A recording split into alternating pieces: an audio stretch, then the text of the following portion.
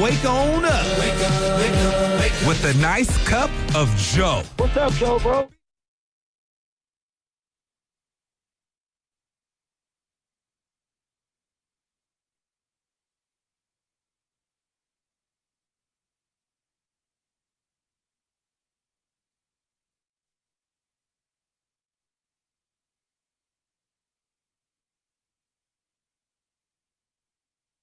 Wow. Happy final third of the season, ladies and gentlemen. 121-110 the final. Boston Celtics. My goodness.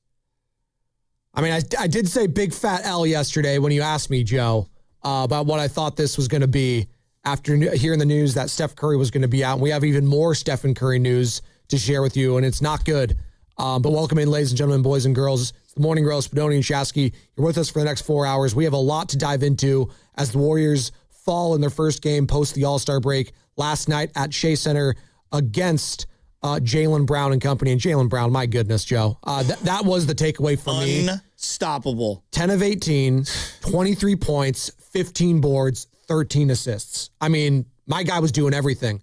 And for a team that lost, quote-unquote, their best player, although I think Jaylen Brown might be changing that narrative with Jason Tatum being out with his Achilles injury, I mean, has anyone improved their standing around the league as an A-plus star player than Jaylen Brown? No. He's incredible.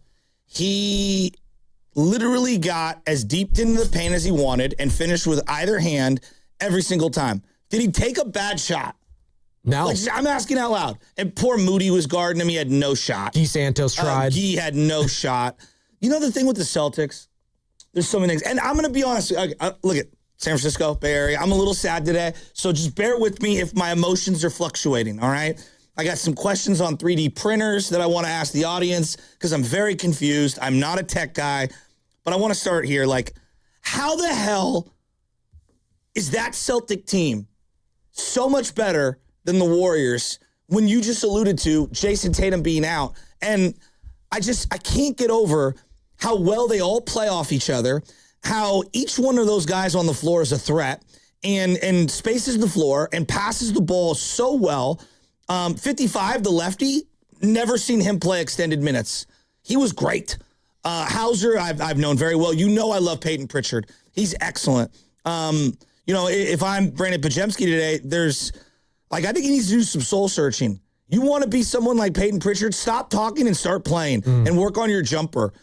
Peyton Pritchard he's not good. He's excellent. He would be the best Warrior player not named Steph right now on the floor. I don't even think it's close. I mean, Hauser would be where? I mean, he'd be one of your better role players. I mean, Joe, you go through the list of names right there. Neemias Queta, who no one probably has heard of. That's just a casual fan. He's an incredible player. He finishes around the rim. Shireman, as you referenced. I thought Gonzalez, he's got a nice stroke. Hits it from the outside. Got smacked in the face. And by the way, these reviews? I mean, Tony Brothers, for the love of God, and I will give Fitz and Kalena credit for this.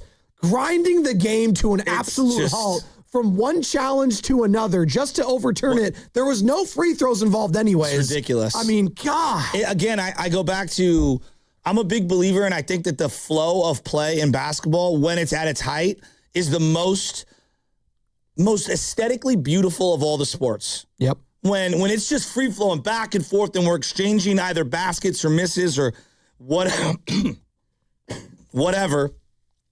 we have got to find a way where if there's a foul but no advantage has been gained, meaning I foul you but you still retain possession, just keep going. Yeah. Keep going. Play on. We talked about this with Kevin Dana. Yeah, like you do in soccer. Until there's a miss or something. Right. Like, it's just, we don't need it. Like, it's just driving me nuts. But look, Missoula has those boys playing great.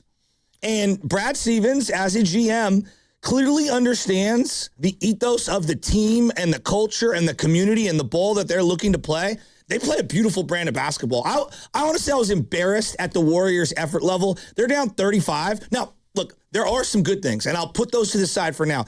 They're down like 34, 35 points. Before you blink, you've had weeks off. Yeah. And then I'm going to go right to and look, I'm not trying to just pick on this guy. Come on, everybody. Can we have the real conversation? It's over for Draymond.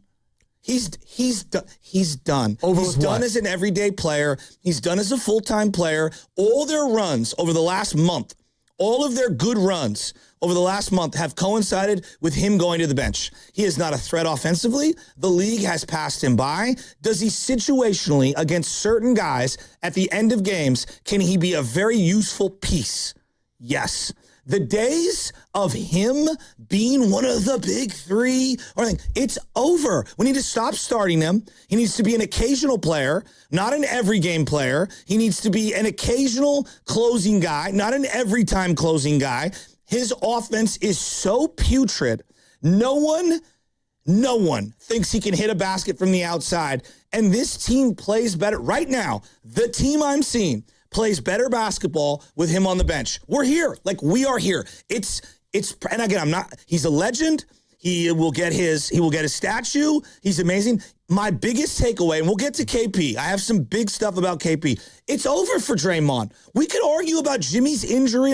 That was only negating the fact of the reality of where Dre is currently. He is cooked. If we were doing a list of players in the league right now and I'm not blaming Draymond. I want to make this clear. This is the NBA evolution. It's not his fault. His body is given out. We and the coach and the team and Steph Curry think that he can still play. He can't. He cannot play. All right? This is the fifth time out of the last, 7 games, 8 games. They didn't go on a good run. They went on an unbelievable run with him off bench. Now, if I'm playing the other side of the fence, Joe, Celtics were up 40. They took their foot off the throttle. But you cannot tell me that this team doesn't ball hop offensively better. The league is about ball movement and hitting shots and being a threat. All right? And if you want to watch, yes, do you need stops occasionally? And come playoff time, are defensive stoppers going to be important? Of course they are. But if you are such a net negative offensively, and all you're going to do is this, stand at the key. Dog, square up to the hoop. Yeah. Just one time. So I think as I look at the last 20 games, and I know we're going to talk about Steph and his absence, if there's one thing that I hope will crystallize, it's that if the Warriors think that in 2026, 2027, Draymond is a top 5 player on this team, they're done. And if they choose to do that, Joe, if they choose to do that, you're going to see the same results you've seen this year. 19 minutes yesterday, 0 points, 0 of 7 from the floor, 0 of 5 from beyond the arc, 2 boards, couple of assists, a turnover. A team low, minus 28 in the plus-minus category, and it looked like it. And we talked about Nick Friedel yesterday. He covers the team for The Athletic, our NBA Odyssey insider. That's going to be the story to monitor going forward. If Steph's going to be out, if we're, Kristaps Porzingis, and we'll get to his debut in a Warriors uniform. I thought there was some good there. Draymond coming off the bench is a real possibility. And I think it might need to if you're searching for offense, and clearly that's going to be the name of the game last night. Who can get me buckets? I know on the other side, watching the Boston Celtics, who can get buckets? And even a guy that struggled yesterday was still distributing the ball. Derek White didn't have a great shot yesterday. He had 8 assists. He's getting others involved. If I asked you, league-wide, I'm dead. Let's have a real conversation. Hauser or Draymond? How many GMs in the league are taking Hauser over Draymond? As an offensive player, it's for sure Sam Hauser. Yeah, it's not even close. Can trust his three-point shot. But if I shoot the ball. If I polled Warrior fans, what would they say? Oh, Draymond. Well, because what Draymond represents to the organization, and I think what is he now? Well, that's what I'm getting at. What is he now? I think but fans do this. You know this, Joe. No, I know. We hang on to the past, and we the good vibes, and it's Draymond. Hey, it's just day. What do you mean? I saw with Jimmy G. You're right. Yeah, you're right. This is what we do as fans. But what are you right now? Well, right now, they're just not a good team. Everybody they're 2 games up above 500, and with Steph going to be out these next 4 games at least after last night, they might be under 500 pretty quick. And look, I cannot believe I'm here. I look at Al Horford, and now it started off bad. Al Horford's been way more of a positive than Draymond lately. I mean, defensively, he's been there. No, and offensively, he moves the ball. He can knock down a shot. I'll give Horford this. As his game aged and his body physically aged, his shot got significantly better. Well, and that's the area where Draymond, Draymond has only himself to blame because his shot is so putrid. You mentioned that. I also mentioned a guy I saw on the court last night that also changed his game. Fitz is bringing it up. Nikola Vucevic. Oh, yeah. These guys. He's excellent. These guys As a that role player. are big boys like Good Vucevic, point. these 7-footers, these Al Horfords of the world, like they realize their bodies are going to be shutting down once they get older. They're not going to have that lateral quickness that they used to have when they were younger. They need to shoot. They need to work on their three-point shot.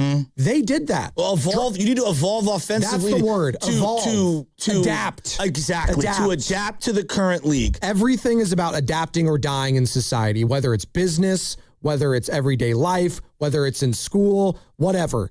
Sports is no different. You have to adapt or die. And offensively, Draymond Green's shot has not adapted the last, I don't know, handful of years. They hung on too long.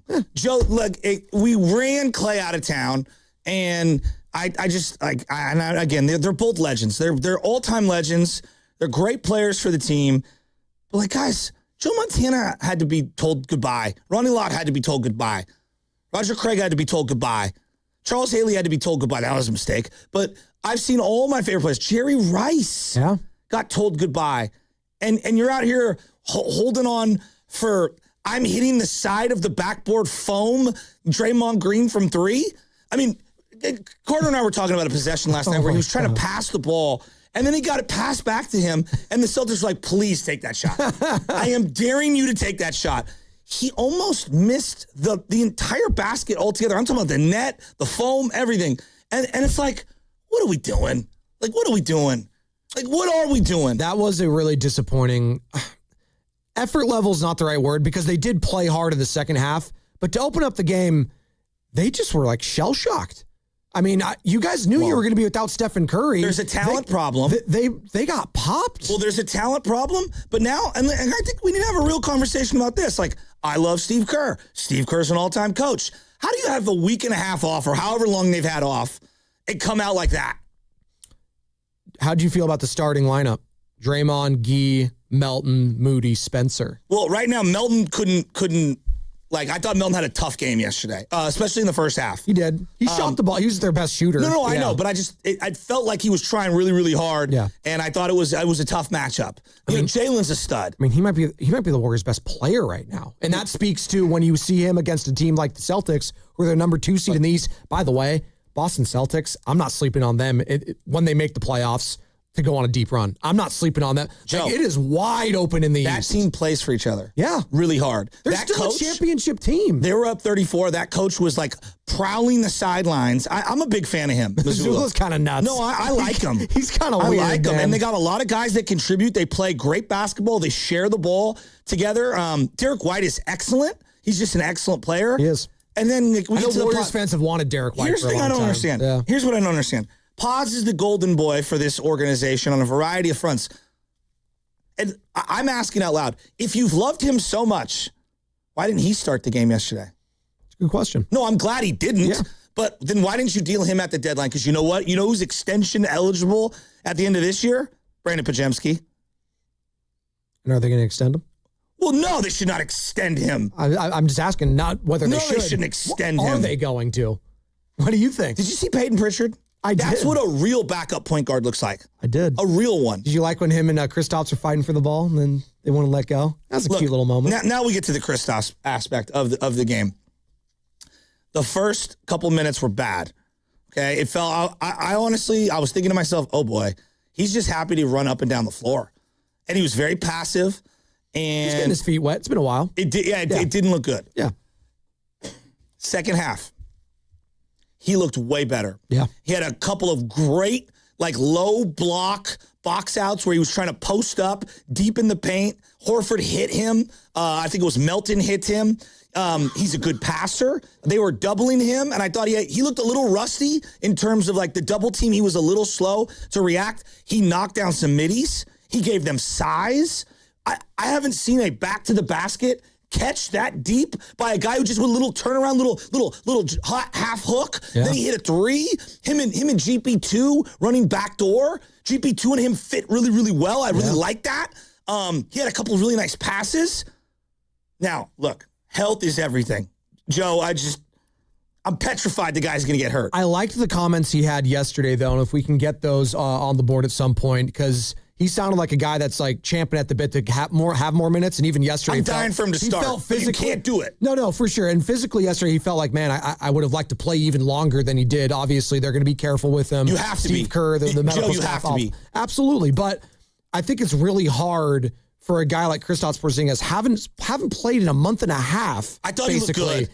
You're asked to have like 3 or 4 minute like bursts here or there throughout the game. You can't really get established in the flow of an offense. You felt that in the first half, but in the second half, as you're saying, started to get more comfortable, started to feel himself, and I could see the vision offensively Joe, with him. If Steph is out a prolonged period, he's going to have to ramp up his minutes, and you got to be careful. Like your point about like he wants to play more, but you can't is so spot on. Yeah. You just can't get him hurt. No. The offense has to go through him. He's your best offensive player. It's not even close. I mean, he's your best offensive mismatch is what he is, too. It's not even close. You have to exploit those matchups when you play a team.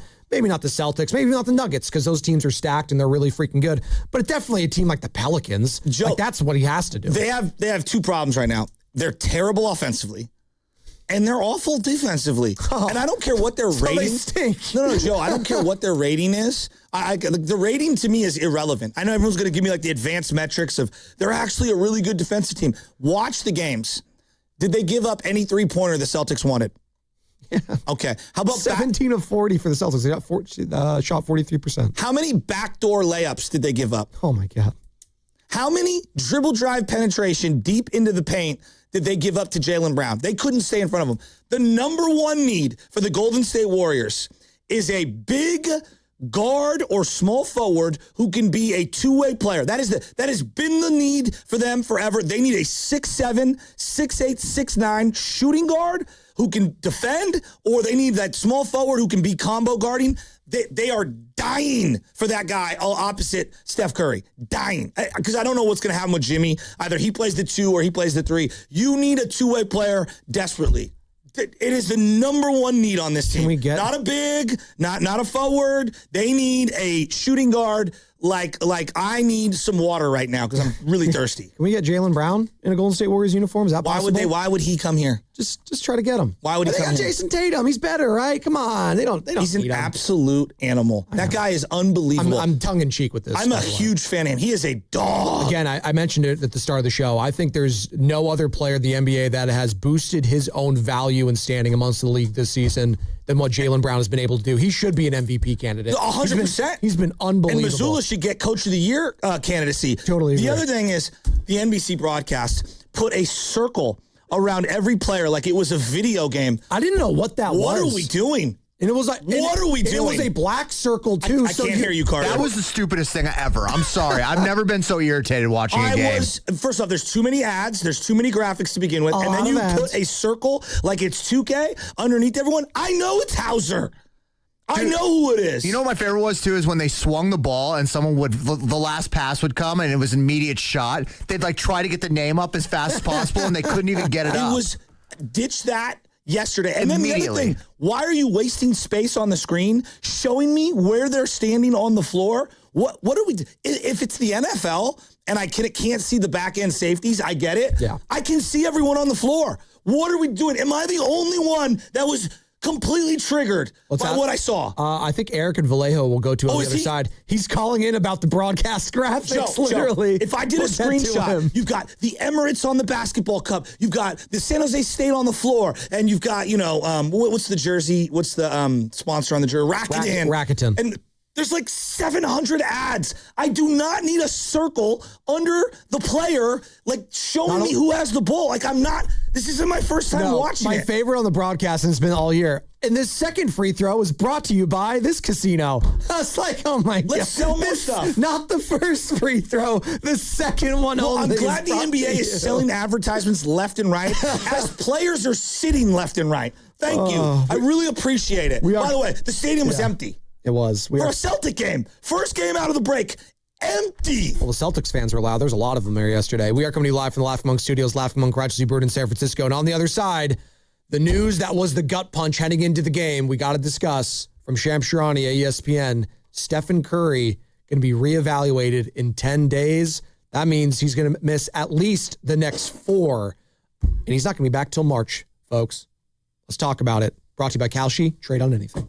The MMA fight is Saturday, and you can trade on it nationwide on Kelsey. Hernandez is trading at 70% to beat Strickland. That means a $100 trade on Strickland pays out $333 with a win. Download the Kelsey app and use code FAN to get $10 when you trade $100. Kelsey, trade on anything. Never have I ever called my sister from the finish line of my first marathon. Hello? You won't believe where I am. Are you running? Mile 26.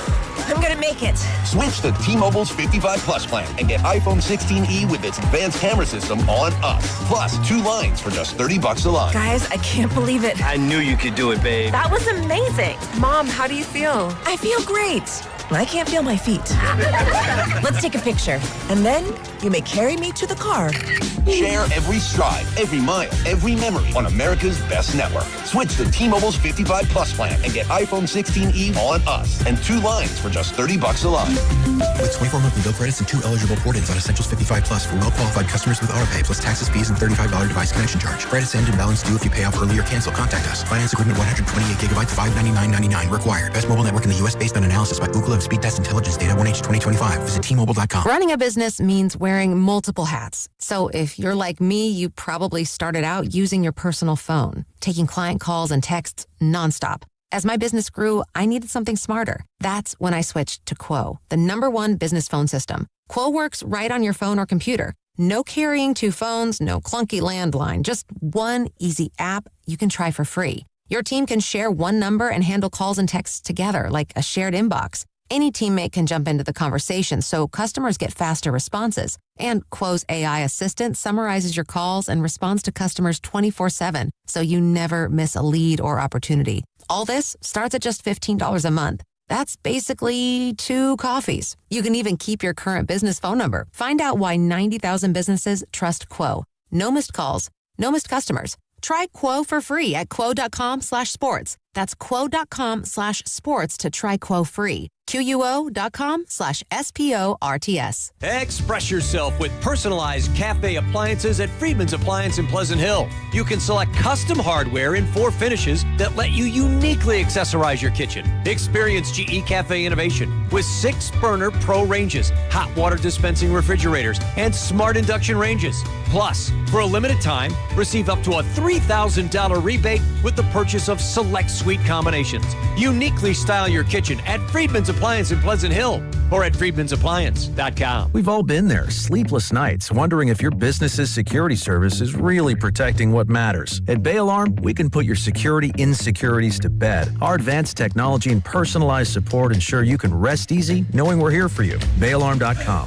Right now is the perfect time to head to Saramonte Ford. Huge selection, big savings, and straight up great deals. They've got a lineup of brand new Fords ready to roll. Trucks, SUVs, and hybrids, all priced to move. Whether you're buying or leasing, Saramonte Ford makes it easy, fast, and stress-free. So don't wait. Stop in person right off 280 in Colma or online 24/7 at SaramonteFord.com. That's SaramonteFord.com. Saramonte Ford, your San Francisco Bay Area Ford dealer. You know, covering Bay Area sports for years, I've seen athletes go through it all. The highs, the lows, and the pain that comes with getting knocked down. But when it's not just a game, when you're the one injured, or when tragedy strikes someone you love, that's where Beam Law comes in. Beam Law is the Bay Area's go-to personal injury law firm. Whether it's a car accident, a serious injury, or a wrongful death, they're there to shoulder the legal burden so you can focus on what truly matters: rebuilding, recovery, and taking care of your family. Beam Law is local, and they win, with millions recovered for clients across the region. That's why SF Weekly voted them Best of the Bay 4 times. If you've been hurt or lost someone because of someone else's negligence, call Beam Law at 415-523-5555. 415-523-5555. That's 415-523-5555, or visit hurtinthebay.com. That's hurtinthebay.com, because it's not whether you get knocked down, it's whether you get back up. Beam Law, they've got your back, Bay Area.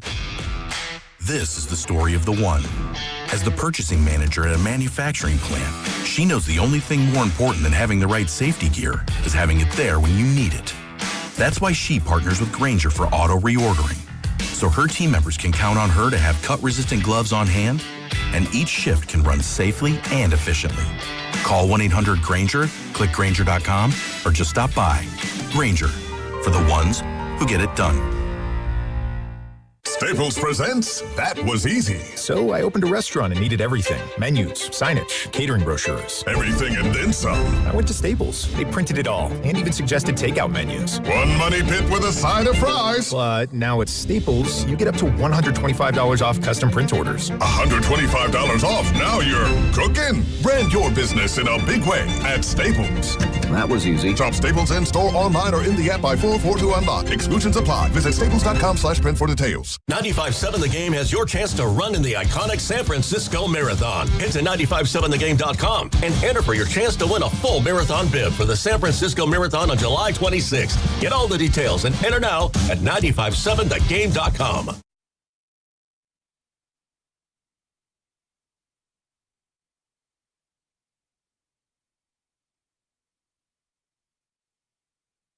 Yep.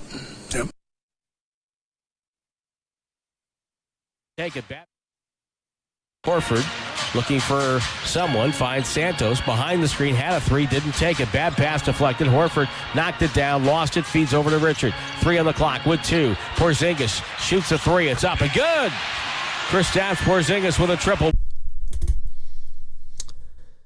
Tim Roy on the call right here on 95.7 The Game, 121-110. Boston Celtics take care of business, against the Steph Curry-less Golden State Warriors. But Kristaps Porzingis, a triple. How do we think about KP's debut? 888-957-9570. Started off really kind of just, like you would expect. A guy that hasn't played in a while, guy coming off an injury. New offense, new stadium for him. Looked like he was kind of getting his feet together. And then second half started and played a lot better, in my opinion. What say you, Joe? I thought Kristaps finished the game great. I was very encouraged. Now, there is the reality of, the Celtics were up a zillion. They took their foot off the gas. I was very encouraged with the fight, though. To me, if I'm Steve Kerr, one thing, Steve, get off the bench. You see Missoula? Yeah. That team's about to win 40 games. They're coming up on a 40-win season without their best player, and he is, intense. Yeah. We got our coach sitting there good luck, boys. What do you want? What do you want him to do? We're down 1,000. It is the first game post All-Star break, so you can't be getting pissed off like that much, right? Breaking the clipboards. It's not getting pissed off. Just get up and be on it. He was. Well, I brought up the review that took forever. He was hounding the refs, saying you ruined the entire flow of the game. What about the 35-point deficit? Well, that's what tough. About chewing out some guys about that? I mean, who would chewing out? Draymond? We know that's not everyone. It's not. One player doesn't win and lose games. I mean, I know it maybe sounds like I'm picking on Draymond. I'm not. One player doesn't win and lose games. But no, but not having one player in Stephen Curry these next 5 games, well, I guess 4, that does lose you games. Well, look, you got to have talent. It's going to lose you some games. No, you've got to have talent. But, Joe, it looked like they didn't even care. They're getting ran off the floor in the first half. That's a problem. I mean, in the first half. It's a major problem, and I think it's a great point. They're down 18. And here's my thing. It'd be one thing if this was, the middle of the season or whatever. Dude, you just had a week off. You can't keep it tight for, a little while? Steph's going to be out another 9 days. Oh, okay. Jason Tatum's out for the year. He is. They sold off a bunch of guys. They had Drew Holiday. They had Porzingis. In fairness, you're already without Jimmy Butler, who is your second best player. So you're out with. It's like if they lost Jaylen Brown and Jason Tatum. I still think they'd kick our butt. Did you see how they were playing? No, they probably would, but that speaks to the depth of that team right now. And the Warriors don't have depth, so they can't afford to lose a guy like Stephen Curry. And we're now relying on Kristaps Porzingis, who's coming off Achilles tendonitis and respiratory syndrome. That hasn't played a month and a half to be your best player offensively. Kristaps is the last of my can't even play 20 minutes. No, I know. No, I'm saying the expectations on him already after one game is so unfair. Is going to be he's so the best unfair. player on the team already. Yeah, offensively, he with is. no Jimmy and no Steph, he's your best player. Yes, right? Yeah. Yeah. D'Anthony Melton, I want to give him credit. He's really good, but he's a complimentary player. You're not running offense through him. He's not going to be the offensive. No, you're not running offense through him, right? And so, you can with KP, but there's this line of diminishing returns. You play him too much, you can get him hurt. That's real, Joe. That is real. No, it's true. And then I look at it and I'm just look, man. Right now, what we cannot be doing as Warrior fans and as a Warrior team, I don't want to hear about what you did 2 or 3 or 4 or 5 or 6 years ago. I don't care. What are you doing right now? Do you think Mazzulla cares about the championship he won a couple years ago, or is he playing the guys right now who he thinks can help him win tonight? You see the Jaylen Brown quote after the game that I sent to the chat? I didn't even click on it. What did it say? He basically said, here, I'll pull it up right now. We're going to go to Eric and Vallejo here in a second, 888-957-9570. But Jaylen Brown, obviously, part of that Celtics team that lost to the Warriors in the finals 4 years ago. But this is what he had to say. Those guys helped us win a championship in 2024. So no better way than to respect them than giving them the belt tonight. That's what he said after the game last night. Just basically saying, yeah, they helped us win a title in 2024 because without them and them beating us in the finals, we wouldn't have gotten to where we were at. It felt good to just destroy them. That's what they're saying. They're coming into your house and saying, we wanted to give them the belt tonight. That's what the opposition's saying without their best player. That is so disrespectful. No, it is. And Warriors fans waking up this morning on a Friday, thank God it's Friday, just have to take it. Joe, thank God it's Friday. Right. You got to play that. Keep the heads ringing. Derek White is excellent. He is. He's an excellent player. He'd easily be the Warriors' best player on the team right now, I think. Shearman might be one of our better players. Baylor Shireman. Whatever the heck his name is. From Shire, he LARPs. Obviously, Jalen's so sick. And then I love Hauser. Like, he's just a really good player. He's been a good player off the bench for them for multiple years. But what does he do? Stretches the floor offensively. Yep. Yeah, we know he's undersized. He's out there trying to guard Kristaps. What'd they do? They doubled. Like, they had a clear game plan. And there's times I watch the Warriors, I don't know what their game plan is. And then I see Peyton Pritchard off the bench. He wasn't good. He was outstanding. Outstanding. This guy, Neemias Queta, how can't the Warriors get a guy like this? Well, because we refuse to have a big who can actually rim run. Why? He's 7 foot. No, we want the fake ones. 250 pounds, can get to the rack, can play some defense. Can you set a screen, though? Oh, my God.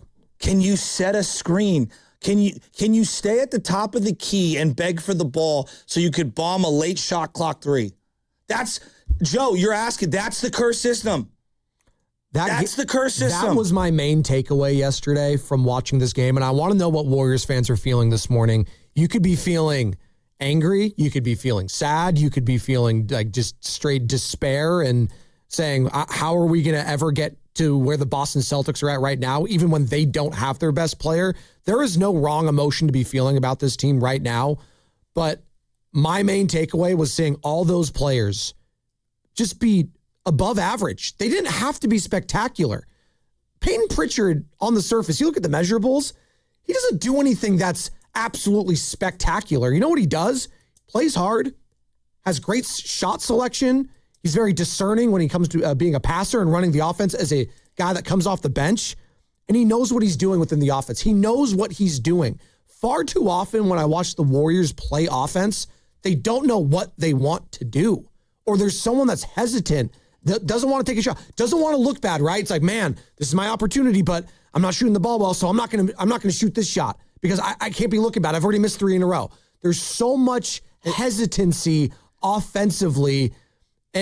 When I watch the Celtics, it's just the complete opposite. This next sentence is brought to you by Dude Wipes from Joe Spadoni. Like, did you see that yesterday? Dude Wipes was sponsoring. I didn't know what you were saying. I thought you were insinuating I crap myself. No. I didn't know what that was. The broadcast, I can't get over the broadcast. At what point they had this little graphic thing and it was like, this is brought to you by Dude Wipes. It was on the bottom of, okay, can you book my uncle? I honestly, Risotto, call my Uncle Matt. He's the best plumber in San Francisco, hands down. Call my Uncle Matt right now. I don't think you can flush Dude Wipes. You can't. Yeah. And no, people do. No, that ruins plumbing. It destroys them. It's really Get bad. my Uncle Matt on. We're going to talk about this. This false belief that you could throw baby wipes and dude wipes down the toilet. You cannot. Do not do that. I also think flushable wipes are just as bad. They're not flushable. Thank you. No. They're not. No, there's ones that say there are flushable wipes, which I think I know, is just, and they're erroneous. It's a scam. It is erroneous. It's a total scam. You will have my uncle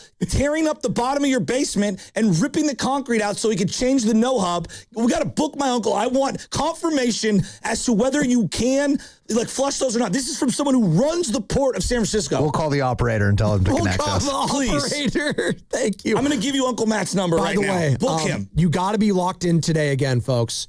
We've been 4 for 4 on the morning roast qualifying people for the knockout tournament on the Chase Center floor.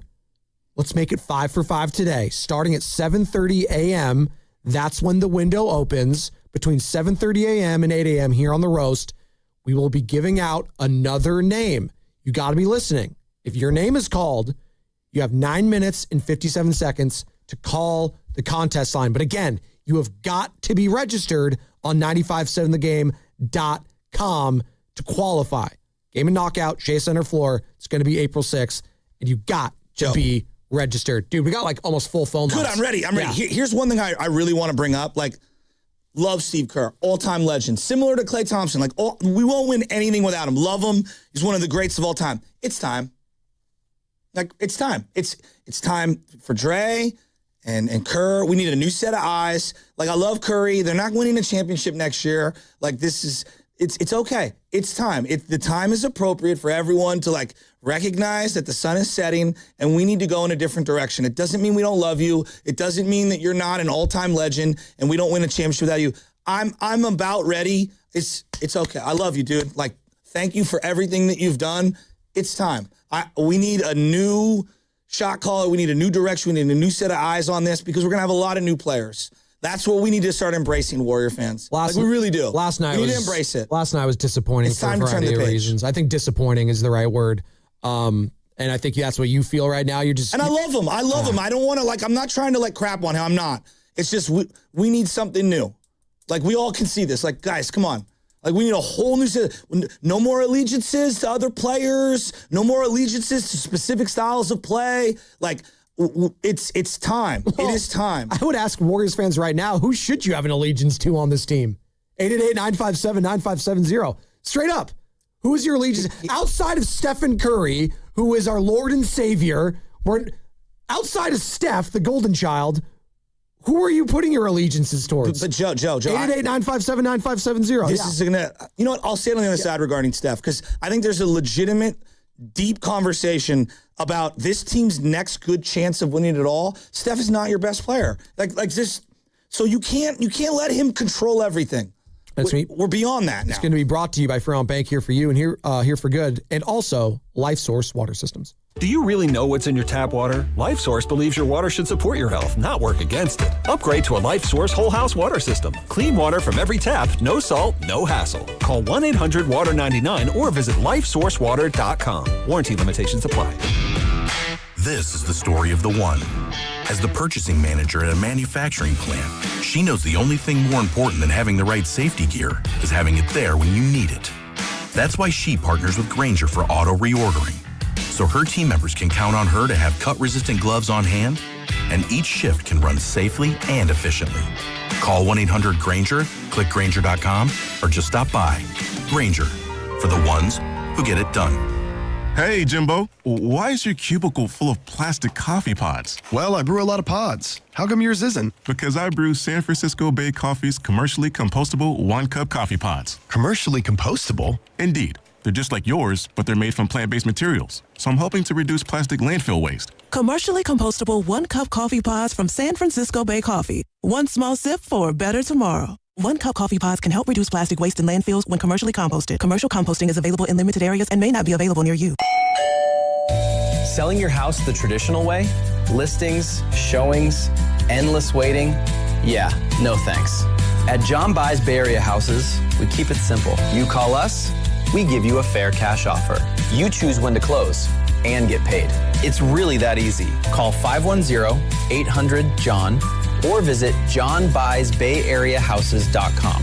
Start fresh with John Buys Bay Area Houses. This is Vanessa Deniston, senior attorney at the Dolan Law Firm. The Dolan Law Firm handles a diverse line of cases from personal injury to employment law. We're proud to say the Dolan Law Firm is just as diverse in our attorneys and staff. The Dolan Law Firm consistently achieves outstanding results with over $1 billion in verdicts and settlements. The Dolan Law Firm, the best, most diverse personal injury and employment law firm we hope you'll never need.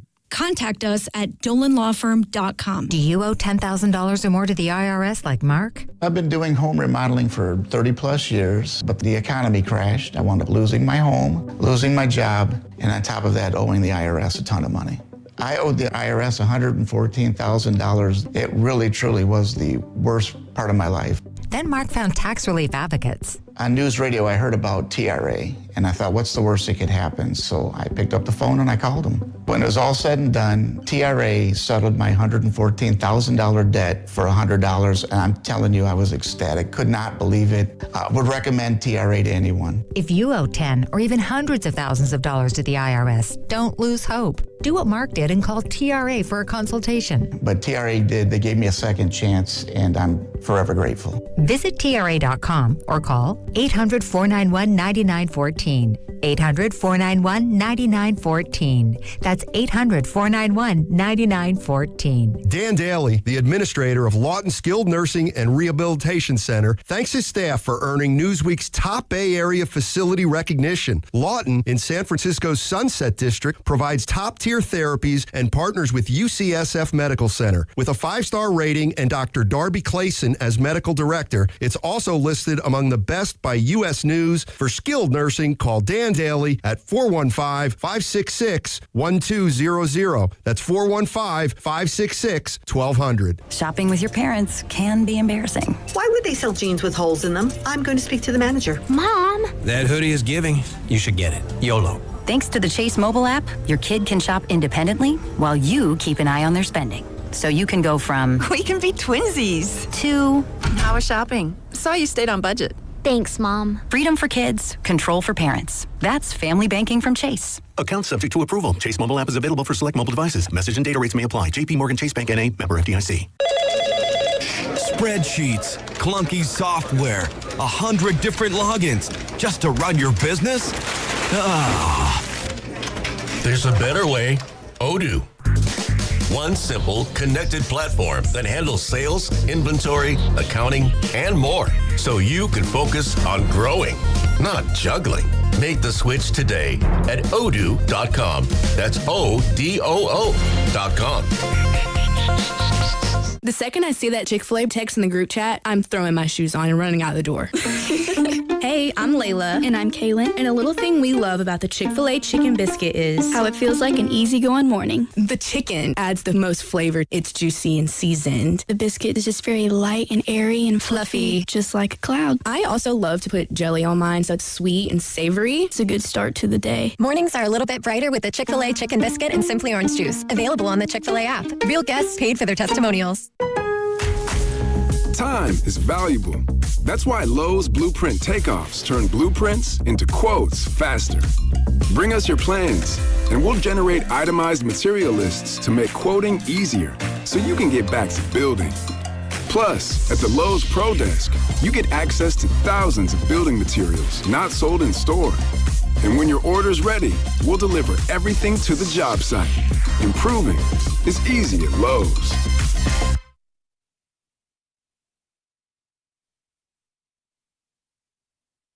Lob inside Porzingis. Ball deflected right back to KP for a dunk. Kristaps Porzingis, his first points of the Warrior, a two-hand slam.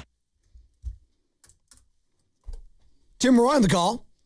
Right here at 95.7 The Game. KP made his debut in a Dubs jersey. Unfortunately, they got absolutely obliterated. But there was still some good from Kristaps Porzingis, some positiveness, if you will. And that'll be something to monitor going forward with Stephen Curry out at least the next 4 games. According to Shams Charania at ESPN, if you're just joining us, Stephen Curry will be reevaluated in 9 days due to his persistent right knee injury. The report was yesterday, which was 10 days, so now it's today, so 9 days. But he's going to miss the rest of February. And I'm looking at the schedule, Joe. It's looking like maybe March 2nd, which is a Monday, and that'll be at home against the Clippers. Maybe he comes back then. But the games that he's definitely going to miss, obviously last night, he'll miss the Nuggets on Sunday, miss Pelicans in New Orleans, the Grizzlies in Memphis, and then against the Lakers at Chase Center. That would be next Saturday, February 28th. So he will be out for these next 4 games. Yeah, they're in big trouble. Yeah. Last night's game was triggering on a variety of levels, but I want to get to the Steph Curry aspect. Steph's done everything for this franchise, right? Yeah.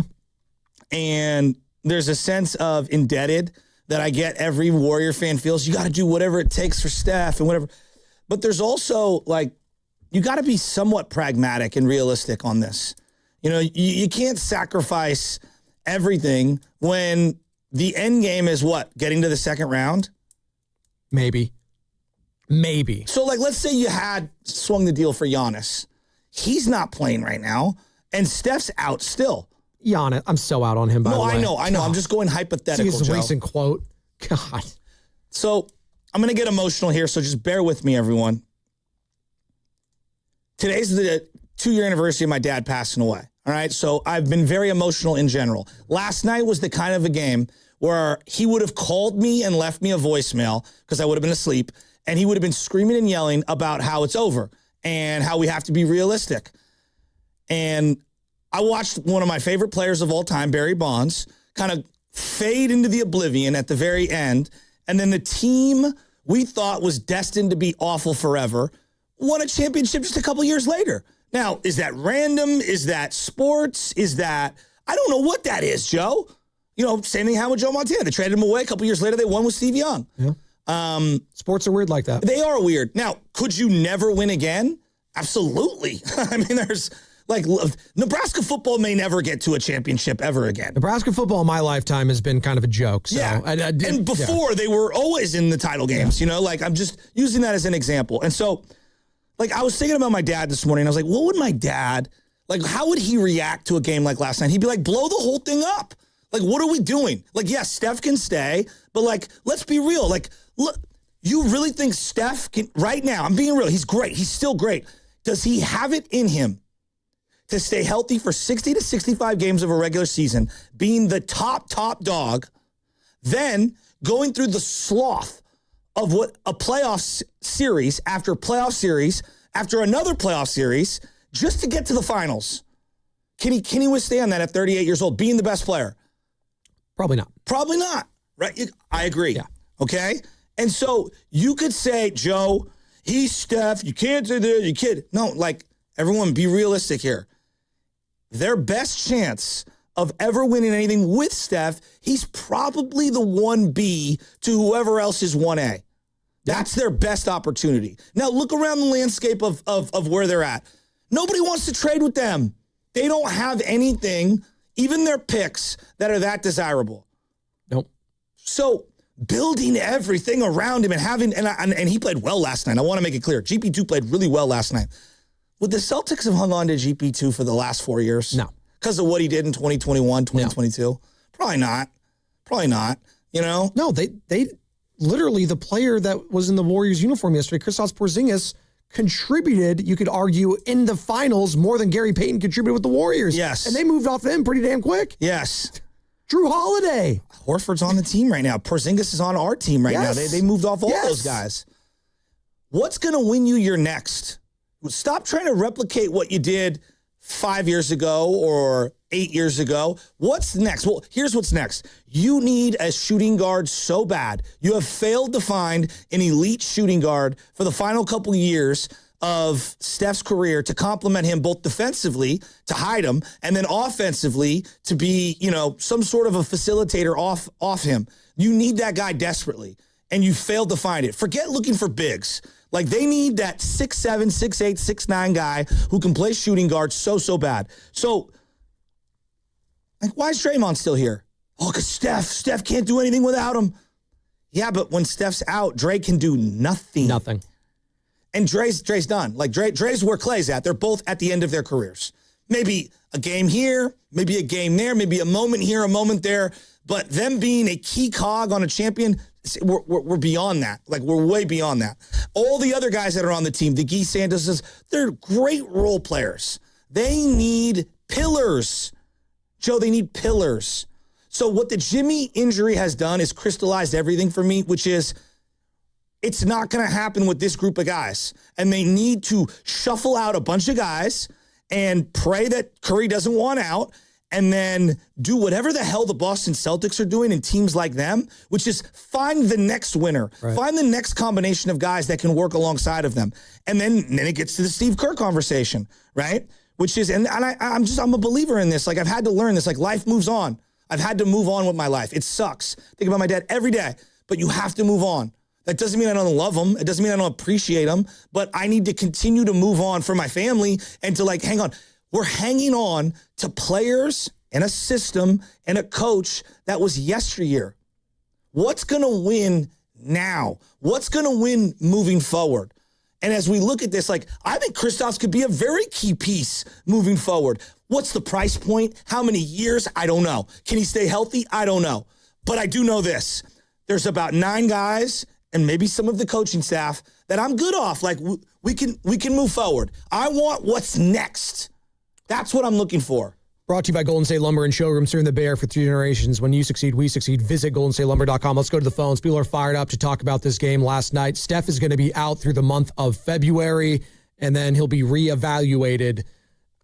Where do we go from here, Warriors fans? Kristaps Porzingis, maybe they'll increase his workload. What are we looking for in these next games without Stephen Curry? 888-957-9570 as they get smacked last night. The final score did not indicate, I believe, just how dominant the Celtics were at times in that one. And I don't know what's happened to Will Richard. The combinations haven't fit him, but he was a guy that looked really promising early on. And I just feel like for whatever reason, he's fallen up by the wayside. I still think promising is the right word with him, but there is something that's like, why can't I just see more of him if this is going to be what the team is? Honestly, I wouldn't even care if he started, quite frankly. Yes, Eric I'm open to that. Eric in Vallejo. What's up, Eric? Hey, guys. I want to touch on what Shasky was talking about in the beginning of the show. That broadcast was unwatchable. I don't need a circle to tell me who has the ball. I can see the ball. I don't need to know their names on the screen because I know their names. I don't need to know how many feet they shoot from. So I need whoever you guys know that works at that broadcast, even if it's Fitz or Kalena, tell them to get with the contacts and tell them to cut that out because I'm a diehard Warriors fan. I watch every single minute of every Warriors game, and I've tuned out in the middle of the second quarter. How about literally losing viewers? Okay, there's the circle under the player, and then they're showing you like where they're standing on the floor. It's like I can see where everyone's standing on the floor, and it's like presented by Dude Wipes. Yes, 3/4 of the TV is covered by stuff like that. Oh, can I say something about Dude Wipes or wipes? Sure. I agree that they're probably unflushable, all those wipes, but there's no other way to clean your bottom. So yes, there is. It's called a bidet. Well, I have go a bidet. install one. There you go, and it is a game changer. Now, that being said, I'm all for sanitizing, hygiene. I'm all for all that. There's no other way to clean. What are you taking? Volcanic dumps? God, dude. Well, no. Look, hey, once you go to the bidet, it's hard to go backwards. You never go back. Yeah, it's hard to go backwards. So also, it saves you more on toilet paper, too, because you're not using as much after you clean. He's right. It is the cleanest of the clean. That's the only thing that Europeans have on America is that they have bidets everywhere over there.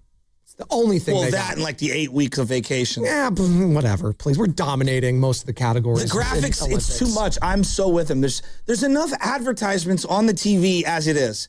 I don't need to see more graphics. Well, if I'm watching the Olympics right now as curling for that 5,000th time is on my it's on every screen. minute of every day. But they're not showing any ads here. This is the biggest sporting event in the world. You'd think they'd be showing more ads, Joe, right? But they don't need to. Dude, Jaylen Brown passed the ball one time last night, and it went underneath his name. It said double-double. No way. Yeah. Are we that ADD'd out as a society that we...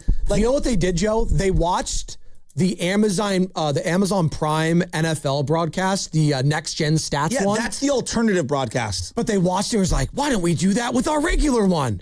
Because it's an alternate broadcast for a reason. The main viewer doesn't want all that crap because you know what? The main viewer's attention span is what, Joe? Non-existent in today's society. Kalena, we can't do it. We have phones while we're watching the game. Joe, if I hear Kalena, cyclone, he tornadoed him. My head's going to explode. He moves a body like a cyclone. He's cook him. Yeah, expose him. What? We're down 34, Kalena.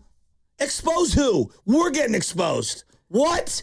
We're down. This is unfair because, Kalena's a good guy, but it's like This is when you know your team's bad, when you start critiquing the broadcast. That's what we're doing right now. I should just hit check out of it. I apologize, Galena. You're listening to guy. 95.7 The Game. KGC. He tornadoed him. No, he spun on him. At HD1 San Francisco, Odyssey Sports Station, and the home of the Golden State Warriors. Tasmanian Devil? Always live in the Free Odyssey. I couldn't live from Laugh Among Studios. But if you wanted to watch the game nationally, you could have had Reggie Miller on the call.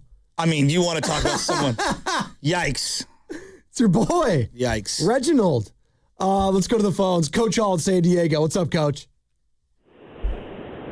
Hey, what's up, fellas? Happy Friday. Thank God. We got 26, 27 games left. I got us only winning 5-7. So at this point, it doesn't make sense for Steph to come back. Like, might as well just shut him down, man, and regroup in the offseason. You got to get rid of Draymond.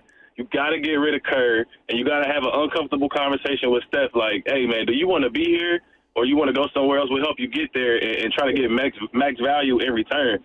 This thing is over. This ship has sailed. We haven't had a championship roster since the season where Jordan Poole got punched.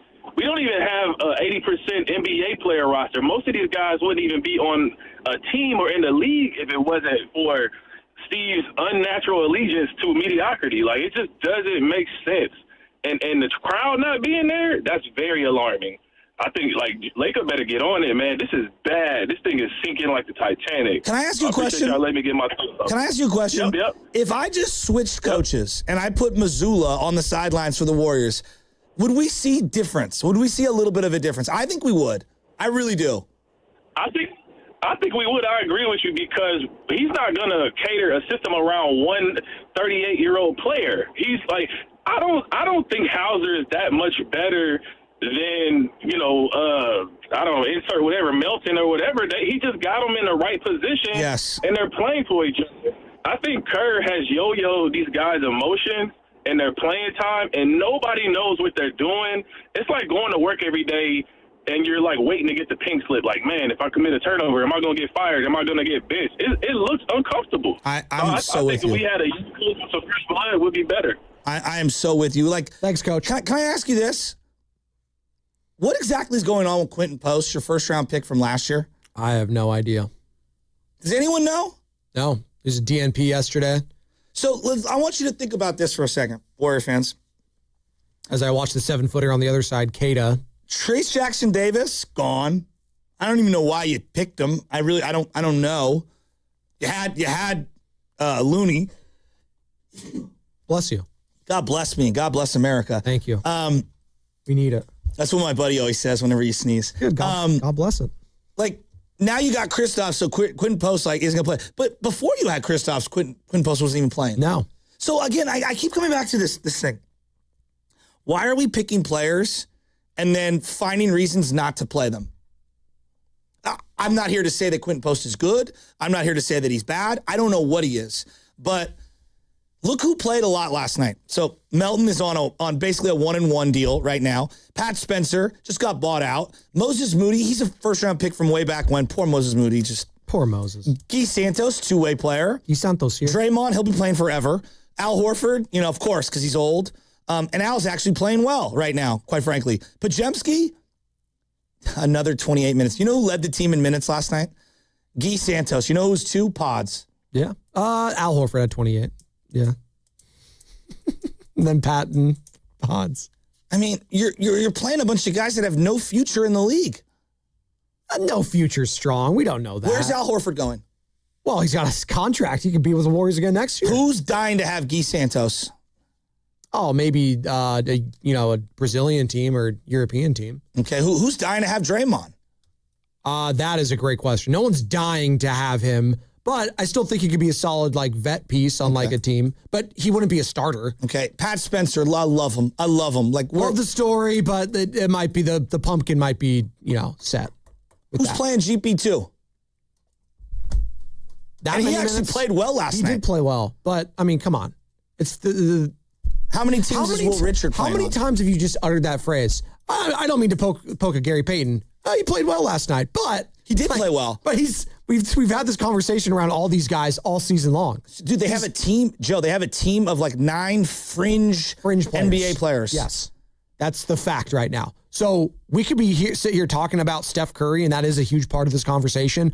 Ultimately, The reason they were doubling Kristaps Porzingis, who hasn't played in 2 months, who's barely going to play last night, is because they don't respect anyone else on that court. Anyone else offensively. And I like Moses Moody because I'm rooting for him. He's still a young player. Is Moses playing for the Celtics? I think so. Where? I mean, if Luka Garza is still playing there, I mean, come on. No, but is he playing? I mean, in games.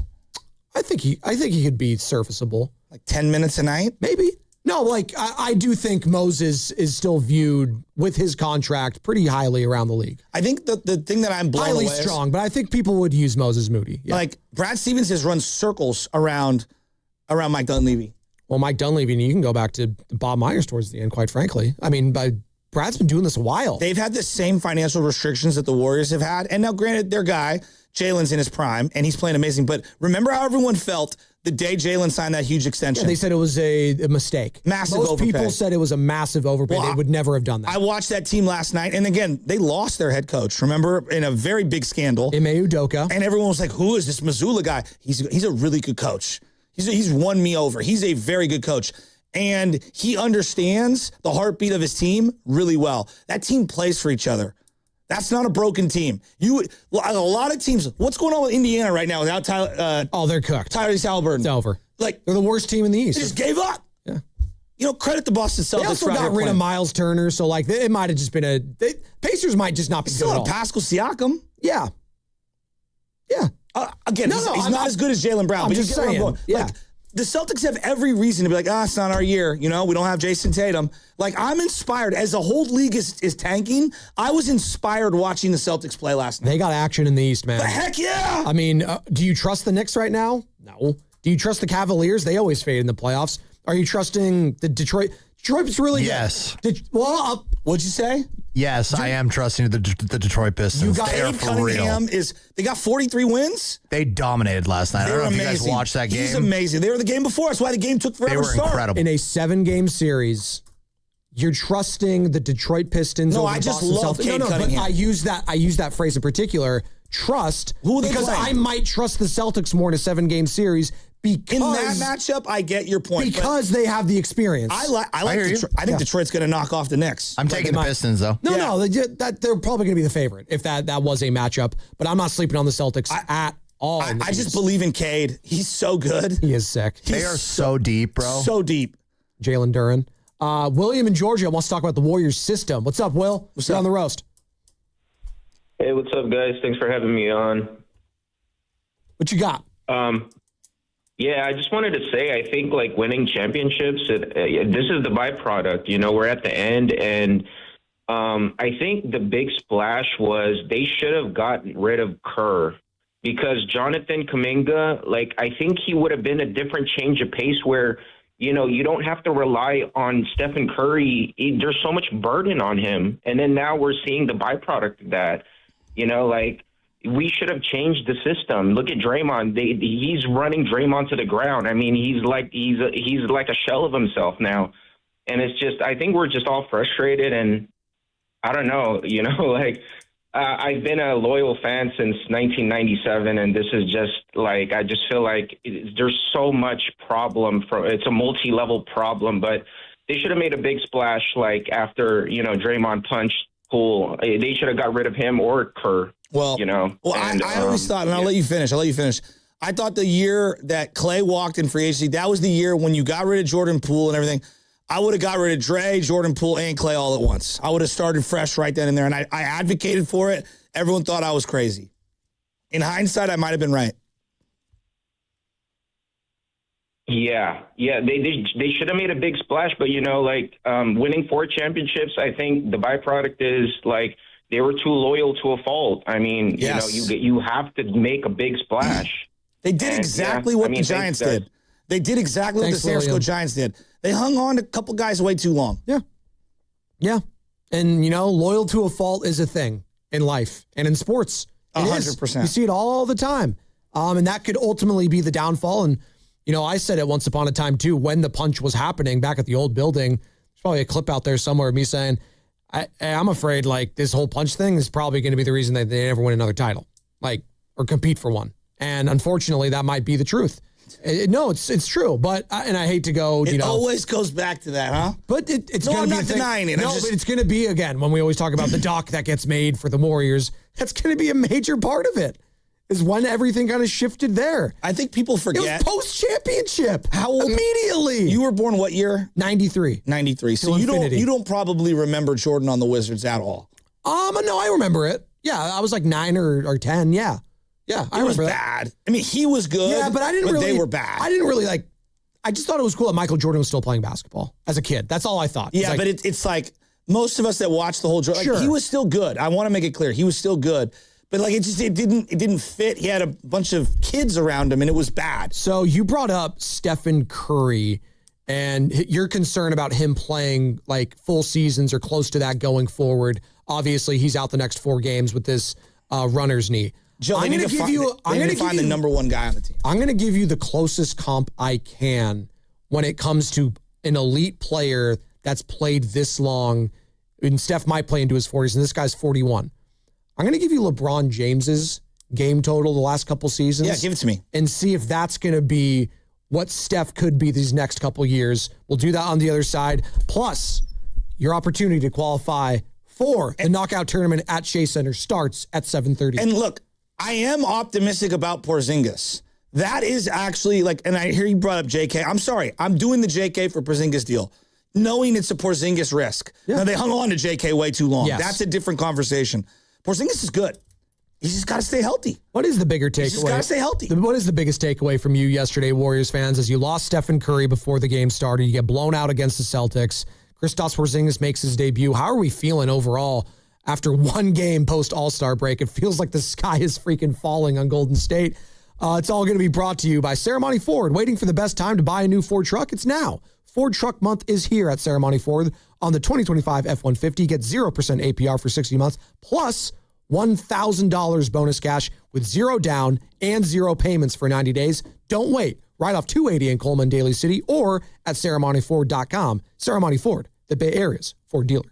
Don't miss your chance to see the Bay Area's own Santana performing live at Shoreline Amphitheater on August 9th with special guest, the Doobie Brothers. Buy your ticket to LiveNation.com for a chance to score a pair of tickets, courtesy of Live Nation, and are online at 957thegame.com. Hey, it's Spadoni here, talking about my Roots and your Roots, the Oakland Roots. They play their first game of the season Saturday, March 7th against Monterey FC. And if you don't know what FC stands for, well, that's Football Club. Shout out the Europeans. Tune in on ESPN Plus and KTVU Plus. This year, the Oakland Roots will be playing their second season at the historic Oakland Coliseum, baby. That's right. We got soccer at the Collie. Their home opener is going to be Saturday, March 14th against New Mexico United.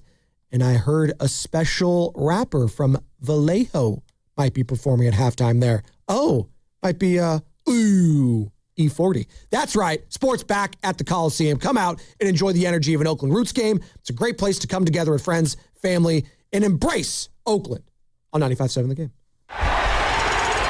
That's another amazing run by Team USA. Mom, think I'll be on Team USA one day? Well, I'll take this one. What? Are you speaking to us? Yes, and to answer your question, anything's possible, especially with Xfinity. So, I can be the best snowboarder ever? Well, I can't guarantee that, but Xfinity can guarantee that your internet price won't change for 5 years. Okay. What if I practice every day? Then maybe you'll be snowboarding for Team USA at the next Olympic Winter Games. And Mom, you'll still be paying the same price for Wi-Fi. Ooh, really stuck the landing there. It's the Xfinity Gold Medal Celebration. Now through February 22nd, get our best price on gig Wi-Fi for 5 years guaranteed, just $50 a month. Plus, get Peacock Premium included for 2 years. That's a $10.99 value per month. Xfinity. Imagine that. Proud partner of Team USA. Restrictions apply. Requires paperless billing and auto pay with stored bank account. Taxes and fees extra. Actual speeds vary. Hi, I'm David. I'm Chris. And I'm John. We are the 3 brothers who own Jack's Restaurant and Bar. And we are here to... Not again. That's my line. That was my line. Boy, stop it. Mom? What are you doing here? Have you heard your commercials? They're terrible. That's not our fault. You taught us how to cook delicious food. Using only the freshest ingredients. And to treat all our guests like family visiting our home. But you didn't teach us how to write catchy radio spots. They remember that and get back to work. Yes, Mom. Jax, serving delicious breakfast, lunch, dinner, and drinks the way our mom taught us. ilovejax.com. Hey, it's Willard. Legends are built over time. Anyone can have a great game, a lucky season. At Habas Law, generations matter. For Tarek Habas and Nicholas Habas, integrity was learned at the dinner table. And a hard truth, clients are often victimized twice, first by accidents, then by greedy insurance companies. 40 years strong, Omar, Tarek, and now Nicholas Habas, generations fighting to make it right. Visit habaslaw.com. Omar Habas is a California licensed attorney. Offices in Northern California, including San Jose. Past results do not guarantee future outcomes.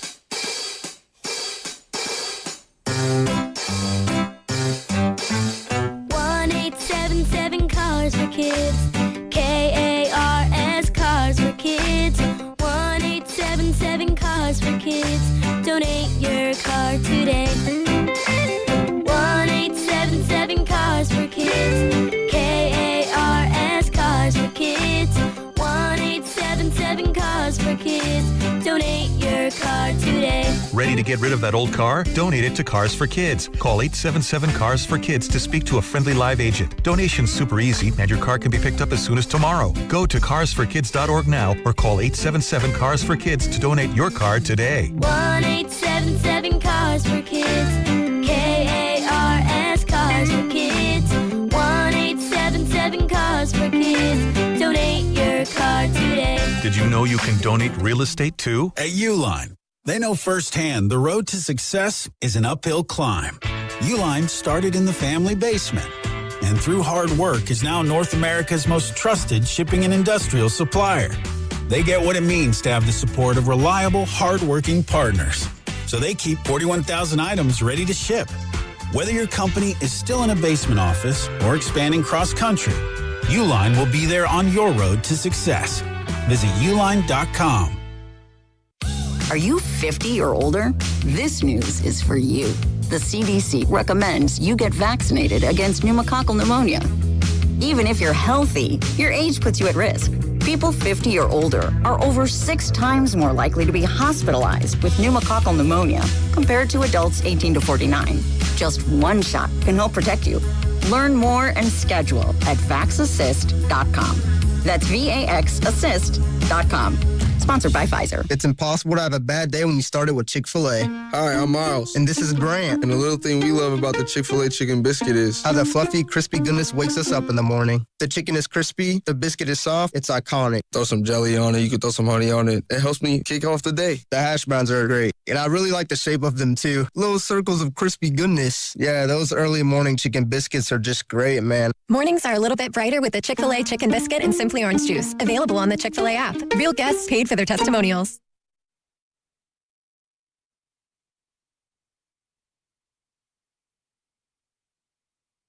Bay Area is Draymond Green. And you can see us live on YouTube and Twitch right now. Just search 95.7 The Game and make sure to subscribe. You're listening to The Morning Roast with Joe Spadoni and Joe Shasky on 95.7 The Game.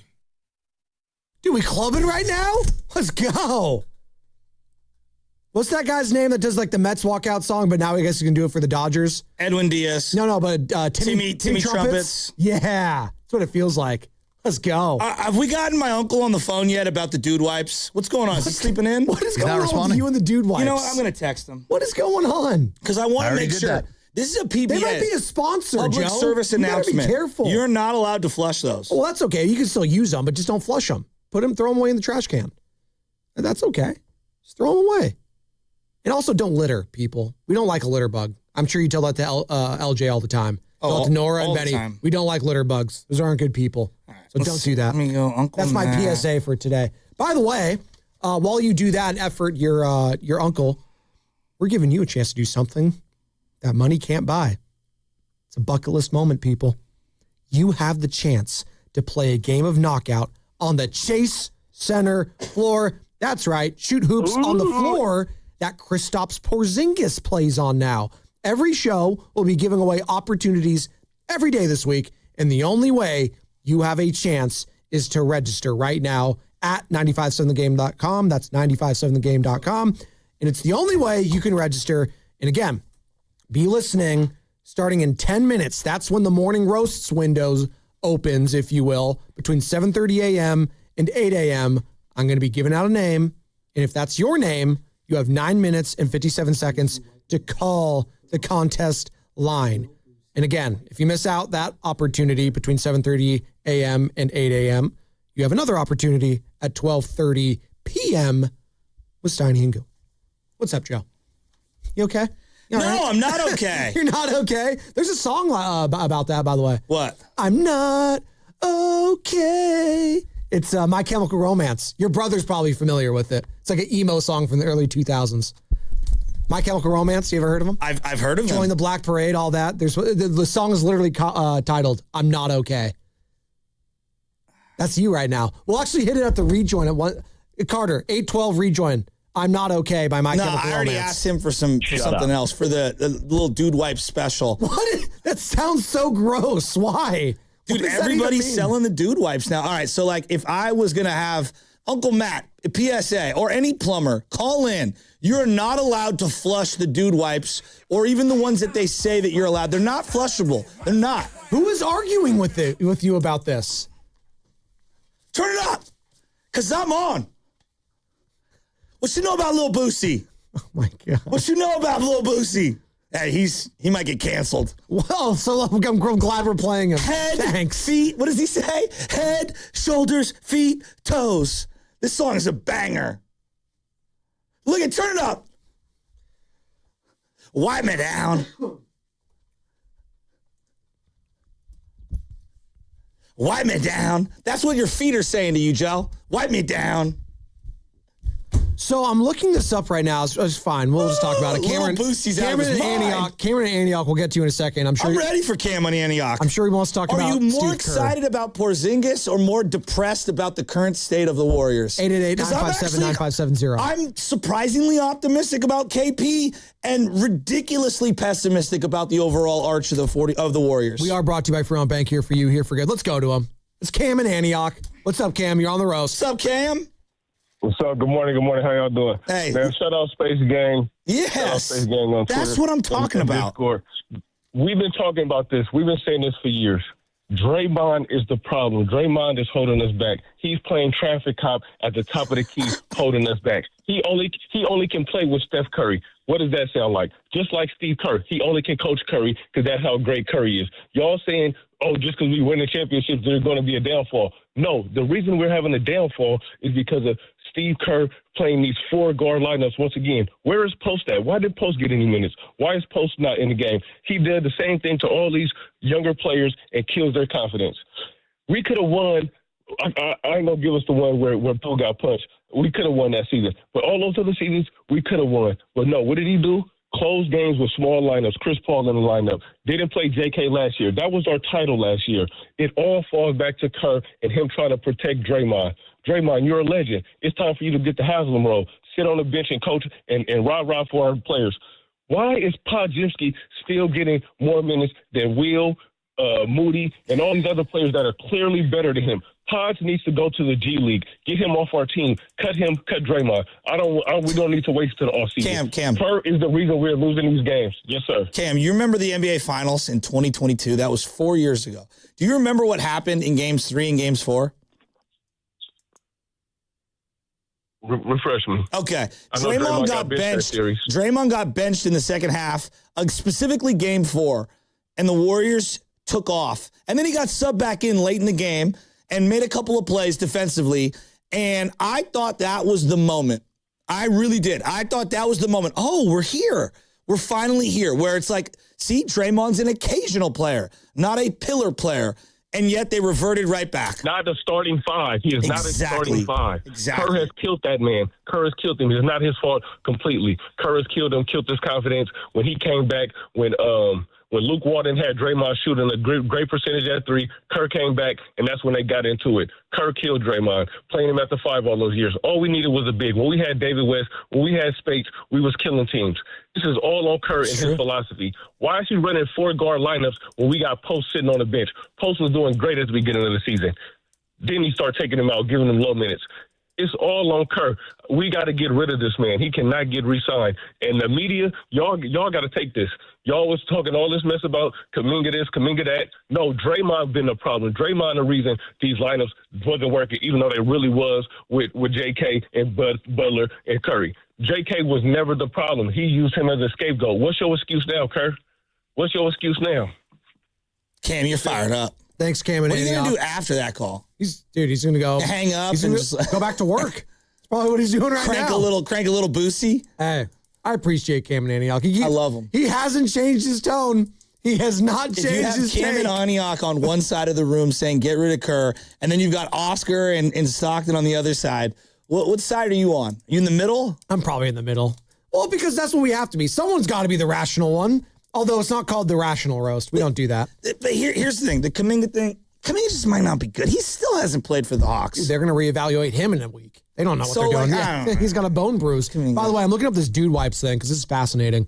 Just flushable wipes in general. You should flush that food down your esophagus before you start talking. I did. It's delicious, by the way. Shout out to Sausage McMuffin. It always hits. They often fail to break down quickly enough, causing severe clogs, Joe. See? Expensive sewer repairs. And this is a word and term I've never heard before. Fatbergs. Have you ever heard this before? No, I've never heard of that. Fatbergs. All right. Fatbergs. And I looked this up because I was like, what the hell is that? Fatbergs are massive, rock-hard blockages in sewer systems formed when fats, oils, and grease, FOG, congeal with non-biodegradable flushed materials like dude wipes, sanitary products, and trash. These often massive sewer monsters cause severe infrastructure damage, raw sewage backups, and cost millions to remove, frequently appearing in older, dense urban areas. Don't use flushable wipes, people. We don't want fatbergs, all right? It's a great term, by the way. Hey, dude, you wanted to know about it. I told you. Now you have nothing to say?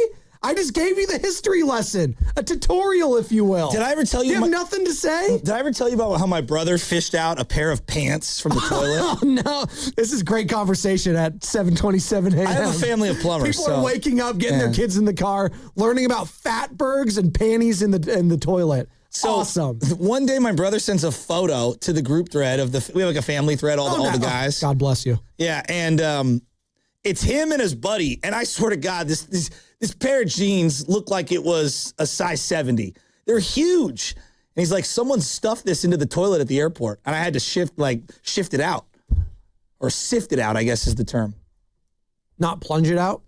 You know, whatever. I don't know. I don't even know if you can plunge it out. You have to like rip it out. Are you good? Are you good with the plunger? Here's what I don't understand. Yes. Here's what I don't understand. Like, you just, I pooped my pants. Let's stuff them into the toilet. What is happening here? What is going on? What is happening to this show? I'm trying to talk Warriors. I'm trying to dude wipe my memory from last night's game. I think that's where fans are at right now. Seriously. They're trying to figure out what the hell I'm going to do watching this team the next week and a half without Steph and Curry. And there's no guarantee that Steph, see, this is the other thing. There's no guarantee that Steph comes back when he is reevaluated, Joe. You know what, like, and I tease this. Who's the only other player that is comparable to what Stephen Curry is currently trying to do playing into his early 40s? It's LeBron James, right? Who's playing at a high level. I mean, back in the day it was Kareem, but yes. Right now. He is the only guy that you can compare to in his current sport that is trying to accomplish something into his early 40s. So this is LeBron's game log the last couple of seasons, and he's 41 years old right now. But he also doesn't move on the floor as much as Steph. Which, so, like, I don't know. Keep going. That's the only guy I can compare to. I know their bodies are different. Yeah, they're very different. But I think Warriors fans are waking up this morning thinking of like, man, I don't know how much I could count on Stephen Curry going forward, not just this season, but after next year, if this runner's knee is going to be persistent, because that's something that kind of like the Achilles tendonitis or just tendonitis in general, that's just wear and tear. Oh, did you hear Dibs? No. He's going to be dealing with this the rest of his life, just like me. But he might be. Well, I mean, when I think of Steph Curry, I think of comparing his injury to athletes, but I mean, you do that with your plantar fasciitis, but that's okay. You do. Come on. Don't act like you haven't, Joe. I have, but, at least I'm still active. You are? I can't remember the last time Dibs was active. He refs? Come on, dude. Dude, reffing. Yeah. Give me a break. Tony Brothers, by the way, yesterday. Oh, my God. I was watching it with my girl. Oh, honestly, I was watching it with my girl, and he just puts his face in the TV. He's like, you know what his nickname is? Catfish. And she's like, oh, I can see it. There you go. Here you go. Tony Brothers. They had back-to-back reviews of a play that no one cared about. As Al Horford backhand pimp slaps Hugo Gonzalez in the face, and it was somehow Gonzalez's fault. Are you watching Jaylen Brown here? They're going to show Jaylen Brown all at the rim, on Moody, at the rim, going downhill. Let me attack. Let me step through. Look at the Draymond. Let's just stand there. Not going to help. All Moody by himself. Oh, D'Anthony Melton? Yeah, I'm going to go right by goes right by Draymond, finishes on the other side. Jaylen Brown's ridiculous.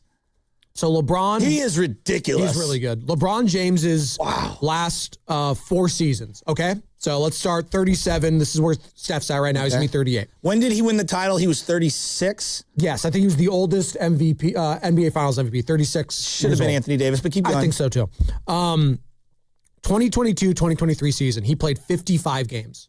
55. And he had a quad injury going into the COVID thing. Remember that? That was the year prior. He had 56 games played. Yeah. I mean, his quad exploded. Yeah. 2023. This was kind of amazing. Played 71 games. And that's, 38, 39 years old season. And the next season, which was last year, played 70 games. 70. Wow. That's what Steph played last year. Yeah. Now this year. He missed the first couple months of the season. Was it 2 months of the season or a month? The groin. Wow, it was 2 months. Wow. 36 games he's played. 36. He's 41 now. So he's played 36? He's played 36 games. How many do you think Steph's played? How many? 39. This is what happens. I know. This is nobody wants to hear it. No one wants to hear it, but these guys are outliers, but even the outliers eventually Father Time is going to win. It's not, are you still good? No one's arguing that. When he's on the court, he's spectacular. Same with LeBron. Can you play the prerequisite amount of games to carry the team and have everything built around you? Yep. And that's the answer is right now, probably not. By the way, the window is now open. At some point in the next 30 minutes, we will announce a name of someone, and that name has 9 minutes and 57 seconds to call in to try to qualify for knockout at Chase Center. And the contest line number is 415-523-4652. Again, be listening for your name and call in to 415-523-4652 to qualify for the knockout tournament at Chase Center Monday, April 6th. Yeah. Stop. That gets me every time. That's how Steiny felt watching that game last night, by the way. Yeah. That's what I told you all. This is what it's going to look like. Time to rip off the Band-Aid, Dub Nation. We get to talking to those guys today. The best part about it is Steiny's going to be like, at one point, he's going to say Curry's washed, and I'm still on top. And Curry gave him a signed jersey for his 60th birthday. Can't be mad at Steph. Come on. What a guy. What a mensch. Love that. Dude, if the Steiny and Goob crossover, 9:45, by the way. So Steph, at minimum, is missing all the games in February, huh? Yep. He's not playing the rest of this month. Boy, we're in trouble. These are the next games. We're kind of just stuck in the middle. So it's the worst place to be in sports. Stuck in the middle with you. Nuggets coming up here. Is that 12:30 Sunday? REO Speedwagon? Is that who does Stuck in the Middle with You? That's a great question. I just think of it in Reservoir Dogs. Obviously, I know. That famous scene. Stuck in the middle with you. With Michael Madsen, who rest in peace, by the way. There's a lot of people, like famous actors and actresses, that have passed away in these last 2 weeks. Robert Duvall, Catherine O'Hara, Eric Dane, who, if you watch Grey's Anatomy, he was Mick Steamy. Steelers Wheel, yeah. I thought it was like a one-hit wonder. Quentin Tarantino's known for that in a lot of his movies. Careful, YouTube. You're gonna screw us over here. Oh, sorry. We're in trouble. Sorry. We're gonna lose our monetization. Oh, God. Come on, can't have Joe. that happen. That puts money in my... Can't have that happen. Big Boss will lose his mind. That feeds Benny Need and that Nora. nickel. Benny and Nora need their food. Need that nickel to pay for some other entity within Odyssey. I was going to say that's not going to go to me or my parking. We don't see a minute. We don't see a penny of that stuff. Even though I'm the one who created the YouTube channel. Did you? Yeah. You created it? Remember when Carl Buszczek was like adamantly fighting me that this was not the way of the future? They have no idea who that is. Oh, God. God. They were not there at the old building. They weren't. So Nuggets coming up here, 12:30, matinee game at Chase Center this Sunday. That'll be fun. Get to see Kristaps and Jokic go at it, maybe. What? You guys are laughing. So they did end up losing to Boston. I'm looking at our predictions. Guys, that 16-11 prediction for what their record would be now with Steph, do we want to retcon that? Yes. Yes. Okay. These are the next 4 games without Steph for sure. Nuggets, Pelicans, Grizzlies, Lakers. He's getting reevaluated and might come back potentially Monday, March 2nd against the Clippers. Again, I have no idea. Okay, which day? Against Monday, the March Clippers. 2nd. Okay. Well, we had that as a Clippers. loss because that's a back-to-back, I believe. So we have Denver. Let's go through it again now without Steph. Let's do this. We had 16-11 yesterday. Okay. Now, so we already lost one of those. We're already 0-1 right now. So Boston, big fat We L. knew that. I told you that yesterday. Big fat L yesterday. And me and Carter, we took the spread. we knew that was a lock. I hit last night. And then, did you get 6 points was the biggest joke I've ever seen. It was the biggest joke ever. Did you sweat a little when they knocked it down to 11? Dude, I texted Evan free money halfway through the first. Hey, Guru, you better not jinx it next time. Actually, halfway through the second, excuse me. All right. Free money. There's no such thing as free money. Let me just tell you that right now. -6 Celtics is free money. All right, so NBA Denver. on NBC bet. Give me my music. I can only do this with music. All right, Denver. It's a loss. That's a big fat L. Okay, loss. Pels, at Pels. I think you'll beat the Pelicans. They're awful. You got Memphis the very next night. Yeah, I'm not saying you're going to beat Memphis. I'm saying you're beating the We Pelicans. had it as double-doubles. like as in like they were winning both of those. You're losing one of You're those. losing to the Grizzlies. All right, so we're going to split the baby. We're going to That's a LW. horrible term. Split the baby. Yeah, that's how you tell who the real father is. There you go. Lakers. That's an L. Okay, we had that Austin as a W. Reeves triple-double written all over it. Clippers. That might be the game that Steph returns. Some of these need no response. I mean, you could just mark the L. Clippers is a loss. So that's 3 losses in a row right there. Yeah, not good. Wait, you have the Pels as a win then? Yeah. So they got to win one of those. Yeah. Okay, so 1, 2, 3, 4. So they'd be 1-4. I think Kristaps has a 30-point game in one of these. 1-5. Okay, then at the Rockets. What? You think I'm joking? I mean, is he going to play long enough to be able to get that many points? I said in one of these games, he's going to get he's ramping up, guys. He's ramping up. Okay, so all right, at so Rockets. We got Rockets, that's an L. Yeah, I think so too. At Thunder, very next night. That's an L. Okay, then you got to go to the Jazz. That's a win. Sure? Yes, because they don't want to win. Well, they might be locked into their spot. They might want to win that game. Oh, we'll get into the new tanking. Danny Ainge revenge game. Did you see yesterday Shams Charania reporting the new potential tanking rules? Here's what I would tell Shams. I want to get into that. Here's what I tell everyone in the NBA. This is a little snippet. The only way to curtail tanking, like deliberate tanking, is you tell teams, we are taking away national television money and ticket revenue money from you, and it's going into a pot, and it's going to get paid off to the teams that are actually playing everyone. Like what the Celtics have done this year is so admirable in a league where no one cares, where everyone's like, oh, our best player's out, let's just stop playing. The Celtics are out here, and they're going to win a game. They're going to win a series in the playoffs. The Celtics deserve all of the praise. I think they might win more than one. I agree. I got the Jazz winning that game. I got the Warriors losing. What do you think, Carter? I agree with you. In Utah? Yeah. Bulls. That I'll give them a win. Yeah. Warriors Bulls win. stink. T-Wolves, that's an L. Knicks, that's an L. I know Madison Square Garden. This is a huge 6-game road trip. Yeah, but that could be a chef game. That's an L.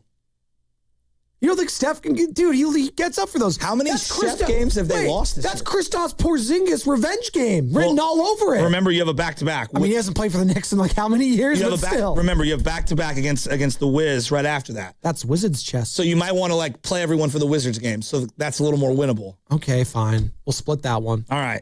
W. Celtics. That's a loss. Man, that's a huge loss. Detroit, that's a loss. Atlanta, You'll the Kuminga beat comeback the game. Hawks. Steve Kerr's revenge game over Kuminga. Jalen Johnson? We got smoked by the Hawks last Yeah, night. are you sure about that? Yeah, but they're going to have Kuminga playing, and he's going to be like a minus 22. Yeah. I think they lose that. You guys, they have to win some games. We talked with Nick Friedel about this yesterday. Are you sure? Yes. Well, right now we have them 1, 2, 3, 4, 5, 6, 7, 8, 9, 10, 11 with 1 win, 2 wins, 3 wins. Right now we have them 3 and 11. And that feels pretty close to right. I mean, we'd have more L's too if we realize Stephen Curry's going to be out for like the whole month. Bro, It's amazing how things change in 24 hours. I feel like I'm in like a Wu-Tang concert where there's so many L's being smoked right now. I don't know what's going on. Wu-Tang, the racial draft. So I'll give you the Hawks. I'll give you the W there, but I think it's an L. And then you got the Mavs. In Dallas? Yeah. I think you could beat the Mavericks. So you got a 2-game win streak. I think so. So WW. So I got that's to win. 5 and 11. Win in Dallas for sure. Okay. Brooklyn back at home. I think you beat the Nets. Okay. That's a 3-game win streak. Yeah. The Wiz. That's a win. Okay. It's a win. That's at home. Come on. At Nuggets. That's a loss. Yeah. It's a big fat one. Okay. It's a fatberg. Spurs back at home. That's an L. That's an L. Yeah. Cavs.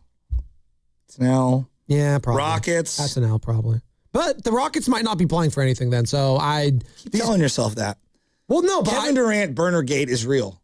But they might not play him and try to preserve his body like heading into the playoffs. Those like last 5-6 games are always weird playoff positioning wise. So well, I'm gonna give them the Kings win, Lakers L, Kings win, Clippers L. So they would go 1, 2, 3, 4, 5, 6, 7. That's 18. 1, 2, 3, 4, 5, 6. Yeah. This is not good. Well, so what is it? What are we at? Give it 9 and 18.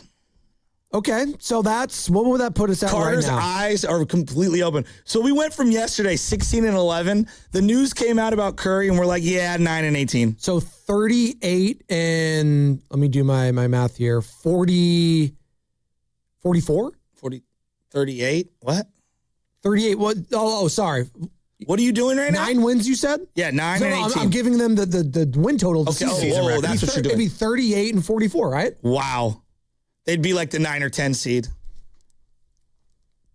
I mean, that's lottery time, baby. I mean, hook me up. I mean, you're joking about that, but that's literally what most national media quote tweeted when they saw that thing with Steph being out through February. It's like, time to tank. Is our Warriors fans feeling? No, seriously. Like we tank for what? A 1% chance to win the lottery? Yeah. If I can increase a percentage point between now and April, absolutely I'd do that. What else are you doing? Straight up. Did you watch the game last night? Play the sound of what Jaylen Brown said after the game. Oh my God. No, listen to this. This is what I watched. This is what the opposition's saying after the game. What a difference a day makes. Of course, Jaylen, what's it like competing against them here tonight? Well, those guys helped us win a championship in 2024, so no better way than respecting them by giving them the belt tonight. Wow. Hey, by KP, giving them the belt. Hey, KP and Al Horford, I'm glad you guys played with us a couple years ago and helped us win a title, but now take this L. That's Jaylen Brown. That's what they're saying. Giving you the belt. Did you guys ever get the belt? No, I did not get beaten by my parents. It's not getting beaten. That's old school punishment back in the day. It's called discipline. Yeah, ear pinched back there, Steven Risotto. By the way, shout out Steven Risotto. Dude, he worked the Warriors game last night and came in this morning at 5. He's 23. You know what I could do at 23 years old? Give me a break. Yeah, I know. You and White Mike. You tell us all the time. Stop it with the White Mike. Yeah. White Mike's going to fight you one day, he's dude. not. I'm going to let you know this right now. Sure White Mike is going to rip your arms out of your socket. He's going to be like, dude, I love Spadoni because he references me all the time. I'm his biggest champion here at 95.7 The Game. Matsuyama Mike is going to kill you, dude. Matsuyama Mike. Is he on Twitter, Matsuyama Mike? No. He's not. Mike is not on social media. He's not on social media. But he might be out in front of your house waiting one day. Is he? He's one of those guys. Streets of Oakland, California's going to the town, baby. Let's go. Don't sleep on him. Sleep with one eye open. Well, he doesn't your pillow sleep, tight. so. There you go. Oh my God. No, but Risotto, how old are you? 23. Dude, you know what I could do when I was 23? Party all night long. Careful. Yeah. Party all night long and go straight to work the next day. Sweat it all out. You would literally listen to that Kiss song. I Well, I don't feel bad. Like, I'm not complaining about it. It is what it is. Time out. As an unmarried man with no children and nothing holding you down, He's in what a are you doing the rest situationship. of the day? Okay, great. Relationship. Come on. No, I said situationship. Have you heard of that? No. Relationship. Oh, it's a relationship now? Relationship. Oh, okay. Never mind. Back it up. We'll get to the situation in a second because I've been watching one of the reunion, whatever they're called, the vacation with Michelle. It's the, what is it? Jersey Shore, Vegas vacation or whatever. Okay. Just a lot to talk about. Stop. Risotto, what are you going to do? You're going to go home, you're going to sleep? No one's going to bother you. You're going to be able to put your head on the pillow. You got no bills, living in mom's house, just chilling. I don't take naps. I'm going to go home and find a way to be productive. You just wait till life weighs you down like an anvil. You don't take naps? I feel like I took more naps when I was younger. No, I don't like sleeping when it's light out. That's actually not true. I used to stay up, as you said, 3 or 4 in the morning and then sleep into 1 in the afternoon. That was the best. Can't do that either. I got a nephew, Aiden. Dude, he sleeps till 1. You know Aiden. Sleeps till 1 all the time. And I'm like, God, I'm so jealous. Aiden Horgan. I can't do that. When you become a parent, Carter, you'll realize this. Your clock will eventually become 9 o'clock is sleeping in. That's way late. And then it'll be okay, 6, 7, 8, 9. Yeah, you'll learn. I feel like that now on this shift. The weekends, you can't sleep in, That's really. true. Can I ask you guys a question? Oh, no, I don't sleep in at all. Can I ask you guys a question? I love sports. What is there fun to talk about today? No, I'm serious. When it comes to the Warriors. Oh, for the Warriors. I was saying Team USA for the Olympics. Okay, no. The Warriors. Kristaps was interesting. I'm excited about him. But the rest of the team, it's pretty depressing. Are you in the worst spot possible if you're the Warriors? You're kind of in no man's land. I think you're in the worst possible spot you could be. I mean, I'd rather be a part of Moses' crew wandering the desert for 40 years. At least there's the hope of the promised land. I'd rather be the Kings. That's going a step too far. At least you're going to get a top 3 pick potentially, though. I don't think the Kings will get it. Oh, I'll bet you that. I don't think they will. I think they're going to get the first pick. Wow. And they're going to take the Kansas kid? Because I think he's perfect for them. Oh, no. Jamar, Levine, and him. And then the Jazz are going to get the second and get Diban, so that's my guess.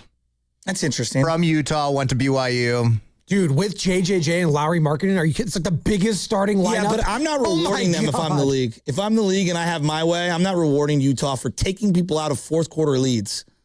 Well, did you see the latest from Shams Charania? What is the latest? ESPN about the NBA's plans for enacting anti-tanking rules next season. So bear with me here. There's a lot of these things. Sources with knowledge of Thursday's meeting, as well as a late January competition committee meeting, told ESPN that these concepts for anti-tanking have been discussed. And it goes as followed. First-round draft picks can be protected only for top 4 or top 14 plus selections. So stop me if you want to talk about any of these things. Lottery odds freeze at the trade deadline or a later date. It's pretty interesting.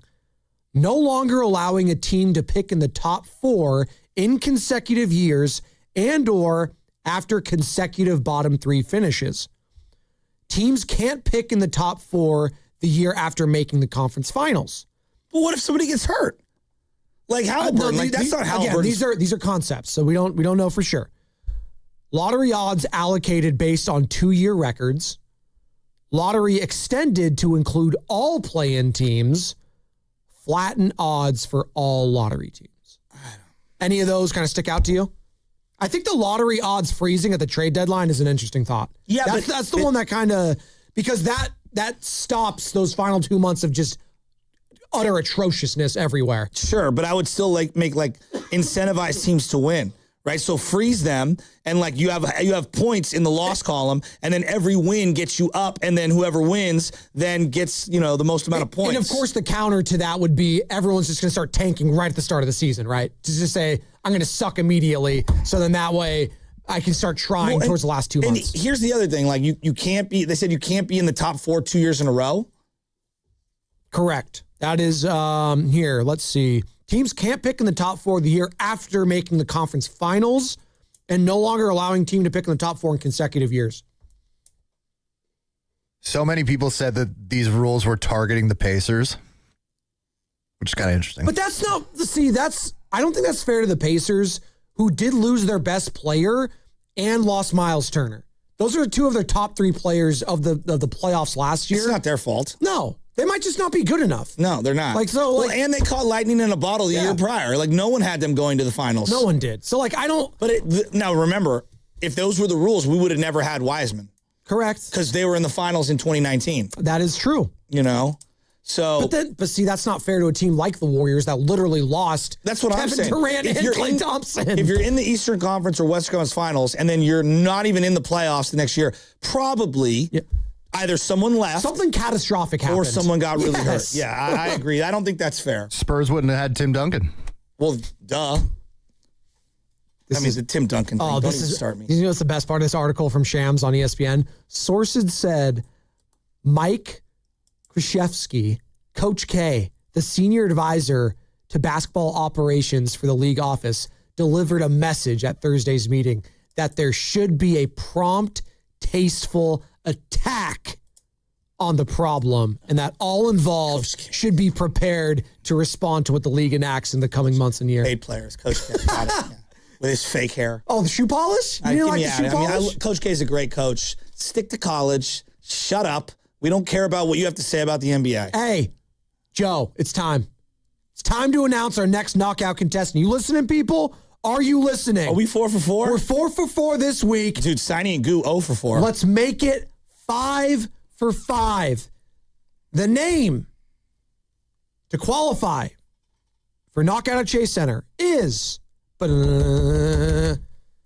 Cody Jordan from Pleasanton. Cody Jordan from Pleasanton. Your window is open. You have 9 minutes and 57 seconds to call in and claim your spot in Knockout. Call our contest line at 415-523-4652. That is 415-523-4652. Cody Jordan from Pleasanton. Good luck. There you go. Did you get that reference? Good luck. You guys get that in the back? You know what that's from? No? Shut up. You don't know what it's from. It's fine. What's it from? Taken. That was like the famous line. Oh. Where he's like, no, good I think luck. the famous line was, I have a set of skills. Well, and then after, what does he say? Good luck. And hangs up the phone. I didn't even, that's the whole point. And then he finds the guy, and he says the thing, and then he kills him. Do you think he was looking for Epstein? Oh, my God. Yeah, it's nice to see actually like other countries like charge these like creeps and pedophiles, but I guess we're not going to do that here. 888-957-9570 is the number, Dude, by the way. he brought that acid to the island. Like, there's just so much on the Epstein thing. Yeah, God. it's disgusting. You know, Fiesta video was there. Did you know that? They claim that the R. Kelly, Jay-Z, Fiesta was at Epstein Island. I'm just telling you things that I saw. I'm just waiting for, people within the NBA circles to be involved in this. I'm sure there's someone, right? Why not? Oh, look, everyone who's been involved needs to go down. Yes, needs to go I down. agree. The and worst it's happening in other countries and not here. I mean, my God. What is going on here? We're talking about the Epstein files. I mean, God. Anthony Slater, ESPN. What's going on with Steph? But can I ask a question? Oh, God. We'll talk about anything salacious in America, but the Epstein's file, we're going to draw the line at pedophilia and dismembering children. Like, no, we should be talking about this as a society. I agree. It's disgusting. Maybe not on the morning roast. They all need to go down. On 95.7. No, I hear you on that. But maybe not on our show. Can we arrest someone? I agree. Let's do that. Let's arrest. What are we doing? I thought growing up you wanted to, fight and arrest the bad guys. I guess I totally agree with you. I guess that's a hot take now. So there you go. It's ridiculous. Anthony Slater, ESPN, on the Stephen Curry update. Yeah, it's a little bit of a good news, bad news type of situation. Shams mentioned it. MRI is clean, so there's no underlying structural issue that is of graver concern. But this is something he's been dealing with over, about a month now. It originally popped up in Minnesota during a workout the day that game got postponed. And, he played through it a little bit. He played a few games. He was having a good game against the Pistons right behind me. And then he just started bothering him again. He limped off, like you said, missed the last 5 games. And, as we still try to figure figure out, can they creak this door open in the fading Steph Curry era? Can they get back to one contention, have one playoff run at some point? This is the kind of news, the kind of concern for a guy who's turning 38 next month, where it feels like that window is creaking even further shut. And tonight was supposed to be a little bit of a debut celebration of their newest chapter, with Kristaps Porzingis expected to play his first game as a Warrior. They're going to feature him offensively. I'm hearing very good things about how he's looked behind the scenes, but we wanted to see Porzingis next to Steph Curry. Not going to see that tonight because Steph Curry just can't get back yet. And we're not going to see that through the month of February. And we just went over the schedule right now, and we were, I think, pretty optimistic as a show yesterday, going through the schedule of the remaining 27 games, Joe. Now it's going to be 26 with the loss yesterday. And I think you and I are in lockstep here. If Steph has to miss any more extended amount of time with this team, given their offensive struggles, it's just going to be an uphill battle. You can't overcome certain things. Losing Jimmy Butler's one thing. You still have Steph, but you lose both those guys, your two best players. I mean, come on, man. Can we, as a society, stop doing this? It came back clean. Dude, he's got a hurt knee. So there's no, legitimate tear? Structurally, it's clean, but there is swelling still going on. Well, and clearly arthritis everywhere. This thing, he had the cleanest of Achilles tears. The cleanest tear. What? Please, careful. Tremendous tear. Careful. We'll get into file talk. Yeah. There's no such thing. Structurally, it's all clean. Could you imagine, if you looked into, you ever seen LeBron's feet? No. They're mangled. Have you seen them? They're the better the player, the more mangled feet. Yeah, and it's from all the wear and tear on the hardwood floor and stuff. Is that NSFW if I search it on a work computer? It's pretty nasty. But when look you at James Harden, when you look at marathon runners, their bodies are their hips, their feet, their legs. Imagine the wear and tear on Steph's legs. Oh yeah, and knees. That's pretty gross, isn't it? His big toe. Boxy. No, his big toe was permanently stuck under his other toe. Yeah. This little piggy went, wee all the way home. So the beginning of many of my plantar fasciitis issues was wearing cleats that sucked back in the day. That's where the whole thing kind of started. I thought it started at the marathon, the half marathon. Maybe it did there. No, seriously, maybe it started. No? No. Oh, okay. No, it was from cleats, from years and years of cleats and Chuck Taylors. You're not supposed to wear Chuck Taylors. No. They're super I flat. never really liked Chuck Taylors. It just wasn't my style, so I never wore those. So I guess what I'm saying is when you open up any pitcher who's been pitching for 15, 20 years in Major League Baseball, when you look at their arm, their shoulder, they're it might not be a UCL tear or a rotator cuff, but you've got all of this stuff happening in there. And there's loose bodies, as they like to call it, and it looks terrible. And none of these guys, no, they call it debris now, right? Yeah, debris. You're exactly right. Yeah. And so imagine what the hell is in Curry's knee. The guy's played for 20 years at the highest level, probably running twice as much as the next closest player in the league. 20 years, playing 2 extra years of playoffs to see in a season. Dude, his legs are probably go back to high school. Shot. Go back to high school. Hell, 20 years. He's been doing this for probably 25. He's been running around. He's been doing this. This guy, and this is where it does get back to his size and maximizing what he's been able to do at his size. There is a give and take there. He's had to exert more energy because of his size, more so than some of these other guys that were able to rely on. Look at Shaquille O'Neal. I think you brought this up, maybe. Shaquille O'Neal, when he was in his mid to late 30s, was he moving around a lot? No, he couldn't because he got older. But his game was stationary. His game was stationary, and he could rely on just being a physically dominant big man. Steph can't do that. He has to rely on his speed and trying to want it more than the other. Now, he's got incredible talent and skill that you can't teach and is God-given. There's a lot of that. But this is where it comes back to bite you with all that wear and tear when you start getting into your late 30s. That's just life. So one of my boys, he pitched in the minors, and we play softball together. My buddy Anthony, he needs a new hip. And he's a great athlete. Got one of the best arms you've ever seen. And he's I throw mid-80s. I threw slop and stuff. He's always self-deprecating, but the guy's got a cannon. And played for the A's. In fact, you can look him up. Played at Santa Clara, but he needs a new hip. And it's all of that torque on throwing off of a mound for 25, 30 years of your life, it catches up to you. Right. It catches up to you. Joke. And the guy needs a legitimate new hip, and he's been talking about forever. And it's he's kind of conflicted. He doesn't want to stop golfing. Right. He doesn't want to stop playing ball. Wait, Steiny got a new hip, and he plays golf fine. Yeah, but he's it's going to put him on the shelf for a couple months. No, right? for sure. But Steiny, talk to him about it. Well, we will. At My dad got a new hip after work. Right, and I think and that's actually funny you bring that up. I remember being the board op when your dad called in to talk to Steiny because Steiny was freaking out about his hip replacement. He's like, Steiny, it'll be the greatest thing you've ever done. My dad wished he would have done it 10 years earlier. But the point being is that my dad was leaning down as a plumber for all those years, and his hips, just gave out on him. Now imagine if your entire career is running on hardwood, okay, not grass, on hardwood. Like your feet, ankles, knees, hips, legs, like everything would be messed up. Which leads us now to the injury report, Carter.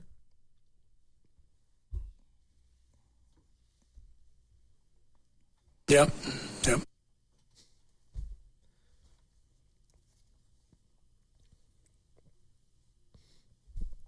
Well, and it's the biggest injury in the Bay right now as news went from bad to worse regarding Stephen Curry's ongoing battle with patellofemoral pain syndrome, a.k.a. runner's knee. An MRI on Steph's knee showed no structural damage, but he is still dealing with some swelling, and he will be reevaluated in 10 days, which will cause him to miss the next 4 games because he missed one yesterday for the Warriors. The injury report was brought to you by Boxer & Gerson, Northern California's premier workers' compensation law firm, helping injured workers get their lives back for over 40 years.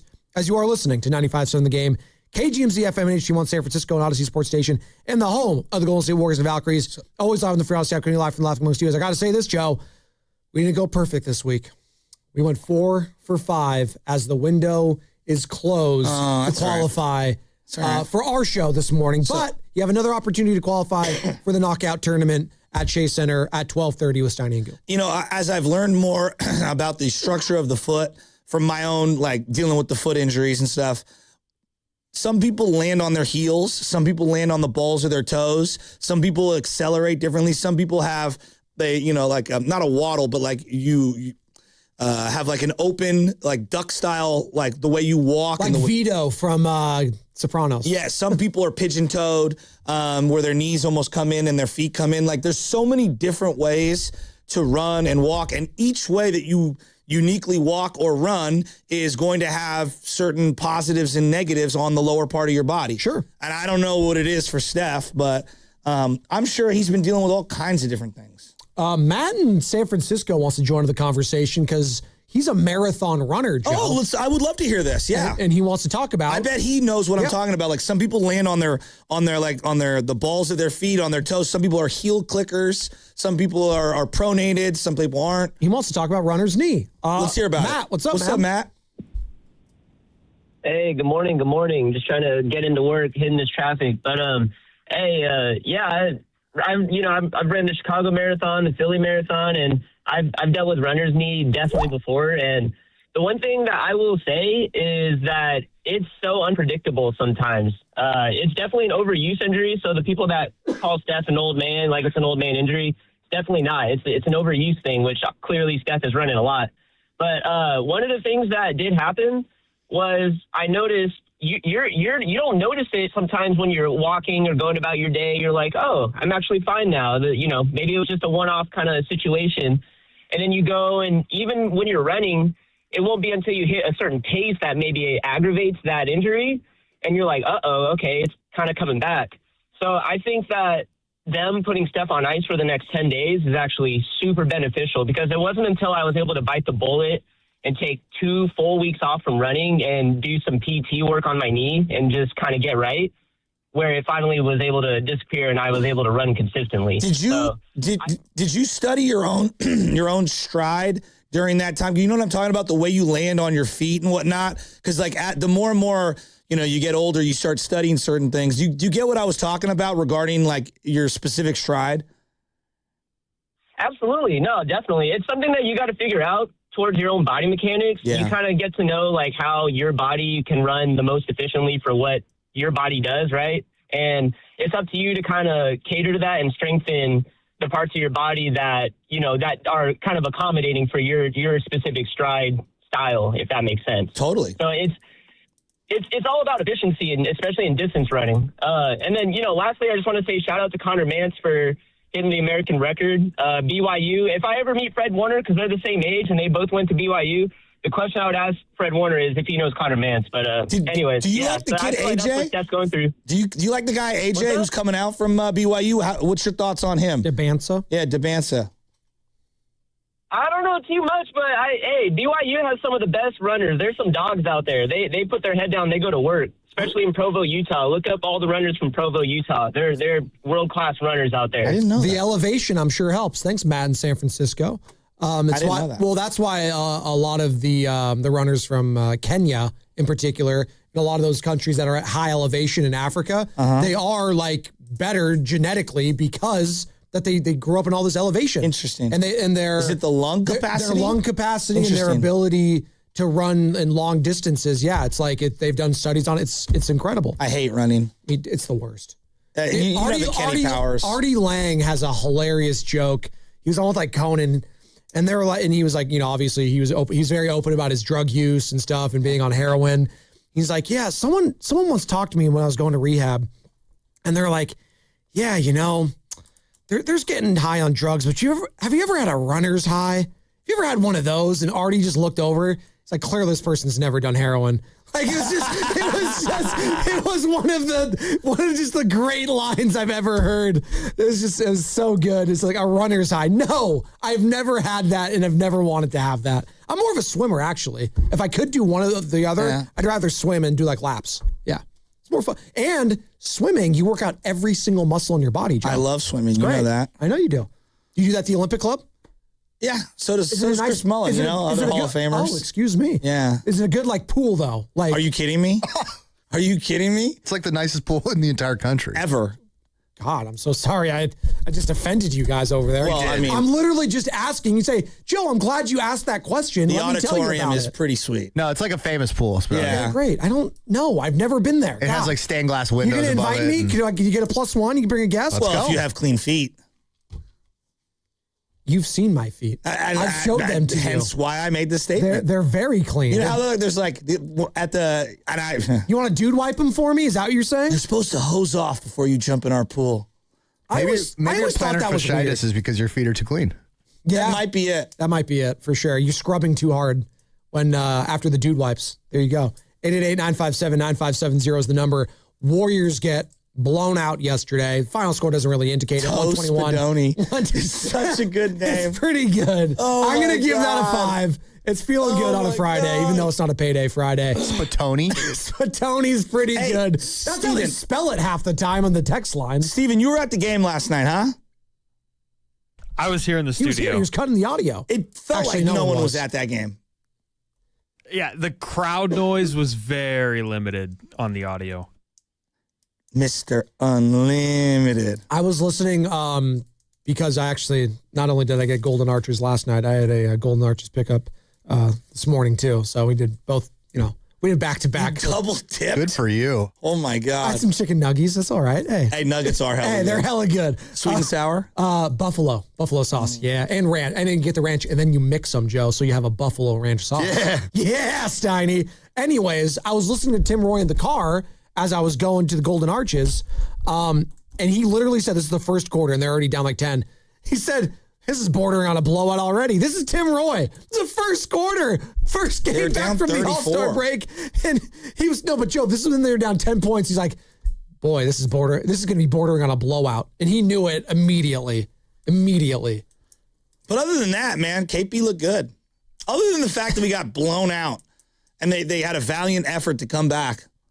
But other than that, KP looked great. Draymond Green did not. He 0 points, 19 minutes in the start, 0 of 7 on the floor, minus 28, which is a team worst. Only one that was close to him was a minus 27. That was Moses Moody, who, in fairness, has been playing better and been scoring in double digits consistently. Brown took his lunch money. But that's the difference, Joe. I mean, he's a superstar. Jaylen Brown is a superstar. He's proving that this year. He's, again, I brought up the conversation earlier. My biggest takeaway, not only the depth of the Boston Celtics, the coaching, as he brought up with Joe Mazzulla, but what Jaylen Brown has been able to do this year, kind of shifting the narrative and how we view players. And I kind of want to get in that conversation on the other side here. 888-957-9570. Who in the last year has really been able to shift the narrative and how they're viewed around their sport? I think Jaylen Brown has done that this year. Meaning elevating his who has elevated their status in their given league the most this last year and how we view that person. I think Sam Darnold's up there in that conversation. That's good. That's actually a really good I don't one. think Sam, and let's be honest, no one thinks he's automatically like a top 5, always top 10, but I think he helped his status a lot. He's no longer a joke anymore. How about Matt Stafford? I think that's a great one. That's Trevor Lawrence? Trevor Lawrence is a good one. No, there's a lot. You can go a lot of baseball if you have some references. 888-957-9570. Well, I would think Yamamoto, after what he did, that was pretty spectacular. That was, because you but could he never really was like known. Right. You know what I mean? Like, he was kind of an unknown quantity. Right. But yeah, he's definitely, I think Vladimir Guerrero Jr. solidified himself as a great player. The Bo Bichette at third base, it gets worse and worse. Is it that bad still? I'm convinced I could feel ground balls better than him. I am dead serious. I'm not joking. Yeah, but do you have the hair? He's beautiful. He's a brick with the glove. Well, then help him out, Joe. No. Go to the baseball academy. Get Ron Washington over there. What? Marcus Semien. How did he play shortstop? Marcus Semien was awful, and then he turned into a Gold Glover. It can happen. And Bo Bichette, he does not know how to read a hop. He's awful. Is Marcus Semien still on the Rangers, by the way? No, he's second baseman for... Where's he at? The Mets. Yeah, the Mets. Thank you. That's right. When you're a Met all the way. What? I always thought he would be a good Giant, Marcus Semien. Yeah, I agree. But you got signed to the Rangers. His dad originally was in Excelsior. I think his uncle's coaching for the Darryl. He's a good guy, really good guy, good baseball guy. When we used to be the flagship of the A's, his dad used to call in all the time when Townie was doing the poster or Tittle and defend his son because his son struggled mightily. His dad was a with good the ball player. glove. Play with my Uncle Matt. I'm very proud of Marcus, to the player he became today. Where is Uncle Matt? I want to hear about dude wipes. 888-957-9570. Where's he at? Oh, man. Who has elevated? I'll settle for Deli Boy. Yeah, no, we'll take Deli Boy. Where's he at? Where's Pat at? He's a plumber. And he always talks about being at the airport. Some of the stories I'm sure you could tell about those bathrooms. Well, he's a mediocre plumber in comparison to Uncle Matt. I mean, it's like comparing pods to curry, you know? Whoa! You gonna take that, Deli Boy? 888-957-9570. We'll pick this conversation up on the other side. I'm teasing. Plus, I kid. I do want to explore more of the anti-tanking rules with you because I do think some of these can be beneficial. And I wonder where fans think about this. Plus, we got the crossover coming up at 9:45 with Steiny and Guru. Can't wait for that. You never know what's going to happen with that. And it's all going to be brought to you by Fremont Bank. Here for you, here for good. Head to Safeway this week for Signature Select Chicken Drumsticks or Thighs Value Pack or Butterball 93% Lean Ground Turkey 16-ounce. Buy one, get one free, equal or lesser value when you buy two. Clip coupons from the weekly mailer or download them from the Safeway app. If you're thinking about a new Ford truck, but you're waiting for the best incentives, you're probably asking, when is Ford Truck Month? Well, it's here. It's right now. And it's at Ceremony Ford. What's up, Bay Area? It's Joe Shasky. And this is the best time of the year to buy a new Ford truck. We're talking special incentives across the entire lineup. F-150, Super Duty, Ranger, Maverick. But let me zero in on the big dog. Woof, woof. The 2025 F-150. Right now, get 0% APR for 60 months, plus $1,000 in truck month bonus cash with 0 down payment and 0 payments for 90 days. That's power, that's value, that's timing, and you could drive it today and not make a payment for 3 months. Ford Truck Month doesn't last forever, so get to Ceremony Ford right off of 280 in Coleman, Daly City, or shop anytime at CeremonyFord.com. Stacked inventory, serious savings. Ceremony Ford, the Bay Area's Ford dealer. Hey, Bay Area sports fans, get ready for game day with Laughing Monk Brewing. Whether you're watching with friends or heading out after the final whistle, Laughing Monk has the perfect beer for the moment. With locations in Sunnyvale, Scotts Valley, and Bayview in San Francisco, there's always a Monk nearby. And now, check out their newest San Francisco location in Nopa. From crisp lagers to bold IPAs, every beer is righteously brewed in San Francisco. Grab a pint, grab your crew, and make game day better at Laughing Monk Brewing. Righteously brewed in San Francisco.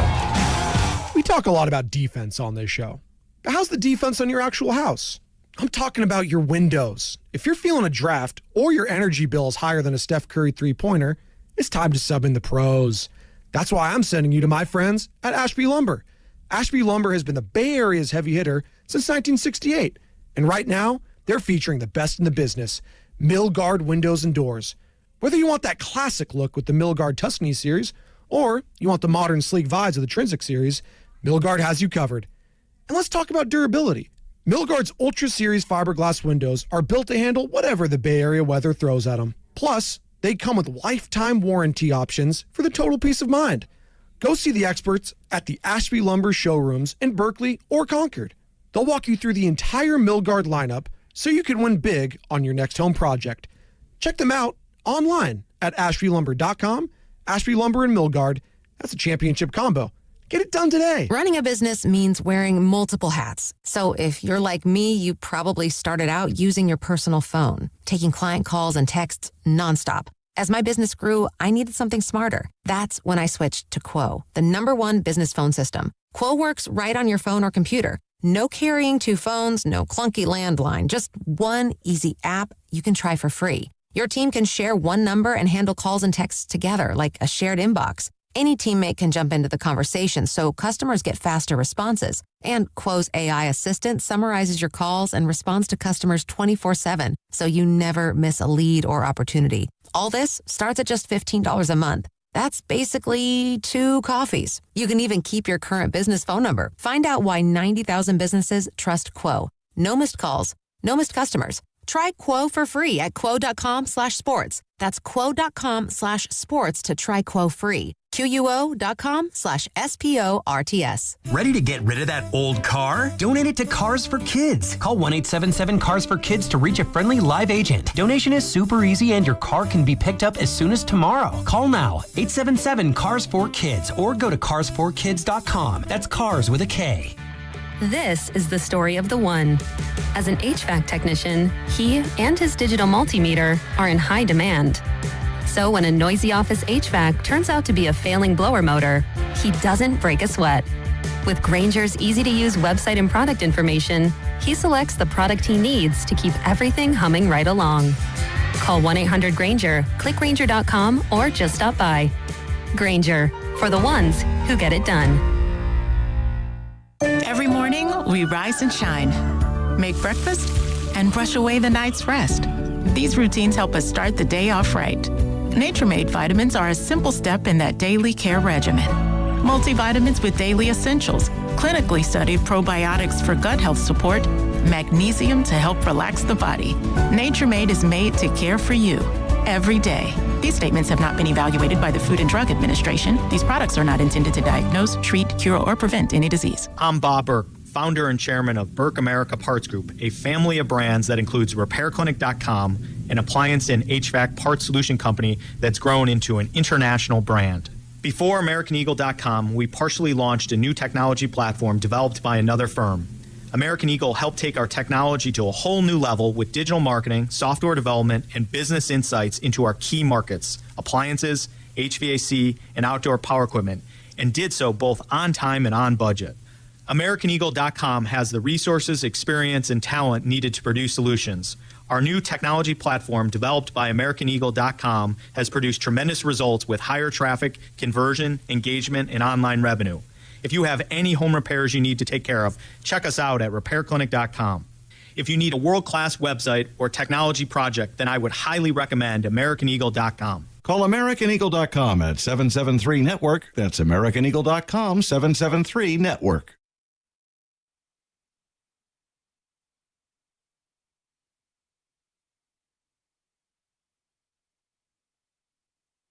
Dub Nation, it's the voice of the Warriors, Tim Roy. You're listening to The Morning Roast with Joe Spadoni and Joe Shafsky on 95.7 The Game. He's him, Roy, not Tim Roy, Himothy. On the call last night with the team he grew up loving, the Boston Celtics, and the team he's now been covering for over 30-plus years and calling games for, the Golden State Warriors, 110. Was not a great performance and is not what you wanted to see if you're a Warriors fan yesterday. Not only did you get the news that Stephen Curry is going to be out the rest of February, you had that game in that first half where the Boston Celtics dropped 74 on your ass. Well, look. 74 points. There's the without without their best player, by the way. Well, their best player might be Jalen now. But there's hey, you lost the game and you look terrible. Then you fought back. If I'm going to cling cling to any silver lining, Kristaps did look a lot better in the second half. He did. Like, you could run the offense through him. And you could clearly see that he commands a lot of attention from the opposition when he's out there. He just does. No question. He was getting doubled, and then, his passing, you could tell, like, the first whatever blow that he was out there, I think he was just, I'm going to get up and down the floor. We'll see where we're at. And then I was really encouraged with the second half. Him and GP2 looked really good. He was hitting threes. He showed midi. He was posting up. Boy, I mean, it was just refreshing to have a legitimate 7-footer who's the tallest guy on the floor. See, and I get it. Like, this isn't a participation kind of, trophy type of thing. But if you're going to lose games, but Kristaps Porzingis continues to look good and improves and plays more minutes, I think I could wrestle with that if I'm a fan. Yeah, but here's where, okay. I think I can. Look, can he play 30 minutes? Can we get to 30 minutes? Can he play 30 minutes in back-to-back games? He played 17 last night, so right. Yeah. So there's like layers to it, and then like, oh, you've proved you're healthy. Now what are you worth? Yeah. How many years of commitment? There's levels to this conversation. Yeah. So I think we're a long way. We're at the baby stage right now of the KP thing. I want to give the Warriors credit though this year, and I think they're going to handle this Porzingis thing well because they've handled it very well. D'Anthony Melton. And they slow played him coming back. And this is a guy that's come off a major ACL injury. He's come off some brutal back injuries in his career. And the Warriors have slow played him. And he's done tremendous this year. I think he's been their second best player, quite frankly. He's been their best player when Steph is out there, or out of the game, if you will. D'Anthony Melton's been sensational. And he's probably going to get paid more. I don't know if he's going to come back to the Warriors. He has a player option. He'll probably end up declining. But they've handled that entire situation tremendously well. And I want to give Rick Celebrini and the entire staff a lot of credit there. And I think that they're going to be able to do that with Kristaps. The difference with Kristaps is, though, not only are you dealing with a soft tissue injury, but he also has this POTS thing, this respiratory syndrome, and his heart rate can flutter at times. Like, maybe there's a game where that flares up. I don't know, Joe. So it's something to monitor going forward. But I did love the comments I heard after the game from Kristaps saying, hey, yeah, maybe I could have played a little bit longer. But I like to hear his fire that he wanted to play even more. Not just to be content with playing 17 minutes, because that's you want to hear the fire from a guy like that hasn't played in a long time. And I felt that yesterday. And I felt like he responded to the guys in between timeouts. He was the first off the bench. Him and Draymond were communicating a lot on the bench. I appreciate it. Well, Draymond should stay on the bench, but that's a different conversation. What? No, it's not a different conversation. That's going to be the conversation potentially if they continue to struggle on offense when he's out there and they get immediately better, which we've seen time in and time out when he's on the bench. Dude, he could be coming off there sooner rather than later. You don't believe me? How about the guy that covers the team, Nick Friedel for The Athletic, talking about it with us yesterday? Well, everybody loves Draymond at the beginning. Then stuff happens and they go, oh, okay. I would say this for Draymond, and it's why I felt the way I did about the Warriors going into these last 2 months. Draymond is a hell of a lot more perceptive than people have always given him credit for. He knows what people are saying, that Draymond's done, he's at the end. He can't be the same player. And guys, maybe he can't. I mean, night to night this year, it hasn't happened. What I would tell you is I think Draymond still has one more push within him. Now, I thought that push would be with Steph, and without Steph, the evidence is very clear that he's just not the same player. But I think he's got one more burst of a lot of solid games strung together. Spadone, the question to me, though, is at some point, if Draymond is still not playing at the level we're used to, even intermittently, does Steve Kerr say, all right, Draymond, it's time to come off the bench? And that is something that would be more interesting, especially with Porzingis and Horford and the bigger bodies down low. If Steph doesn't come back, it's going to change a lot of stuff. Specific to Draymond, that will be the biggest question in my mind. Has it gotten to the point now where you say, all right, Draymond, you're going to play 20 or so minutes a game. You're going to be our super sub off the bench, and you're going to give us that defensive jolt when we need it. I don't think we're there yet, but if Steph stays out, I think we're getting closer to that point. And if you missed any of that interview, great stuff yesterday at Nick Friedel. Find it on YouTube or the free Odyssey app. That's going to be the conversation. He said, hey, if Steph is going to continue to be out, that's going to be something to monitor. Draymond coming off the bench. And are we already there after one game? I mean, dude, he didn't score a point. He didn't score a point yesterday in 19 minutes starting. It's really hard to do. It's almost impossible to do, quite frankly. Let's not forget. Phoenix game, they were down 6 with 4 minutes to go. They ended the game on a 10-0 run. Memphis down 13 with 4 minutes left, end the game on a 14-0 run. Both coincide with him not being on the floor. I think the evidence is very clear, and that's going back to before the All-Star break. That's being very clear, like, they're better without him right now. There's just no other way. And this thing like, Curry needs him. No, Draymond needs Curry. That's what we need. I don't care if Curry needs him. Curry's not there. No. So like that falls on deaf ears if you're a fan saying, well, Steph needs him. So Steph's not out there. And you know what? He can't be the best player in the team anymore. You need to find someone else that could stay healthy and be that running mate for him. LeBron James, we brought it up. Another guy that the only reason I bring his name up is because of the age factor. And this is a guy in Stephen Curry that was voted to be an all-star starter because of the quality he has put out there this season. But the reason why LeBron was able to play until his early 40s is why? He had Anthony Davis there with him. Yeah. Now, eventually, Anthony Davis couldn't stay healthy, and that was another conversation. And why did they flip Anthony Davis in La La Land? Because they had an opportunity to get younger in a guy that was a phenom in Luka Doncic. Now, I don't think you have a sucker out there to flip a trade like that for the Warriors. And quite frankly, you brought this up earlier, Joe. Maybe this is the time for the conversation. Are we putting to bed, trading for a big superstar? I am. I'm shelving You need that. to keep the picks. All right? of them. All of them. Steiny's been right the whole time. Oh, do you know who's the worst offensive rating on the team right now for the Warriors? Draymond Green? Of the guys that are actually like playing. officially on the team. This guy Leon's is, he's Malachi Leons. Yeah, he's not really on the team. Draymond, worst offensive rating on the team. I mean, I'm not shocked, but and he's middle of the pack defensive rating. Okay, ideally, what would you like to see? Let's just. I'm putting. You're the coach. You're Steve Kerr, Joe. Your starting lineup this Sunday against the Denver Nuggets is what? If he can play with. So no Steph, but everyone else is available.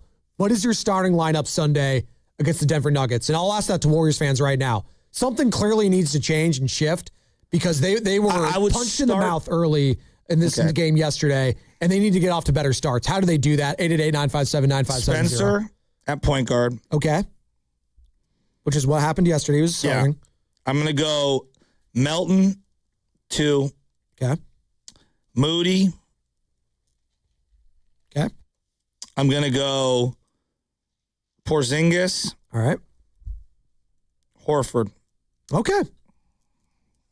That's a sad lineup. No, but damn, that's a sad lineup. I feel better about that with size. I like Horford and Porzingis alongside each other. Yeah, because they can play alongside each other. So you got Draymond Green coming off the bench. And I wonder how many Warriors fans agree with you with that going forward here. Would you like to see Draymond Green come off the bench rather than start these games? 888-957-9570. Stephen Curry's going to be out and you're struggling offensively. And Joe just gave us the stat. The worst offensive rating when it comes to players that actually play on the Golden State Warriors is Draymond Green. So, I mean, it's not all of a sudden going to start shooting better. He's not going to start turning back into the guy that he was back in 2016. That's 9 years ago, 10 years ago. God, 10 years ago. That guy's not coming back. Minus 28 yesterday. That was ultimately the most disappointing part is, I expect some of these other guys to maybe be a little rusty. I mean, Draymond, you've been doing this a long time, man. First game out of the break. That's what we're looking like? Joe, I mean, we know what happens when Curry doesn't play. I mean, come on. That's what? I don't care if Curry's not out there. He can't be better offensively. That's what happens. Jeez. I'm trying to find plus minus for the year. Does anyone know where to, like the team, who's got the best and worst plus minus on the team? Just all the year. Because for the last 2 years, Pods has led the team in plus minus. He's a connector. Well, he was a net neutral yesterday. He was a 0 in the plus minus category, which would have been one of the better ones on the team. Guy Santos is a plus 8. And Gary Payton II was a plus 15. Kristaps Porzingis was a minus 4. He was like a minus 20-something in that second quarter stretch, but I didn't think that was really his fault. I mean, my guy got double. He hasn't played in a month and a half and is getting doubled in the second quarter. I mean, my God. Oh, my goodness. Keep filibustering as I look for this because I'm looking for these stats. I'll filibuster for you because I got to let the audience know that if you've missed your opportunity this morning to qualify for the knockout tournament on the Chase Center floor, don't worry. You have another opportunity today at 12:30 p.m. with Steiny and Guru, and then 3:30 with Willard and Dibbs. We were 4 for 5 this week. Very proud of us. I wanted to go perfect, but I'll take the B-, if you will, grade in 80%.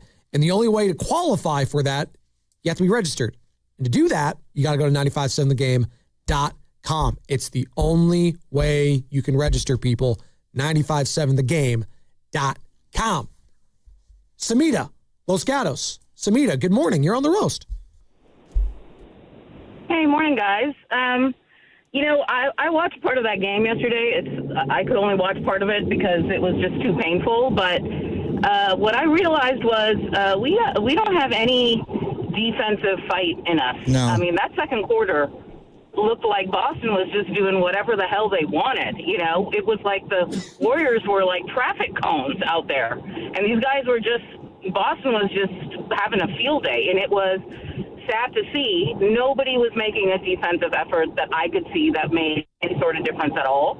So while I understand the offensive issues, and Porzingis was pretty good offensively, defensively, we got to get our act together. But at the end of the day, with Steph out another 10 days, and I don't know how many more days after that, I got to tell you, this team is becoming something that's really hard to watch. And as a brand, as a business, where Chase Center is one of the most expensive places to watch an NBA game, this is not it. This is not it. What do you think of Draymond right now? I don't know. I feel like he's just kind of over it without Steph, without Jimmy. It's like I don't see a fight in him. And usually that's what Draymond has, right? He's got that. He's the firecracker, right? He's kind of ignites the team. He's the in a way, he's kind of the heart of the team, but I don't see that right now. I mean, I think he's kind of down bad. I mean, he pulled a Clay yesterday. He had 0 points. Yeah. So, I mean, when you have been in the league for this long and everybody has an off night or whatever, that's fine. But, you're carrying the team right now. Yeah. You're carrying the team. That's on you.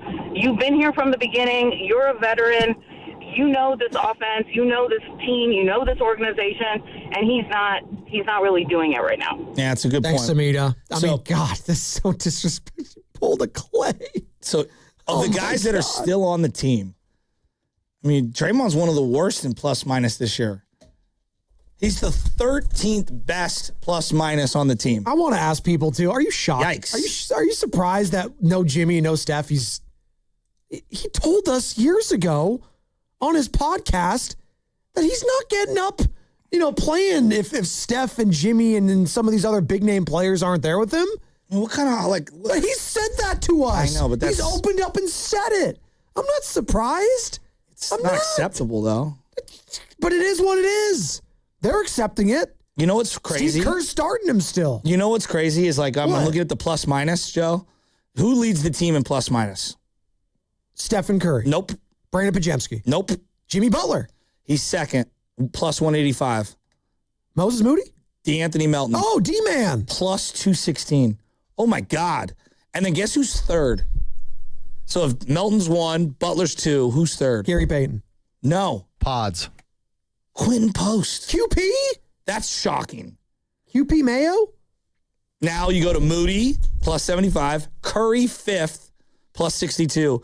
Pods, plus 60. What does that tell you? That plus minus isn't anything because I don't think QP has played that great this year. He's been okay. That's shocking that Melton is plus 216. He has been plus 216. I mean, he's been one of the most consistent players on the team outside of Steph. But that's crazy. Steph's not even been as consistent as DeAnthony Melton's been. He's been very consistently getting to the rim, scoring, knowing what to do defensively. I've been very impressed with what I've seen from DeAnthony Melton, who I think a lot of us had question marks on how much he's going to actually contribute heading into the season, coming off an ACL injury. He obviously flipped him last year to the Brooklyn Nets. And I've been very impressed with him. But the problem is, Joe, he's playing so well. I don't know if you can afford him this summer. I know. He's going to opt out and probably get like a, I don't know, 3-year, $40 or $45 million contract somewhere else. It feels like DiVincenzo from a couple years back. That's a great point. That's exactly what it feels like. I was going to say GP2. Yeah. What do you mean GP2? Well, he was a nothing player at the end of the bench, and then the Portland Trailblazers basically paid him $10 million to come up there. Were they the same age, though? Because D'Anthony Melton's 27. He's still relatively young. I know he's had a lot more wear and tear than Gary. But that's not a bad call. I don't hate that comp. I'm looking at like the game logs for Quentin Post. Let me just go backwards here. So he didn't play last night. He played against San Antonio, 13 minutes, 4 minutes, 4 minutes, 5 minutes, 16 minutes, 13 minutes, 17, 27, 15, 5, 19, 20. Why do we even draft him? You can ask that about a lot of people on the Golden State Warriors. That's the problem. I mean, and we're talking about keeping these picks, Joe. You know how he like... No, but like what? Like what? Well, you know how Niner fans... I mean, I'm not trying to lose sleep over him, but like, if you're not going to play him, like, what are we doing? Who do you have less faith in right now to make like a big decision? John Lynch or Mike Dunleavy? Well, John Lynch will make a good decision. Like, okay. I trust John Lynch in a trade. I trust John Lynch in a variety of ways. Drafting? Drafting has not been great. I mean, but Dunleavy ain't been great either. That's what I wanted to get to. You traded Jordan Poole for Chris Paul, for crying out loud. I know. By the way, in this month of February, D'Anthony Melton's averaging 12 points, 2 boards, 3 assists, shooting 42% from the field, 28% from three-point percentage. So I felt like even when I watch him that he's been the most solid player. The stats are telling you he's been kind of below average, some of this other stuff. And that just speaks to the Warriors right now. Their second best player has been kind of below average. I just I don't understand. I don't know. What are we doing? I'm not really sure what we're doing. What's the plan, right? No. I think that's the question. You're waking up. You're waking up this morning. Samina Los Gatos just said she had to turn off the TV. I think a lot of Warriors fans felt the same way in that second quarter. Well, I started dozing off, and LJ came in, and there was like a party. Oh, yeah? Oh, yeah. You sleep good last night? No. I actually slept great. I get sleep scores. Do you get those on your watch? I don't have an Apple Watch. Dude, I got like a 61 last night. It wasn't good. We have a special guest on the line. You want to go to him? Yeah, so last night while watching the Warrior game. On the River Islands guest line. I saw them promote Dude Wipes, and I said, oh, dude, this is a false advertisement. And now if they want to sponsor the show, I'm all good with that. My uncle... Can we just say, flushable wipes? They're not flushable. Well, any wipes. Okay, get Uncle Matt on. Let's just say baby Uncle wipes. Matt he's the Steph Curry of plumbing here in San Francisco. Oh. No one I trust more with plumbing than my Uncle Matt. Outside Uncle of Mario or Luigi. I miss you, Uncle Matt. I love you. Okay, the wipes. Are the wipes flushable from a long time? How long have you been plumbing? 40 years. Okay. Would you recommend flushing Dude Wipes down the toilet? Not Dude Wipes, not baby wipes, not any kind of wipes. I don't care if they say they're flushable. They are not flushable. No wipes are flushable. Had more stoppages because of wipes than grease. Really? Put it that way. Oh, yeah. Hey, Uncle Matt, Joe Spadoni here, first time, long time. Hey, Joe. Have you heard of these things called fatbergs before?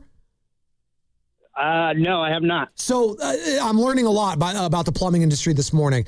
There are massive rock-hard blockages in sewer systems formed when fats, oils, and grease congeal, to your point, with non-biodegradable flushed materials like wet wipes. So we're getting... So with those wet wipes acts like this super sponge with all the fats and oils and grease, and it creates this rock-hard substance. That's what happens? I would imagine that is what happens because they don't break down. Even though they say they're flushable, these are flushable, that they don't break down like toilet paper breaks down, you know? Right. So the wipes do not break down. So of course they're just going to become hard. They're all going to pack together and you're going to have a big giant stoppage. It's happening all over the place. So you do not, okay, I want to make this very clear. No wipes are flushable. In my in my opinion, there are no flushable wipes. Is there any? They don't break down. They don't break down. Thank you. That's a great point. And while we have you on the line, any other PSAs when it comes to things we should not flush down the toilet? Yeah. Kids' toys, anything that doesn't break down, pens, pencils. People, see, this is what happened. People drop stuff in the toilet, and they're afraid to go grab it out and wipe it off or clean it off, and so they try to flush it down the toilet. Oh, my goodness. And, yeah, that doesn't work. Oh, my goodness. That doesn't work. Uncle Matt, I miss you. I love you. I'll see you soon. I love you too, buddy. All yeah, right. man. There he goes. That is the head of the port of San Francisco. Number one plumber, 40 years plumbing in San Francisco. He does a load of questions. Like, what else did you not flush down the toilet? It's pretty good. It's true though what he said. Like, people get so grossed out by it's touched the toilet water. Let's just flush it down. I was like, no, pick that ass up. Pick it up. It's gonna back up and ruin it. Especially if I live in an apartment complex. So not only are you gonna ruin it for yourself, you're gonna ruin it for the person living right below you. And then you gotta build a big backup, and then you got some bleep on your hands. Literally, Carter. Size matters. Thank you. Hey, Fitz was on Steiny and Goo yesterday. Oh, yeah? Yeah, he was. I listened to it. Yes, everything's good. No, he did not say everything is good. Oh, that's funny. He did not say that. He did say, though, that he wants to see as much Stephen Curry as he can left, and it kind of made me really sad. Dude wipes, bro. It was all over the TV last night. Hey, I'm not going to get on dude wipes. It's not their fault that the idiot consumer is putting them down the toilet. They're telling you on their packages not to flush them down. That's all they can do. He said more stoppages than grease. Well, the grease soaks into them and it makes it worse. Can't go anywhere. It's like a Molotov cocktail in your toilet. What is going on here? Like me after Taco Bell. Molotov cocktail. Wow. What did you just say? He's just out of his mind. You know, I'm glad because I told you I've been sad today. Am I making you happy? You are making me happy. What made me even happier was the look Steiny gave us when I said, "Did you see the graphics on the players on the NBC broadcast?" He's like, "No." And I'm like, I would love to be so content at a certain age in life to where nothing bothered me. Well, Steiny's loving every part of this. Let's keep it a buck. What? He's loving this downfall of the Warriors. What do you mean? He's not loving it. He's just predicted it. That's why he loves it. There's nothing sports talk radio has loved more than being right. And he feels like he has been right about this. Him and Goo were talking about fentanyl. It was so funny.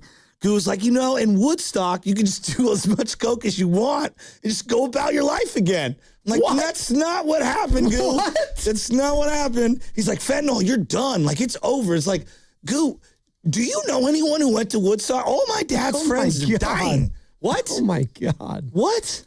It was hilarious. Oh, my God. Okay.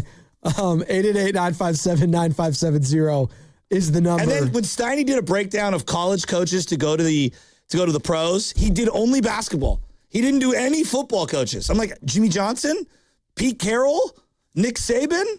Like, there's been a lot of college football coaches go to the pros with varying degrees of success. I'm putting out a question right now.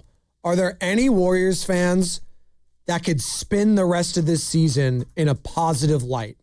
I'm trying to look for some positivity. Hell no. Come on. How can I be positive the rest of Porzingis, this way? the unicorn.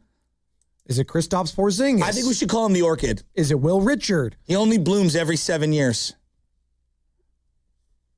We're going to flush this segment. 888-957-9570. Hopefully we don't have a backup with some flushable wipes. It's going to be brought to you by Kalshi. Trade on anything. Down. The MMA fight is Saturday, and you can trade on it nationwide on Kalshi. Hernandez is trading at 70% to beat Strickland. That means a $100 trade on Strickland pays out $333 with a win. Download the Kalshi app and use code FAN to get $10 when you trade $100. Kalshi. Trade on anything. Hi, I'm David. I'm Chris. And I'm John. We are the three brothers who own Jack's Restaurant and Bar. And we are here to... That's not again. That's my line. That was my line. Boy, stop it. Mom? What are you doing here? Have you heard your commercials? They're terrible. That's not our fault. You taught us how to cook delicious food. Using only the freshest ingredients. And to treat all our guests like family visiting our home. But you didn't teach us how to write catchy radio spots. They remember that and get back to work. Yes, Mom. Jack's, serving delicious breakfast, lunch, dinner, and drinks the way our mom taught us. ilovejacks.com. Discover the luxury of Monogram appliances at Friedman's Appliance in Pleasant Hill. At Monogram, it's not just one detail, it's many. From preheating your oven with voice control to checking your dishwasher cycle from your phone. Monogram blends innovation with elegance. Right now, receive up to 2 free eligible Monogram appliances or generous credits toward the appliances of your choice. Visit Friedman's Appliance in Pleasant Hill to explore the full Monogram collection, showcased in stunning live working vignettes or online at friedmansappliance.com. We all hear the radio ads about the IRS. They tell you to be afraid, to be scared, and they try to frighten you into calling.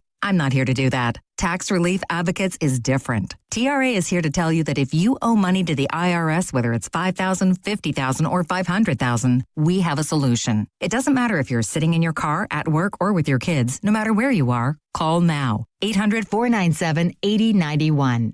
Don't lose hope. TRA can eliminate or reduce what you owe to the IRS. Generous programs are now available that can give you a fresh start. Our passion is taxes and helping individuals fix their IRS problems. We have over 1,000 5-star reviews on Google and an A+ with the Better Business Bureau. You don't need to be afraid of the IRS any longer. End your tax nightmare today by visiting us online at TRA.com or call 800-497-8091. That's 800-497-8091. Tax Relief Advocates. Real solutions for real people. Come on, kids. We're almost there. The map says straight ahead. One-a-day 50-plus multivitamins are made for your overall health, with nutrients to support your brain and muscle function. Because don't you want to make the most of each day? So even on the family hike, you're not just keeping the pace. Hey, Dad, wait up.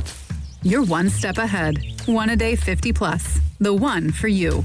This statement has not been evaluated by the Food and Drug Administration. This product is not intended to diagnose, treat, cure, or prevent any disease. That's another amazing run by Team USA. Mom, think I'll be on Team USA one day? Well, I'll take this one. What? Are you speaking to us? Yes, and to answer your question, anything's possible, especially with Xfinity. So, I can be the best snowboarder ever? Well, I can't guarantee that, but Xfinity can guarantee that your internet price won't change for 5 years. Okay. What if I practice every day? Then maybe you'll be snowboarding for Team USA at the next Olympic Winter Games. And Mom, you'll still be paying the same price for Wi-Fi. Ooh, really stuck the landing there. It's the Xfinity Gold Medal Celebration. Now through February 22nd, get our best price on gig Wi-Fi for 5 years guaranteed, just $50 a month. Plus, get Peacock Premium included for 2 years. That's a $10.99 value per month. Xfinity. Imagine that. Proud partner of Team USA. Restrictions apply. Requires paperless billing and auto pay with stored bank account. Taxes and fees extra. Actual speeds vary. Boxer & Gerson, Northern California's premier workers' compensation law firm, helping injured workers get their lives back for over 40 years.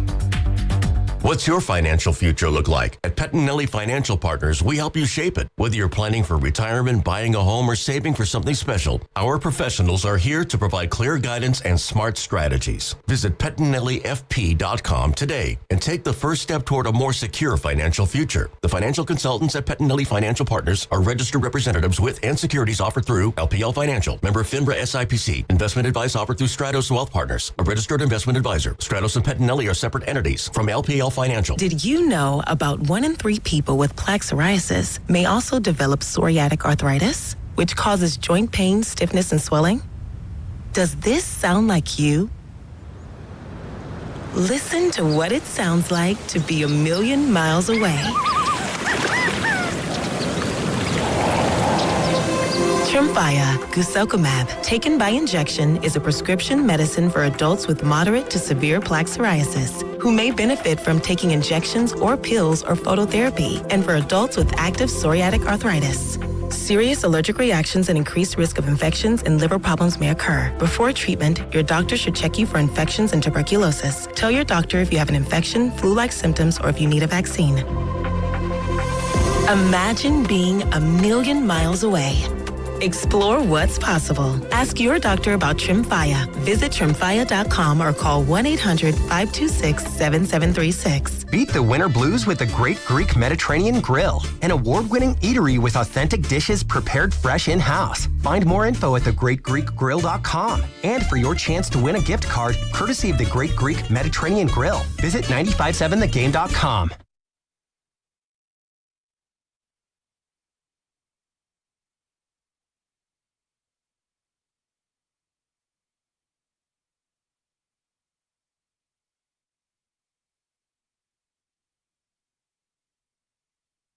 This is San Jose Jazz fan, and I wake up with the Morning Joes, Spadoni and Shasky on 95.7 The Game. They're doing a great job. There's rumors that San Jose Jazz fan may have qualified for the knockout tournament.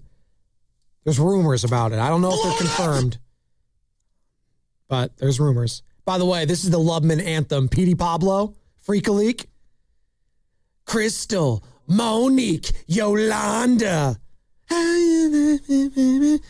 For the front. Why is this the Lubman soundtrack? What do you mean why? Well, I mean, I'm just curious. Why? I mean, all the different names that Sam brings up sometimes. Hit it from the back is the Lubman soundtrack? No, it's the different names of the women he's dated. What are we doing? Of the different women he's dated in Oakland. Monique, Crystal, Yolanda. Whoa. What? Relax. What? Petey Pablo. It's science. Dude, Carter and I were like 10 years old and the song came out and we were like loving it. So great. We didn't even know what they were talking about. We just thought the names were cool. What? What? What are you doing over there, Callaway? I'm listening. I'm just listening. Did you see this latest article from Tim Kawakami, SF Standard? He interviewed the owner of the Warriors yesterday, Joe Lacob, after the game. No way. There's some good quotes in here. You want to hear some? All right. All right. Was there an ounce of criticism in there? Well, he talked about Porzingis. This is Joe Lacob. Quote, he showed you a little bit about what he can do and why we got him. Okay. He's always been one of my favorite players, to be honest, just in terms of his skill set and his size. Again, this is after the game last night. Tim Kawakami, SF Standard, interviewing the owner, Joe Lacob.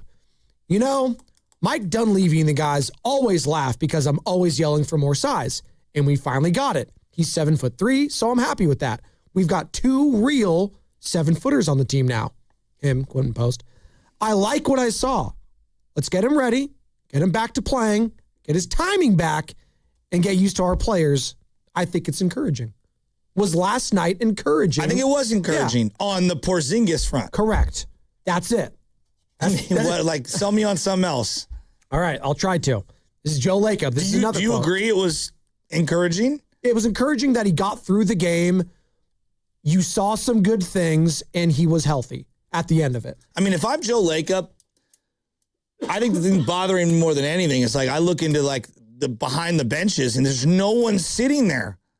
Well, that's whoa, that was alarming. That is, if you're Joe Lacob watching this team right now, and you watch the team that you grew up idolizing in the Boston Celtics. I mean, they have an excuse built in if they didn't want to really be good this year, right? They didn't have Jason Tatum. I mean, they're going to win. Now, they have Jaylen Brown making $300 million, so you'd like to see your number 2 He's elevated. playing hard as hell. And he has been. He's been a number 1 player. He's been one of the best players in the NBA this season. He's an MVP candidate, legitimate, and is kind of wide open this year. Who is the favorite to win the MVP right now? Do we know? Is it Cade Cunningham? Is it Victor? I think it's Jokic, but let me look. Still? I mean, he missed a good stretch of the season, but I mean, he can win every year. You know, Steph is not going to be able to be qualifying for an All-NBA team because sucks. of the amount of games he's missing. That sucks. I mean, it just is what it is. And this is Lacob after the game yesterday talking with Tim Kawakami. I don't know when Curry's coming back, but we're just going to have to gut it out, win some of these games. The good news is we're not too far away from falling in the standings, but we're not too far away from moving up a little bit too. They're just stuck. Here's another quote. Stuck in the middle with you. Exactly. You got to say it again. Stuck in the middle with you. I think we have a shot. I'm an optimist, as you know. At what? Okay. I think our players, hopefully, will step up and play as best as we can, integrate Porzingis, get Curry back, and hopefully we make a decent run. That's the owner of the Warriors, Joe Lacob. So expectations aren't super high. I think he's more basically saying, just given the nature of all the other teams tanking, we're going to just automatically compete for a play-in spot, and we're going to be in a play-in scenario. Now, heading into yesterday's game, not knowing Steph was going to be out for these 5 games, I thought they'd be a lock for the 7th, 8th. I'm now starting to think they're a lock for the 9-10 seed. Yeah, that's how I'm feeling. And I think Warriors fans are probably feeling that way right now. And if not, if you're still optimistic, 888-957-9570. And this is the quote I really wanted to get to from this. Joe Lacob. Look, this season matters to the fans who bought tickets for this year. Hopefully, they'll be our fans next year as well, obviously. I think you should always be trying to win and do the best you can. We've been dealt a couple of tough cards here right now, and our expectations probably shouldn't be as high as they were. I thought with Jimmy, since we acquired him, we were the fourth best record in the league, I think. And unfortunately, the Jimmy injury just came at the exact wrong time. I know that's difficult, but we just have to figure out a way to win. Maybe the expectations for where we can get to are not as high, but we can still be good. We can still be in the playoffs. We still have Steph Curry. We still have some really good players. And I think we can upset some people. Who knows how far we can go? I'm not going to try to think about that or judge it. I think we should just work as hard as we can, play as smart as we can, and get as far as we can. And I think that's kind of the pulse of the fan base for the most part. He's right about the Jimmy thing. Yeah, for sure. We still have some really good players is what I would argue with. What do you mean? Yeah, you still have Stephen Curry. Who else is really good on this team? Who would you define as a really good player? Porzingis has the opportunity to be really good. He has the opportunity. Draymond used to be really good. He's not anymore. I'd say DeAnthony Melton's he's been really good for the Warriors. He has been. Would I call him a really good player in the standings of the rest of the NBA? Probably not. Yeah, he's a role player. He'd be a role player on the Celtics, the team you saw yesterday. Sure. So I mean, you can make the argument Derek White would be their best player currently without Steph and without Jimmy. I would would make agree. the argument Peyton Pritchard would be their best player. You know, that's before I even get to Jaylen Brown. There's a lot of juicy quotes in here. Do you want to keep going on the Lakers stuff? Yeah. So this is. Well, he talked about tanking too with Tim Kawakami, and this is kind of like the Did next. he talk about Kuminga? He did. Did you want to go to that part? Well, what do you guys think? Tanking or Kuminga first? Well, it might go hand in hand. Okay. So I guess Matt Ishbia, the owner of the Suns, had some thoughts on tanking in general.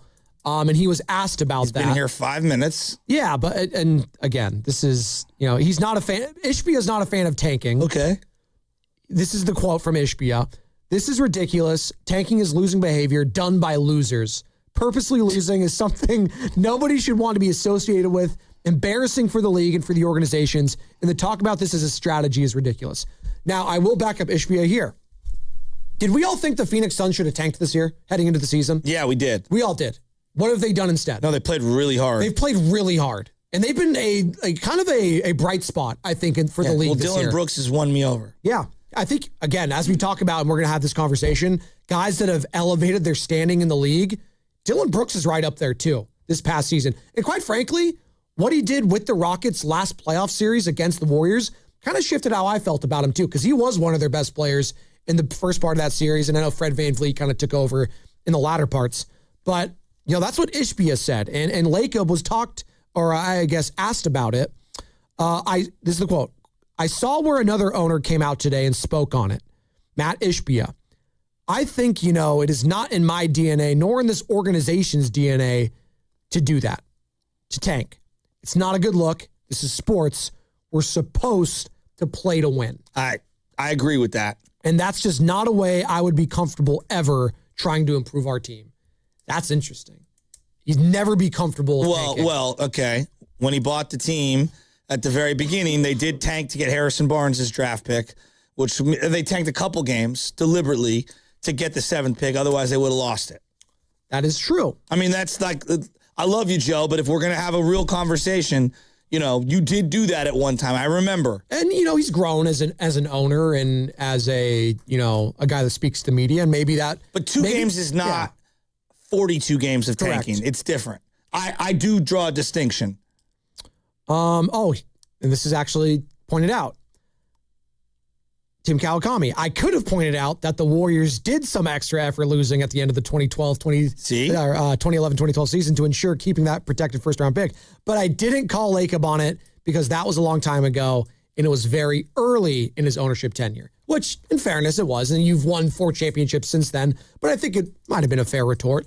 Lacob went on to say, quote, some of our fans, I'm sure, I hear it all the time, would love us to do that. Whatever you want to call it, lose for a better draft position because they assume we're not going to win this year. I could never do that, and I don't think our coach is built that way or our team. Warriors fans, could you ever accept this team tanking? 888-957-9570. Could you accept You're talking about that? This current team? Yes. This current team. Tank the next 2 months. Yeah, but what does that get you? I don't think it gets you much. Like, it gets you a better draft position than you might have already had. Okay, a couple slots, Yes. maybe you win. Yes. I'm just asking 2 months of tanking.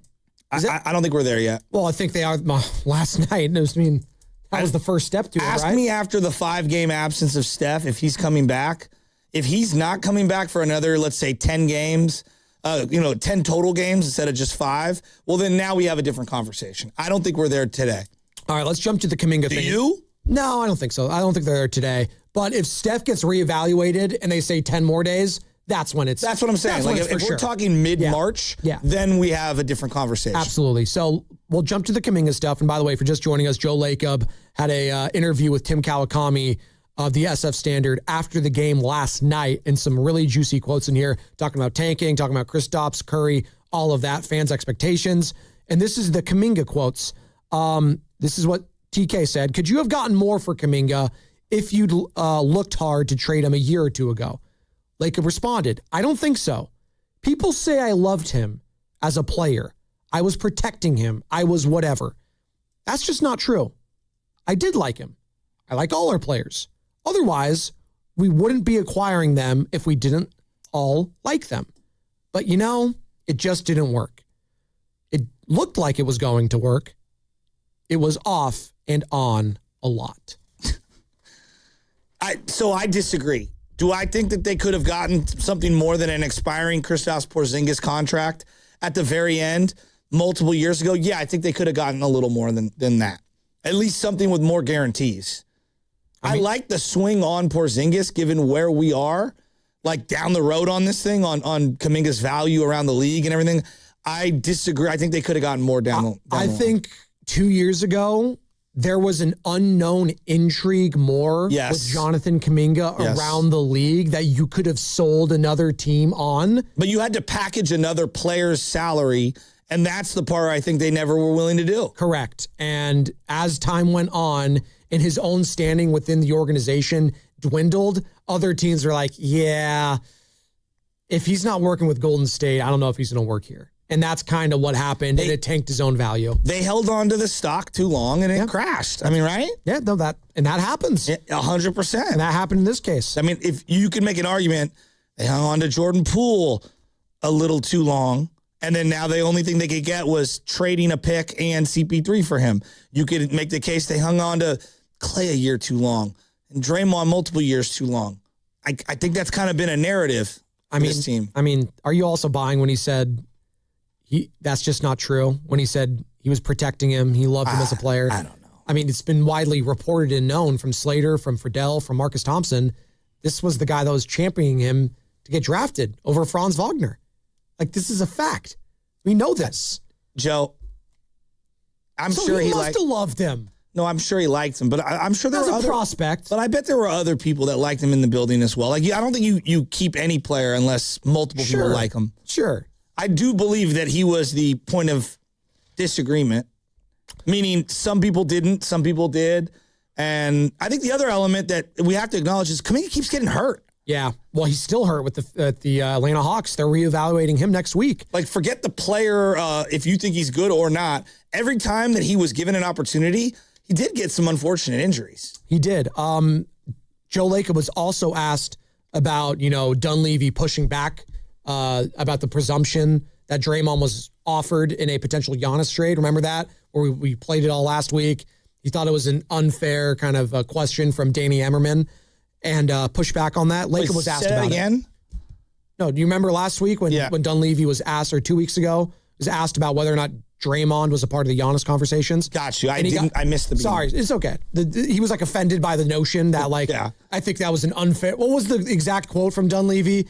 He thought it was a totally misclassification or whatever. Exactly. He said something about it. So Lacob was asked about it from Tim Kawakami. So Lacob said, quote, he was never discussed in a trade, Draymond.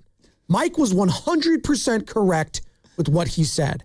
I know he got a lot of crap for that, and it did look defensive. I mean, I think he would say that in retrospect. But the truth is, the way these things are, you don't just easily banter around names unless you're getting serious. We never really got engagement on some of the big deals to the point where you get into specific names. People can look at that roster and they can make assumptions about who might or might not have to go if you've got a certain person. Does Joe think we're stupid? I love you, Joe. Like, we all have NBA trade machine. Bro, it's 2026. Does Joe not realize any Giannis deal? My 11-year-old nephew knew it's Jimmy or Dre. It's one or the other. The salary cap is known. Every child who plays 2K knows, man, I got to match up these salaries. Every single 13-year-old knows what I love Joe. Do you think we are stupid as a fan base? Again, 12-year-olds playing 2K know you have to match up salaries. And there were only two salaries that you could match up. Either you're trading Jimmy or you're trading Draymond. So you could say to me, hey, we never discuss names. You don't have to. Everyone knows. Those are the two names that had to be in there, one or the other. What are we, like? The way I read this, I'm not stupid. No. The way I'm reading this is he's clearly defending Mike Dunleavy. I don't think Mike Dunleavy's going anywhere this summer. I think Joe Lacob has got his back. He does. And I think that's going to maybe ruffle some Warriors fans' feathers that want to see a change in leadership for the GM position. I don't think that's happening this summer, folks. Yeah, but I'm telling you, I don't buy this thing we didn't even get down the road on names. Stop. No, it was reported. Stop. No. I'll tell you why you're right, Joe. It was reported that Jimmy Butler was not going to be a part of this conversation. That's what I'm saying. Mark Stein reported it, senior NBA reporter. Look, again, I coach 7th and 8th grade basketball. All these kids know, hey, if you want to trade for LaMelo, you got to move this guy or that guy. Like everyone knows the specifics on the Everyone has salary access cap. to the NBA trade Exactly. machine. We all can do it. I think it's to operate in 2026 like your fans don't understand how the salary cap and the trade works. Yeah, there are some specifics we don't understand. But to think that we don't understand like how this trade was going to go down with Giannis, like, come on. Like, I was born a while ago. I wasn't born last night, buddy. Here's one more quote on the Draymond Green narrative. I agree with your point on the Dunleavy thing, though. Yeah. Joe Lacob, quote, but I can tell you Draymond was never shopped in any way. He's a core person in our franchise. You don't trade a Draymond Green simply or easily. You do it if you have to, and you're getting tremendous value, and you're improving your team. Even Draymond has said he understands that. You have to look at these things. But his name was never specifically discussed with another team, and that's the truth. Then why did Draymond come out and say that he talked to his family about it? Why did Draymond come out and say he talked with Mike about it and Steve about it? Not Joe Shasky, Draymond. I mean, what? It's true.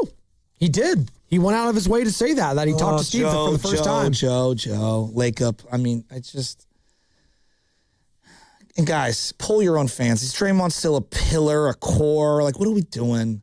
He's a pillar of the organization in the sense that he means a lot for the history of the organization. But presently, like winning, he's a shell of himself. Let's go to Mac in SF. He wants to join in the conversation. What's up, Mac? Tight. They pulled the plug. That was Lacob, actually. He pulled the plug on there because I think he's going to go at the payroll options. I'm not going to lie. I love Lacob. I think that he's done so many amazing things. This is a little concerning. The more he talks, the more I'm like, uh-oh. This might be a prolonged loserdom. This is a great article. Great quotes. Tim Kawakami, the SF Standard. For those of you who don't or have not read it, find it right now. This interview with Warriors owner Joe Lacob after the game last night. Here's more about the Steve Kerr part of this. Is Kerr going to be back next year? Quote, I think Steve has answered that question. There's nothing more I can say. He has said we're going to wait until after the season. That's 100% accurate. We've discussed it. No point in talking about it now. He's got a job to do.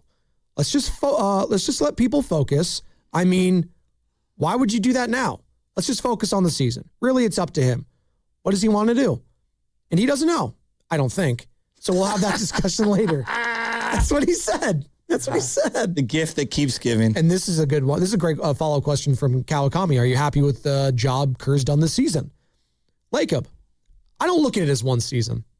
What a pivot. That's such a political answer, by the way. I look at it, he's been our coach for 12 years.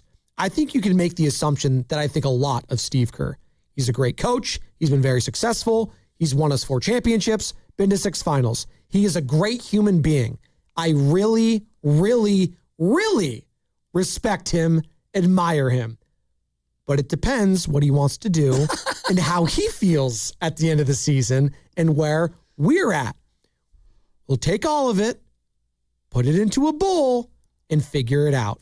And I'm not really very worried about it, and I don't think he's very worried about it either. Oh, my God. Let's put it into a bowl. Oh, my and God. Smoke it. Oh, people are thinking I'm misreading Lacob's comments. I'm literally reading the quotes right here. What are they saying? Literally the quotes. What are they saying? Steven in Oakland says I'm misreading Lacob's comments. What do you mean? I don't get it. Let's go, Steven. What do you mean? Steven's on the line. Hey, so what I'm saying is you guys aren't reading into what Joe's saying. What Joe's really saying is that this is really a family organization, and you guys kind of alluded to this earlier.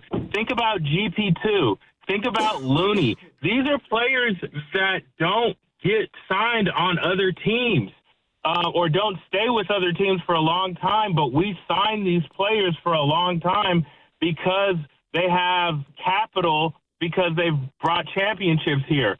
He's he really runs a family organization, and he signs players he probably shouldn't if they have capital with the team. I think he's saying Draymond had capital with the team, and they weren't really trading him. And Milwaukee wasn't really going to trade him. Time out. Then why did Draymond go on a 2-day talking spree saying that he spoke with Kerr about it and he spoke with Dunleavy? These were Draymond's words, not my words. We're not interpreting. Dre said that he talked to them because he was in trade discussions. He said this. And Steve Kerr confirmed it on our radio station. This whole family thing, was Klay not family? Was Jordan Poole family? How about Iguodala when he had to get traded? Joe wanted Klay. Just remember, Joe wanted Klay. No, he didn't. They went golfing. They went golfing. Yeah, they went golfing together. You're reading things wrong.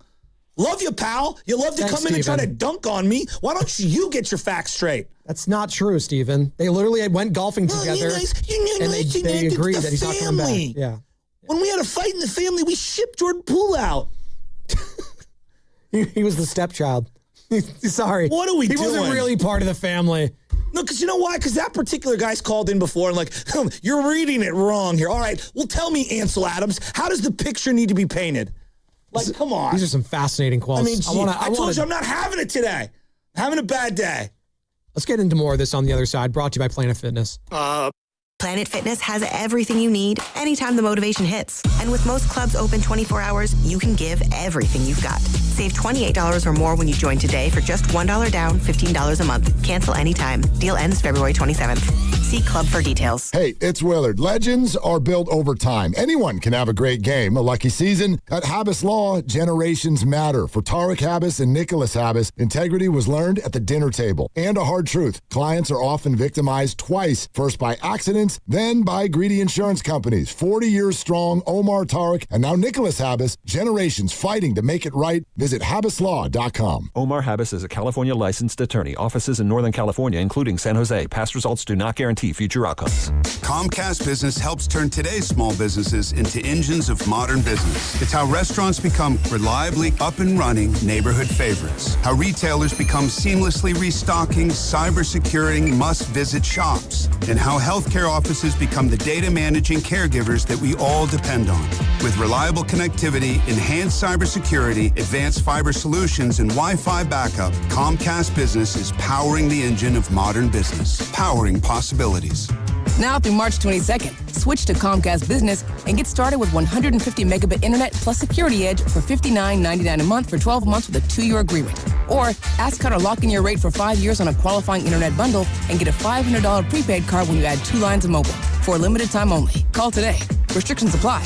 New customers only. Requires paperless billing and automatic payments with bank account. Equipment, taxes, and other fees extra. After promo, regular rates apply. Comcast Business helps turn today's small businesses into engines of modern business, powering possibilities. All right, I need avocados, bananas, salad, steak. Wow, does your grocery list have multiple pages?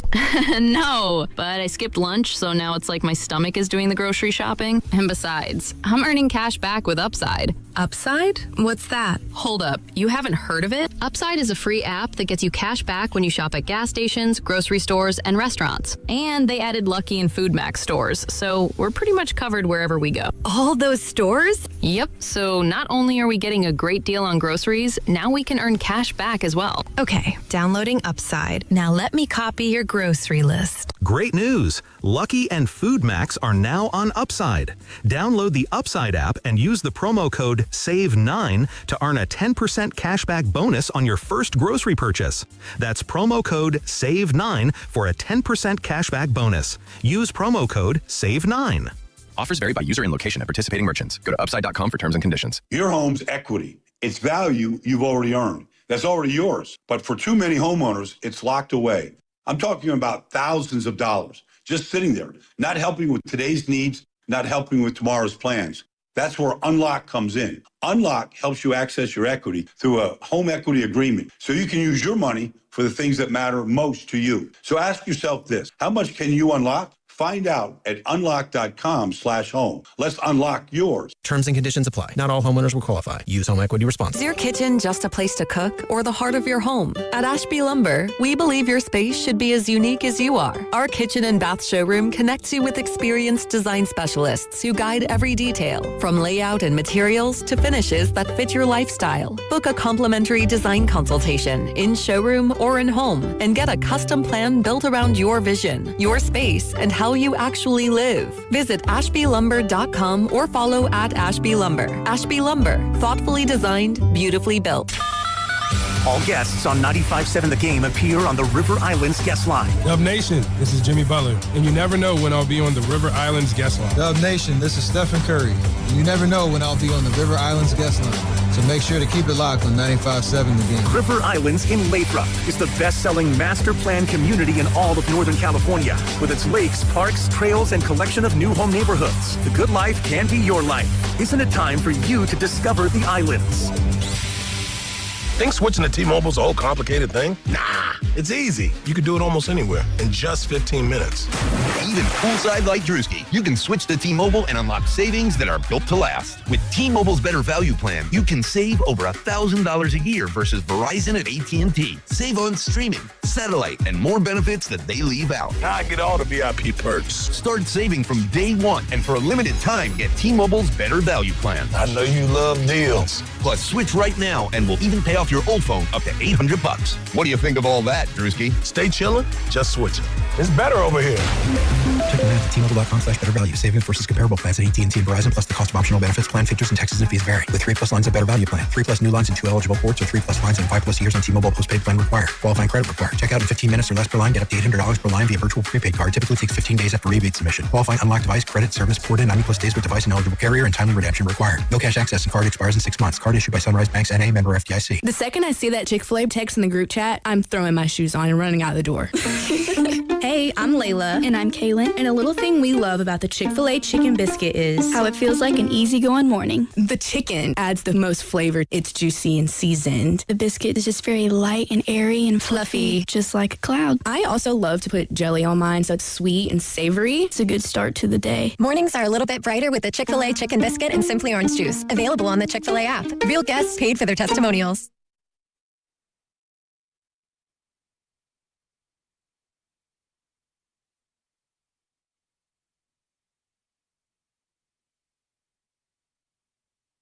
This is Matt Steinmetz, and you're listening to The Morning Show with Spadoni and Shasky. This ought to be good. La, la, la, la, la. It's all around the world. It's la, la, la, la, la. What's Steiny, up, Joe, bro? What's up, dude? Steiny and Goo going to be joining us in about 30 minutes for the crossover because it's a Friday, and we get to talk to the boys. And they're feeling good. Everyone's got a smile on their face. Can I apologize to the last caller? Steven in Oakland, apologize to him. I apologize, Steven. If I was too mean, I apologize. You know what Steven's response is going to be? Apology not accepted. That's his prerogative, but I do think he was just categorically wrong. But that's okay. Which is fine. I'm having a bad day. There's a song for that. We have a lot of songs. I've been singing a lot. When you had a bad day. It's that song. Just Joe, good turn luck it finding some around. friends. Dude, come on, man. That's a classic one. I'm going to be honest with you. I think next year on this day, I'm just going to take the day off. Okay. It's just a little easier. Well, I think you're going to because a year from now won't it be like a Saturday? Is it? Yeah, because like the day like changes like every. Yeah. I kind of wanted to just sit in the car and play my dad's old music and just cry. Oh man. Yeah. I miss your pops. I do. I do too. No, think about him every day. I mean, it's just an obvious. Yeah, it's your dad. I didn't mean it like that. No, I know what you mean. Like, I do too. I just miss like him calling in. And I know. I love playing the drops back when I was the producer. You know what it is? You know what it is? I was thinking about it. Like when you lose someone like that you really, really love and is with you like a long, long time. It's like the random stuff that happens to you in life, and you like look at your phone and you're like ready to just like pick up the phone and call them. Yeah. And like you normally would like call them and like vent or celebrate something or send a video or whatever. And it's like it's all those little things. Right. I don't know who the athlete is. The name is I'm pulling a Bonte. It's like I don't remember the person's name. But maybe it was in football, basketball. But there's someone that like sends a text to his dad who's passed. But he still has his phone number in there, and he sends a text every day that just says, "I love you, Dad," and I'm gonna win. Like every single day, he does it. That's so cool. I always thought that was kind of cool too. Matt I don't know what you believe in. I don't know what you believe in. I don't know what you guys. I was raised Catholic. Well, I'm not telling anyone. Like I'm talking about deeper than just religion, catechism. But like, I believe His Spirit is around me at times and is watching at certain times. But there's other times I'm like, damn, I wish He was here. For sure. To like see the little guy do this or for us to do that. And like, I don't know. No, I think that's well said. If you have your father in your life, I would just tell everybody, tell him you love him. I took my grandfather out yesterday. He's 90. He's getting up there. He's not moving around as well. And I brought the little guy, my mom, Marianne, and John. We all went to lunch, and it was great to just see everybody. And it's just, I would say, if you have people in your life that you love, let them know that you love them as many times over because you just never know what's going to happen. I think that's well said. And I thought Joe Lacob was going to say he loved Kuminga last night to Tim Kawakami, and he's like, that's not true at all.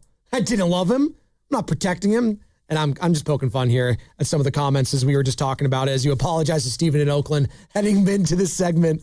But this is the latest. Tim Kawakami, SF Standard, had an interview with Warriors owner Joe Lacob after the game last night. And I went to the boys in the back during this break, Steiny and Goo and E-Dog. And I was like, man, these are some great quotes from Joe Lacob. And they're like, really? He didn't say anything.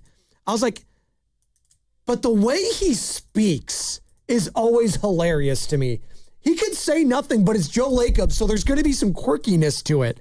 And I just find him so fascinating because billionaires in general, Joe, you got to be a little off. So jealous. You got to be a little off. Just whenever like be one so bad. I know. I mean, well, there's a song for that too. I want to be a billionaire so freaking bad. What is that? Bruno Mars. Oh, your guy's favorite. That's your favorite, Carter. You said that yesterday. You're a big Bruno Mars guy. Cocaine's a hell of a drug. It is. White Mike. I'm time out. No more White Mike references. I'm telling you, dude. Honestly, he's coming for you, bro. Like, watch out. Yep. This is the one. Joe God, Lacob talking dude. about. Joe Lacob asked. Joe Lacob, when asked if he's happy with the job Steve Kerr has done this season as the Warriors lose their first game back from the All-Star break last night against the Boston Celtics, quote, "I don't look at it in one season. I look at it, he's been our coach for 12 years.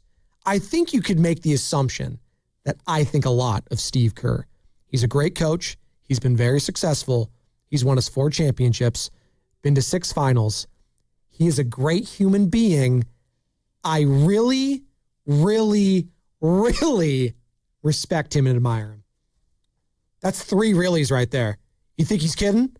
He really, really, really respects him. I really, really, really respect Sam Lubin as the producer of my show. Oh, why you got to do that?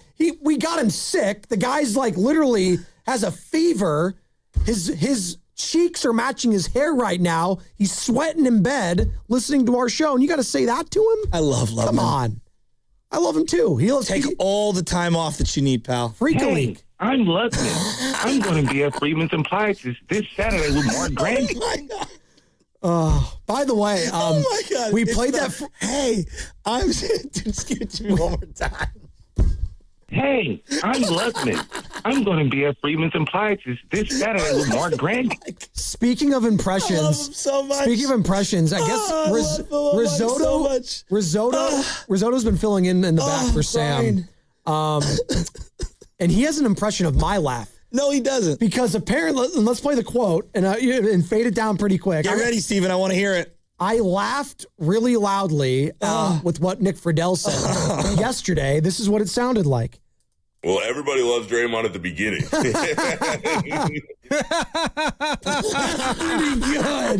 That's really good. Did that sound fake to you guys? Did that sound fake? That was forced? Yeah. Well, I had to do that. Well, because Nick Friedell's always doing the fake Nick Friedel laugh, so I had to do one to him. So there you go. Or actually, Nick's don't sound fake. He's just a jolly. I got a text from Nick last night. Was he upset at me because I made fun of him with the Tony Snell read thing? you. Well, no, it was to me and Bonte. Hey, but who's the worst interview you've ever had, Nick? Tony Snell. He's like, because he's autistic. It's like, oh my God. Okay. It's like, get off my guy. Oh my goodness. I don't even know if I should say this text. I'm just going to be careful. Myself. Okay, yeah, maybe if it's... It was Nick Friedel looking if it's off the record, it yeah, was be looking careful. at the bench, and a couple players just looked very relaxed at the end of the game. Was Kristaps one of them? No. Kristaps was kind of serious. He was like pissed. It was one of the family. Oh. Olive Garden. Okay. When you hear your family. Let's go. I didn't even know that was Olive Garden's catch line. Really? When you're here, your family. Dude, that's... What? That was literally like their whole thing for like a whole 10-year stretch. I went to Olive Garden, I think, once. Well, we live in an area, Northern California, that has elite Italian food, so we don't need to do that. Come on, man. Yeah. Going to Original Joe's or Westlake Joe's. I've been to an Olive Garden, I think, once in my life, and that was with a non-Italian family. So there you go. But they did have the unlimited soup, salad, and breadsticks. That was the moment I knew Brandon Belt was not going to make it. He's like, my favorite restaurant is the Olive Garden. No, like, he didn't say that. I swear to God. Well, he's from where? Texas? Yeah, it's about right. All right. Texas isn't known for Italian food. They're known for barbecue. That's what they're known for. So, Lacob really, really, really likes or respects Steve Kerr. Who do you really, really, really like on the Warriors right now, outside of Stephen Curry? And Jerry Stackhouse. Okay, no, that's an assistant coach. That's where you go. Mm-hmm. You don't go a player. You don't go a GM. You don't go a head coach. Do you still really, really, really like Joe Lacob? I think you do. No, only 2 reallys. Okay, thank you. Oh my God. What? This team, please, for the love of God, if Steph is reevaluated after these next 4 games that he's going to miss, I need him back. I need him back. To do what? To play with Kristaps, to see what we got as a tandem there. It does feel a little like if Steph can't play like for weeks on end and Kristaps just out there by himself with no running mate, like how fugazi is it? If like he comes back next year, he plays with Steph and it doesn't look very good. I think it'll look good. Okay. I don't know. Like I need to see that. Like to feel good about the investment potential of Kristaps, I need to see Steph and him on the court together. See, to me, the question on Kristaps, like has nothing to do with fit with Curry right now. I think it will fit. It's like, how would you even go about putting a number and an amount of years on what you would like to keep him at? I have no idea. Right? I don't. So you're asking, like, what the final month? Okay, if he just stays healthy the final month and we ramp up from 17 minutes now to at the end of the year, he's playing 28 minutes, 2 out of 3 games. Wow. Okay. Does that mean he can stay fully healthy next year? No. But I could see a path where he could play 55 to 65 games and be maybe your third best player. Like, that's not what Kuminga was doing. I am curious. I think he's good, dude. Let's see. I'm going into the 2026 season right now, and Spot Track does this thing where they kind of, and if you don't know what Spot Track is, it tracks all the salaries for everyone, every team, every league, all of that. And they have a projected salary. So they try to do a predictor of what a player could make. Yes. Like right now, Debo is predicted to make $13 million for over 2 years. So it'd be like 30-something million or whatever. Absolutely. So let's go to Kristaps Porzingis. Over 3. Is he listed as what? A center, I'm assuming. So let me scroll all the way down because I guess we just don't have any centers in the league. All right. Kristaps Porzingis. God, there's a lot of centers that are going to be free agents this year. Wonder if the Warriors are going to sign any of these guys. All right. I found it. Let's see. $15 million a year for Porzingis? Yeah. Sign me up. Okay. 3-year deal. Would you do like a 1-in-1, like 2-year, $30 million player option? No, I like a couple years. Okay. All right. Yeah. So I think that's reasonable if he plays well. Did you see what number he was wearing? What? Number 7? I'm not a jersey number guy. Really? No, I don't really. It doesn't really bother me that much. Did you see who got number 8 for the Giants? Who? Bryce Eldridge. It's a good number. Is it? Well, I mean, Cal Ripken, but for the Giants, Hunter Pence wore it. Oh, yeah. It's a good number. Again, I am so bad with jersey numbers. Okay, it's just you not can't my name thing. one other Warrior that wore number 7? No. He wore 33 too, but Jameson wore 7 for a very short period. My own favorite teams. Kalena wore 7. Kalena did wear 7. My own favorite teams, I don't even know like numbers unless you're like your all-time player. Patrick Baldwin Jr. PBJ? Is he still in the league? Eric Paschal. Jermaine O'Neal. Carl Landry. Jeremy Lin. The late great, and you guys don't know this name, but Jerome Kersey. Not Jerome Curse. Not Javon Curse. Jerome. You don't know who Jerome Kersey is? No. Who's that? He's a Blazer multiple times. He was a Warrior. Loved him. Jerome Kersey was good, dude. So Kristaps has been making $30 million. He signed a 2-year, $60 million contract with the Celtics a couple years ago. Obviously, played with that. Atlanta Hawks shipped him over, and now he's making that with the Warriors. That's the cap at $30 million. So half that salary, basically. I think that's right. If he signed me up for that yesterday. If he proves it in these next 2 months that he can stay relatively healthy, I would do that in a heartbeat. Look around the league. Who's giving you production at $15 million a year? Right. Like that. And I think Kristaps would take that because what's his value on all these other teams that if he can't even stay healthy? Like, is there a way that Kristaps can play well and price himself out of a Warriors uniform? I don't think that's. I find that hard. I think believe. everyone in the league is like, whoa, like, well, you've been a max player, you're not anymore. I agree. I agree. And if they can kind of thread the needle and keep him healthy, doesn't that kind of speak to the training staff here? Absolutely. That's why I gave credit with DeAnthony Melton this season. That is a feather in the cap of people wanted to say, oh, and we have this huge conversation about the 49ers training staff and all the electronic substation crap, all of that. But with the Warriors, there were some fans looking at it and say, man, this team's so old. This is going to be one of the toughest tasks of a medical staff we've ever seen. And you got to give him credit for DeAnthony Melton coming off an ACL injury. I think they've handled the minute allocation tremendously. Here's the thing with Porzingis' impending free agency that I can't account for. If the Lakers call him up, that's a better situation for him because they're going to have a ton of cap space and a lot of movement. And like him in a pick and pop situation with Luka would be nuclear. Do you see the latest that the rumors are happening right now? An anonymous GM saying that the Lakers are going to be the team that gets Giannis and that LeBron's going to come back on the cheap. So they'll have Giannis, Luka, and LeBron. And I guess trade Austin Reeves and a bunch of picks and other things to Milwaukee. No, I'm just saying that was who cares? Honestly, the Lakers get Giannis. It's just another reason to hate him. Well, I mean, he'll be hurt half the season. But if I was Porzingis, I would want to go play San Antonio, OKC, Denver. Like if he had freedom. Sure. The Dodgers, maybe. They could sign him. As we're talking about all the salary cap stuff, and did you see John Heyman's tweet last night? It's looking like they're going to confirm a salary cap. Good. Risotto in the back, thumbs up. It's not about a cap. It's about a floor. We need a floor. Well, I agree. We need a floor. 100 million? You need to demand a floor. That's what we want. I think 100 million is, come on, just do that. For every team, you better spend 100 million at least on your payroll. That's all I'm asking. I'm with you. It's not a lot. And and quite frankly, it should be more than that. Do we like Bryce Eldridge in number 8? Sure. What do you think? I'm with Spadoni. I don't care that much about numbers. Really? No. Okay, timeout. If I play cornerback and I'm wearing number 46. Things have changed, Joe. Wait. In football, there's numbers that bother me. Like if you're way out of, like obviously, like to me, receivers need to be in the 80s. Like linemen need to be in the 60s. What about Julio? I like single. I'm single cool digits. with like the single digit ones, 1 through 10. Like, there shouldn't be too much, separation from that. Like 49 for Lalo or whatever on the 49ers. Lalo. Like I was out on that. I hate when tight ends are in the 40s. That is gross. Yeah. That is disgusting. Dallas Clark. Gross.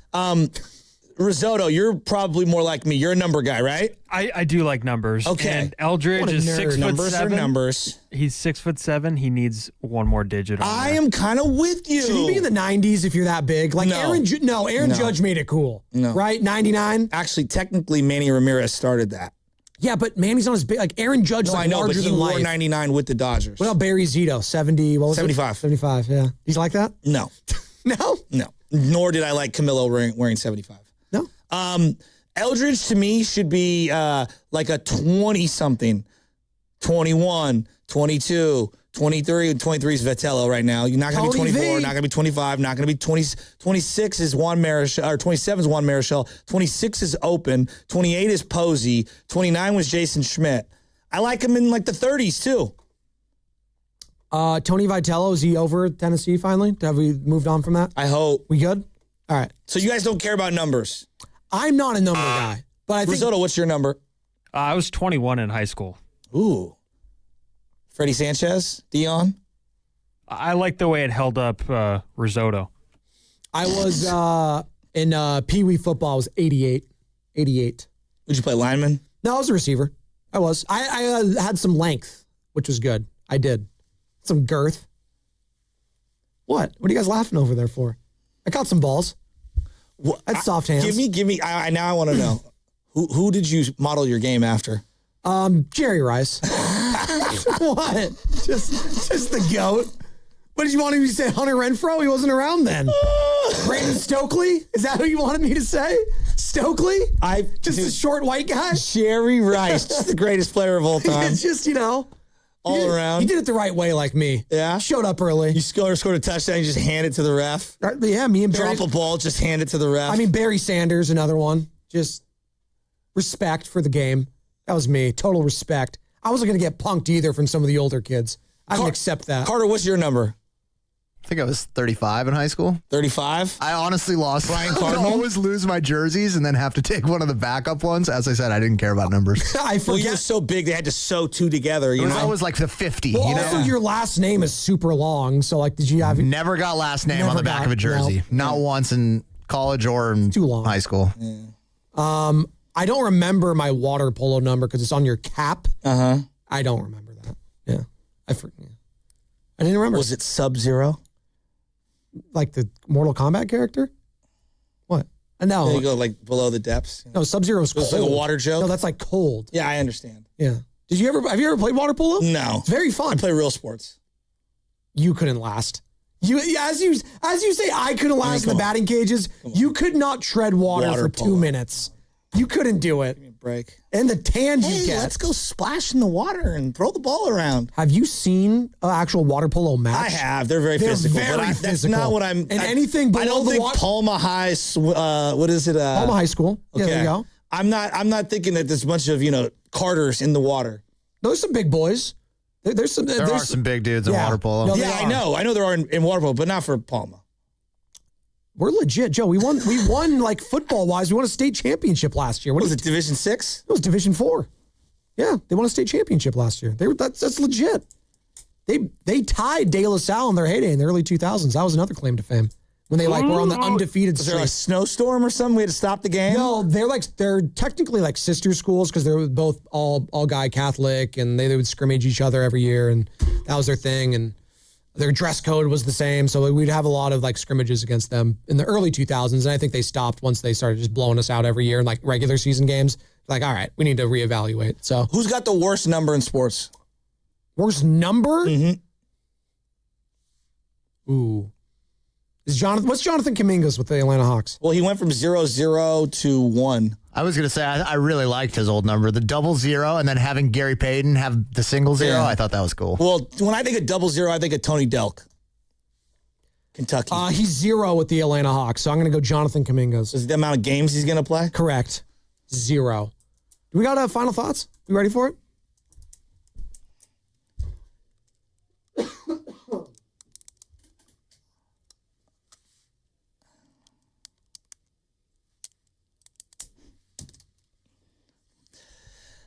I'll start, Joe. I miss my Speedo tan from my water polo days. We used to play outdoors. TMI, dog. No, it was legit. Stop. You'd be jealous of it. My Speedo tan? God, it was great. I was looking incredible. Just so cut. Best shape of my life. Now, I got the dad bod, which apparently is I'm in. eating McDonald's on the front end and back end of the day. Although, Joe, you can attest to this. With this sickness, my appetite hasn't been there, and I have lost like major poundage the last couple of weeks. I have. That's the benefit of getting rid. Sounds awful. Yeah. It's the benefit of getting really sick. Tapeworm. Yeah, exactly. I gotta get tapeworm and get sick. It sounds all this so awful. Or Ozempic, one or the other. The semi-glutides. So my dad's number, my father does, I'll go with my pops. My dad's number was 24 for Willie Mays. Obviously, Rick Barry, also from Elizabeth, New Jersey, wore number 24 in honor of Willie Mays. My dad's two favorite players, Rick Barry and Willie Mays. And obviously, he loved Joe Montana. But I miss you, Dad. It's been 2 years today. And I always think about what you're doing up there, playing catch or whatever. There's these memes that I've been seeing all over the internet where there's this dog running on the beach, and it's like the minute you get to heaven, this is who's waiting for you, and the dog is like running, and all the different people that I've lost in my life, I think about like who's up there right now, you know, and it's like, yeah. Anyway, point being is if you have your significant other in your life that you love, or a family member that you love, uncle, aunt, grandma, grandpa, father, mother, whatever it is, tell them that you love them. Let them know how much they affect you in real time.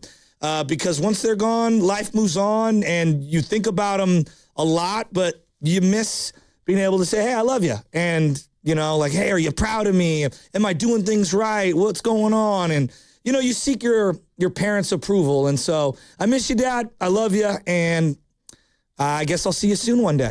It's well said. I also want to defend real quick Palma High School football. They were, remember, in the Division I semifinals this year, but they fell short.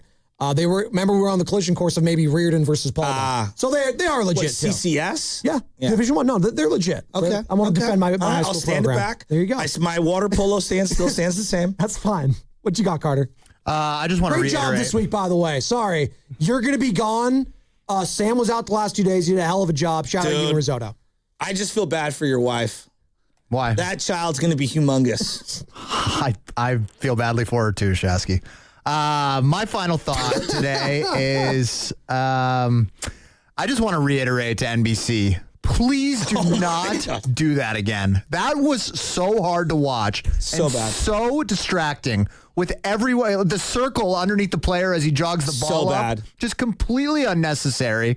As you said, the play tracker in the bottom corner. Unnecessary. Completely unnecessary. Why would I watch that when the game's going on? It's just, whoever thought that was a good idea, I'm sorry. It's not. Just take it off. It's awful. It reminded me of a map when you're playing like GoldenEye and like you press pause to look at the map and then go back. Yeah. And like that makes sense because I don't know where I'm going.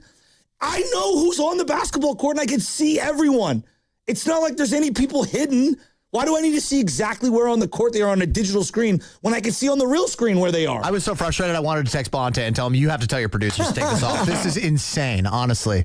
And my other little final thought is I'm going to miss you guys. I will truly miss you guys, and I'll be back soon. How many weeks you taking off? Just as many as I need to make sure she's set up at home. I think you have to take in like weekly increments, if I remember correctly. Yeah, exactly. Up to 6 weeks paid. I would save, I'm being real when I say this, save some of it for the bail end of like the end of year one. So because they change dramatically early on, and then at the end, you want to spend some time. Well, and the cost of childcare at the end saves you that. Oh, don't even. Hey, bro, I'm in the middle of it. Stuck in the middle with you. Steiny and Goo coming up next with the crossover. Oh, risotto. Final thought. And we're done. I was just going to shout out Carter Chickering. I mean, just kind of echoing what he said. He's going to miss us. We're going to miss him. It's not going to be the same around here in the mornings. Hell no. Well, you're taking over for him. Yeah. So you're going to crush it. You're going to Wally Pip him. Yeah. Yeah. Brought to you by Fremont Bank. Here for good.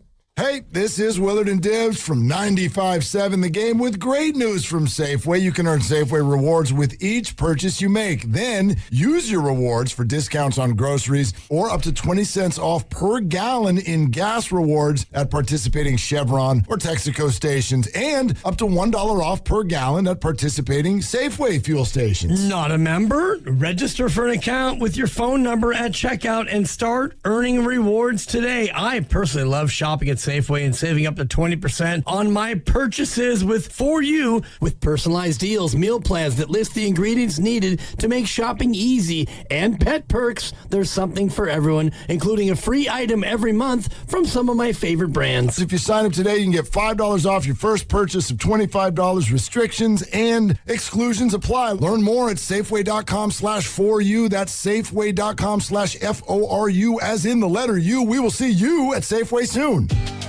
Never have I ever called my sister from the finish line of my first marathon. Hello? You won't believe where I am. Are you running? Mile 26. I'm gonna make it. Switch to T-Mobile's 55 Plus plan and get iPhone 16e with its advanced camera system on us. Plus 2 lines for just $30 a line. Guys, I can't believe it. I knew you could do it, babe. That was amazing. Mom, how do you feel? I feel great. I can't feel my feet. Let's take a picture, and then you may carry me to the car.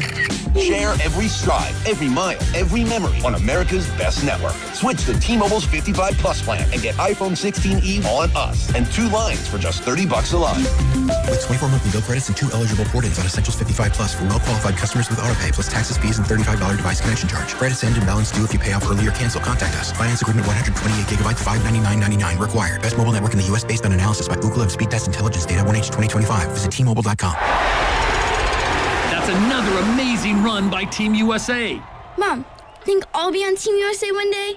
Well, I'll take this one.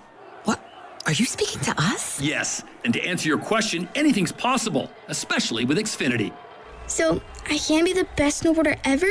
Well, I can't guarantee that, but Xfinity can guarantee that your internet price won't change for 5 years. Okay. What if I practice every day? Then maybe you'll be snowboarding for Team USA at the next Olympic Winter Games. And Mom, you'll still be paying the same price for Wi-Fi. Ooh, really stuck the landing there. It's the Xfinity Gold Medal Celebration. Now through February 22nd, get our best price on gig Wi-Fi for 5 years guaranteed, just $50 a month. Plus, get Peacock Premium included for 2 years. That's a $10.99 value per month. Xfinity, imagine that. Proud partner of Team USA. Restrictions apply. Requires paperless billing and auto pay with stored bank account. Taxes and fees extra. Actual speeds vary.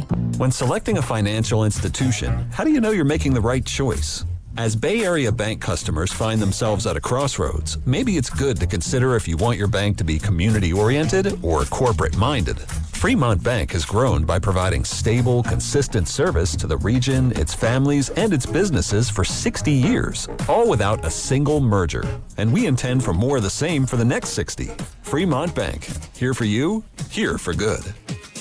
You know, covering Bay Area sports for years, I've seen athletes go through it all. The highs, the lows, and the pain that comes with getting knocked down. But when it's not just a game, when you're the one injured, or when tragedy strikes someone you love, that's where Beam Law comes in. Beam Law is the Bay Area's go-to personal injury law firm. Whether it's a car accident, a serious injury, or a wrongful death, they're there to shoulder the legal burden so you can focus on what truly matters: rebuilding, recovery, and taking care of your family. Beam Law is local, and they win, with millions recovered for clients across the region. That's why SF Weekly voted them Best of the Bay 4 times. If you've been hurt or lost someone because of someone else's negligence, call Beam Law at 415-523-5555. 415-523-5555. That's 415-523-5555. Or visit hurtinthebay.com. That's hurtinthebay.com, because it's not whether you get knocked down, it's whether you get back up. Beam Law, they've got your back, Bay Area. Hey everyone, I'm Josh Radner, and I am so excited to tell you about How We Made Your Mother, a rewatch podcast looking back at How I Met Your Mother. And I'm here with Craig Thomas, who co-created the show along with Carter Bays. Hi, Craig. Hey, Josh. Somehow it has been 20 years since the show premiered. I'm going to check the math on that. 10 years since it went off the air, and we thought that made this a perfect time to look back, see what the hell we did, and why the show still seems to resonate with fans around the world today. Follow and listen to How We Made Your Mother wherever you get your podcasts. That's the sound of James adding long-lasting Gain scent boosters to his laundry this morning. Several hours later, James sniffs the irresistible scent of Gain on his shirt. Gain. Several hours later, James has even caught the attention of his mother-in-law, and she never gives him attention. Ooh, you smell amazing, James. Oh, thanks, Mom. I love you too. I never said that. Add Gain scent boosters to your laundry. Add joy to your day. I checked Allstate first and saved hundreds on my car insurance. Really smart. Unfortunately, I didn't check if I took the gas hose out of my car's tank. Ooh, not smart. And I drove off while still attached to pump number 3. Yeah, checking first is smart. So check Allstate first for a quote that could save you hundreds. Potential savings vary, subject to terms, conditions, and availability. Allstate North American Insurance Company and affiliates, Northbrook, Illinois.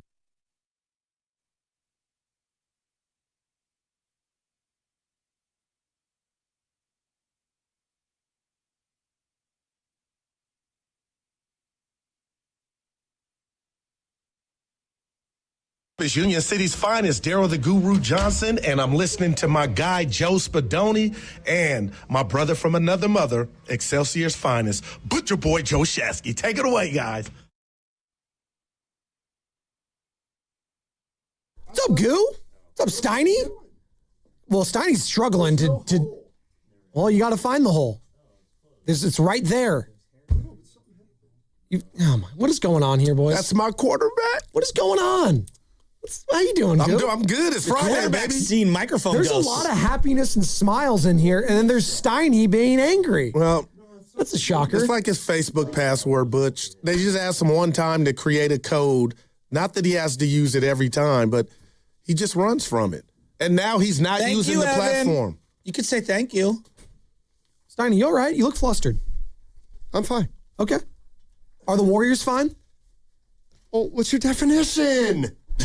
Why are you so angry? Why is his seat so low? I like it. Look at you. Are you okay? Tattoo. I'm just a little late to the party. That's all right. Hey, guys. Hey, how you doing? What's up? I'm going to be listening on my drive up to the cabin today. I love you guys. Your guys' show, honestly, it's been vintage Steiny and Goo all week.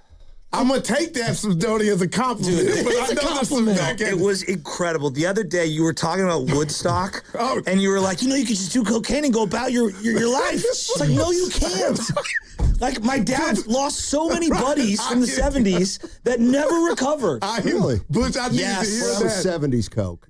Yeah. Yes. But there was no fit. It was acid. I don't remember saying that. No, Spadoni, these are helping people, this conversation. But Sure. like fentanyl is the killer of all killers. That was my point. Half a hit could kill you because you don't know what's in it. Less than half. Yeah, I mean, it's one of the biggest murderers in the country. And Rick that is James a wouldn't have conversation. lasted like he did I mean, in this day. The new Rick James. it ruins you. Yeah. I mean, let's put it this way. So fentanyl's so powerful in the hospital. Okay. They like turn the dial on the fentanyl, there he is. and it will literally turn your significant other into a coma or out of a coma in seconds. Listen to what he just said. Like because that was essentially that was the drug my dad was on when he was in a coma, and they were like turning it on and off. It's crazy. Yeah. Fentanyl is a crazy drug. You know what? And I just want to take this. I mean this. People, some people don't get our show, but that's my dude. And I just want to thank him for yesterday, because what we do, and I think it helps us, is we fellowship outside of the studio. And yesterday, Steiny, I had a lot going on in life. Yeah. And he gave me his 2 ears, and I appreciate it, partner. Oh, nice. Absolutely, buddy. I was waiting for you to kick me, but now it got all mushy. It's a Friday. We're feeling good. We're happy. Are we feeling good? 34 at home? Are you You're shocked? down 34. Steph wasn't playing. Hayden Pritchard's sick. I love him. Did you love him coming out of college? I did, Butch. I swear. I want to be real here. Me and Nash have been talking about Peyton Pritchard. Former producer from Nash the Solomon. And ask Carter. Carter, how many years have I brought up Peyton Pritchard? Ever since I've been Wow, here. Yeah, he's a baller. Well, I love the try-hard white guy. I admit it. But Okay, he got rhythm, though. But here's the problem. He's more than that. No, Dude, he Pods is. shot That's from the thing. Clay. He's Yeah. way more than that. And like Pods, everyone goes Pods. No, Pods can't shoot like Peyton Pritchard. Yeah. He can't set up. He's a hellacious He can't defender. dance like Pritchard can dance with the rock. His feel for setting up offense. He's an excellent player. Plays with tempo, then like slows down when he needs to. He's really good. And then Derek White's excellent. I want to ask you. I like Hauser. Hauser is good. I want to ask you guys how you felt about the Jaylen Brown contract at the time when you initially saw $300 million attached to him, and how you're feeling about him after this season he's having now. Because I think most people at the time, even on this station, Bonte, I know he was one of them. He's like, I wouldn't have paid this guy $300+ million. I mean, he's making the argument he is the best player, even if there was a healthy Jason Tatum. And I felt that way, Goo and Steiny, when I watched the playoffs. I was like, oh, Jaylen Brown's their best player. Did you guys feel like that at all? I feel like they're a little different version of Durant and Steph. Oh, interesting. Tatum and Brown. It's like maybe they're not quite at the level those two other guys were, but they're pretty darn close. Why do you say that? Because, remember when Durant was here? Who's the best? There was conventional wisdom was Durant was the best player on the Warriors. But it didn't really matter. You had two guys who were incredible. Some nights Tatum is the best player on the floor. Other nights Brown's the best player on the floor. And Brown's showing me something without Tatum, obviously. I've been so impressed. They're both really good. So we were talking about tanking for 2 weeks. I feel like the whole national media, end of the NFL season, and then we're like, oh, let's pick apart what's wrong with the NBA. And there's a lot to pick apart right now. Like, they've left themselves no wiggle room. As everyone tanks, I watch that team lose their best or second best player, and you're like, how are they doing it? Because they found diamonds in the rough, if you want to call them that, because you and I like a Pritchard. Yeah, but Hauser, they're not Derek White. Yeah. No, but they keep it steady. Yes. And our guys, I'm not mad at our guys, but let's be honest, that was on display last night.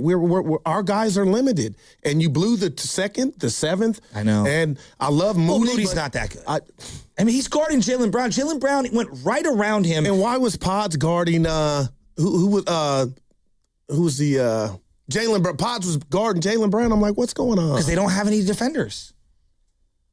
Oh, you're really sad after that one. Because I was actually encouraged with Porzingis. The second half stint I thought was excellent. Well, it's like Willard's point. He was like, you know what? I'm paraphrasing. I'm hitching my wagon to the Porzingis experience. And I go, okay. And I'm thinking about that as I'm watching the game. All right, what about the other 31 minutes? Because they only played 17. No, it's true. And you're down 34 in the third. But you have to be delicate that is with them. sobering. Right. What offense is Boston running? It's smooth as all outdoors. Well, it's move the ball to the open man. And everybody can shoot. And if you're open, take the shot. Well, and then they also went backdoor. They went backdoor a lot last night. They moved without the ball. I think that people are going to look at the three-point shots. I thought the shot selection was good, Steiny. I think that the Celtics played at a pace that the Warriors and that's just gobbled them up. And the other thing they do is I think they have a rule that you have to kick the ball ahead if a guy's in front of you and open. Like, they have to. You see how fast they get the ball up sometimes? Yeah. So, I thought the Warriors looked overmatched early, and then they kind of got into it. But by that time, I'm kind of with you. The Celtics, they made some bold moves. Yeah. You know what I mean? They didn't pack the season in. They just Figured they'll retool for a year, and then when they get Tatum back, they'll figure it out. Send Brad Stevens upstairs. That's Missoula's been excellent. I gotta give him I credit, really man. enjoy him. You brought this up earlier, Joe. That thing that happened with Ime Udoka, with other organizations, that could have been a killer. Like that type of scandal at the top. You move on from him. Missoula takes over. They get bounced, I think, either in the second round or in the conference finals the year prior to them winning the championship. And then there was a lot of question marks about him. Is he in over his head? He's kind of a quirky guy in the media. I've been impressed with him, and we were having the conversation, earlier about like guys that have kind of changed how you felt about them within their league, right? I think Sam Darnold's that for the Seattle Seahawks. Facts. Like you feel different about Sam now than you did at the start of last season. He used to be a punchline. Now he's like, oh, you can win a Super Bowl with this guy. He's a pretty good quarterback. I think Jaylen Brown. Guy's a superstar. But he's an MVP candidate. I didn't get to answer your question. I thought he got exposed in the 2022 finals, and I used to tell B and anybody to listen, he only can go right. He can't go left. They overpaid. I really thought that. Right. And I told Stoney, I'm in the line of, dude, you have went to the lab. He's averaging 29, 7, and 5 on 50% shooting. And look at where all his shots were last night. I mean, yes, he took some threes. They're all at the rim. Dude, he knows, like, I'll just back down Moody or I'll go right by him. Finish with either hand. He finished on the other side of the rim twice. Well, they're excellent. The spin move was really nice. Wasn't it? That he got by somebody and then spun off Pajemski. And then finished? Yeah. The body. It just held him. And what they were able to do after winning their championship, and think of all the guys that were part of that, all the older vets. Drew Holiday, gone.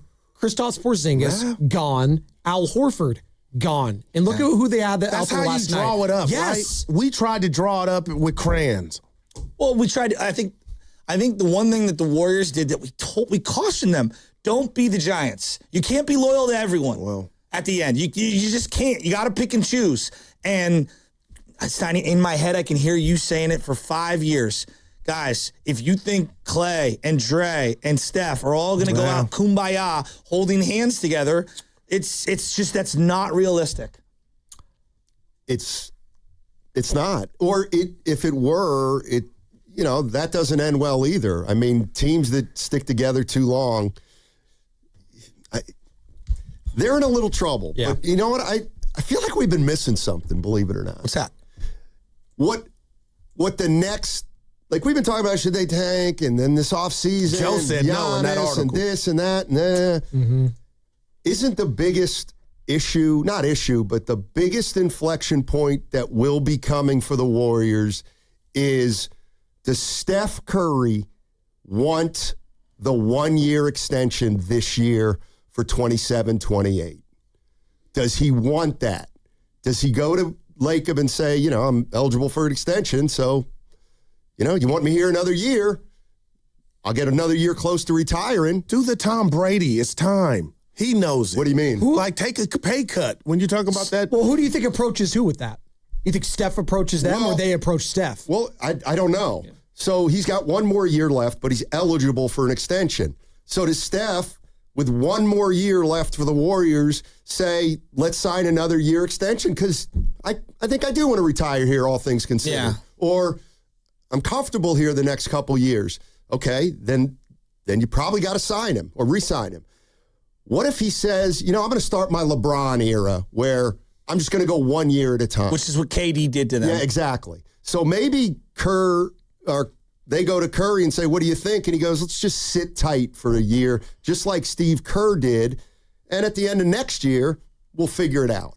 I want to know what, to his point, how much, because $75 million a year, and you look at the game logs and you're saying, he's only going to play, what, 50-something And I games? think he's going to take that into account. What would I look like coming in here like Billy Badass, which I am, almost feeling lightweight basketball guilty because I didn't give you many games played. He's made $500 million. And that's what I'm saying. I know I'm speaking on somebody else's money. Only $500 million, huh? Well, I don't, he's not going to play for 10. No. But 40's different from 75. I was kind of thinking something like, come on, do you give him 100 for 2 more years after this? I would do that in a heartbeat. Just 50 and 50. Lacob would do it too. Yes. That might be, that's still going to, it's still going to constrain him. Don't get me wrong. But don't you think the message that sends also is hey, I'm open to anything. So if someone comes in at a younger, whether it's via free agency or the draft or whatever, I'll be his 1B. You know what I mean? Like, I think taking less. He's ready. You think he is? Yeah, no doubt. Sorry, well, I wonder. I don't know.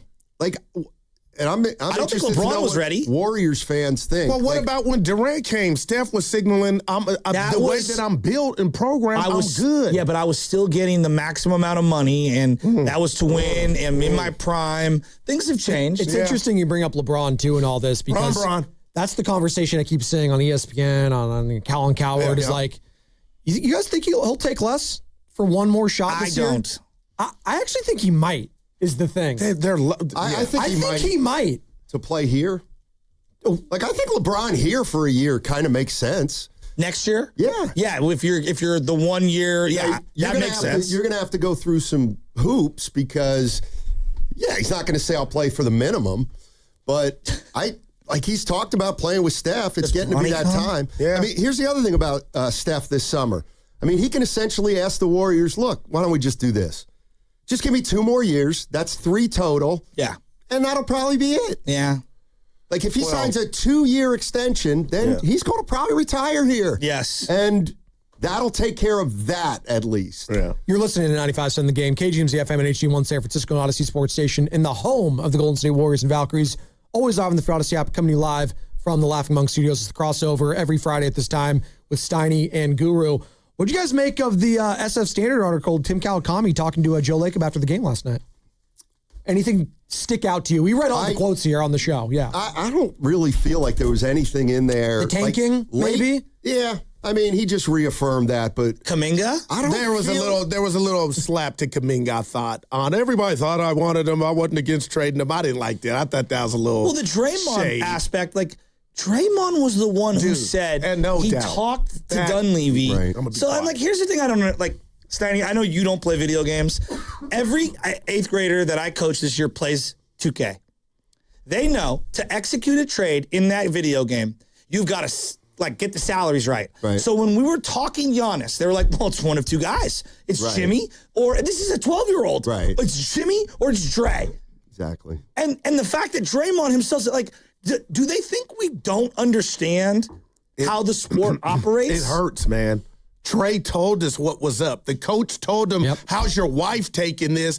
And now they're really trying to run it back like that didn't happen. And it kind of basketball hurts. He talked about talking to his son about it. Yes. He opened up. Yes. Steve And his Kerr wife confirmed it on these very airwaves, as you mentioned, like with Willard and Dibs. And I got to bring up Willard again. And you guys tell me if I'm being unfair. You okay with Willard? You gotta bring that's him my up a guy. lot. No, because dude, stop. Do I? No. You call him Mark Illard. You take the W away sometimes. I'm going to give you a 1. Thanks. I know everybody wants to see the good part of Porzingis, but with everything going on with this team, it's ages. Now Steph has the knee issue. We don't know what's going on there. You got Jimmy coming back in 2027. Porzingis could be Lou Alcindor. I got to put my foot down and say, thanks for these 27 games.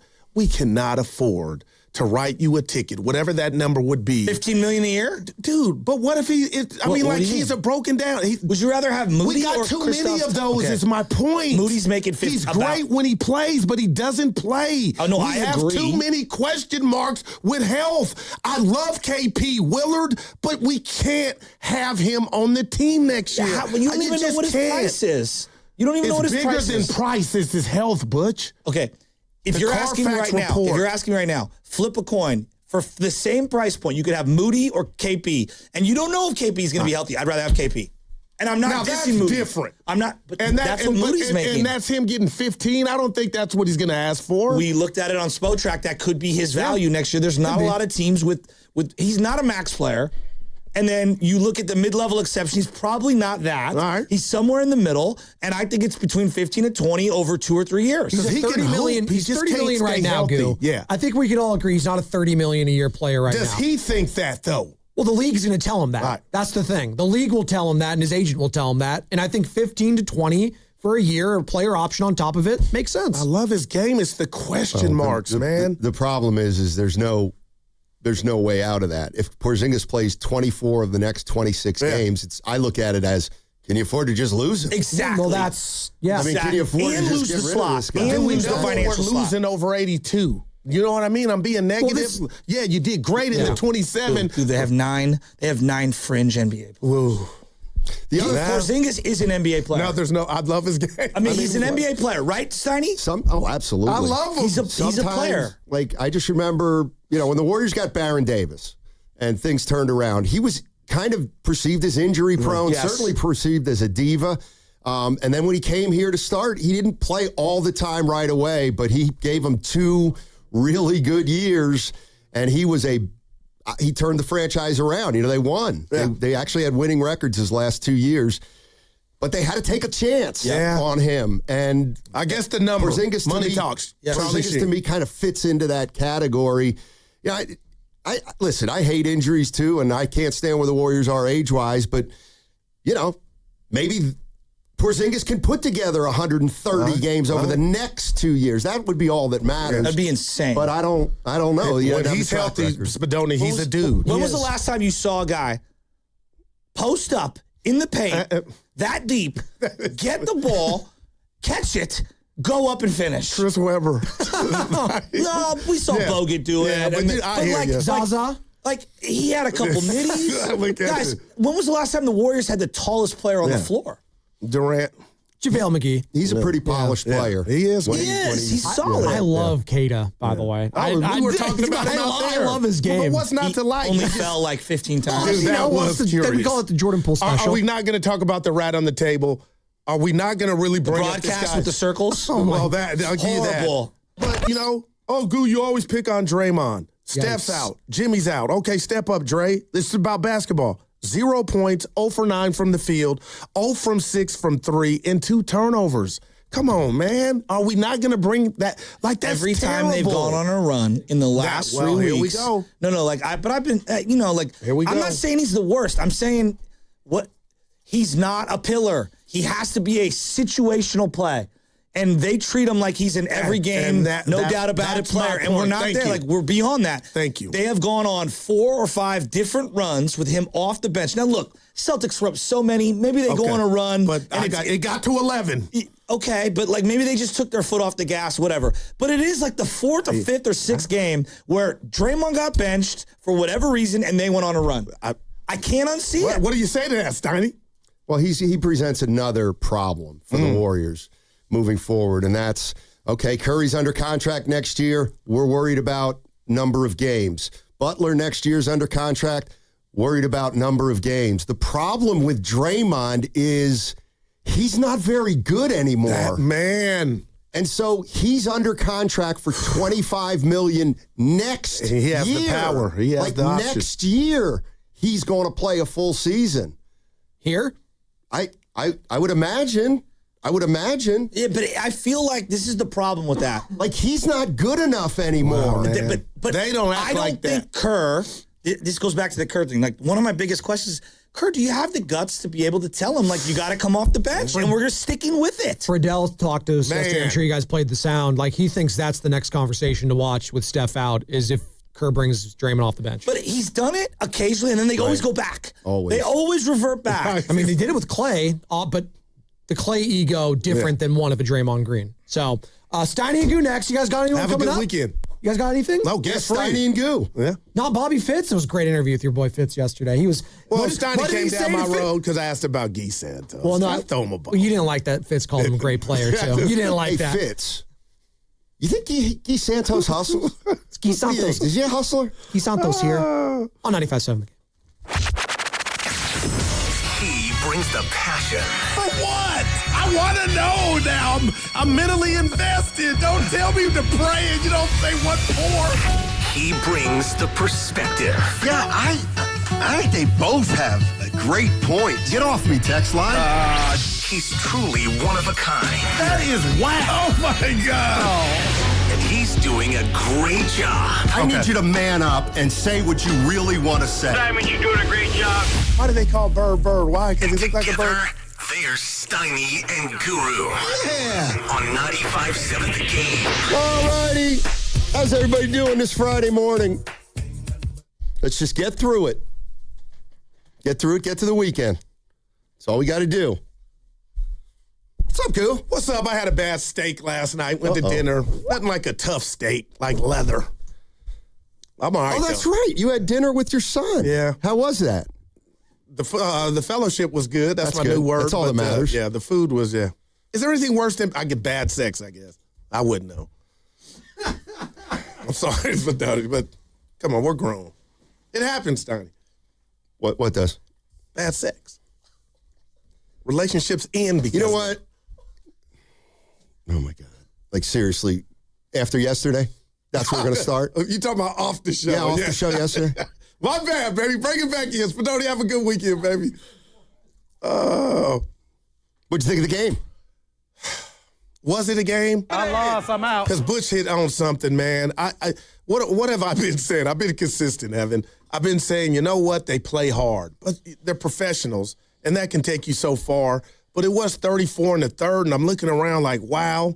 And Willard, they told me not to bring up your name, so I won't. But Willard had me thinking about the Porzingis experience, and he played 17. So my question to you about the game, what if I told you I didn't like the other 31 minutes?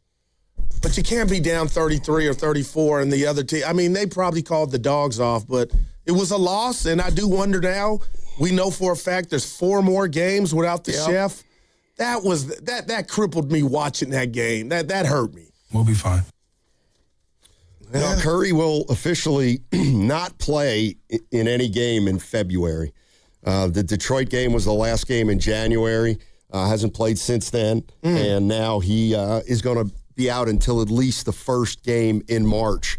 So the Warriors are now going to be playing, the next 10 days without Steph Curry for sure, and we'll find out, more after that. But the thing I keep coming back to, Goo, is where I want to start today is, we've been talking about where this thing's going to go, and I feel like we kind of missed it that Curry is going to be the one who determines the big portion of it. So he's got 1 more year left on his deal. It's a very simple question. Does Steph Curry want to sign a 1-year extension for 2027, 2028?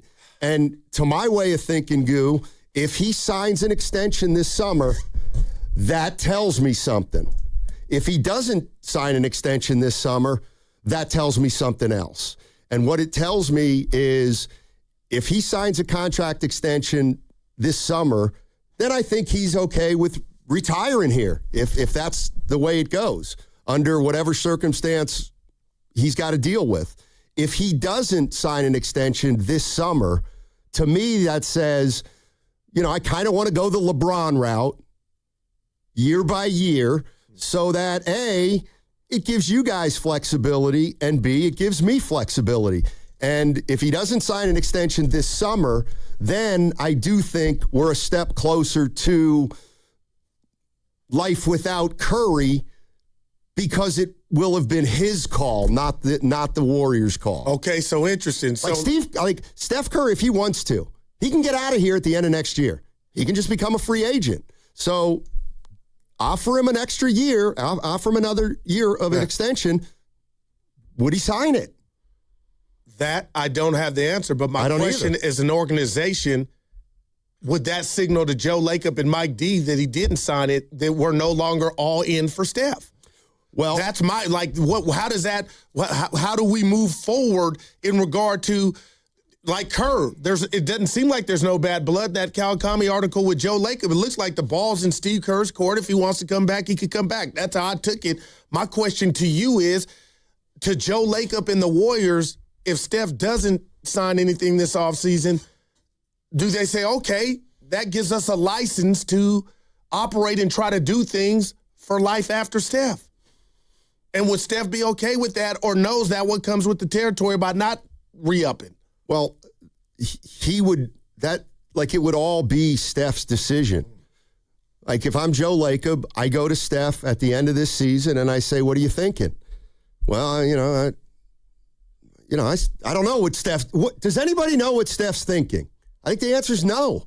But I got to believe, because he's hurt and he's not able to help this team, I would ease up on that gas pedal of what's around me is just, I don't like it. It's not good enough. And I think that's true. But the fact that he can't be counted on, I think it bothers him. And I think Steph, that energy, that vitriol from Steph can be 100 because you're not able. Like, this is happening because you're hurt.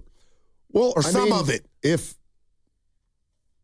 My question is, if you're the Warriors and you go to Steph and say, let's get you under contract for 2027, 2026, 27, 28, see what he wants. What would he say? Yeah. Hey, we want to extend you to through 27, 28. Right here, right now, does Steph say, let's do it? Let me ask you this. I don't know. What would you do if you were Steph?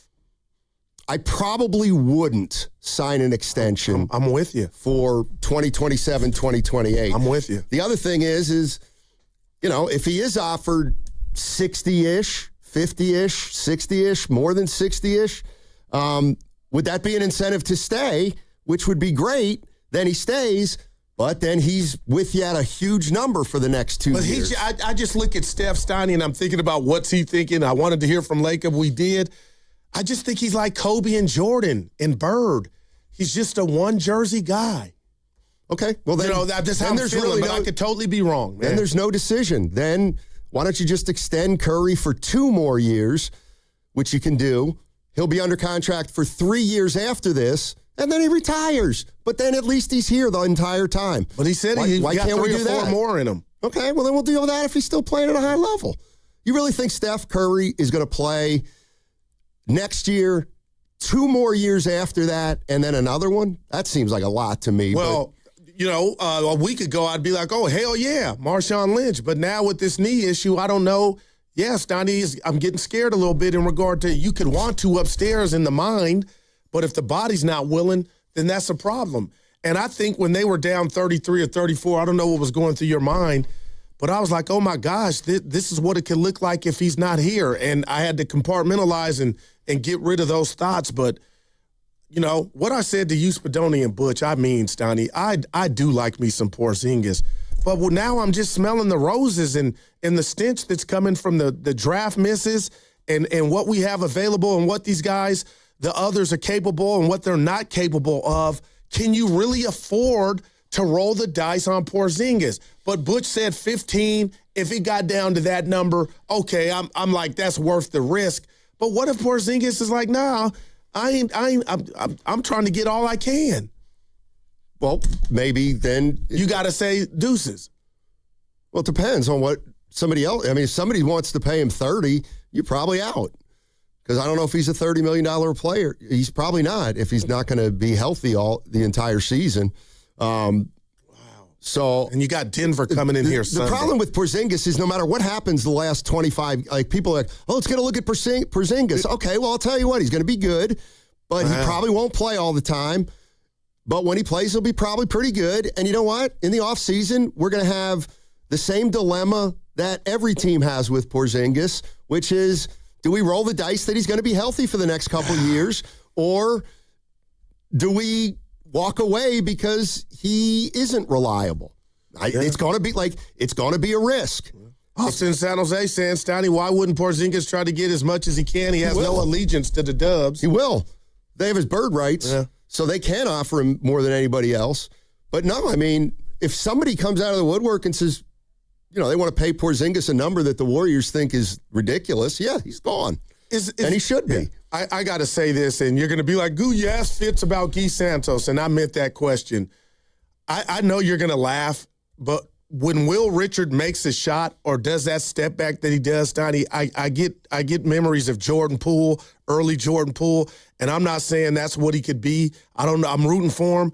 But is there, and I'm not trying to come at the whole team, but it's real, this question I'm about to ask you. What Warrior player, not named Porzingis, do you feel good about right now?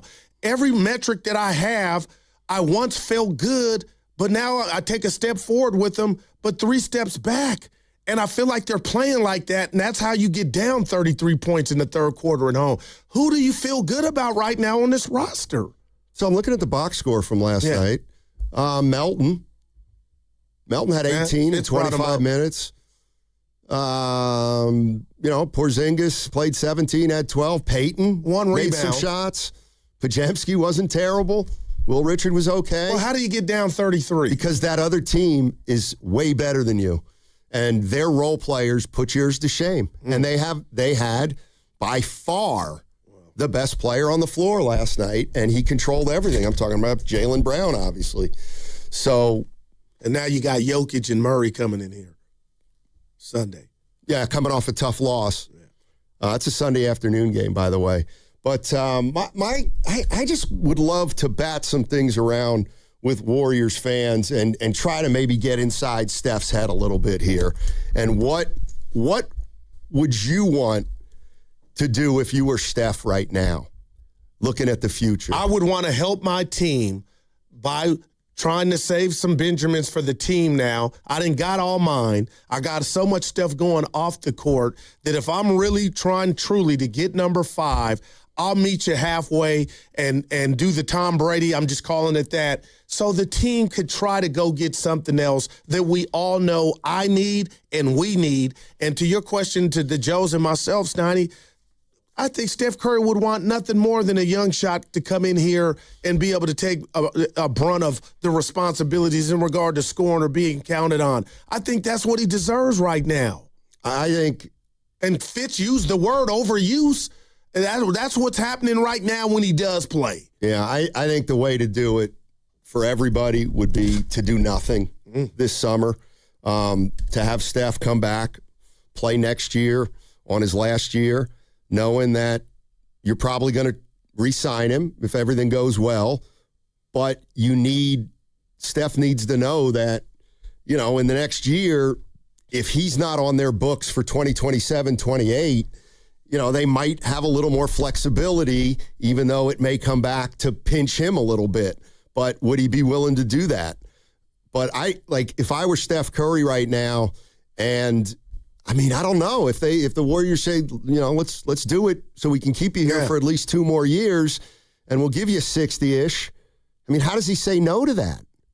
But I guess the reason he'd say no is because he's made $1 billion in his career over various careers. But, to me, what's starting to become clear to me is Steph is going to be the guy this summer that lets us know how he's feeling about where they're at. It's interesting. It really this is in your feels heart, like that. And we're discussing it. I look at First Take, Stephen A., and they're talking about it right now. Who cares?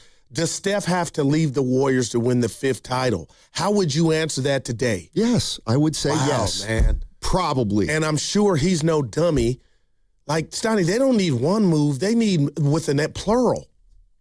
Yeah, I don't think they can get there in time. And that's the other thing. We talk about Steph and how long he's going to play, and he's been durable as hell. But do you just continue to operate as though he's going to continue to be this player when he plays for the next 2 or 3 years? But where's his help coming from? It can't be inner growth. It can't be Pods, Moody, Pozinga, Post. Post has been a ghost now. And I understand it with Horford and Porzingis, but, you know what I mean? That was a theme this year. Oh, Post. And now his minutes are basically used up because you got the OGs, which is the right move. I'm just, you can't count on, the guys are going to go through their puberty, come back this summer. That's over with. Yeah, Post, Richard, Pods, Peyton, Spencer, Moody, Santos. Wow, man. You don't have enough room for good enough players to elevate that kind of team. Anyway, what would you do if you were Steph Curry at the end of this season? You want another year? Or you want to take a look at the landscape? Because that's, whether we like it or not, Steph's going to be kind of determining the way things go, and he'll have a decision to make this summer. All right, we're giving you a chance to do something money can't buy. It's a bucket list moment. You can play knockout on the Chase Center floor, and the only way to do this, though, is to first register at 957thegame.com. Go there and register, and then we're going to call names, and if you hear your name, you call the contest line.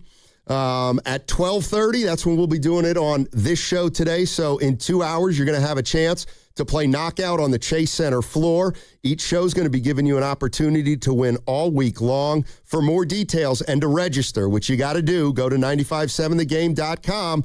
That segment was also brought to you by Planet Fitness. Planet Fitness has everything you need anytime the motivation hits. And with most clubs open 24 hours, you can give everything you've got. Save $28 or more when you join today for just $1 down, $15 a month. Cancel anytime. Deal ends February 27th. See club for details. Women's Heritage Day is coming to History Park on Saturday, March 7th from 12 p.m. to 4 p.m. Join History San Jose, Mosaic America, and other community partners as we celebrate Women's History Month in the Santa Clara Valley. This free, family-friendly event will feature live cultural performances, a poetry lounge, crafts for all ages, booths from local woman-owned small businesses, a woman-owned lowrider and classic car show, and more. Want to be a sponsor or find out how you can get involved? Visit historysanjose.org. All right, I need avocados, bananas, salad, steak. Wow, does your grocery list have multiple pages? No, but I skipped lunch, so now it's like my stomach is doing the grocery shopping. And besides, I'm earning cash back with Upside. Upside? What's that? Hold up, you haven't heard of it? Upside is a free app that gets you cash back when you shop at gas stations, grocery stores, and restaurants. And they added Lucky and Food Max stores, so we're pretty much covered wherever we go. All those stores? Yep, so not only are we getting a great deal on groceries, now we can earn cash back as well. Okay, downloading Upside. Now let me copy your grocery list. Great news! Lucky and Food Max are now on Upside. Download the Upside app and use the promo code SAVE9 to earn a 10% cashback bonus on your first grocery purchase. That's promo code SAVE9 for a 10% cashback bonus. Use promo code SAVE9.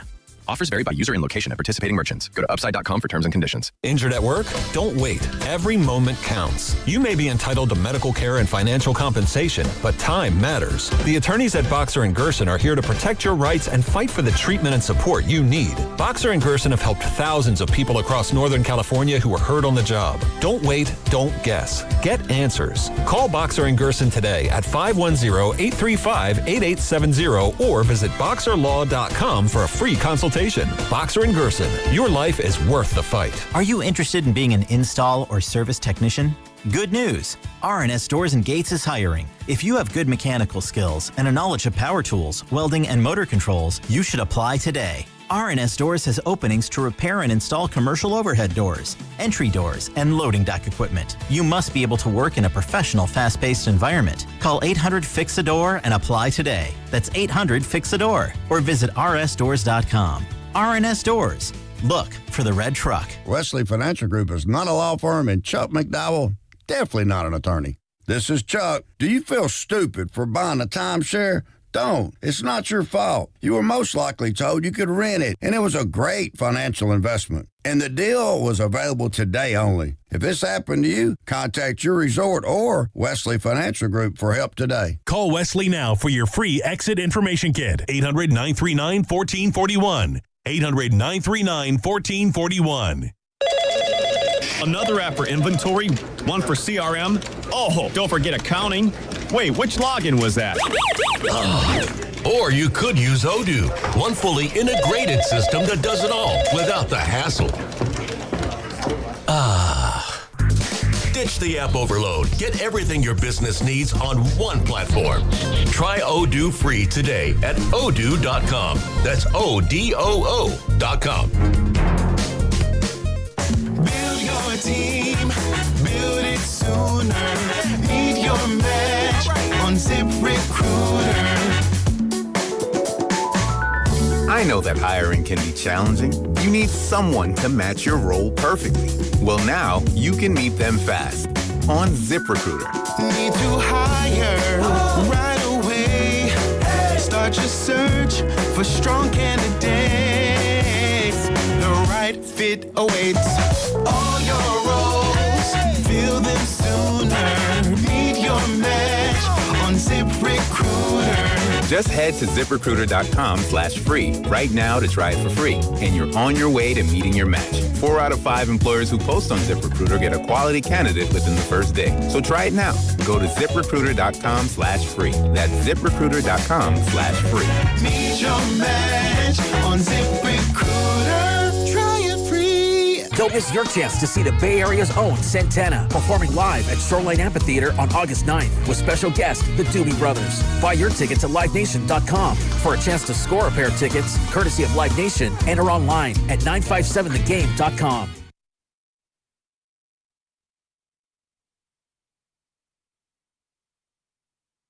Porzingis tipped it over to Horford. Horford handoff Moody behind the screen three. Got it.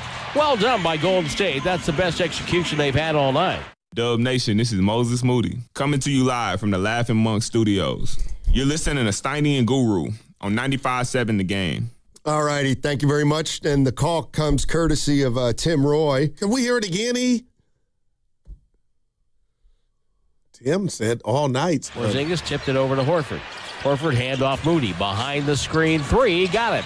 Well done by Golden State. That's the best execution they've had all night. Tim, I'm missing. You know, I probably cut it to 28. Mark Willard uses this term. Will. It's almost like Tim is describing a team that's adorable. Oh, man. They're adorable. Yeah.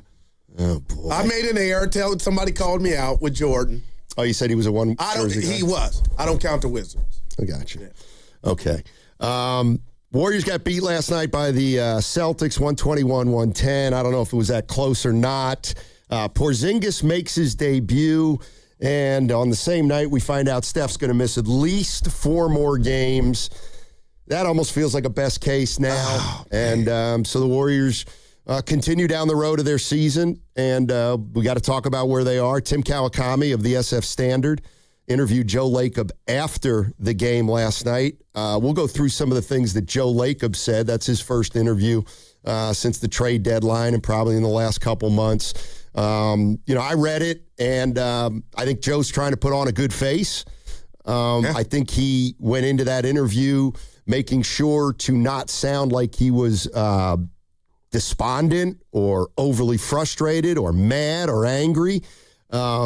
I think he went into that interview and said, I'm going to talk about some positives and let everybody know that I'm an optimist, and I think we still have some action this year. But on the heels of a game like that, it does feel like it's just hollow words. And they're his words. And what have I been echoing for here or, yelling from the belly? I want to hear from Joe Lacob. I want to hear from Joe Lacob. And the boss sent us that piece, and we got to hear from him. And the best parts, Donnie, and I want to point out, is what he said, Joe Lacob, that is, tanking, what he thinks of it. And they don't participate, and they got soldiers and Coach Kerr. They come to play, Curry, Dre, so I get that. But what I don't like, and maybe you can be my doctor. I'm on your couch on this Good Friday, Steiny. He talked about Mike Dunleavy and the dust-up that happened when he had that energy at the presser about Draymond.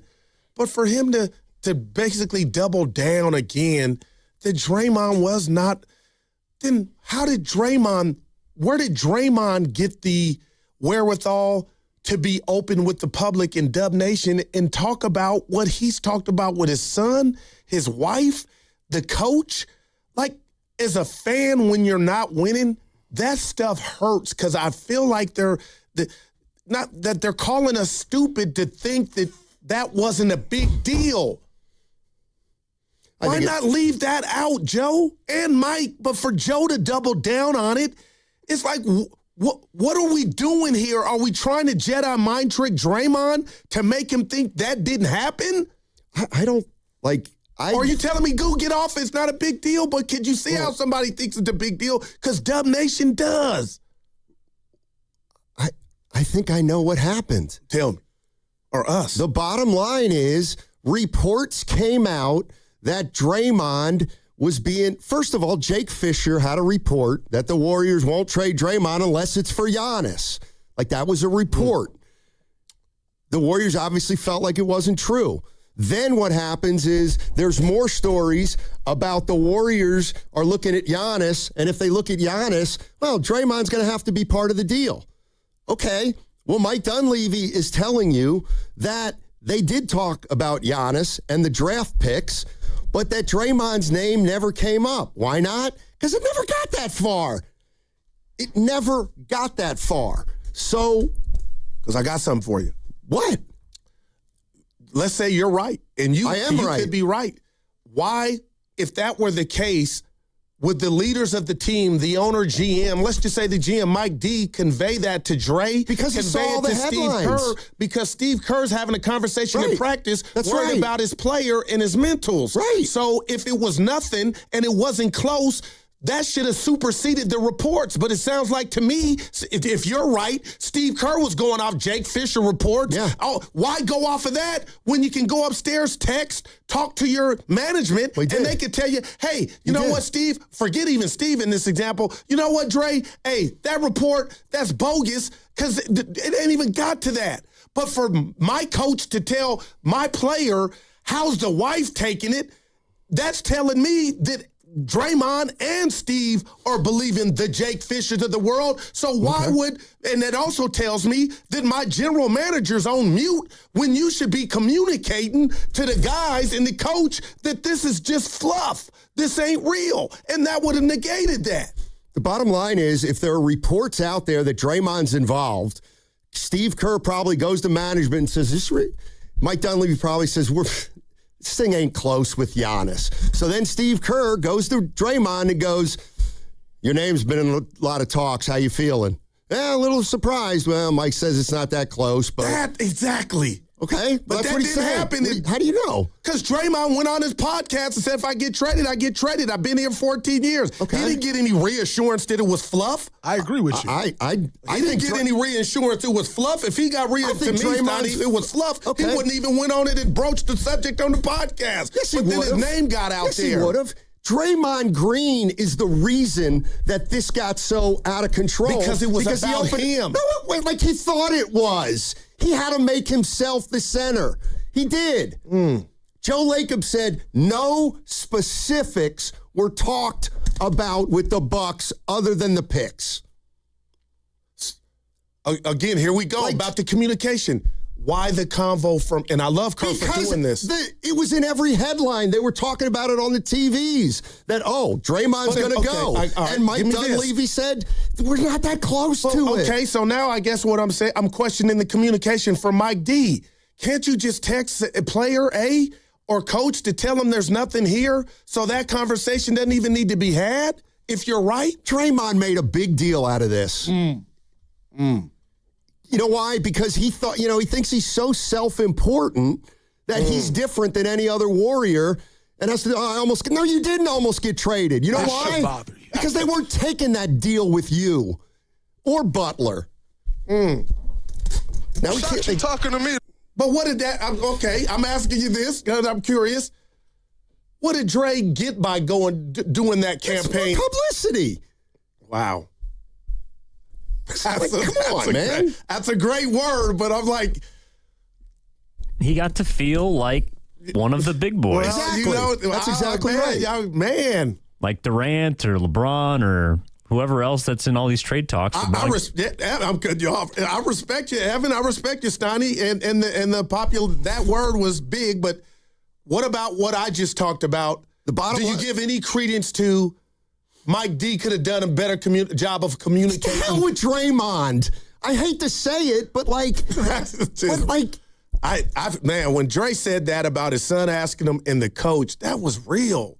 And that led me to believe something might be going on. You know why Mike Dunleavy had to say what he had to say was because even though some rational fans could look and say, they're not going to get Giannis. They don't have enough to get Giannis.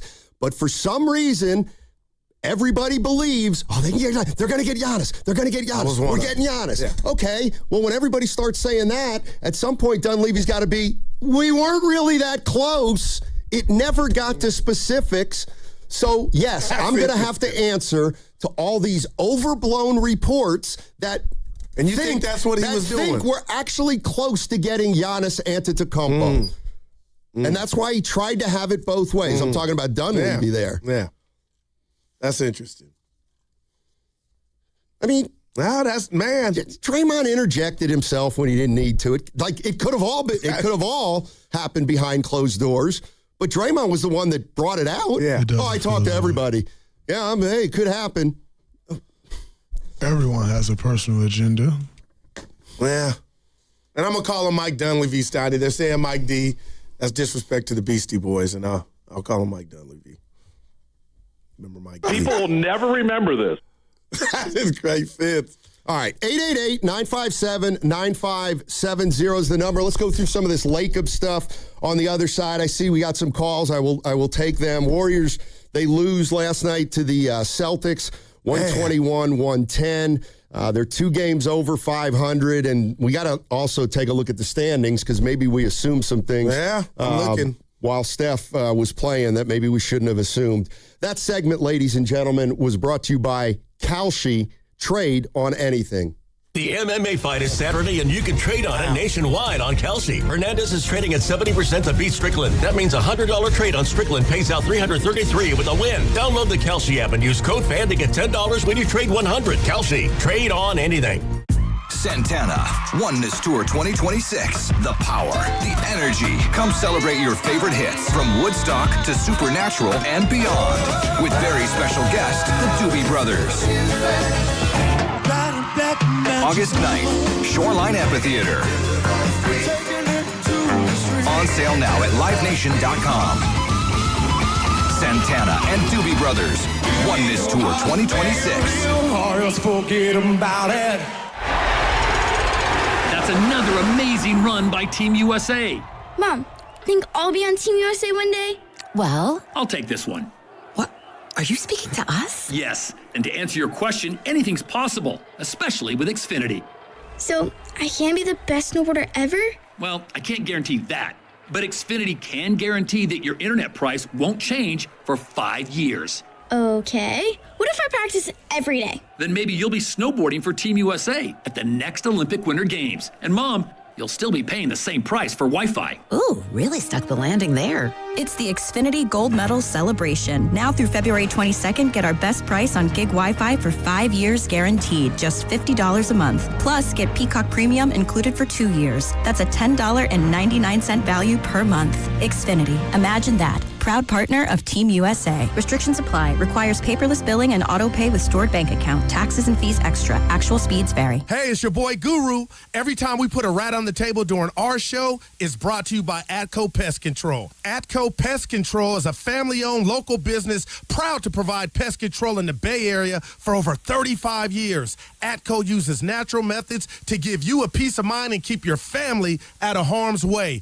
Quality pest control doesn't have to empty your savings either. Don't wait. Go to AtcoPestControl.com for all your pest control needs. They got you covered. We all hear the radio ads about the IRS. They tell you to be afraid, to be scared, and they try to frighten you into calling. I'm not here to do that. Tax Relief Advocates is different. TRA is here to tell you that if you owe money to the IRS, whether it's $5,000, $50,000, or $500,000, we have a solution. It doesn't matter if you're sitting in your car, at work, or with your kids. No matter where you are, call now. 800-575-6986. Don't lose hope. TRA can eliminate or reduce what you owe to the IRS. Generous programs are now available that can give you a fresh start. Our passion is taxes and helping individuals fix their IRS problems. We have over 1,000 5-star reviews on Google and an A+ with the Better Business Bureau. You don't need to be afraid of the IRS any longer. End your tax nightmare today by visiting us online at TRA.com or call 800-575-6986. That's 800-575-6986. Tax Relief Advocates. Real solutions for real people. Want to talk about low testosterone or impotence? No way, right?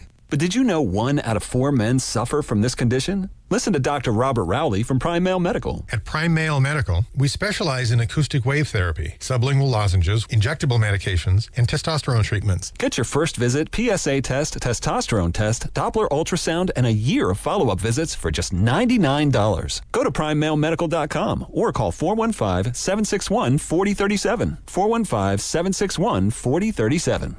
What's good, y'all? It's Von Miller, Super Bowl MVP, Sackmaster, and now your host of Free Range. This is where NFL meets real talk.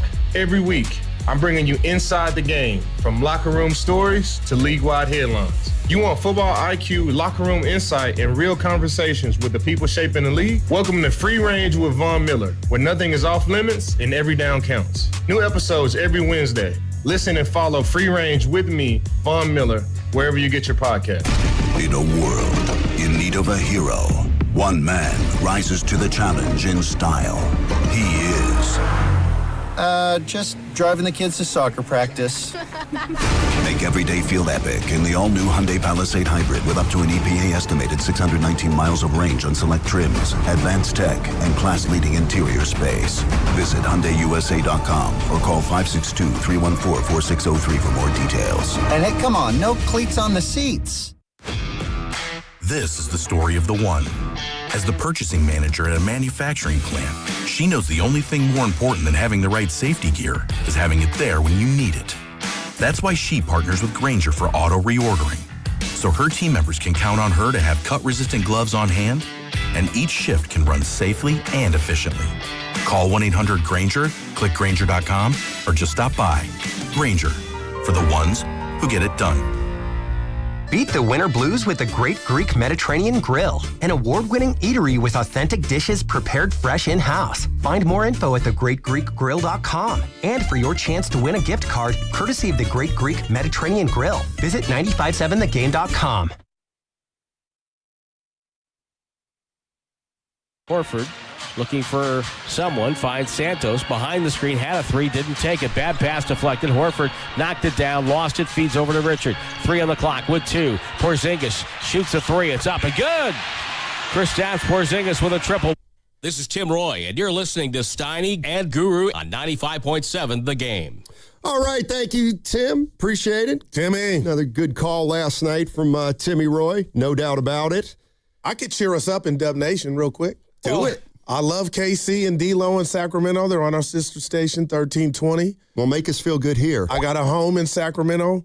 We could be the Kings. That thing is They're younger. bad.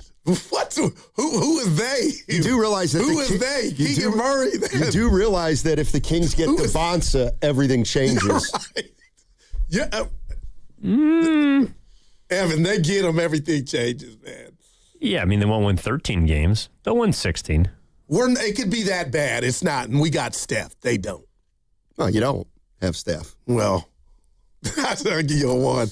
All right. Joe in Burbank's been waiting. I want him to get us started on this segment. What's up, Joe? How you doing? Wants to talk about the Dubs coming off a loss to Boston. What's up, Joe? Hey, guys. Thanks for taking my call. Yep. For great sports talk radio from 10 to 2, Steiny and Guru will get you through. Oh, look at him. Cut man, that's our guy, JoJo. I said cut it, Evan. The hell do you think I'm doing? He tripping. Let me go ahead and see if you guys agree with some of the points I'm going to make. First of all, love your stuff that you're talking about with Curry. And certain things, kind of concern me a little bit. If Curry does do 2 more years on his contract like you were talking about, Steiny, so then he has 3 years, is he going to will he want the Warriors to continue to make moves to allow him to be competitive?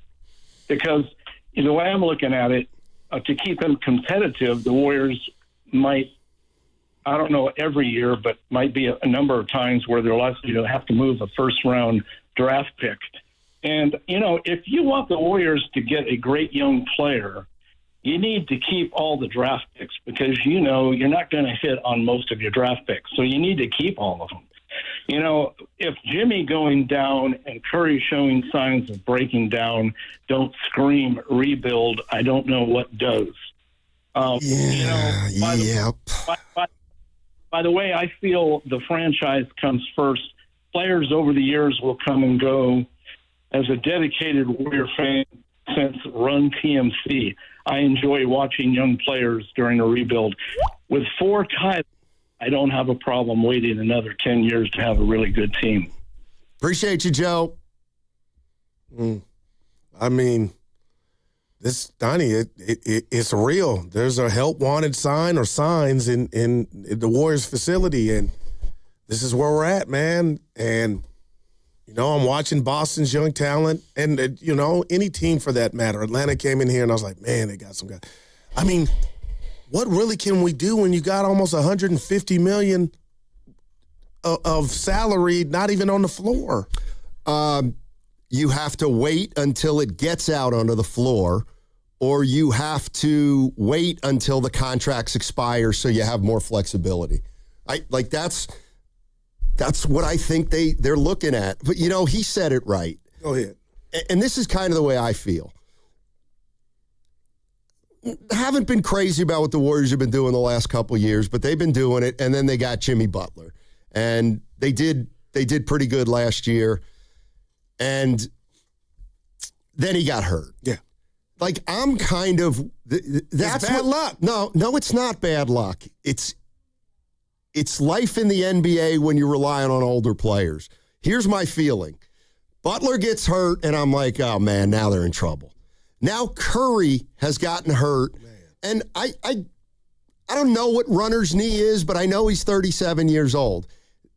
I think he said it best. When Jimmy Butler gets hurt for an entire year and Curry's starting to show the age with some injuries, and Draymond is a significantly reduced player, it might be time to rebuild. I don't think that's the craziest notion in the world. Okay, and you know your partner. I hate that word, and I hate that word especially when you're sitting with Steph Curry. I know he's injured, but something just came to me in regard to just listening to Joe Lacob in the Cal Kami interview, and you tell me what you think. Steiny, I always talk to you guys about the mob movies. I love loyalty to the end.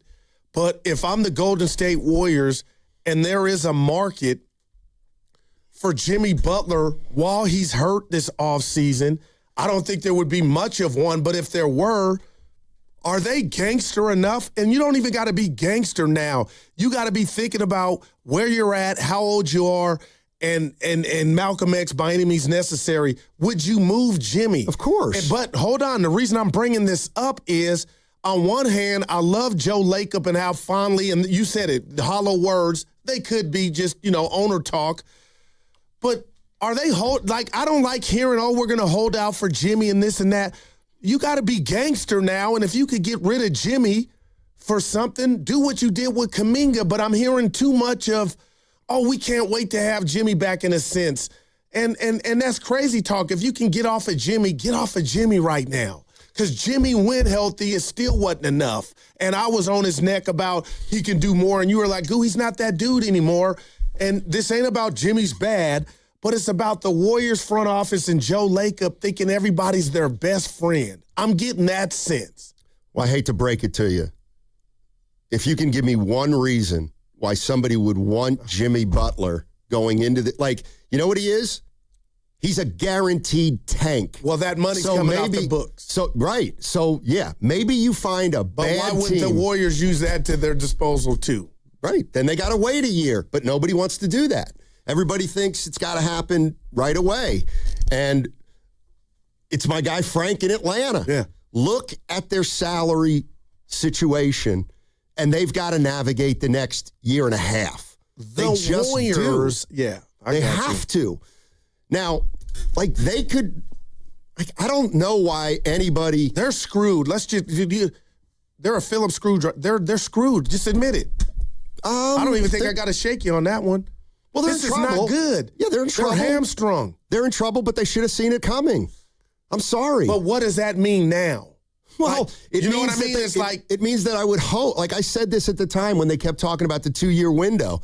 I felt like, okay, it's a 2-year window. It's a 2-year window, but they can pivot if it's not going to last that long. Right. Well, it's not going to last that long. So maybe it's time to pivot. But they can't do it now. They got to wait till the end of the season. But,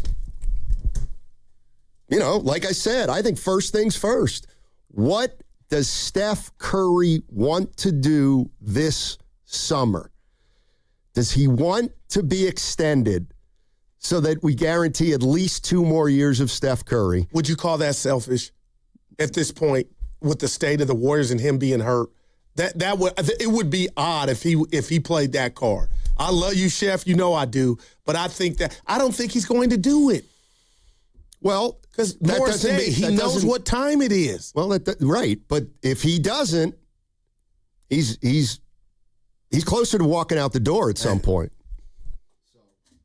And again, I'm tough on my Steph. You know what I'm saying? I love the dude. No, you're not. But no, when I say I'm You're tough, the opposite. no, I love him so much. So what I'm about But to you say never is have going to be tough loved him. You've coddled him. Yeah, the shot Everybody in the has. 2019 Finals against Toronto, he should have made Game 6. I'll never forget that. Yeah, that's great. He criticized him on one play in 15 years. Listen, would that be the worst thing in the world? What? Outside of the feelings, if Steph went somewhere else, outside of who he is, and the Yankees lose Jeter, which they never did. The Bulls lose Jordan. I know that. You know what I mean? Like, on paper, would that, in the books, would that be the worst thing that your 38-year-old, even though he's still hooping, went somewhere else? Wouldn't that be there's nothing they can do to supersede? I'm saying it. There would be a lot of vitriol from the fans, but that's the biggest bonus you could give the ledger for the Golden State Warriors is if he were to go somewhere else and you covet and get all that king's ransom, and you could start the project over. Yeah. I mean, it's gotten to the point. Here's the thing. I hate to say that, but that doesn't sound like death to me anymore. Well, the hardest part is going to be, like, if you ever do go down that road, and I don't think we're there yet. I don't think we will. I don't know what you can get for Steph. I don't know. I don't know what you can get for Steph. 3-1s for sure. But it's never really been on the table. So I don't know what they can get for Steph. But Desmond Bain got you. Guru, he's 28. He's in the middle of his prime. You know, there's probably only a handful of teams. You know, I think there'd be teams interested in Steph, obviously. Oh, my gosh. But they all have to be contenders. They all have to be close. He's not going to Utah. No, that I get. Okay. And he wouldn't want it. Yeah, they wouldn't even send him and nowhere also, that he didn't have a chance. The other tricky part is if you're a team that's, you know, you think you're a Steph Curry away, what are you going to have to give away to get Steph that may take away some of your younger players that you're building with? So, I don't know. I don't know what you can get for Steph. It's not the time for that. Yeah, I got you, but wow. Joe Lacob was numbers 888-957-9570. Also, just real quick, I come in today, quickly talking to the boss. We're a little down on the Warriors. And he goes, yeah, but Steiny, like, what could they have done? Like, what could they have done? I think there's some things they could have done, and we can talk about that. But if you got an answer to Nahegan, you can jump in with that, too. You're listening to 95.7 The Game, KGMZ FM and HD1 San Francisco, on Odyssey Sports Station, always live on the free Odyssey app, and now broadcasting from the Laughing Monk Studios. All right, this is Joe Lacob from Tim Kawakami's story in the SF Standard. You know, he leads into this sentence, can an owner who likes to try to speak things into existence be truly realistic about the Warriors the rest of this season and into the future with a championship wholly out the window and even getting out of the play-in tournament being a long shot? This is Joe Lacob. Look, this season matters to the fans who bought tickets for this year. Hopefully, they'll be our fans next year as well. Obviously, I think you should always be trying to win and do the best you can. We've been dealt a couple of tough cards here right now, and our expectations probably shouldn't be as high as they were. I thought with Jimmy, since we acquired him, we were what? The fourth best record in the league, I think. And unfortunately, the Jimmy injury just came at the exact wrong time. I know that's difficult, but we just have to figure out a way to win. Maybe the expectations for where we can get are not as high, but we can still be good. We can still be in the playoffs. We still have Steph Curry. We still have some really good players. This is the one that stuck out. Joe Lacob said, and I think we can upset some people. Who knows how far we can go? I'm not going to try to think about that or judge it. I think we should just work as hard as we can, play as smart as we can, and get as far as we can. Joe Lacob. Yeah, what stood out to me and the reality that we're all living in right now currently in Dub Nation is, so that's what it's come to, huh? For us to win, it has to be an upset. Yeah, well, we're not the big dogs. Well, we haven't been. No, I hear you. When's the last time you went in as a favorite? But we've never used that verbiage. That we had to upset. And now that's say upset. No, he said an upset some people. Oh, did he? Yeah. I thought he said we can beat some people. No, and then you said upset. Some well, people. It would be. And that's my point. And Sonny, how many really good players not named Jimmy Butler and Steph Curry do the Warriors have? Let me see. You said upset. Yeah, I read it. Yeah, well, I'm like, damn. How the hell can they win 2 rounds is my question. Oh, yeah. That's like that. And I think we can upset some people. See, that's just. And you know what I said to Evan? Oh, they're going to upset some people. Oh, right. That's a 4. The Warriors are going to upset some people. Let's go to David in El Cerrito. Hey, David, how you doing? Long time. Yeah. Hey, Goo, just before I get to my basketball question, did you reference Mike D as if he was no longer alive when you said remembering Mike D? No, I was saying he was the Beastie Boys, Mike D. That's his. You can't. That's the one and only. Oh, yeah, okay. He's with us. So yeah, I know. Sure yeah. All right. Some people believe I didn't know, but yeah. Come on, dude. All right. I like discussing the NBA a lot more than I like watching it. And so that's the problem. I really do. I just can't watch a league with no rules. It's difficult for me. But I asked the question a couple of years ago, what was the value of the last chip? How far back the last chip set this franchise? And I believe that you're still seeing the sort of the fallout of that last chip. Oh, we can do it again. And since they've been trying to recapture that last chip for a long time now, I'm at the point where if Joe Montana can go play for the Chiefs, anyone can go play for anyone. The difference being they had someone else to replace Joe Montana, so there was a momentary excitement in all of it. But I really feel there has to be a reset and a stopping of the discussion of the now with this franchise. The age thing, which you've both brought up, it's undefeated. The Father Time is undefeated. And it's just like, I hate to say it, Steph has got to go somewhere else. And I don't know that they get big returns anymore because everyone sees what everyone sees. But if it were me, I'd be like, send him to a competitor, send him to New York.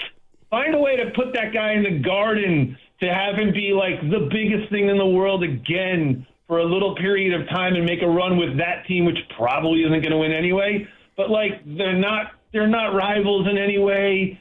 See what you can get from the Knicks. It sells even more tickets for them. Like, that would be great to see that dude play in the Garden. Would be like, he's a superstar. Put him in a superstar environment for one last time for himself. I think he takes that. And they could use him. That would be a perfect fit for me. But I'm not on that time. Again, Stanley, I love the call. I'm going to say this to you. You said something to Spadoni and Shasky and myself. So LeBron takes a pay cut. That's the only way we could get him in the Warrior uniform this offseason. Well, if you trade him for Jimmy Butler, yeah, I guess he could sign with the Lakers for 55 and then trade LeBron to the Warriors for Butler. But why would the Lakers do that? They could just not sign LeBron, tell him to go somewhere else and save that money. I mean, this is really a big project. This is, man. And it's, when this is huge because you can't even get started right now. Like Nahigian said something, and I've heard it before, and it's interesting, and I think there's a sliver of truth to it. But he said this, not me. He goes, How much did that 2022 title cost? I don't like that. Too bad. That's the boss. Go to him. No. I didn't say it. Who would not take a title? Like, you can't live life like that. That was a parade. No. But that was one of the most inopportune championships you could ever. have had it right. So what did it cost him? They cost went and them, earned a title. Yeah, it cost them the illusion of thinking they were going to win it again. That's what it cost them. It changed. That's your goal no matter what you are. Right. So quit crying because the 2022 title has led us to this point. You can't say, like, if they don't win it, do they extend Draymond Green? I don't know. Well, I know. Yes, they extend him because he's a lifer. 0 for 9 last night, 0 for 6 from the three-point line, and 2 turnovers. They paid Wiggins and Poole right after they won a title. Are those guys even here? I would. How about but this? They're not. How they're about not this? Here. I would tell Nahigian this, my boss. I want both of them here. One of them's not here because some other stuff jumped off and nobody got checked. Okay, so and that's we one could thing you use would do Wiggins different. right now.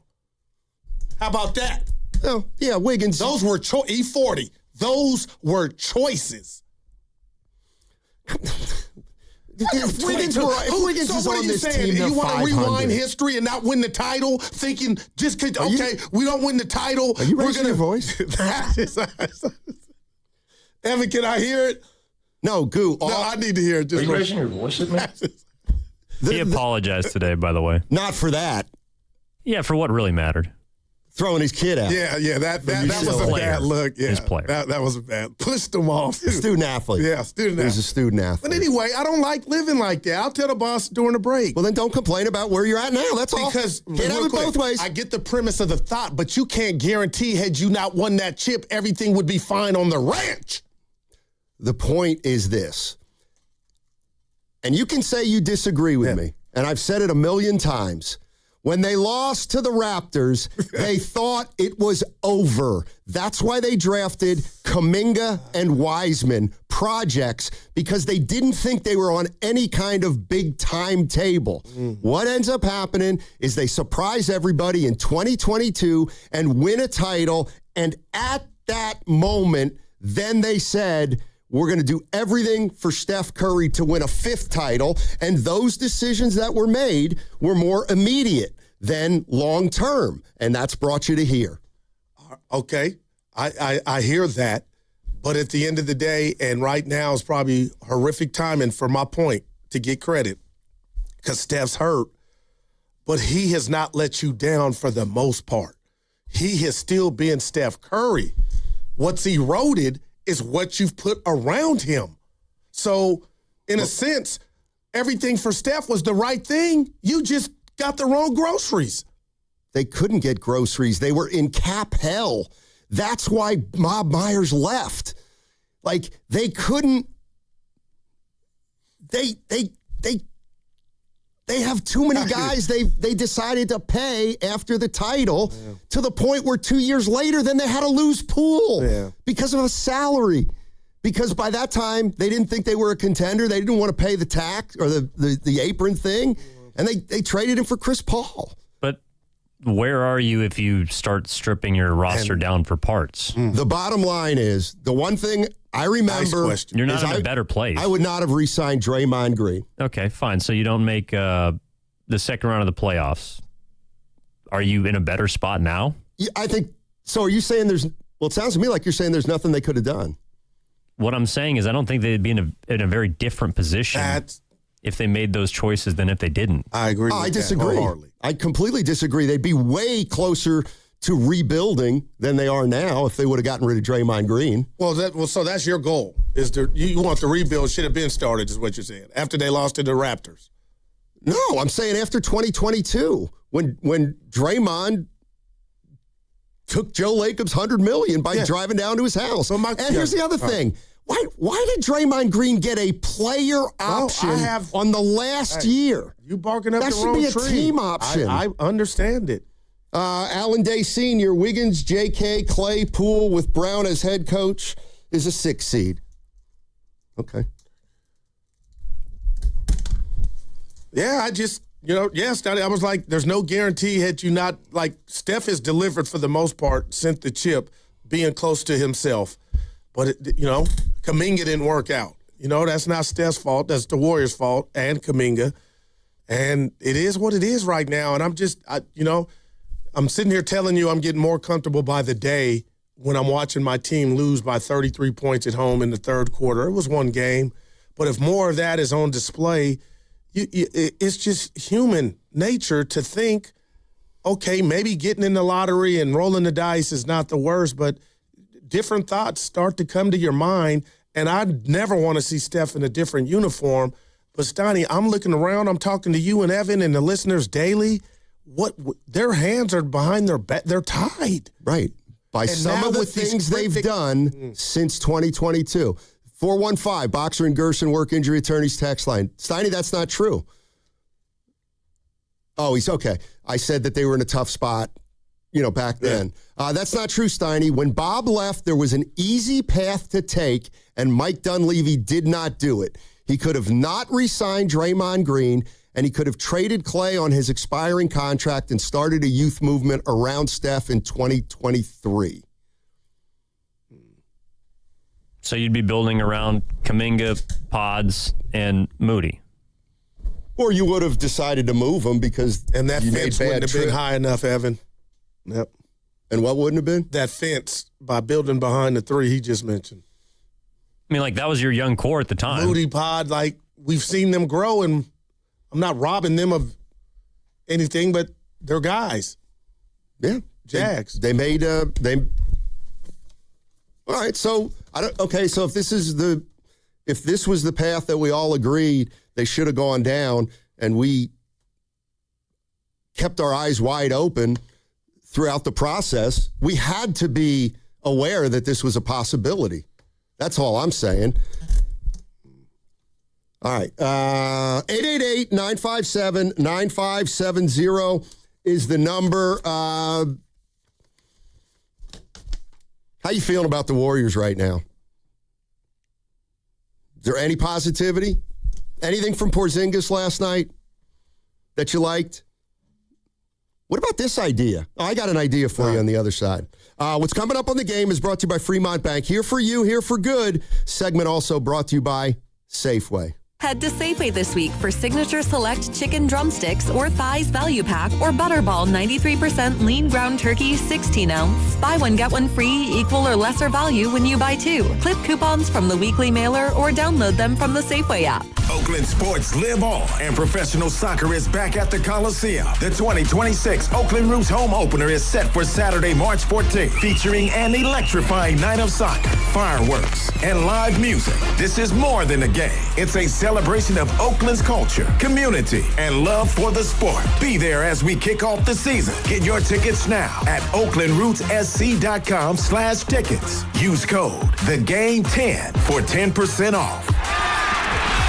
Hey, it's Willard. Legends are built over time. Anyone can have a great game, a lucky season. At Habas Law, generations matter. For Tariq Habas and Nicholas Habas, integrity was learned at the dinner table. And a hard truth, clients are often victimized twice. First by accidents, then by greedy insurance companies. 40 years strong, Omar Tariq, and now Nicholas Habas, generations fighting to make it right. Visit HabasLaw.com. Omar Habas is a California licensed attorney. Offices in Northern California, including San Jose. Past results do not guarantee future outcomes. Hey, it's your boy Guru. Every time we put a rat on the table during our show, it's brought to you by Atco Pest Control. Atco Pest Control is a family-owned local business proud to provide pest control in the Bay Area for over 35 years. Atco uses natural methods to give you a peace of mind and keep your family out of harm's way. Quality pest control doesn't have to empty your savings either. Don't wait. Go to AtcoPestControl.com for all your pest control needs. They got you covered. Dan Daly, administrator of Lawton Skilled Nursing and Rehab, is proud to announce our award as the top Bay Area nursing facility in the Bay Area and third best in the state of California as reported by Newsweek magazine. Under the medical direction of UCSF-affiliated medical director Dr. Darby Clayson, if you or a loved one is in need of inpatient physical therapy, please don't hesitate to contact our admission team of Dab Sterling or Charlotte Lawrence at 415-566-1200.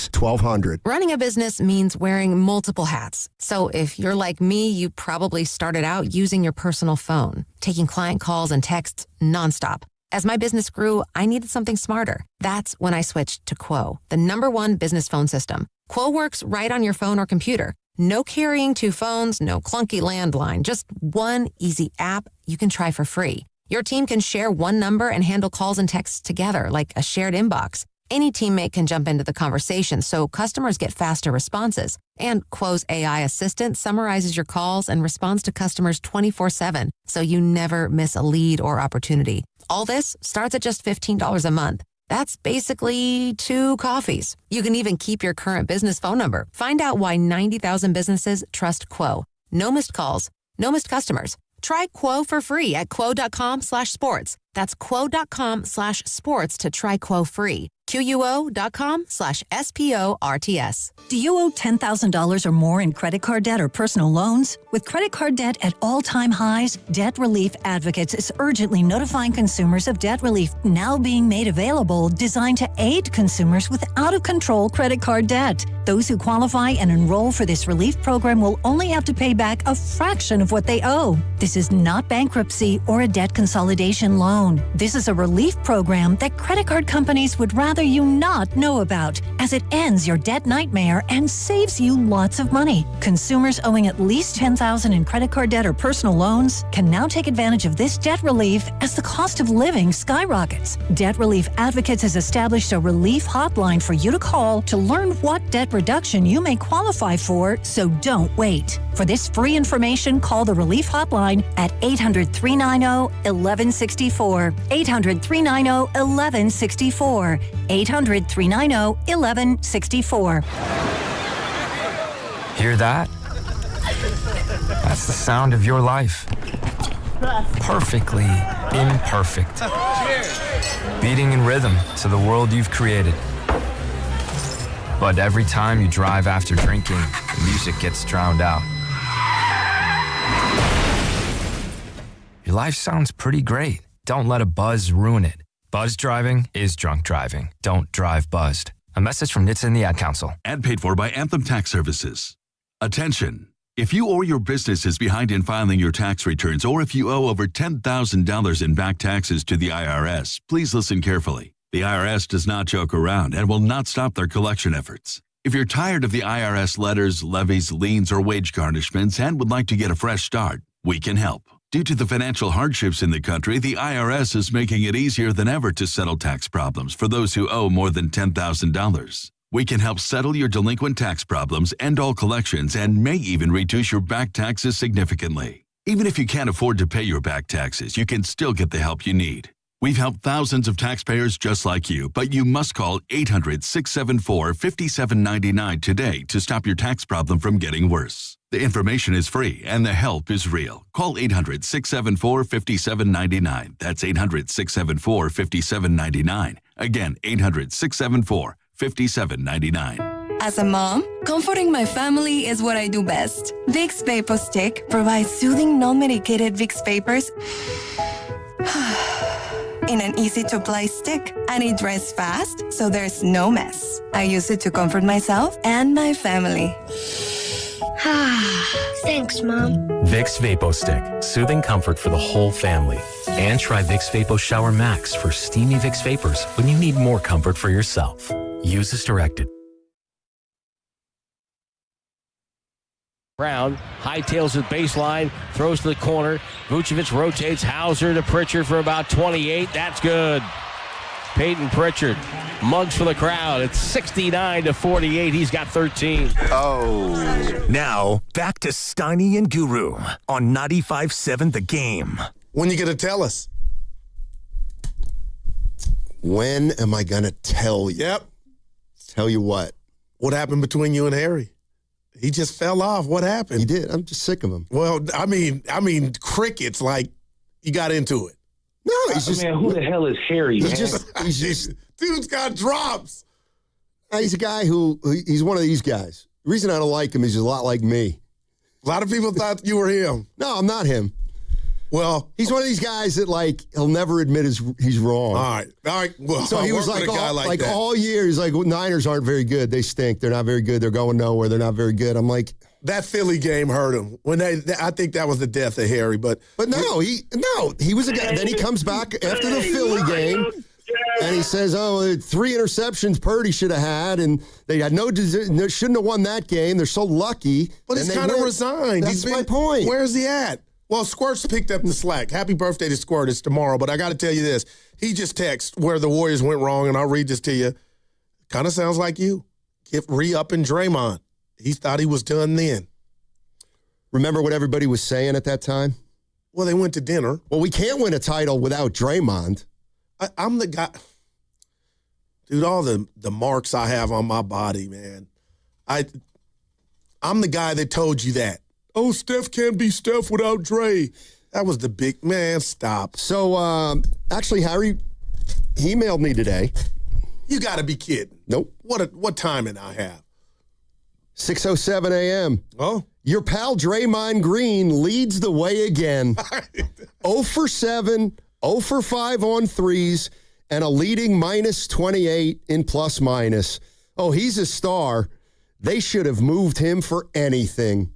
Harry. Man, minus 28. And Shasky, or was it Spadoni?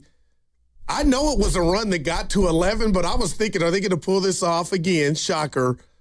But then I looked and saw the Steve Austin stuff on his knees, and I'm like, he's not in the game, and they made the run. But that's not fair. They were awful, the team as a collective, all night. Yeah, but who was the worst? Draymond. Thank you. But it's not the first time. Thank you.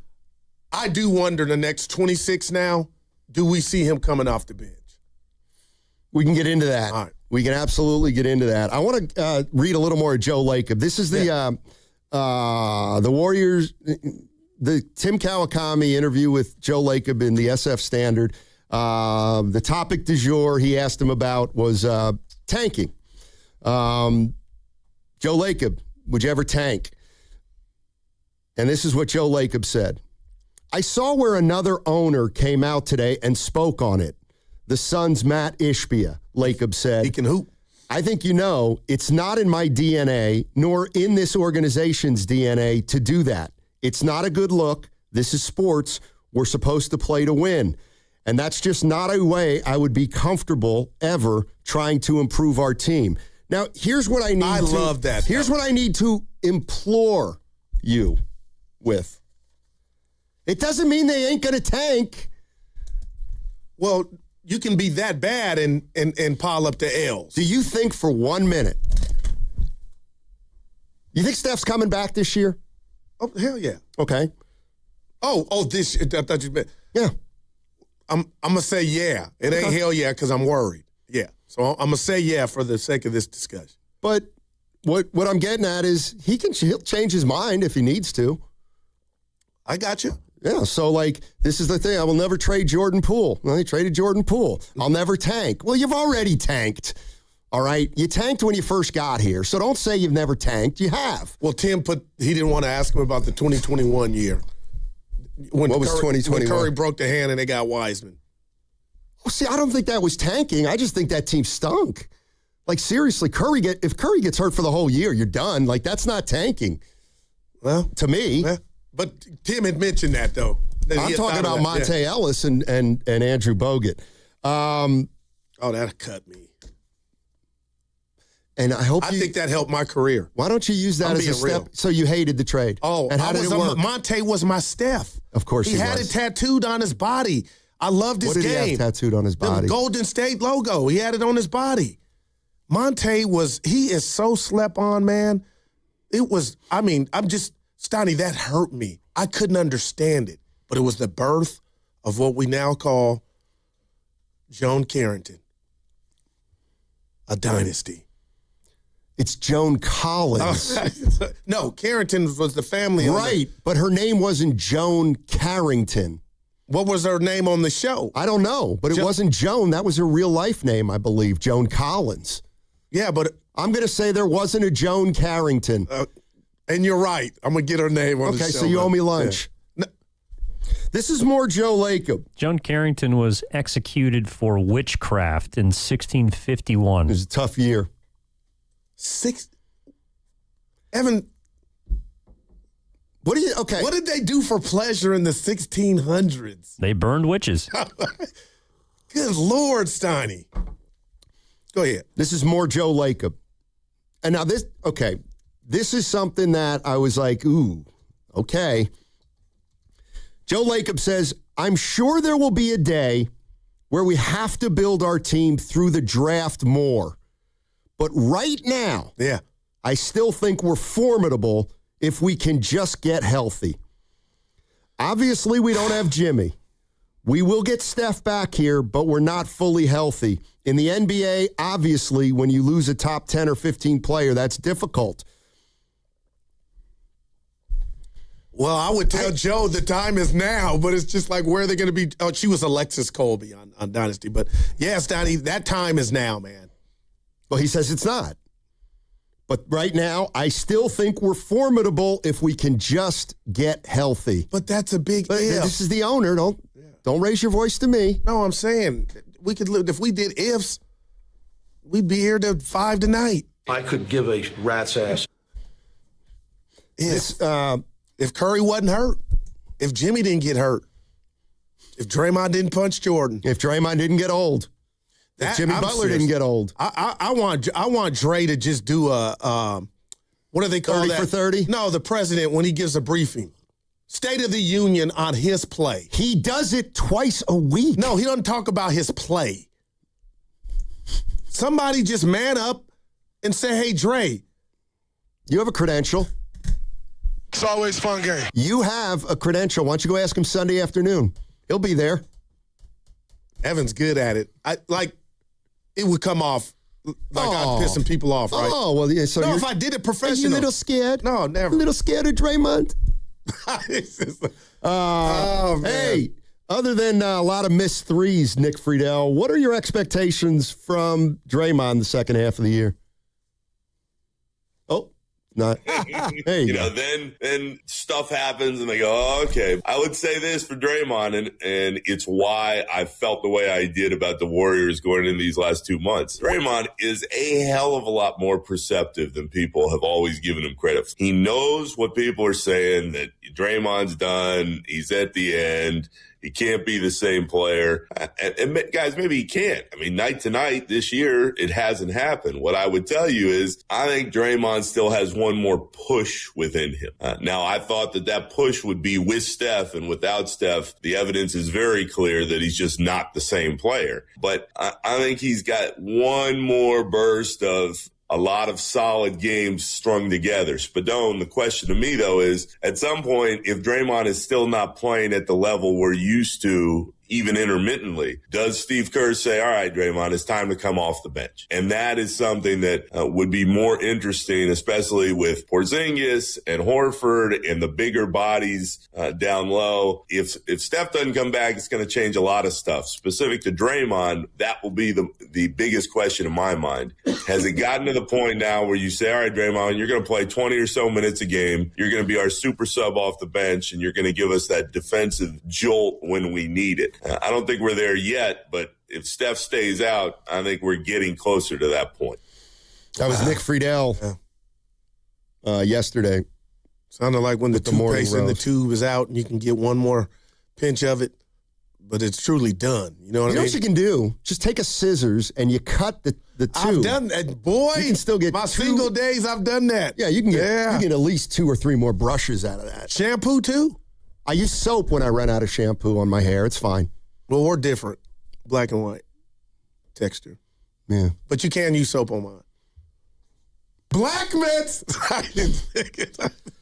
Stoddy, come on, man. Here we go. It's the same bridge. What if if Curry doesn't come back, then Dre, we're talking about the discussion of him coming off the bench. But there's no real true discussion of forget if Curry was in there. What's better for the team right now? Stoddy, he bet 19 minutes? Well, isn't that what we all wanted? Didn't I say 17 to 22? I'd like for Draymond. Here's where I look at the Warriors and I say, all right, let's talk about 5 personalities. 5 players / important people. Okay. The 5 most important people in the organization right now that do anything. Steve Kerr, Butler, Curry, Green, and Porzingis. Okay, those are the big boys right now, right? Steve Kerr, we have no idea if he's going to be the coach next year. Jimmy Butler, we have no idea if and when he's going to come back or what kind of player he'll be. Steph Curry, this thing has opened some eyes about perhaps his mortality. What can we reasonably expect out of Curry for the next year or thereafter? Draymond Green, he's going to be here another year. He's not a great player anymore. And then Porzingis is another guy. They have their 5 key pieces. The most certain thing is Steph Curry. And think about how unfair that is for the thing you rely on most is a 38-year-old guard who is averaging 27. Playing father time. Right. But that shows you how lost they are right now. That their most bankable thing is Steph Curry at this age. Yeah, and you use the M word, mortality. That's what it's done to me. And the hammy when it went out last season against Minnesota. So that's a lot. And I guess, Donnie, are you desperate? Are they desperate enough to add Porzingis to that because 27 games, regardless of how many he plays, is not 82. So now you're putting yourself behind the A ball, rolling the dice over 82 games predicated on what you thought you saw in 27 to see if this dude can defy what his Carfax report is telling you. That's a lot. And the immune deficiency disorder. So Myers text, he's out the game. I can share a text, right? I don't know what your relationship with Bob is. I don't get involved in that. But if you were Bob and then when you had the relationship and I'm doing what I'm doing and I say, I wouldn't do that. But that's why I love you. I'm not going to do it. But you will. Go ahead. No, you want. I'll share it then because you shared it with the whole office already. Go ahead. What did I say? I can't remember. Well, he said Porzingis looked a little winded. But that's to be expected. So did Draymond. Oh, my God. Did you see Draymond? Holy Toledo. I mean, by the end of the game, even Santos was exhausted. The Celtics run, baby.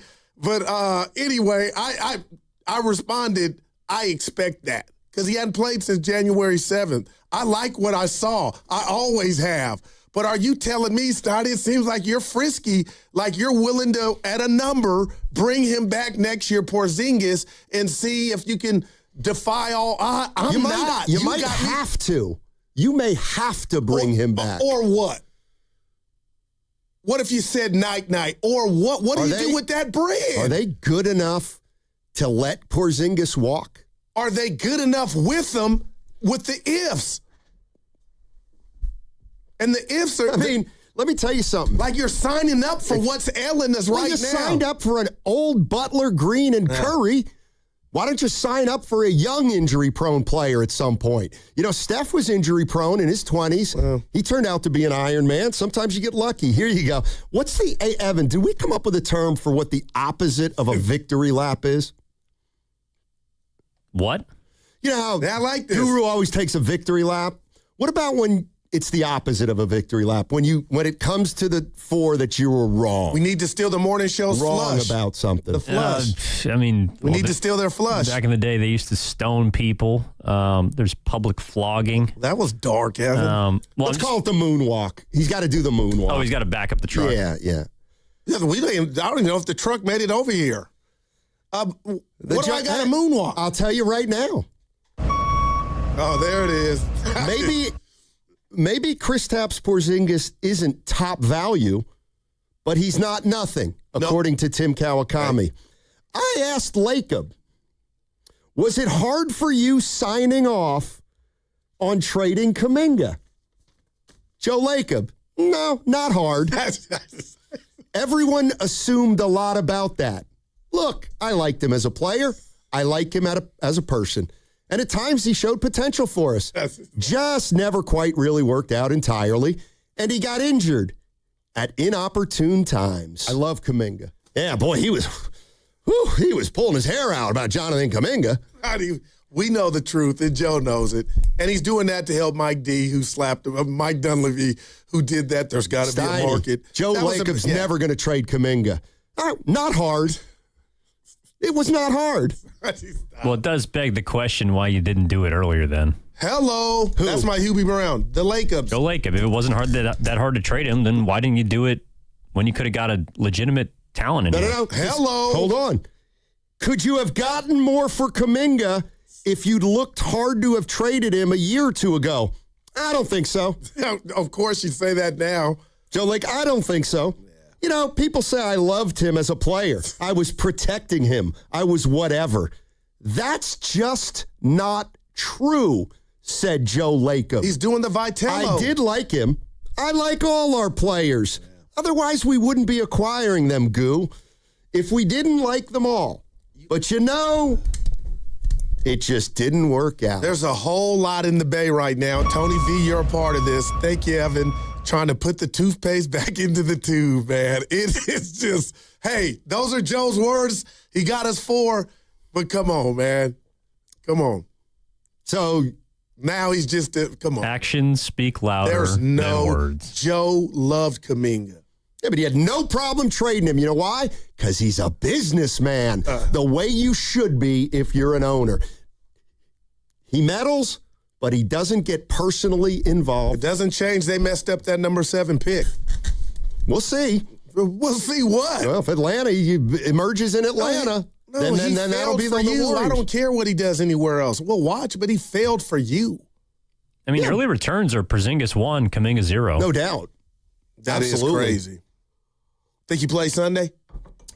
Porzingis? Yeah, it's an afternoon game. What the hell? What does that mean?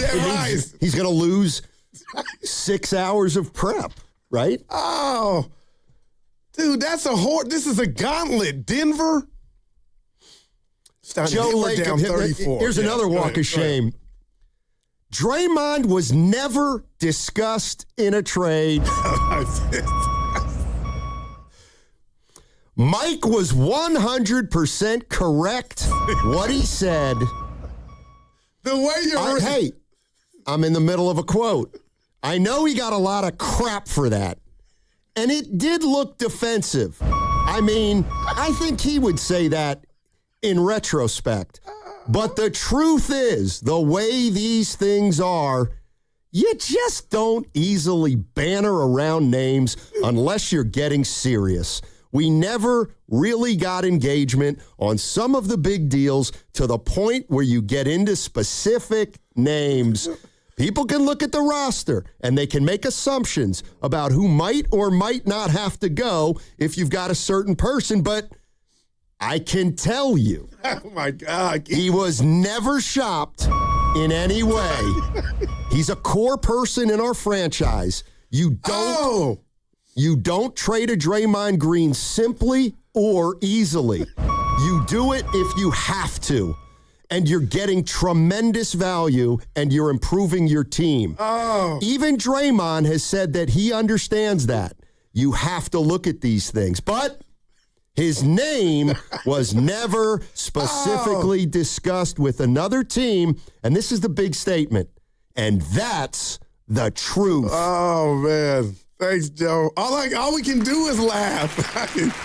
I need you and Evan to have my back, like Joe's got Mike Dunleavy's and Draymond's. Stoney was, and we know what this is. This is page 1 of the playbook of trying to back it up. It just was funnier as you read it. It's like that's what Tony Vitello was trying to do. That's what that felt like. It had some, ingredients of that. But his name was never specifically discussed with another team, ... And that's the truth. Now, hey, Draymond. All right, I got something for you. Is Draymond lying? No, I'm about to tell you what this could possibly lead to while I'm up here yakking and laughing. The G's for Guru. I'm telling you, Draymond might take offense to that. Oh. And then we hear him respond to that because if you're correct and now we're going to look at Draymond if people haven't, like you were just doing that for pub. But I don't think he was. He was vulnerable. He talked about him possibly being relocated. And then to hear that. Quit trying, like Warrior fans trying to cheer themselves up by thinking they were close to getting Giannis. That's what this is really about. It's clear what happened. Tell me. There's a misinterpretation sensation by Draymond. Of course. See, that's what I don't. Evan, I come down his road, but this is his truth, how he saw it. I think they're both speaking their truth, but okay, I'll tell you this. Someone's Let's just on do it first here. and someone's on third. Lucas is assistant boss, director of sports. Well, that's if I'm a at joke. the coffee machine, you guys, I'm at the coffee machine and Lucas says something about a serious subject matter regarding me, I'm going to take that at face value like, oh, the boss is saying that as well. So for Kerr to talk to Draymond about how you feeling, how you dealing with everything, one, I believe this to the core. I don't like the communication going on there at Chase Way because that should have never happened if they knew this was all fictitious or it wasn't close. It was. No, it wasn't. No, Jake Fisher. Okay. Kerr, come on, Steiny. Give me something to that, man. Kerr asked his ball player about how you handling the stuff. No, I believe Goo. They were really close. It fell apart at the last minute. Even though Joe Lacob said, we never got engagement on some of the big deals to the point where you get into specific names. Right, so I asked you guys this, you and Evan. I get that. So somebody just made that erroneous report up? Probably. For the benefit of who? Draymond to go do a podcast on it? No, what happens is another GM tells Jake Fisher, yeah, I hear the Warriors, they never want to trade Dre, but they probably would if, they probably would trade Dre for Giannis. No kidding. That's how it works. It was like the Patriots offense in the first half. They never got past the 50-yard line. Cha-ching, we won, Noe. Here's the other thing. Last one, 888-957-9570. I'm going to take calls on the other side. Guru, this is... I'll read this text on the other side because it's a beauty. It is a flat-out beauty. And when we giving away the stuff? Yeah. Yeah, no, I got you, Evan. I just, everything's cool. We're in good shape. We're in good spot right now. 888-957-9570. What's coming up on the game is brought to you by Fremont Bank. Here for you, here for good. Let's go. We're 0 for 4 this week at 12:30. Anybody want to take a shot at Chase Center and play knockout? I mean, let's go. 50 minutes. I'm going to call a name. All you got to do is call the number in 10 minutes. Chicken dinner. Go to 957thegame.com and register. At 12:30, we're going to shout a name out. Then you got 9 minutes and 57 seconds to call. Then you get to spend the day with the 95.7 The Game staff, other listeners, and you get to shoot around at Chase Center. I mean, what more do you want? It's coming up in 50 minutes. Just listen. That's all you got to do is listen. That segment was brought to you by Kalshi. Trade on anything. The MMA fight is Saturday, and you can trade on it nationwide on Kalshi. Hernandez is trading at 70% to beat Strickland. That means a $100 trade on Strickland pays out $333 with a win. Download the Kalshi app and use code FAN to get $10 when you trade $100. Kalshi. Trade on anything. I've been covering sports for almost forever around here, and I've seen athletes go through it all. Highs, lows, and the pain that comes with getting knocked down. But when it's not a game, and when you're the one injured or when tragedy strikes someone you love, that's when Beam Law comes in. Beam Law is the Bay Area's go-to personal injury law firm. Whether it's a car accident, a serious injury, or a wrongful death, they are there to shoulder the legal burden so you can focus on rebuilding, recovery, and taking care of your family. Beam Law is a local company, and they win. Millions have been recovered for clients across the region, and it's why SF Weekly voted them Best of the Bay 4 times. So if you've been hurt or lost someone because of someone else's negligence, call Beam Law, 415-523-5555. That's 415-523-5555, or visit hurtinthebay.com. That's hurtinthebay.com, because it's not whether you get knocked down, it's whether you get back up. Beam Law, they've got your back, Bay Area. Reach your saving goals with Mirastar Momentum Savings. Progress should come with perks. Every $25 you save earns an entry to win cash prizes. We're drawing winners for $1,000 monthly, $5,000 quarterly, and an annual grand prize of $10,000. Saving has never been this rewarding. Apply today at mirastarfcu.org. Insured by NCUA, no purchase necessary. Terms and conditions apply. See website for full details. Doors and loading dock equipment are a crucial part of your business, and one you probably don't think much about until they break. A broken door or dock leveler can be a real security threat, along with disturbing the flow of goods in your business. Luckily, RNS is here for all your commercial door, dock, and gate needs. From overhead doors and security shutters to fire-rated and personnel doors, RNS can provide your business with safety and security. Call 800-FIX-A-DOOR to schedule a free estimate or visit rsdoors.com. RNS Doors. Look for the red truck. Tune in to 95.7 The Game for Warriors Live, 60 minutes before tip-off. Every Warriors game throughout the season as we get ready for the action. Presented by Xfinity, your home court advantage. Brought to you by Xfinity. Watch all your favorite teams all in one place. Xfinity, imagine that. If you're thinking about a new Ford truck, but you've been waiting for the best incentives, you're probably asking, when is Ford Truck Month? It's here, it's now, and it's at Ceremony Ford. What's up, Bay Area? It's Joe Shasky. And this right now is the best time of the year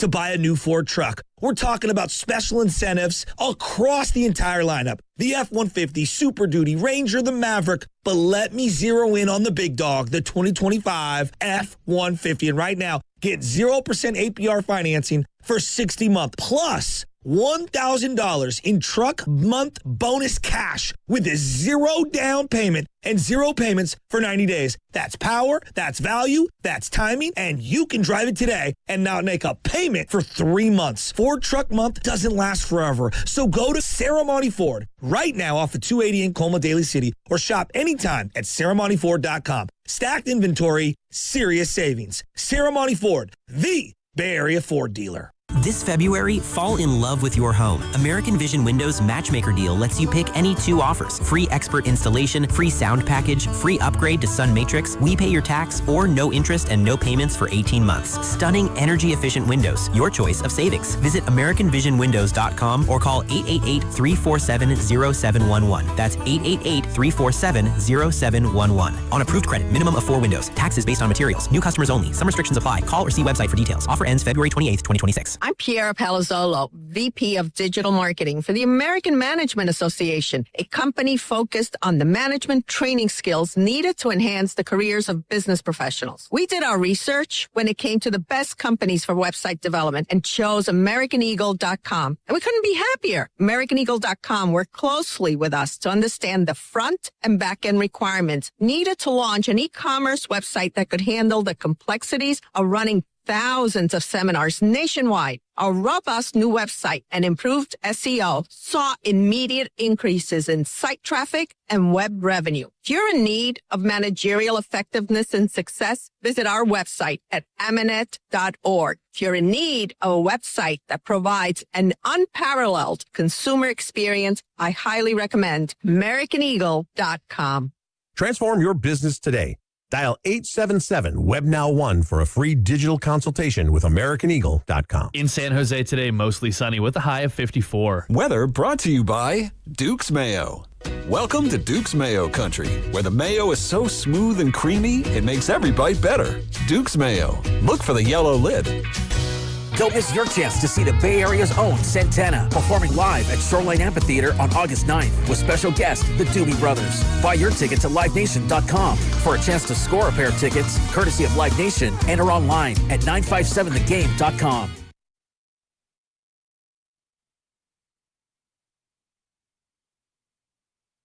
For great talk radio from 10 to 2, Steiny and Guru will get you through. It's the Guru, Steiny, Guru, Steiny, Guru, Steiny show. Let's go. All righty. TGIF. This has been a long week for me, Goo. Well, I can't say You were that. in all 5 days. No, I was in. Oh, that's right. You missed a day. Hey. Come on, dude. Oh. And don't forget, Shasky's headed to the cabin. He says he's listening to us. Oh, that's right. You got property, right? Not me. Well, I mean, I have got a house. the lake house, yeah. That's Susan's. It's an island. It's your spouse, so it's yours. Oh my! She's You're not one of those. my spouse. We're not married. Don't make me get into this on the air because It's your domestic partner. It's gonna give too many 40 and 50-year-old women hope. Oh my! All right? Please. There we go. What's the beauty thing you had to read to me? Like you forgot. This is funny. Well, we'll determine that. From the 650 on the box. I haven't had it up the last 2 days. Take one. No, there's a drop for you, Evan. From the 650. That's a 5. What? This is where my mom would say, quit trying to cheer me up. And I just hey, Steiny, what if Draymond Green opts out and retires because he knows he's done? Yeah. Okay. Quit trying to cheer me up. Well, and all the Dub Nation. That was a letdown. I thought it was something. I get that. Just saying. Dude, that dude's got an option. He controls it. It's the first millisecond you can exercise that thing. It'll be cha-ching. Man, he's in a good spot. You want to hear more Joe Lacob contradicting everything you said about the Warriors in the last 2 months? Do I get a victory lap for saying we need to hear from him and then he does his piece? Sure. I'll give you one. DK gets credit. Absolutely, yeah. I'll give you that. It was time we heard. I'll give you that. I'm a little reluctant to take this call because the heading on it is sad state of affairs for the Dubs. That's all we've been doing. But this is not the person who normally is a pessimist. Wow. Wow. So I'm a little concerned. I've converted. Let's see if this person has. Let's go to City Boy in San Francisco. Our man. Hey, City. Welcome, man. Hey, what's going on? Oh, man, this is tough to watch, And it's funny, because we all know dynasties all end and it's never pretty, right? And we know that. The problem is that the Warriors front office has had opportunities since 2020 to actually keep this thing going. And I'll be honest, I can't think of one move that has really worked. I mean, look, like the Melton signing was great. The DiVincenzo signing was great. I mean, they plugged some holes with some decent players that they knew they couldn't keep beyond 1 year because their value was low. They build up their value, and then because of their salary cap situation, they can't re-sign them, right? So those are probably the best moves they've made in the last 5 years. And they've had some high draft picks. They've had, they trade, they don't back up Jordan Poole. They trade him for Chris Paul. They give up Chris Paul's contract for nothing. And, I mean, every move Dunleavy has made, and even Bob Myers at the end of his tenure, have been bad moves. And that's where we're at today. And we can blame the salary cap. We can blame paying the wrong players. I mean, not Steph, obviously, but, like, we can, the whole cap being eaten up by a couple of players. But and can I just say one thing, too? Listening to Joe Lacob is so funny. I mean, he's parsing his words. He's just playing on semantics. We all know the deal is Draymond's name was absolutely talked about, but it was talked about internally. So it's not that he's lying. Right. When he says it's absolutely true, we didn't talk to the Bucks or whatever about Draymond. No, because it never got to that.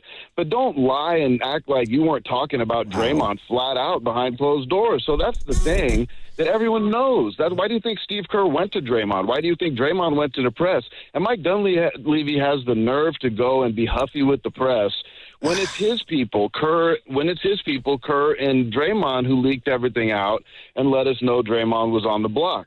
Now, was he on the block technically because they didn't actually talk about him with another team? Maybe not. But we know that he talked about it. They were in the office, and they talked about it, and they put together potential packages for potential trades, and Draymond was in them. I mean, just acknowledge it. We're not dumb. I love you, City Boy. And yeah, so, hey, can I just say one thing, too? And I know I apologize if this is annoying to you. Take your time. Yeah, we got nothing. But can we give a little bit of props to Great Britain for actually arresting somebody in the Epstein case? And I'm sorry for going off topic. Wow. Yeah, Prince Andrew. When's it going to happen? Thanks, City. Appreciate you, buddy. We'll be where. Yeah, he's the man. I appreciate him. And I wanted to jump in and say, as a fan, Steiny, I'm hurt I was hurt when Dunleavy said it or alluded to it, like, and I know he didn't use his verbiage, but you peasants got it all wrong. And that's what Joe's doubling down doing. It hurts.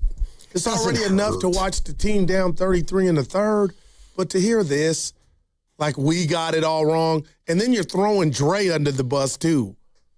Oh, Draymond, what made him think he was going to get traded? I think City Boy is right on the money, and it allows both sides to continue down this road. I'm with City. They never talked to the Bucks and said Draymond Green. They never got that far, but of course they talked about it internally. They had to. There's no way they didn't. But they'll say they never talked externally about Draymond Green, only internally about Draymond Green. By the way, they got other fires to put out than to try to tell us Dre wasn't getting shopped. How about what that? Else? They just get have to this play team now. right, ready back. Make some different moves. Look, it's the trading deadline was a couple Put some weeks dudes ago. on the bench that are in the starting lineup that don't deserve to be. Like, I'm being real. They don't Forget have all guys. this revisionist history. What's funny? Let's start doing some stuff. Give us some pink slips. Some write-ups, some riffs. Instead of saying they got to start bringing guys off the bench who start, why don't you look at the roster and say, who the hell on this team is a starter? Who's a starter on this team in the NBA? D'Anthony Melton. Back to Steiny and Good. God love Melton. Barely. All right, but he has already done it. But okay, Melton. Okay. Porzingis. All right. When he plays. Steph. Okay, but he's not playing. Horford. I love how you love the guy when it's convenient for you, and then you'll do that. Hey, it's Ryan Rollins. Well, Horford's not useless, but he's 40. All right, okay. What do you want? You get the victory. What?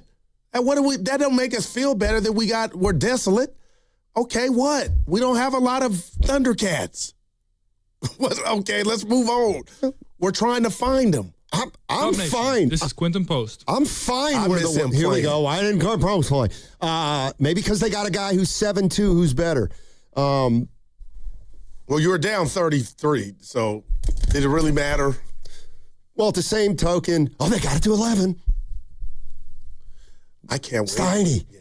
When they got it to 11, I thought. I can't wait. I just had a thought. What can't you wait for? Willard and Dibbs. Why? Because Willard came in here, him and Dibbs one day, and you weren't here, and they read me the riot act about Evan was in for you. All I care about is points per game. Then I left and got in the car, and they were talking about points per game, like as if that's not important in the game of basketball. And Willard's so big on Porzingis, this 12 is going to feel like 50. Nice. If it does to him. And then I'll be like, that's all you care about, Will. Yeah. He's only scored 12. But Willard might act like it's 50. And he was banging the boards last night. He had one. Well, Boston, Evan, how about this real quick? That bothers Evan. Evan, they didn't miss a lot. How about that? Boston. They had 40 or 50 misses.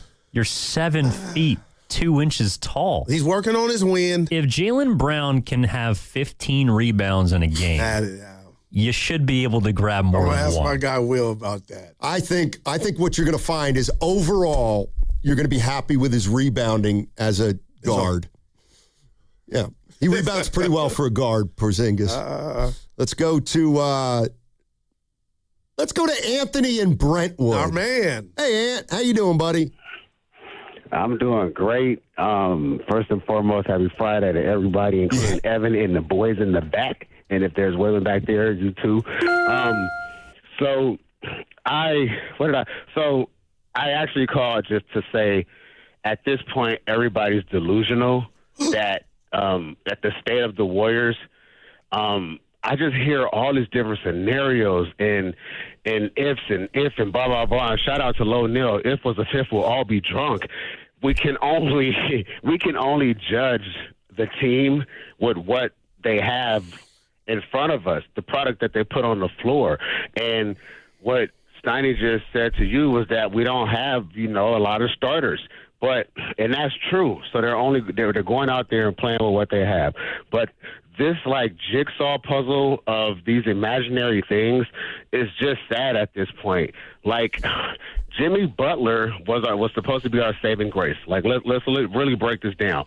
He was traded here, and we extended him because we believed that he was going to extend the life of Stephen Curry as well as continue to keep our championship window open. He's hurt now, and he's not coming back no time soon. Then Stephen Curry's hurt. If anybody believes that there's any chance that we can compete for a championship, let alone get to the second round of playoffs, people are crazy because what's in front of you is telling you otherwise. And then you look at the game last night, Boston, Jaylen Brown's the only starter on that team. Let's be honest. Derek White isn't a starter. Peyton Pritchard, he can give buckets. Let's not get that twisted, but he's not a starter in the league. And they kicked our ass up and down the court. Every time Peyton Pritchard got in the game, he was lighting it up. We have a bunch of, I wouldn't say cast off because that's not true. They're in the NBA, they can play, but there are tiers to players. I hear you, and we have lower level guys to support. And if Stephen Curry is not on the court, the chances of us really being competitive, they go down so freaking far. And I think people just need to be honest with themselves. And word to City Boy, he hit the nail on the head of everything that he said. We did not capitalize on the opportunities that we did have, and we let the Thundercats get out of the building. Yep. So, whether Jordan Poole or J.K., and I get some people like J.K., some people don't, but J.K. versus Porzingis comes with ifs. J.K. is more of somewhat of a sure thing if they wanted to kind of play ball with him, and they didn't. It didn't work. It's all good. But the guys that we had to help us are going now, and we have to work with what we have. But I just think fans got to be realistic about what they are believing that we can do. It's time to really build through the draft. A lot of good stuff, Anthony. I got to disagree with you, though, real quick. Derek White can start on my team all day, and Pritchard could damn near start on my team. I think you're selling them a bit short, and they won a chip. Well, they helped. Derek White starting on your team? I like him. The boss brought something up today. And the boss? I think, well, we have a lot of time when you're not here. Donnie and the boss. I didn't like that. So he comes out, and we're talking about the game last night, and he says, I think what really bothers Warrior fans is if you look at the Celtics roster and you're just an average casual fan, you don't know who these guys are. Sam Hauser, Ketta, Shireman, Ron Harper Jr., Jordan Walsh. The problem is that the Warriors fans just watched a team come in here with no names that clearly can play better than our young guys.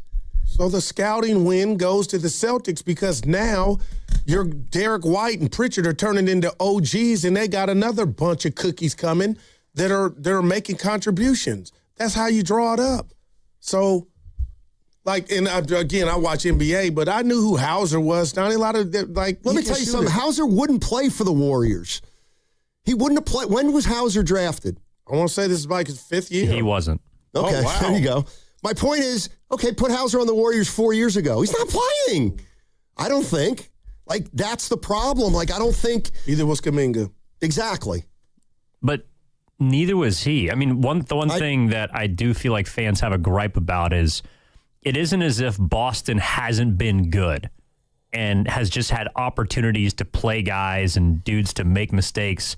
They've been the best regular season team since 2015, and they've still found ways without playing time to develop the Hausers or the Ketas or the Hugo Gonzalez's or all these players that kind of kicked the Warriors' ass last night. And I forgot they got Vucevic. Boston is a problem. Right, and he's not going to play a ton for him, which shows you how good they are. Exactly.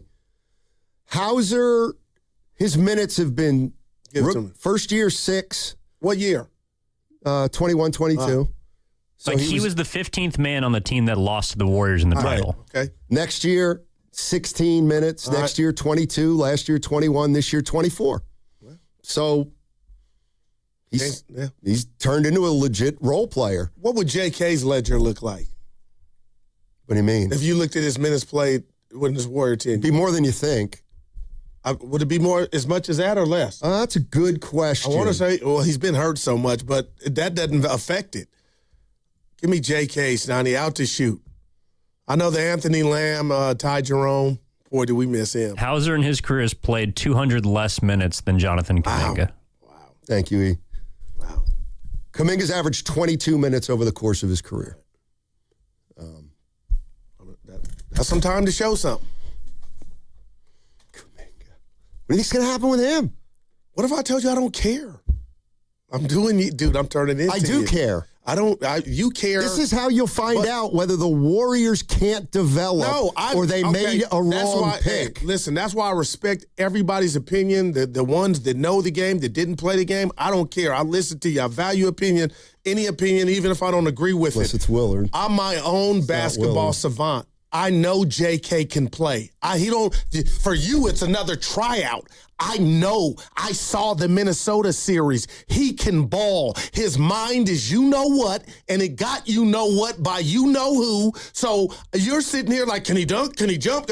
I know Kuminga, with confidence, can be an 18 to 8 player a night, and that's probably low. Now, you're going to put stipulations on it, the haters. Are they winning? It ain't about that, because it takes everybody to win a village. My thing is, Steiny, you should already know that Kuminga in a different system, up and down like Atlanta does, I'm not going to come in here and say, the Warriors blew it. I'm already saying they blew it.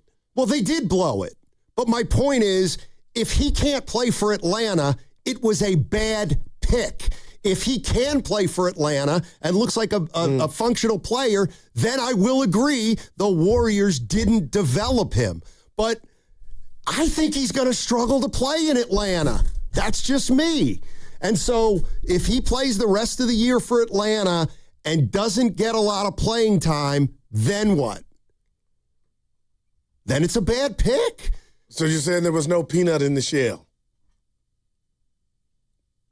Sure. Yeah. That took me a sec, but yeah. Let's go to Tim in Raleigh. Our man, now, it may not matter to fans whether they blew the pick or didn't develop. I feel like I already know he can play. Yeah. Well, he's got to prove it. Go. Don't do this to yourself no more. Just like the players know. Like, okay, I hear you, Tim. I hear you.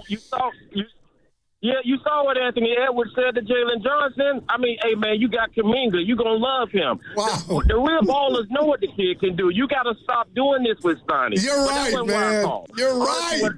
What I called about is it's just a little bit of messiness and leakiness. When you think about that article, you laughing with Stoney was hilarious. Like, it's just messiness and leakiness in the organization. Like, you go back to the whole Jordan Poole video leaked out, right? Like, the young fella get booted out of here. Now the family took too much food out of the break room, right? Like, Joe wasn't really, it wasn't really hard for Joe to trade him, but he damn near jumped through the camera screen on every little thing Kuminga did on the court, right? And then all of a sudden, the coach is asking Dre, how does Hazel feel? Like, okay, if he ain't being talked about nothing, why in the hell is he asking him how your wife taking it? Just say, hey, look, don't tell your wife, don't worry about anything, man. You ain't going anywhere.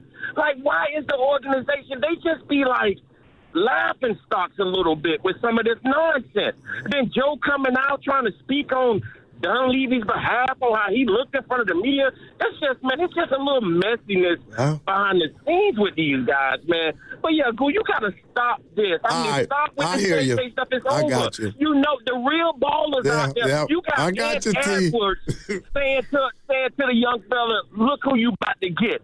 And he really knows, T, because Kuminga's best moments were against Anthony in the playoffs, so he knows. Exactly. Yeah, he's a great GM, Anthony Edwards. I got you, T. You got to stop. But no, he's a baller, though, Stoney. He's a player. We'll see. Recognize James. I'm not saying he's not. Okay. We'll see. I love you, T. It's all good. Hey, he brought up a bigger point, though, Stoney. We laughed, but what did you think about the smear campaign or the stuff about it getting a little messy in regard to his camp taking the food? You were on that. Yeah, but I didn't like that, but I'm looking back. You were bothered by it more than anybody else. Yeah, because I thought it was a low blow. To whom? Kuminga. By whom? The Warriors. Well, why do you assume the Warriors dropped that story? Well, who dropped the Draymond getting chopped story? The Draymond what? He's available. The Warriors are willing to include Draymond. We have no idea. It might have been somebody else's family member that told, and I'm sure it was. Like, that's the kind of crap that happens. You know, like, Kuminga's people are taking too much food. It bothers somebody. Might be one of a family members for the other team, and they go, hey, who's got Alex Simon's number? Because this is a problem in here. Right. Yeah, Stoney, it sounds like you're excited or lightweight excited that about you what? Just to see Kuminga on another team and another system. Aren't you? We finally get some answers. No, but I got my answer of I know he's shown me he can play this game. So even if he doesn't play in Atlanta, you'll still say everybody's wrong. Now, if he just fell off the wagon and couldn't play at all and you know, turnover city and just, did a 180 in regard to just not looking like what he did here on a good day, that would shock me. But I'm expecting him to fit in. It's up and down. But if Anthony Edwards, and I do believe Tim from Raleigh said that, again, I know he's not a GM, Steiny, but Anthony Edwards was on the other side of Kuminga's best moment as a Warrior. And I know it didn't culminate in wins, but it was those 4 games in the playoffs last year against Manny. Yeah. Yep, he scored. Rebounded.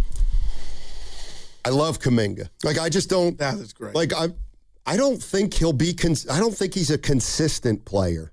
Why you think they got him? Because they took a chance. Because Porzingis is. They probably think Porzingis is washed. Yeah. It's like, look, we got a 30-year-old guy who we know is injury prone and is never going to be healthy. The Warriors have this guy, Kuminga, who's 22. Something's going on there. He's got talent, but they're not playing him. Mm-hmm. What the hell? Well, I mean, that's, to me, what that trade was all about. It's probably a good trade for both teams because Warriors can look at Porzingis and the Hawks cannot, pick up JK's option. I mean, is there any doubt, they'll definitely pick up his $25 million option in Atlanta, Kuminga? That's what I'm thinking. What if they don't? I would be shocked. Yeah. They could trade him, too. They could. You think people out there want me? Well, clearly teams did last summer, and the Warriors found a suitor. So maybe they were also just looking at it saying, we think that Kuminga on the open market has more value than Porzingis. And you get another player in the meantime. You guys are going to call me crazy. It won't be the first time. It's just Darryl Brown doing my Hubie Brown impression. If you gave me one team that Kuminga could go benefit from just by who's on that team, if he could go play off Luka and LeBron, life would be so easy. He'd be pissed, Goo. He'd stand in the corner there. He wouldn't have the ball. Oh, my God. I can't think of a worse place for a guy that thinks he's better than he is. All right. Hey. Come on now. Can you guys do me a favor next segment? Please listen at 12:30 to 12:40. Are you raising your voice at me? Yes, I am, Mick. On my bad. We're giving you a chance to play Knockout on the Chase Center floor. Register at 95.7 The Game. And it's the only way you can play. You got to register. Go to the website, register, and coming up at 12:30, we're going to open the window. And when we open that window, I'm going to give you a name. That name will have 9 minutes and 57 seconds to call the contest line. Every show this week and next will be giving you the opportunity to win all week long. For more details and to first and foremost, register. Go to 957thegame.com right now. That segment also brought to you by Crystal Geyser Alpine Spring Water. What makes Crystal Geyser Alpine Spring Water different? We always bottle our Alpine Spring Water less than 1.5 miles from the spring source, and all our bottles are made with 50% recycled plastic from our own recycling plants. Crystal Geyser, bottled at the spring source. We've all been there. Sleepless nights, mind racing, wondering if your business's security service is really protecting what matters. At Bay Alarm, we can put your security insecurities to bed. Video security, burglar alarms, fire alarms, access control, 24/7 monitoring, and more. Our advanced technology and personalized support ensure you can rest easy, knowing we're here for you, your people, and your business. Visit bayalarm.com to talk to a local security expert. Bay Alarm, we got you. Hey, it's Willard. Legends are built over time. Anyone can have a great game, a lucky season. At Habas Law, generations matter. For Tarek Habas and Nicholas Habas, integrity was learned at the dinner table. And a hard truth, clients are often victimized twice. First by accidents, then by greedy insurance companies. 40 years strong, Omar Tarek, and now Nicholas Habas, generations fighting to make it right. Visit habaslaw.com. Omar Habas is a California licensed attorney. Offices in Northern California, including San Jose. Past results do not guarantee future outcomes. Running a business means wearing multiple hats. So if you're like me, you probably started out using your personal phone, taking client calls and texts nonstop. As my business grew, I needed something smarter. That's when I switched to Quo, the #1 business phone system. Quo works right on your phone or computer. No carrying 2 phones, no clunky landline, just one easy app you can try for free. Your team can share one number and handle calls and texts together like a shared inbox. Any teammate can jump into the conversation, so customers get faster responses. And Quo's AI assistant summarizes your calls and responds to customers 24/7, so you never miss a lead or opportunity. All this starts at just $15 a month. That's basically 2 coffees. You can even keep your current business phone number. Find out why 90,000 businesses trust Quo. No missed calls, no missed customers. Try Quo for free at quo.com/sports. That's quo.com/sports to try Quo free. QUO.com/SPORTS.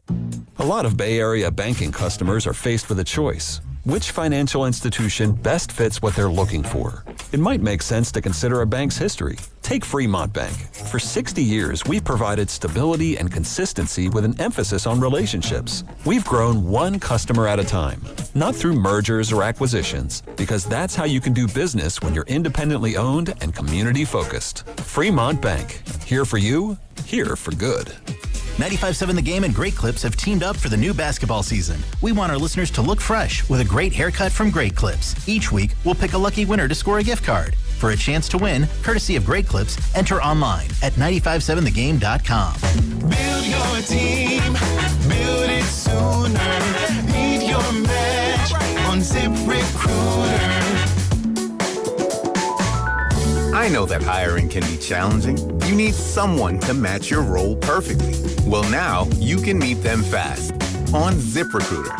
Need to hire right away. Start your search for strong candidates. The right fit awaits. All your roles, fill them sooner. Meet your match on ZipRecruiter. Just head to ZipRecruiter.com/free right now to try it for free. And you're on your way to meeting your match. 4 out of 5 employers who post on ZipRecruiter get a quality candidate within the first day. So try it now. Go to ZipRecruiter.com/free. That's ZipRecruiter.com/free. Meet your match on ZipRecruiter. Try it free. Never have I ever called my sister from the finish line of my first marathon. Hello? You won't believe where I am. Are you running? Mile 26. I'm gonna make it. Switch to T-Mobile's 55 Plus plan and get iPhone 16e with its advanced camera system on us. Plus 2 lines for just $30 a line. Guys, I can't believe it. I knew you could do it, babe. That was amazing. Mom, how do you feel? I feel great. I can't feel my feet. Let's take a picture. And then you may carry me to the car. Share every stride, every mile, every memory on America's best network. Switch to T-Mobile's 55 Plus plan and get iPhone 16e on us and 2 lines for just $30 a line. With 24 monthly bill credits and 2 eligible port-ins on Essentials 55 Plus for well-qualified customers with autopay plus taxes, fees, and $35 device connection charge. Credits end and balance due if you pay off early or cancel. Contact us. Finance agreement 128 gigabytes, $599.99 required. Best mobile network in the U.S. based on analysis by Google of Speed Test Intelligence Data 1H 2025. Visit T-Mobile.com.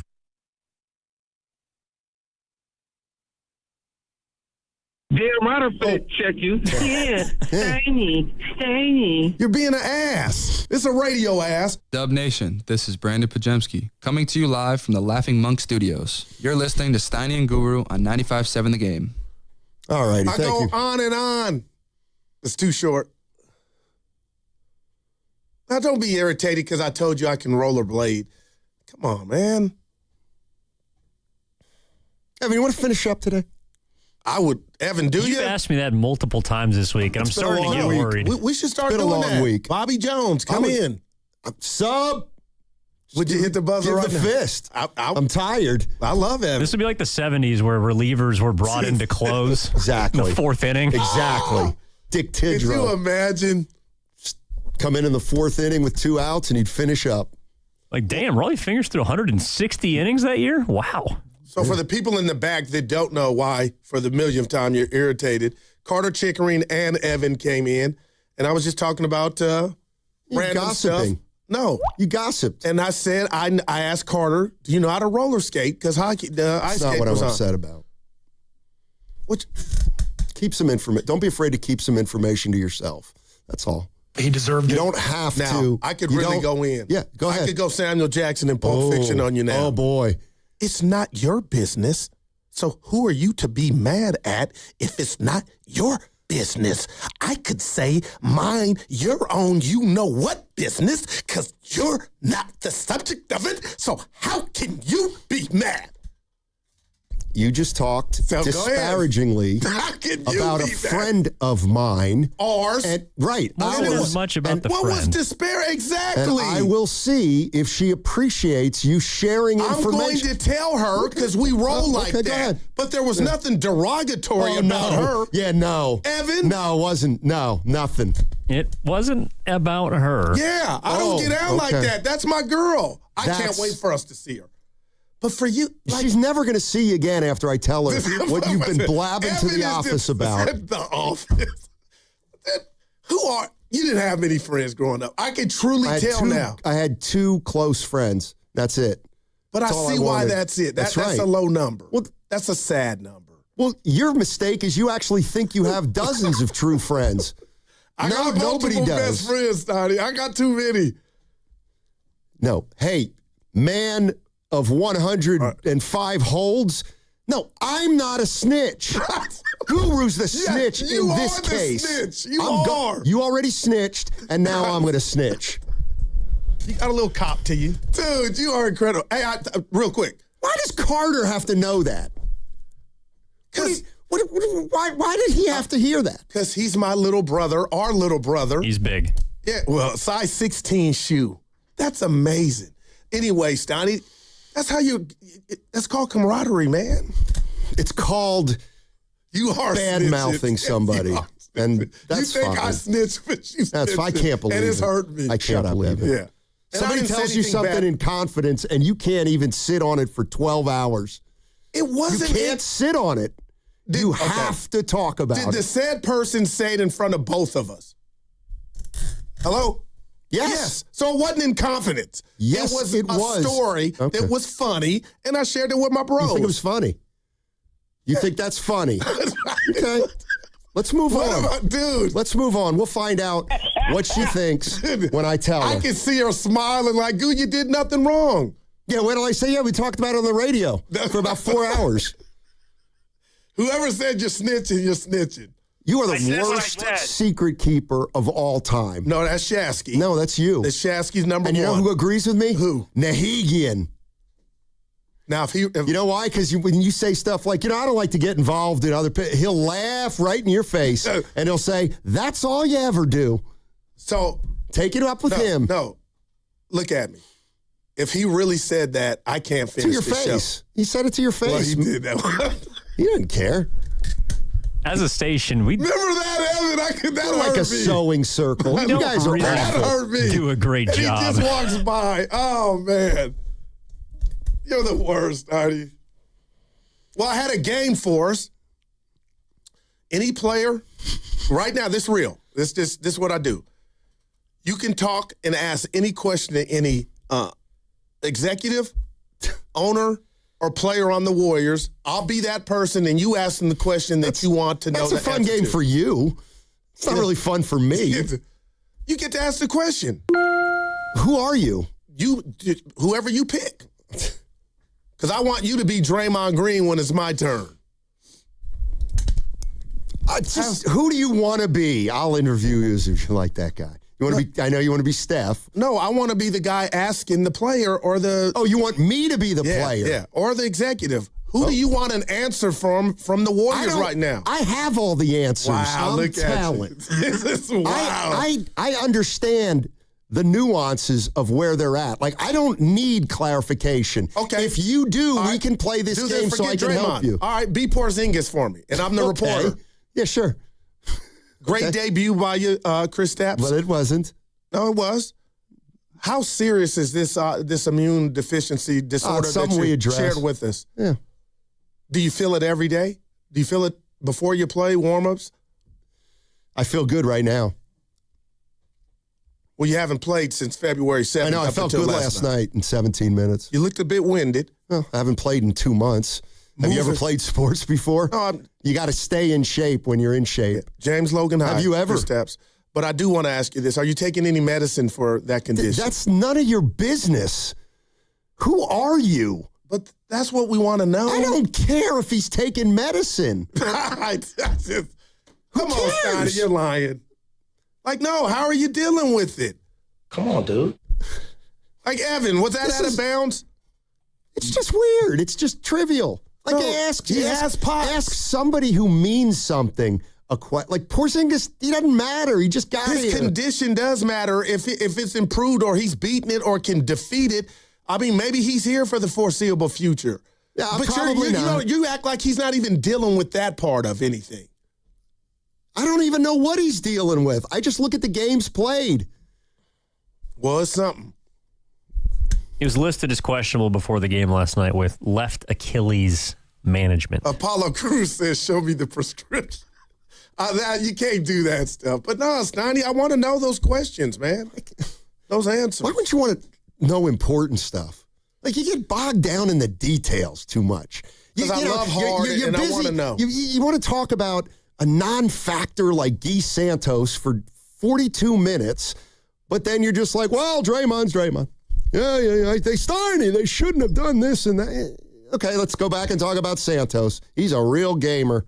By the way, here's the other thing about Santos. I don't like how you're treating him. Okay, here's one thing I believe about Santos. He doesn't have an upside. 32 minutes last night. Right, this is his upside. He's been a pro player since he's 15.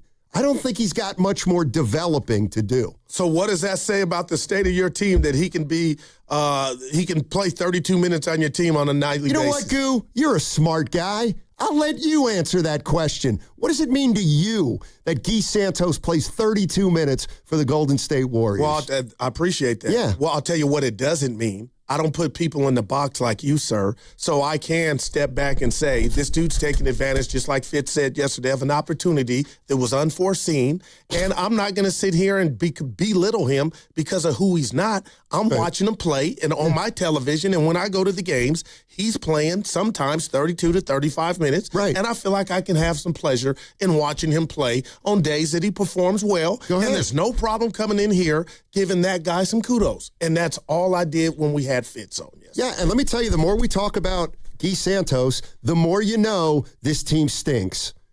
Well, that's a different discussion. No, it's not. It comes back to the Warriors stink. Why do they stink? Because they have too many guys like Santos playing too many minutes like that. Who's that on? It's on Mike Dunleavy. It's on Steve Kerr. It's on Joe was Lacob. Here before Dunleavy. This is on Lacob. Okay.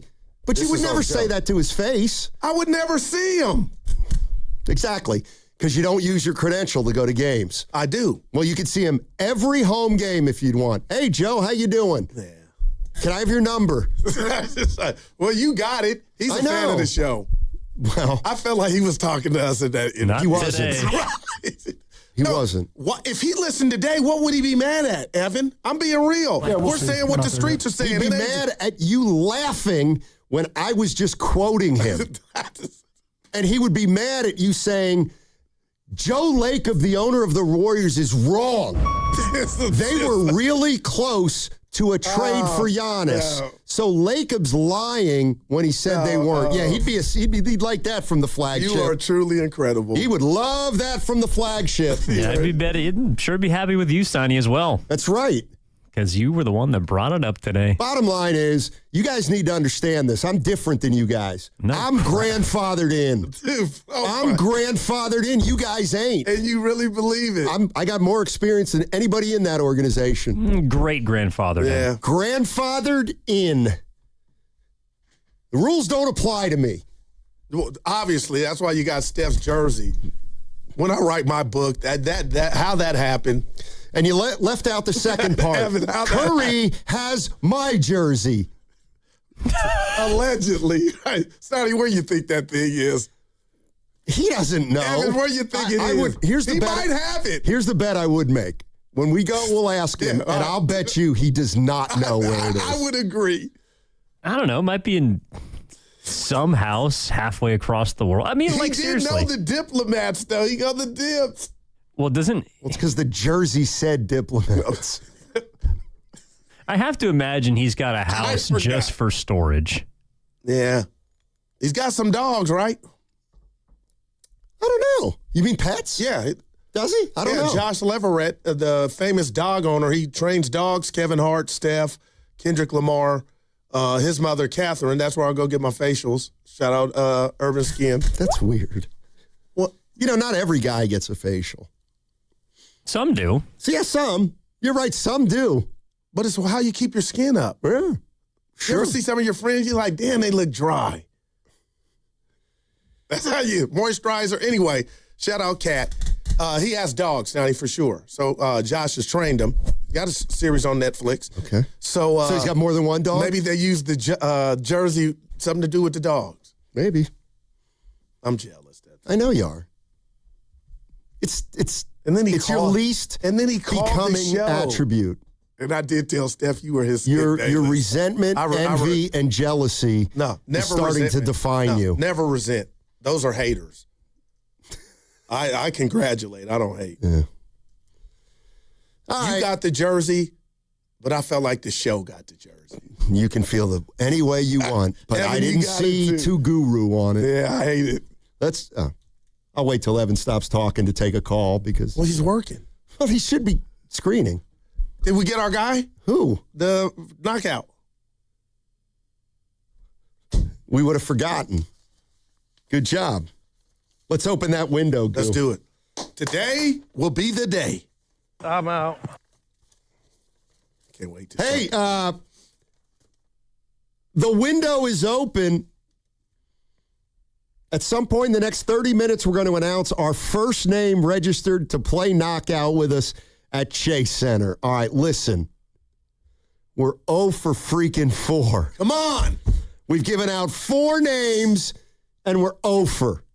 Hello. It's like Willie Adamas all over again. All right, so we're going to call out a name in the next 10 minutes, and that person will have 9 minutes and 57 seconds to call the contest line. I'll give you that number. If you're going to call, if you're not, I'm not even going to give it out. Just take lunch and make the call. Take a break. The call will take a minute. That's it. 1 minute. Anyway, I'll be giving you a name in 5, 10, 15 minutes. We'll see. We're not there yet. Let's go to Dave in Fresno. Dave. Hey, Dave. Hey, guys. Let's get a couple rats on the table, man. Yes. Brought to you by Atco Pest these Control. Warriors. Yes, sir. You got it.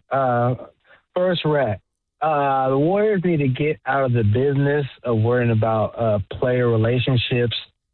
Like Draymond. He can have an 0 for game, a big goose egg across the board, and Dunleavy, Kerr, and Lacob will come out and try to justify it. He does not contribute to winning basketball. I don't care what anybody tells me. This is not the yesteryears. We're talking about currently today, not what he did for us before. And I get it. You want to be respectful, but the Warriors need to get in the business of getting good players on the court, not worrying about who their friends are, whose feelings they're going to get hurt. That's rat number 1. Rat number 2, we talk about the picks the Warriors have going forward. All these picks on the surface, that sounds great. But who is the brain trust behind making these decisions going forward? That's the question that needs to be answered, because when we was winning, y'all know we had Jerry West now. Jerry West was the big dog up in the front office making these decisions. Right now, speaking for me personally, I don't trust the core of the coach, GM, and owner making whatever first-round picks going forward. How can you? Look at your recent history. You have nothing to show. We got to play G. Santos and Pat Spencer. What playoff team is those? Forget starting. What playoff team are they even on the roster? Okay, so if we're going to rebuild whenever that day comes, who is going to make those decisions? Because right now, currently, this trio, coach, GM, and owner, I can't trust them. They got to get out their feelings and worry about whose feelings you're going to hurt. Play the best guys, because the contending teams get good players and play the good players. They don't worry about their relationship with the players. When you're trying to win championships, these tough decisions need to be made. You can't worry about hurting Draymond's feelings because he won you some championships. If that's what you worry about, you ain't never going to win. Play the best players. Get the 12 best players on your team and figure it out. Y'all got rid of Kuminga. I know he gone, but you want to stick with GP2 and Pods because you like them. Okay, fine. This is what you get. Okay, so those are my 2 rats, man, and I'm going to let y'all nibble at it. Have a good weekend. I hear what y'all got to say, man. Yeah, you too, bro. Appreciate you, Dave. Dave actually is just sometimes somebody will say something and it quote unquote sparks a thought. I got a new is it a theory? No, theory. No, here's what I now believe. Okay. Miss me with Well, they got some guys in the second round who are pretty. Miss me with that. Let me tell you something. You don't get credit. Was Will Richard drafted? Or was he a free agent? No, he was drafted. Drafted. So Will Richard, Trace Jackson Davis, Quentin Post. Who else was some of their late second rounders? Going back to when? Last 4 or 5 years. Let me see. Santos, was he drafted? I don't think he was. Who else is here? Post. My point is this. You keep a second-round draft pick on the team so you can say it was a good pick.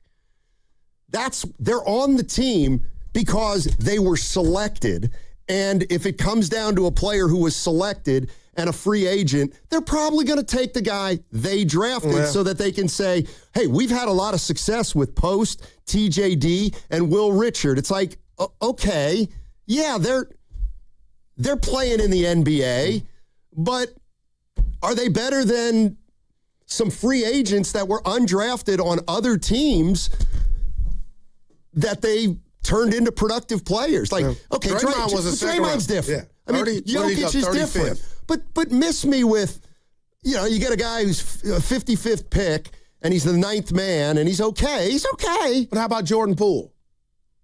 That was a great pick. No, that was a first-round pick. Yeah. He was a first-round pick. Jordan Poole second. Let's go to Mr. Lee in Fairfield. Hey, Mr. Lee, what's up?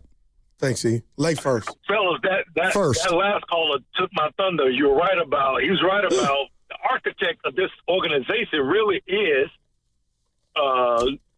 Jerry West. This team has failed Steph or upper management in the Bay Area. I mean, it would be nice to say we have some players to move into the future with. And like that guy said, even with all these picks, I don't trust any of them. The Warriors may be better off saying, you pick a couple guys, we'll send you our picks. You pick them because we want your player. We want the player that's already developed because we don't have the ability to pick players like, say, for example, the guy Sam Presti that runs the organization in OKC. That's the thing that really has set us back is the fact that we really haven't done anything since Jerry West left, even to include Bob Myers and Mr. Dunleavy right now. These guys, this group as it relates to drafting talent or having a plan, I've never gotten the impression that, hey, you know what, we draft based on this or based on that, where, say, for example, you start organizing your team based on what you have. I kind of never get that impression. Similarly to a football team, you start drafting players based on the fact that, hey, we got a quarterback that can do this. So now we need a running back. So then we need an O-line. With the Warriors, I'm still trying to figure out what are we trying to do. So therefore, trade the picks, because if this is the administration that's going to be picking the next few years, I prefer trading the picks to somebody else and going and get a player, not so much Giannis, but somebody else that somebody else saw some skill and talent in that the Warriors, unfortunately, they just haven't been able to do it. I'm just, again, that last guy, what you saying, Steiny, and Guru, do me a favor, man. Tell me. As it relates to Kuminga, nobody is going to be in the league 5 years and still can't play at the level that the Warriors are asking you to play. At the end of the day, man, we saw that Atlanta get rid of trade Porzingis. The kid. So right, because they saw the other dude Johnson in Atlanta showing that he can play. They got rid of Cat because they saw that the other young man in Minnesota could play. When you got a guy that can play, we'll find a way to get rid of other people because this kid can play. And the only reason why the Warriors got rid of old boy because he had 5 years. He could have been taking over the Warriors. Yeah, I hear you, man. I hear you. And yet, he can't take over because he's just an average player. And he's not going to play in Atlanta. Like Steiny's saying, he's not going to be better than the Johnson kid that's damn near average. Yeah, I don't expect that at all. Yeah, but Johnson's going to need help, and I think Kuminga could be some help. But I don't have him doing that. Thanks, Mr. Lee. Santos, not even my guy, 55th pick, second round. Well, that's my point. Like, okay, I'm going to take the devil's advocate role. Get off Dunleavy. He's done fine. Mike Dunleavy's done fine. They didn't have a pick this past year. Last year, they had one pick, second round, 52nd pick. They got a center, Quentin Post, on the team. Brandon Podziemski, you may hate him. He may hate him. Bill may hate him. Jim may hate him. But for the number 19 pick in the draft, it was fine. Let's go before that. 28th pick in the draft, Patrick Baldwin Jr. Guess what? You can't be a lock to draft a great player or even a good player at 28. Okay, and then before that, we're into Bob Myers territory. Yeah. Mike Dunleavy has not had a pick above 19. But here's what I'm saying. If you're going to tell me that Post and Trace Jackson Davis and Will Richard, really good picks for the second round, then why wouldn't you let him draft in the first round? Well, I'm not saying that. I'm telling you that you said the Warriors currently, because however you do it, you got two options, a free agency, trade, or three, and the draft. I'm not dissing Mike D in regard to the drafts. My bottom line is there's a clock ticket, and it's called the Steph Curry clock. And, yeah, you could covet these draft picks, but you said the Warriors are in the worst spot you could be, the middle. Right. They've won too many. So you're not going to, looks like right now, no matter what happens this season, pull a Dallas, get in the lottery, and get a game-changing guy. So my thing is, while the Steph Curry clock is ticking, do you go try to get an already made dude in the league, Giannis, or do you say, hey, Steph, we're trying our hardest, but I don't got a top 10 pick. I don't have a top 5 pick. So whoever we get at 15, 14, or 16, 17, hopefully they'll be up and running by the time you get out of here. That's why it looks like there's not enough time, and for me not to get excited if it's not the top 5 pick in the draft, because those guys got to get seasoned and go through the ups and downs of being a ball player in the NBA. And so while Steph's clock's ticking away. Yeah. All right. I know. Can you help me with it? I can't find it. It was, here's a name. Lucky Cooper. Oh, he's calling. Lucky Cooper from Vallejo. You have 9 minutes and 57 seconds to call to play knockout. Come on, Lucky Cooper from Vallejo. 415-523-4652. Lucky Cooper from Vallejo. Call 415-523-4652. You have 9 minutes and 57 seconds to call, and you will be playing knockout with everybody at 95.7 The Game. Let's go, Lucky.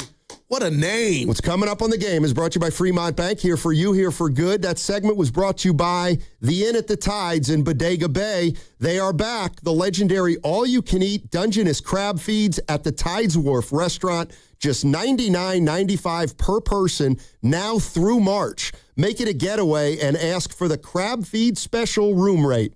Info at inatthetetides.com. Hey, this is Willard and Dibs from 95.7 The Game with great news from Safeway. You can earn Safeway rewards with each purchase you make. Then use your rewards for discounts on groceries or up to 20 cents off per gallon in gas rewards at participating Chevron or Texaco stations, and up to $1 off per gallon at participating Safeway fuel stations. Not a member? Register for an account with your phone number at checkout and start earning rewards today. I personally love shopping at Safeway and saving up to 20% on my purchases for you with personalized deals, meal plans that list the ingredients needed to make shopping easy, and pet perks. There's something for everyone, including a free item every month from some of my favorite brands. If you sign up today, you can get $5 off your first purchase of $25. Restrictions and exclusions apply. Learn more at Safeway.com/4U. That's Safeway.com. And now it's a cozy retreat. Nice, a cozy retreat. Man, cozy retreat. Sir, okay. Find your big dreams, small dreams, and cozy retreat dreams in-store or online at IKEA.us. Dream the possibilities. You know that Big Bargain detergent jug is 80% water, right? It doesn't clean as well. 80% water? I thought I was getting a better deal because it's so big. If you want a better clean, Tide Pods are only 12% water. The rest is pure, concentrated cleaning ingredients. Oh, let me make an announcement. Attention shoppers, if you want a real deal, try Tide Pods. Stop paying for watered-down detergents. Pay for clean. If it's got to be clean, it's got to be Tide Pods. Water content based on the leading bargain liquid detergent. Express yourself with personalized cafe appliances at Friedman's Appliance in Pleasant Hill. You can select custom hardware in 4 finishes that let you uniquely accessorize your kitchen. Experience GE Cafe innovation with 6-burner Pro ranges, hot water dispensing refrigerators, and smart induction ranges. Plus, for a limited time, receive up to a $3,000 rebate with the purchase of select suite combinations.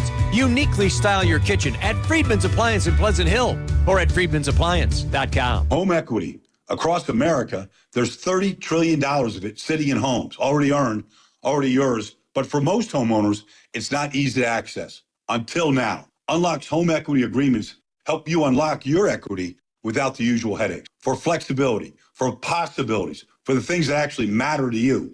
So ask yourself one simple question. How much can you unlock? Find out at unlock.com/home. Terms and conditions apply. Not all homeowners will qualify. Use home equity responsibly. Tune in to 95.7 The Game for Warriors Live, 60 minutes before tip-off. Every Warriors game throughout the season as we get ready for the action. Presented by Xfinity, your home court advantage. Brought to you by Xfinity. Watch all your favorite teams all in one place. Xfinity, imagine that. From carriage house to glass aluminum doors, RNS Doors has a full line of commercial and residential garage doors and gates to suit anyone's taste and budget. Visit rsdoors.com. RNS Doors. Look for the red truck. Do you have 3 ex-wives and your current trophy wife wants a life insurance policy 3 times the size of the policies you had to purchase for your previous mistakes?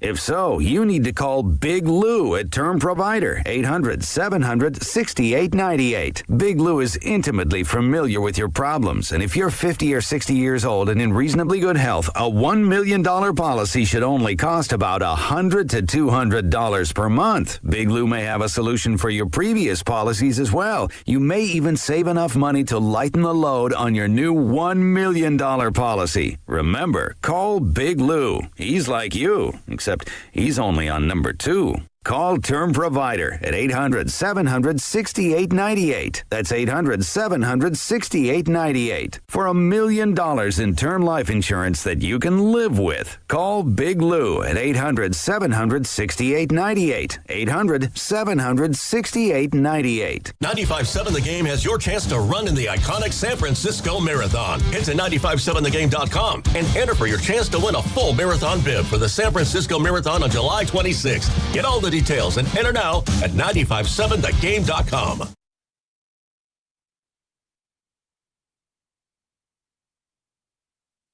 First of all, I want you guys to know something. I already apologized to Steve, okay? I thought that he took the guy out like the kid at Providence took the guy from St. John's out. It's the only reason I sent him to the locker room. I thought he literally made a dirty play and tried to wipe the guy out. Now, I don't have the film. Once I saw the film, I mean, he still got an F1.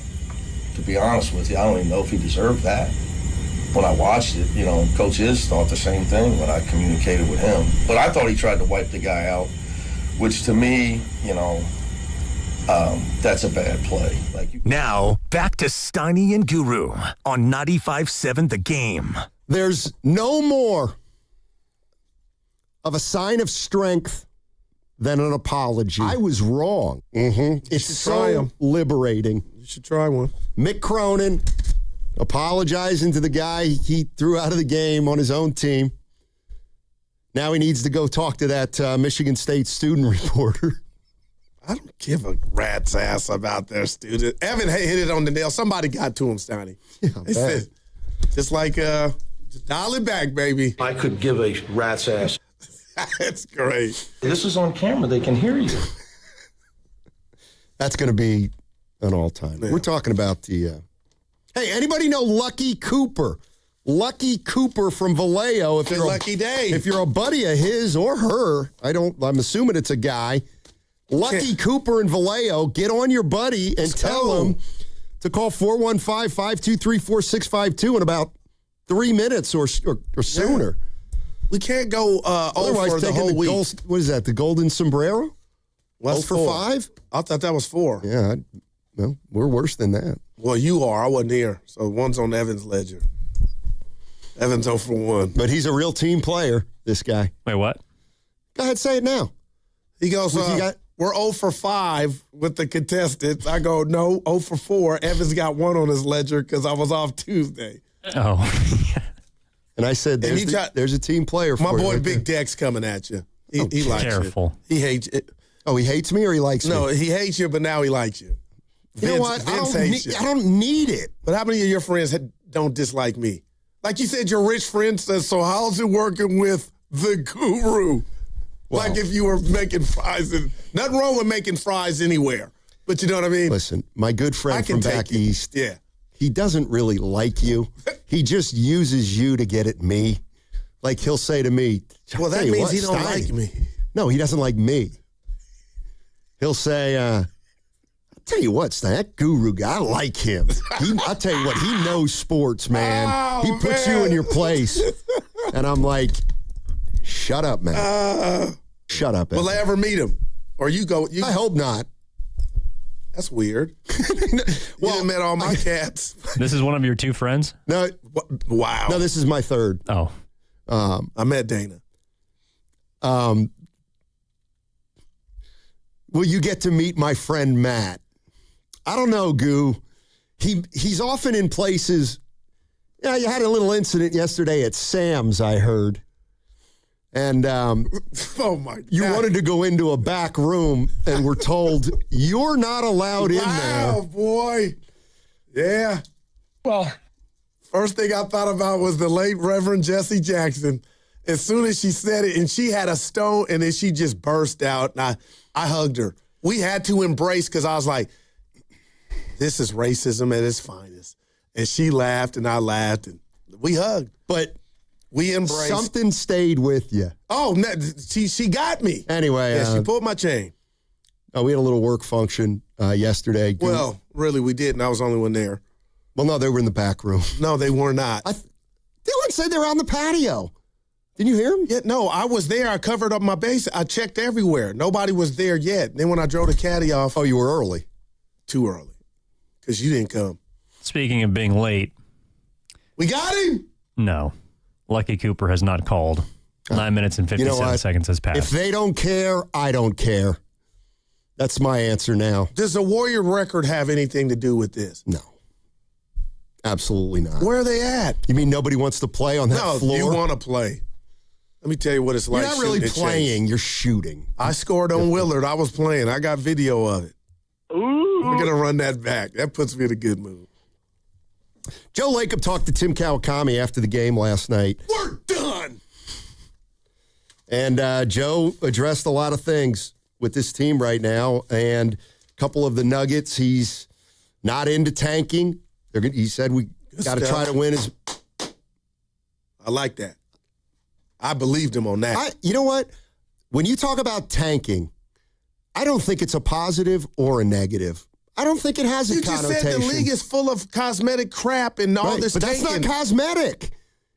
That's the opposite of cosmetic. But you're anti-tanking, though. No, I'm not. Who said? Why would you say that? You went crazy when the Warriors played Houston last year before the All-Star game, and you felt like Udoka just called the dogs off. Well, that's giving away a game. Was just tanking in my book. They finished third. But you're the guy that gets mad, and you share with Evan and I when teams are obvious, like what Ty Jerome with Memphis the other night before the All-Star. Like, that stuff bothers you. It bothers me, but it's a viable strategy. Don't do it. Well, yes, they do. And I'm sick of people stop thinking the Warriors do things different. They tanked. So you're telling Joe Lacob, he said he doesn't like tanking. You're talking to him right now. He's listening. You're saying, Joe, you like tanking. I'm saying a tank started the dynasty. Like, those, you want to talk about the Tony Vitello, those are the facts. Those are the facts. Those are the facts. The Golden State Warriors were hanging around the playoff race back then. Monte Ellis was their leading scorer. He was a fan favorite. They traded a guy for someone who was definitely not going to play that year, and that was an enticement for them. But listen, come on, dude. No, I got we that. Can't pretend honest. That didn't happen. It doesn't get the run like tanking now is more. It's more of a sickness than back then. When you talk about the Warrior dynasty, you damn sure mentioned what you just said, the trade. But Steiny, it didn't have the residue of tanking on it that the Warriors were tanking. that trade happened. People were mad because of who it was and who was coming back. But when you talk about that dynasty, I think of Joe Lacob in that front office, what they did, the growing pains with the homegrowns, the three of them, Steph, Dre, and Clay. But tanking's not. I'm not saying you're wrong, but it's not a part of it, though. What are you talking about? They got to keep Harrison Barnes. They had a pick that if it was 8 or worse, they would lose it. So why do you think tanking? My point is, call it tanking. It doesn't get the run in regard to the birth of the dynasty that it would because now. It's our team, and we don't like to criticize our guys. Let me tell you a little something. No, I was so hurt on who went out that I wasn't even focused on the tanking. I was just hurt that you're telling me my nights of watching Monte Ellis are over. The Golden State Warriors. Okay, the Golden State Warriors. You ready for this? Yeah. They finished that season 3-23. Yep. I mean, wow. They were 3-23 to end the year. Wow. Like, stop. But I guess I'm telling you, to me, right, in my world, it's Joe Lacob and the Warriors. You won't hit him. No, I was emotional about Monte, but just hearing that now, I have nothing but it doesn't get the run that it should, I guess, right. In regard to the tanking. Because it's a negative connotation. And they don't want to do that to the Warriors because they're our hometown team. What would Joe say to that if you said you blatantly tanked that year? I'm just asking. Not that it's bad seriously, or I don't care what he would say. I just wonder how he would, or anybody in his position, finesse that or own it. He would say, we didn't think we were going anywhere with Monte Ellis. And that's tanking. What do you mean? Do at least acknowledge that you have a double standard if that's the way you feel. See, and that's why I'm just this is tickling 3-23. That's it's incredible. But Steiny, I just can't put my anchor at they were tanking. I just can't do it. It doesn't, and that hurts your credibility. And the that run hurts credibility. No, but here, see where I'm going. It's not just me. That's what I'm asking you to open your eyes and understand. That's kind of swept under the rug. Right, but you're a radio talk show host with a voice, and you're misrepresenting the way things started. No, I'm telling you, I was Helen Keller after that trade went down, and maybe I was just so oblivious and blind to the fact of what they were doing. Right, but I was what were they doing? And yelling on these same airwaves. No, I was maybe, young and dumb. Wasn't that young. But I was focused on Monte's gone. Why? So... Because they didn't want to win, Goo. He was going to win them 10 more games. You know what? You're on your own on this one. I can't help you. But it is, whew. If we go to the archives, there's no Warriors tank to get the birth of a dynasty. That's not written. I'm not saying you're wrong. I'm telling you where I was at. You're trying to have it both ways. No, I want you to give me the article where that was just on Front Street, that's what they did to birth the dynasty. Look, Evan, come on. Can you finish the show for me? Can somebody help me here? Give me those artifacts. I can try to help you. It kind of was in writing today because Kawakami in the piece mentioned I chose not to ask him about 2011-12, which they tanked. And Evan, I'm so glad you said that. I need readers. Where I was reading it, I thought that was the 2021 James Wiseman. No, that was 11. He was specifically talking about 2012 and how he didn't follow up. Is what he said. I got you. No, I'm with you saying nothing wrong, bud. Get that look off your face. What are you saying? Because you are saying something wrong. I'm questioning everybody that was covering the league at that time. I want to see articles on what was done, but it felt like it was just swept under the rug. Give me that. You must not have had any subscriptions to newspapers. Well, like nothing you're saying is wrong, and I'm telling you I was hurt. What you're saying is wrong. No, it's a denial that is really, if you really get into it, it's troubling. Your denial is a little troubling. No, there's no denial. My question is, I'm so shocked at how the Warriors finessed to not get called out on the carpet for that. They did get called out on the carpet for it. Of course they did. Did they? Tell you what, You're listening to 95. Just Google Ellis Bogut tank, and I guarantee you'll see a lot of stories. You're listening to 95.7 The Game, KGMZ FM and HD1 San Francisco and Odyssey Sports Station. Always live on the free Odyssey app and now broadcasting from the Laughing Monk Studios. I don't have a problem with a team tanking. I just don't like when they do it 3 years in a row. Like if the Warriors had gotten off. If the Warriors hadn't gotten off to a good start this year, instead of 29 and 27, they were 22 and 31, I would absolutely tank at this point. Well, so let me ask you this, and I'm not trying to be messy. What does it? Read it to me. Don't worry about Steiny. Goo's a Laker fan. You know who said it, though? The guy who comes down your road a lot for whatever, Chris A. from Oakland. Because you and him got something going. That's my guy. Why would you try to start like you did me and Evan this morning? Because he sticks. You said Evan was scared of me and you called him tiptoes. I didn't like that. Evan tried to come between you and my guy. Evan and I had one of the most emotional friend conversations 2 years ago. He don't even know this. Going to Fremont Bank. We were doing our remote for a station. And I can remember it like it was yesterday. Because it was a moment. We had to go. It was an obligation. No, him and I bonded in the car about something you weren't a part of. So don't try to break that up is my point. Chris A. and I are good. You must not see everything he writes on the Boxer and Gerson work injury.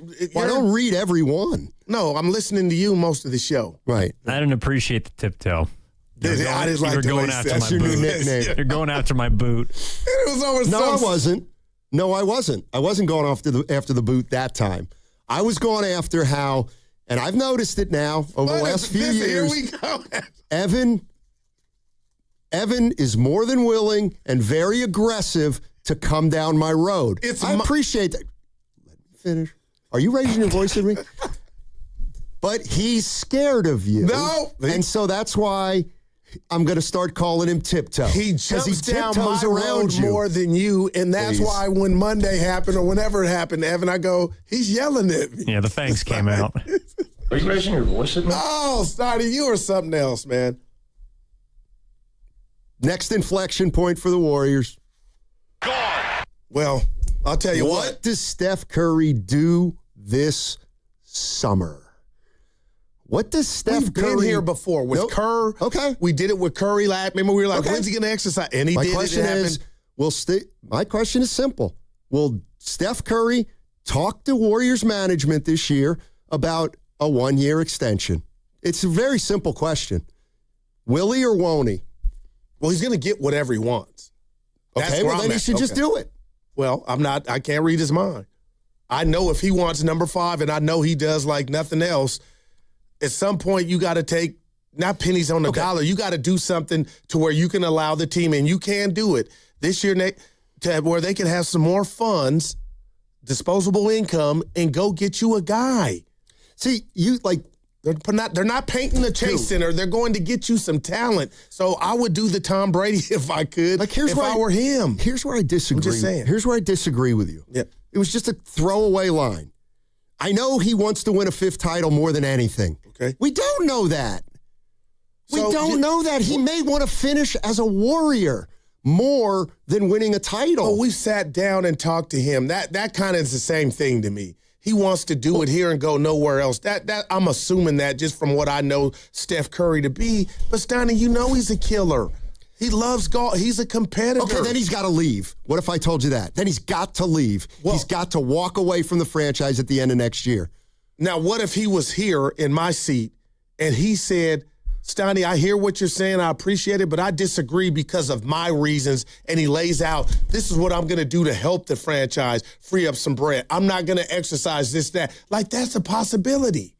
Like, those two are intertwined with you saying he has to do it somewhere else. There's got to be a little meat left on this Warrior bone. Okay, so he won't ask for an extension this year. No, what if they land Giannis somehow? What if this offseason they go back and revisit Giannis? I know it sounds preposterous, but what if it happens? No, they're going to revisit it. You better. You better. And why would they be able to make a deal now, when they weren't close? I'm not that partner. I can't do that for you. Sometimes I don't tell you enough. You ask me things I cannot give you. Exactly. So why do you believe they'll happen?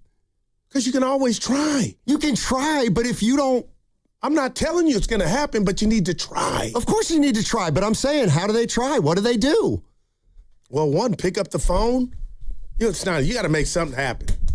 Because what you just talked about, that's your next worst case scenario, is him wanting to get up out the Bay. And nobody wants that, including Joe Lacob. And I got to ask you one more thing. I don't know that that's true either. But you'll never know, though. You can be emotional about it, and I love it, but this gibberish that we're talking, at the end of the day, Stoney, we're not going to know until they do it. That's my point. So if okay. Because I want to ask you something about that piece. And I want to ask you something. Just if Steph Curry goes to Joe Lacob and says, hey, I'm eligible for an extension, a 1-year extension, and I want it. Okay. Yeah. What are you waiting for, Joe? Well, how much do you want? I want 65. What do you do? I guess you that's the thing. You give it to him, don't you? And you to be honest, it would be small potatoes in everything in regard to the mantra or the slogan is anything for Steph. I got to believe, and I'm being real here, and you can laugh, and it's fine. I believe the Steph Curry I know, let's just say that number's 58 games.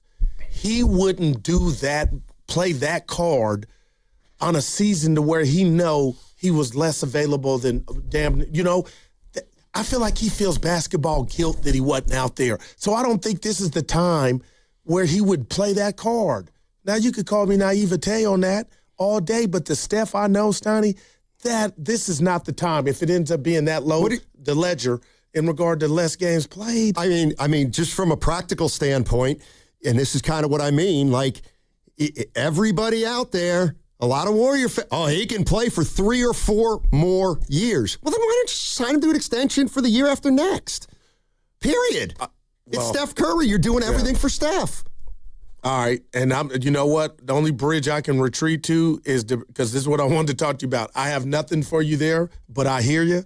But also, okay, what's the difference if Steve Kerr really wants to be here? Why isn't there no contract? Because I don't think he wants to be here. Wow. I think he wants to leave the door open to leaving. What? And there's nothing wrong with that, but reading that piece, Joe Lacob Steph should probably do. That's what I would do. I'd go into Joe Lacob and say, look, I got a year left. Steph can go somewhere and not even sniff a title. It can look all good on paper and then not work out. We see that all day, every day. So there's a risk in that. Leaving what you built. What he's built is gone here. And I get it. There's no guarantee. That hurt. But, I mean, all it would take is a Cleveland, a Denver, a New York, a Houston. Hell, Charlotte. I couldn't imagine a life, I'm being real. Settle. Coming in here. It's coming out to play. Where Evan plays the open. We meet us 3 together in the green room. Get ready for a show. That's what I'm describing. And we talk about Steph in another jersey. That's just not what's going. Like Stoney, they could go 0-82, and I feel like Steph wouldn't want to get up out of here. That's what I can't help you there. So and it sounds like you really believe that. No, there's no doubt. Okay. Well, then sign him to a 2-year extension and guarantee him retiring as a Warrior right now. I mean, that could be exactly. Like, I'm not against that. So if that were to happen, but you got a lot of rats to catch in regard to, they got a talent problem. It's fair to say the Golden State Warriors today on Friday, the 20th, they have a talent issue. Top to bottom. Whose fault is that? Because I'm not feeling sorry for anybody. You blew the Wiseman pick. You blew the Kuminga pick. You blew Jordan Poole situation. You blew the Chris Paul situation. You tell me Kevon Looney couldn't play on this team? Right, he could, and they'd be 27 and 29. Or whatever the hell they are now. Evan, I had to get my Looney fixed in there. Dude, it feels like just everything they're touching, it's going the wrong way. That's right. Like, let me ask you a question. And I get it. You're gonna agree with me, but then you're going to act as though there's no consequence. Curry's making 62. You are fixated. Butler's making 55. Oh, my God. Porzingis is making 30, and Draymond's making 25. No player of those four is really earning their money. No doubt. So you cannot overcome that. It's impossible to overcome that. Well, you got a choice. Curry is overpaid the least of all those. All right, there we go. That's fine. All right. But he's not a $62 million a year player. Okay, so let's focus on one of those guys. What do you do with Draymond? But we already know something bigger than basketball is going on there. And that's frustrating because we all can see it. We've seen it. But because of extenuating circumstances, Draymond is king. Whether so you like if you it, right. don't want to attack that problem as an organization, what can you really do? Because you're living in a false realm. Hey, and we all know that Draymond is not giving you the dividends, but they won't do anything about it. What can they do? They gave him a player option. They can't do anything with Draymond. Draymond is going to do something to them. That's not right, man. Well, it's too bad because everybody liked it when he said, hey, can't win without Draymond. Like, Draymond is now an issue. Man. I'm sorry. No, It doesn't feel that way. No, I mean, the only way out of this to me is Butler comes back. Let me hear this. Butler comes back and is good. Curry comes back and he's pretty healthy. Porzingis somehow gets re-signed and he plays 58 games. Draymond comes off the bench, plays 13 minutes to 18 minutes a night and doesn't complain and actually helps. And we'll see what that gets us. I don't know what else they can do with the contract situation like it is. I think we got to buckle up for a year and a half. But no, Star, we've been buckled up for 3 years, but we lost to the Kings in the play-in. I mean, we've had some L's with Steph. Yeah. So keep going down the same track. Is that what you're saying? What's coming up on the game is brought to you by Fremont Bank. Here for you, here for good. The MMA fight is Saturday, and you can trade on it nationwide on Kelsey. Hernandez is trading at 70% to beat Strickland. That means a $100 trade on Strickland pays out $333 with a win. Download the Kelsey app and use code FAN to get $10 when you trade $100. Kelsey, trade on anything. Your home is your sanctuary. Keep it that way with the beauty and performance of Milgard windows and doors. From the elegant Tuscany series to the modern slim profile Trinsic series, Milgard offers energy-efficient solutions and lifetime warranty options. At Ashby Lumber, our experts are here to help you find the perfect Milgard fit for your project, whether you're a DIYer or a professional contractor. Visit our dedicated door and window showrooms in Berkeley or Concord to see the Milgard difference in person. Start your project today at ashbylumber.com. Ashby Lumber, your trusted building partner since 1968. Oakland sports live on, and professional soccer is back at the Coliseum. The 2026 Oakland Roots home opener is set for Saturday, March 14th, featuring an electrifying night of soccer, fireworks, and live music. This is more than a game. It's a celebration of Oakland's culture, community, and love for the sport. Be there as we kick off the season. Get your tickets now at OaklandRootsSC.com/tickets. Use code THEGAME10 for 10% off. Department of Rejected Dreams. If you had a dream rejected, IKEA can make it possible. So I always dreamed of having a man cave. But the wife doesn't like it. What if I called it a woman cave? Okay, so let's not do that, but add some relaxing lighting and a comfy IKEA Hofburg ottoman, and now it's a cozy retreat. Nice, a cozy retreat. Man cozy retreat. Sir, okay. Find your big dreams, small dreams, and cozy retreat dreams in-store or online at IKEA.us. Dream the possibilities. You know that Big Bargain detergent jug is 80% water, right? It doesn't clean as well. 80% water? I thought I was getting a better deal because it's so big. If you want a better clean, Tide Pods are only 12% water. The rest is pure, concentrated cleaning ingredients. Oh, let me make an announcement. Attention shoppers, if you want a real deal, try Tide Pods. Stop paying for watered-down detergents. Pay for clean. If it's got to be clean, it's got to be Tide Pods. Water content based on the leading bargain liquid detergent. That's another amazing run by Team USA. Mom, think I'll be on Team USA one day? Well, I'll take this one. What? Are you speaking to us? Yes, and to answer your question, anything's possible, especially with Xfinity. So, I can be the best snowboarder ever?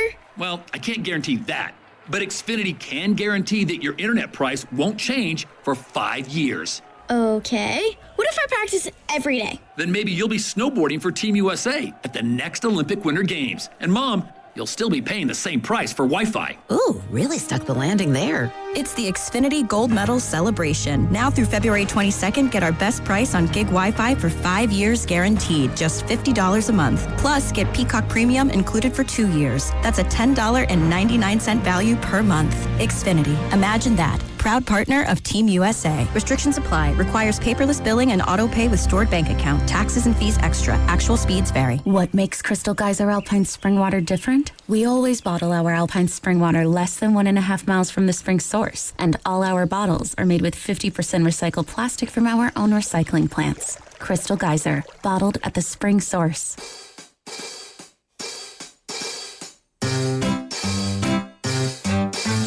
1877 Cars for Kids.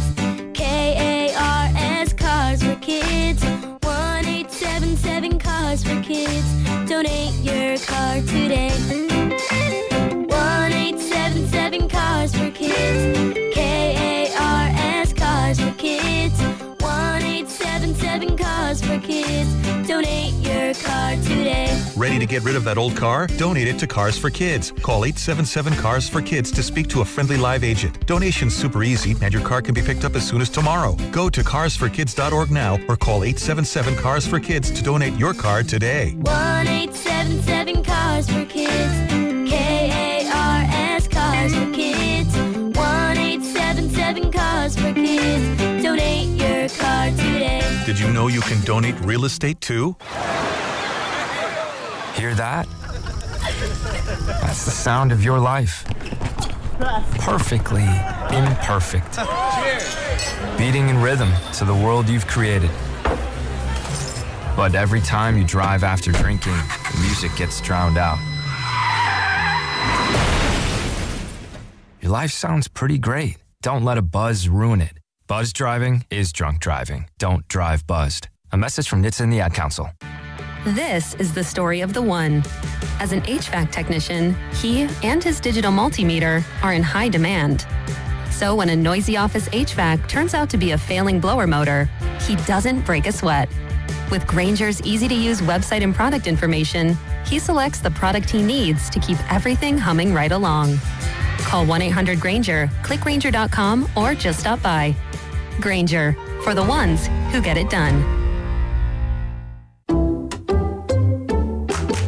I checked Allstate first and saved hundreds on my car insurance. Really smart. Unfortunately, I didn't check if I left the pizza box on top of my car before driving home. Not smart. Oh, and a semi just turned my deep dish into a thin crust. Yeah, checking first is smart. So check Allstate first for a quote that could save you hundreds. Potential savings vary, subject to terms, conditions, and availability. Allstate North American Insurance Company and affiliates, Northbrook, Illinois.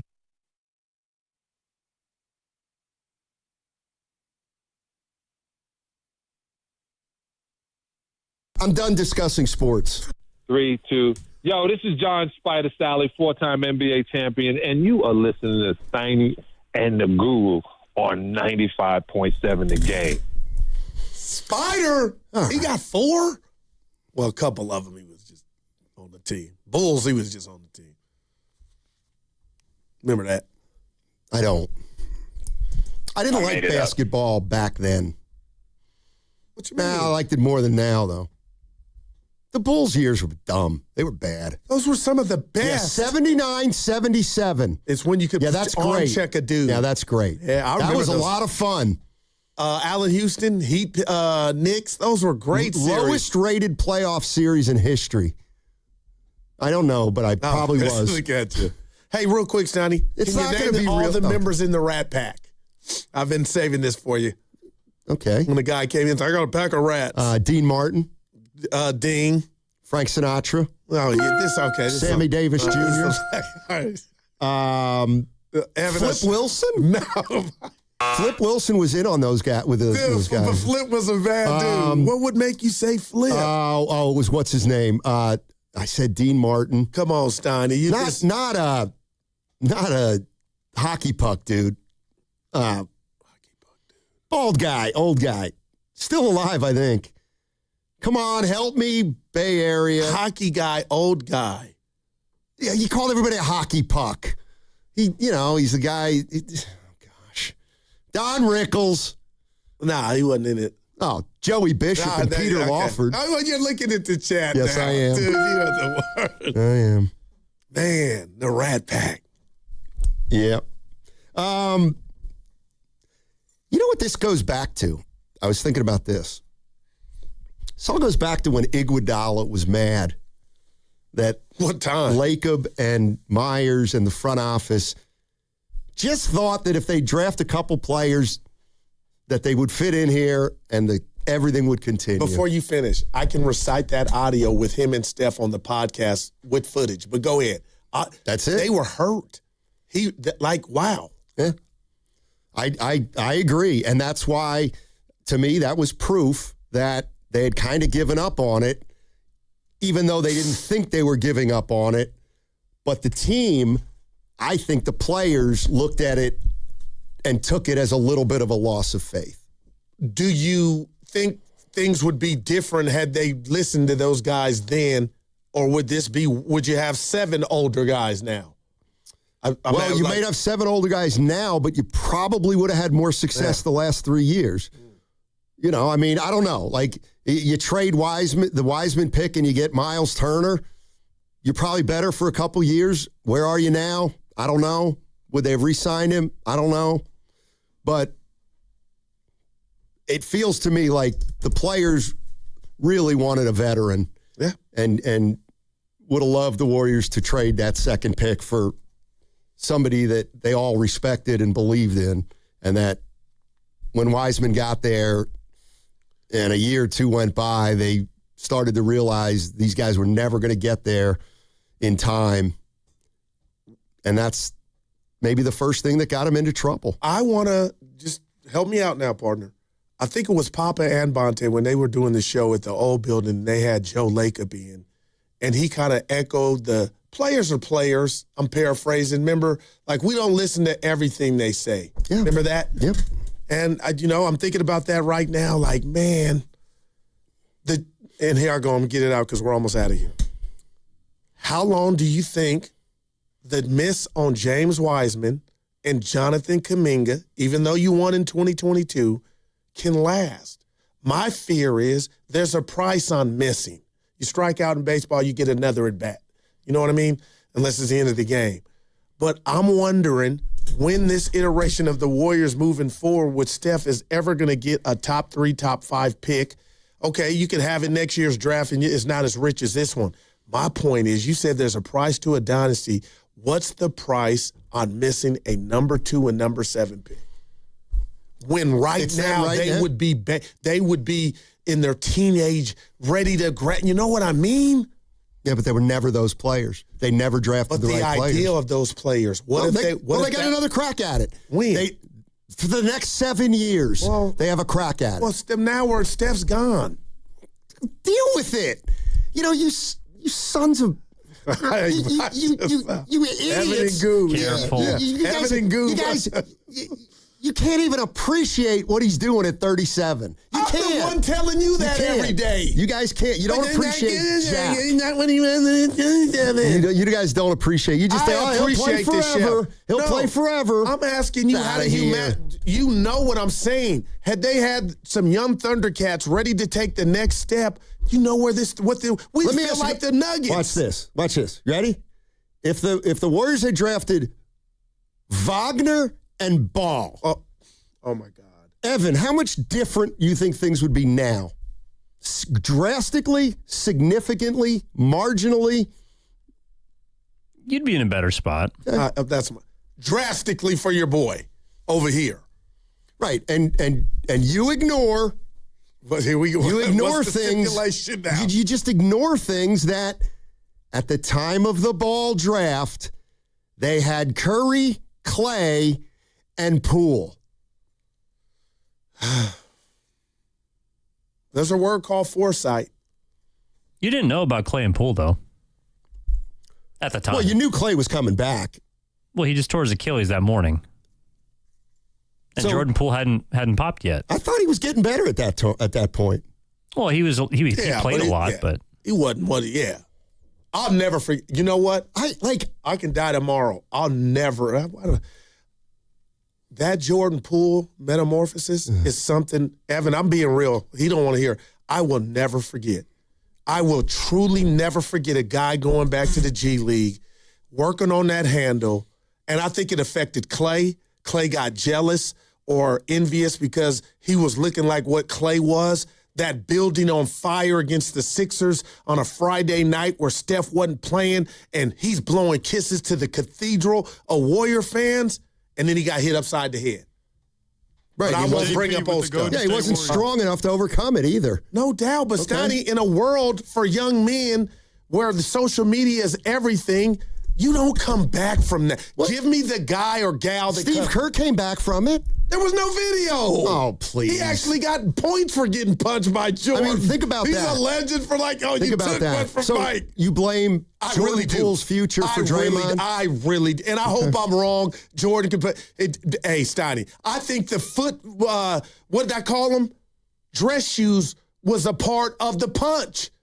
That didn't happen on Earth when Jordan Poole was doing his thing. Then he just started falling down because he went to the ground. You will never, ever, ever be able to convince me that had they drafted LaMelo Ball, he would have been different and played. But you will never convince me of that after watching Steve Kerr for 5 years. And now you're doubling down on Kerr and this Warrior, the Phil Handy. What do I'm talking about? I don't know. Where you get them better. Player development. Right. You're pointing at that. If you're saying LaMelo Ball wouldn't have popped. He wouldn't have. If I'm going to give you top tier steak, make it taste good. It's not hard. He wouldn't have played. Just don't burn it. He wouldn't have played. See, he wouldn't have played early in his career. What then a guy that was so raw, shout out Eddie Murphy. I love this, though. Why does he get thrown into the fire like Wiseman? Who? Wiseman. He was the guy that you could have said, even though I wanted to play, this dude ain't, hey, you know what, just sit back, guy. We got it. Because he hadn't played. Who? Wiseman. He was raw, but they threw him into the fire. Oh, we got Jokic's coach. Remember that? We got Jokic's coach. He worked with him. Yeah, you were high on all these moves at the time. I mean, nobody loved Wiseman more than you. Remember what he represented? Goo, not every draft is the same. Our guy Mark Spears, he was over Willard and Dibbs yesterday. Remember, he was saying he was Garnett. I'm not saying LaMelo Ball wouldn't have been developed. I'm telling you, he wouldn't have played. Don't tell me that he would have been this guy that would have absolutely emerged. I don't believe that. But then you're telling me, Steiny, what you don't even know what you're saying is then the Warriors don't know how to evaluate or develop talent. Why wouldn't a guy that it's never been a priority because they're going for titles, which they would have been when LaMelo Ball got in here. And so I don't think there's any guarantee LaMelo Ball would have, quote unquote, broken through in a way that all their other younger players haven't. I mean, I know it's easy now, and you're like, well, he's a really good player. He would have. Well, I'm not convinced they would have liked him as a player. And I'm being real with this one, Stoney. Explain how Jordan Poole, the good Jordan Poole, was able to do it on Steph watch. Like, how was he able to go to the Clay lab? got hurt, and it opened up a spot for him, and he took advantage of it. All right. Yeah. I mean, are they all right, though? Who? The Warriors. It's a difficult situation. I don't think Lacob going in on the fan base again on this Draymond that doesn't do anybody it doesn't hurt favors. I think it does. How? How specifically? Because you're spitting on us and telling us it's rain. Not spitting on you. Yeah, Mike D did it. You're trying to put the toothpaste back in the box. Now, you know what I'm talking about, man. You wouldn't tell Joe Lacob you're spitting on us. No, because he's been a godsend. Well, then chill out.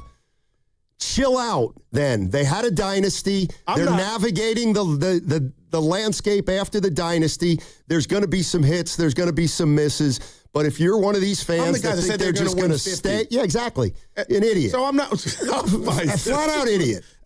Stop. Give me the raise your voice. I'm sorry. I'm the guy that predicted 50. I know. Western Conference Finals, so don't say I've checked out. This is on camera. They can hear you. You haven't... you have checked out. Evan, I know Steiny's answer, and I do want to hear it, but I'm going to come to Evan. And Warrior fans on the chat, the tube chat, wherever, text me everywhere.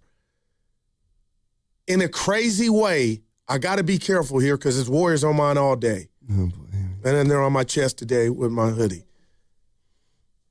Would what I deem Jordan Poole getting disrespected in the way that they did it, could this be some form of karma?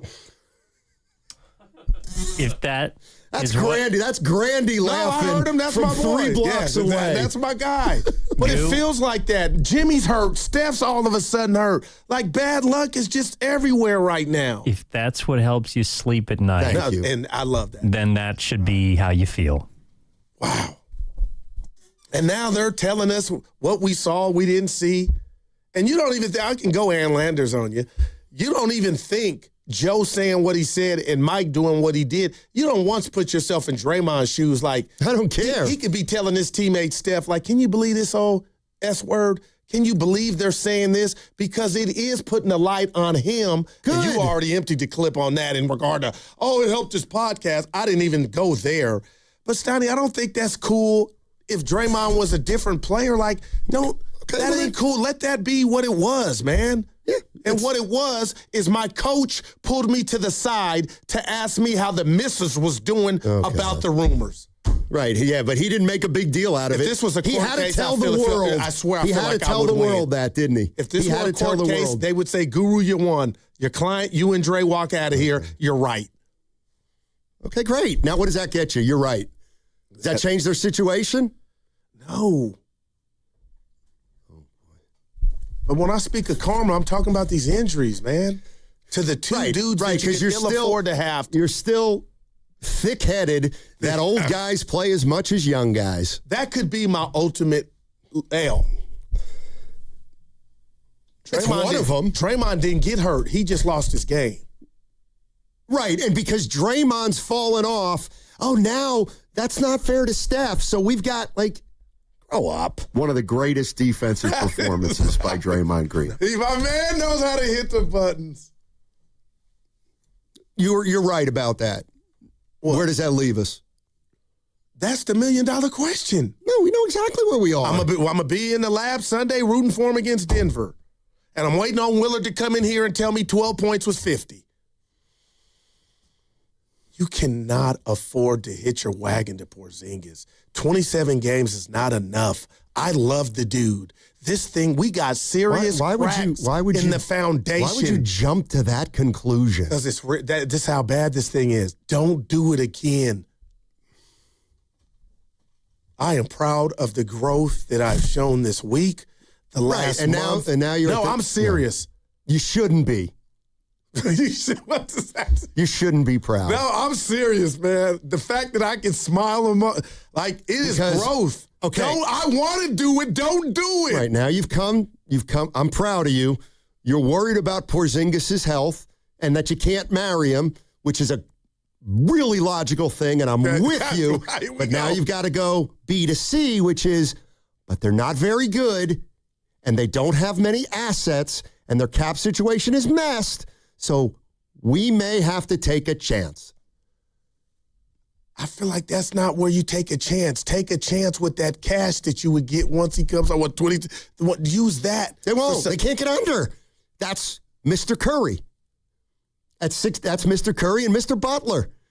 Oh, that 55 is cryptic. You realize that with him being hurt, man. They got two choices with Porzingis. They got a few. They could sign and trade him. Well.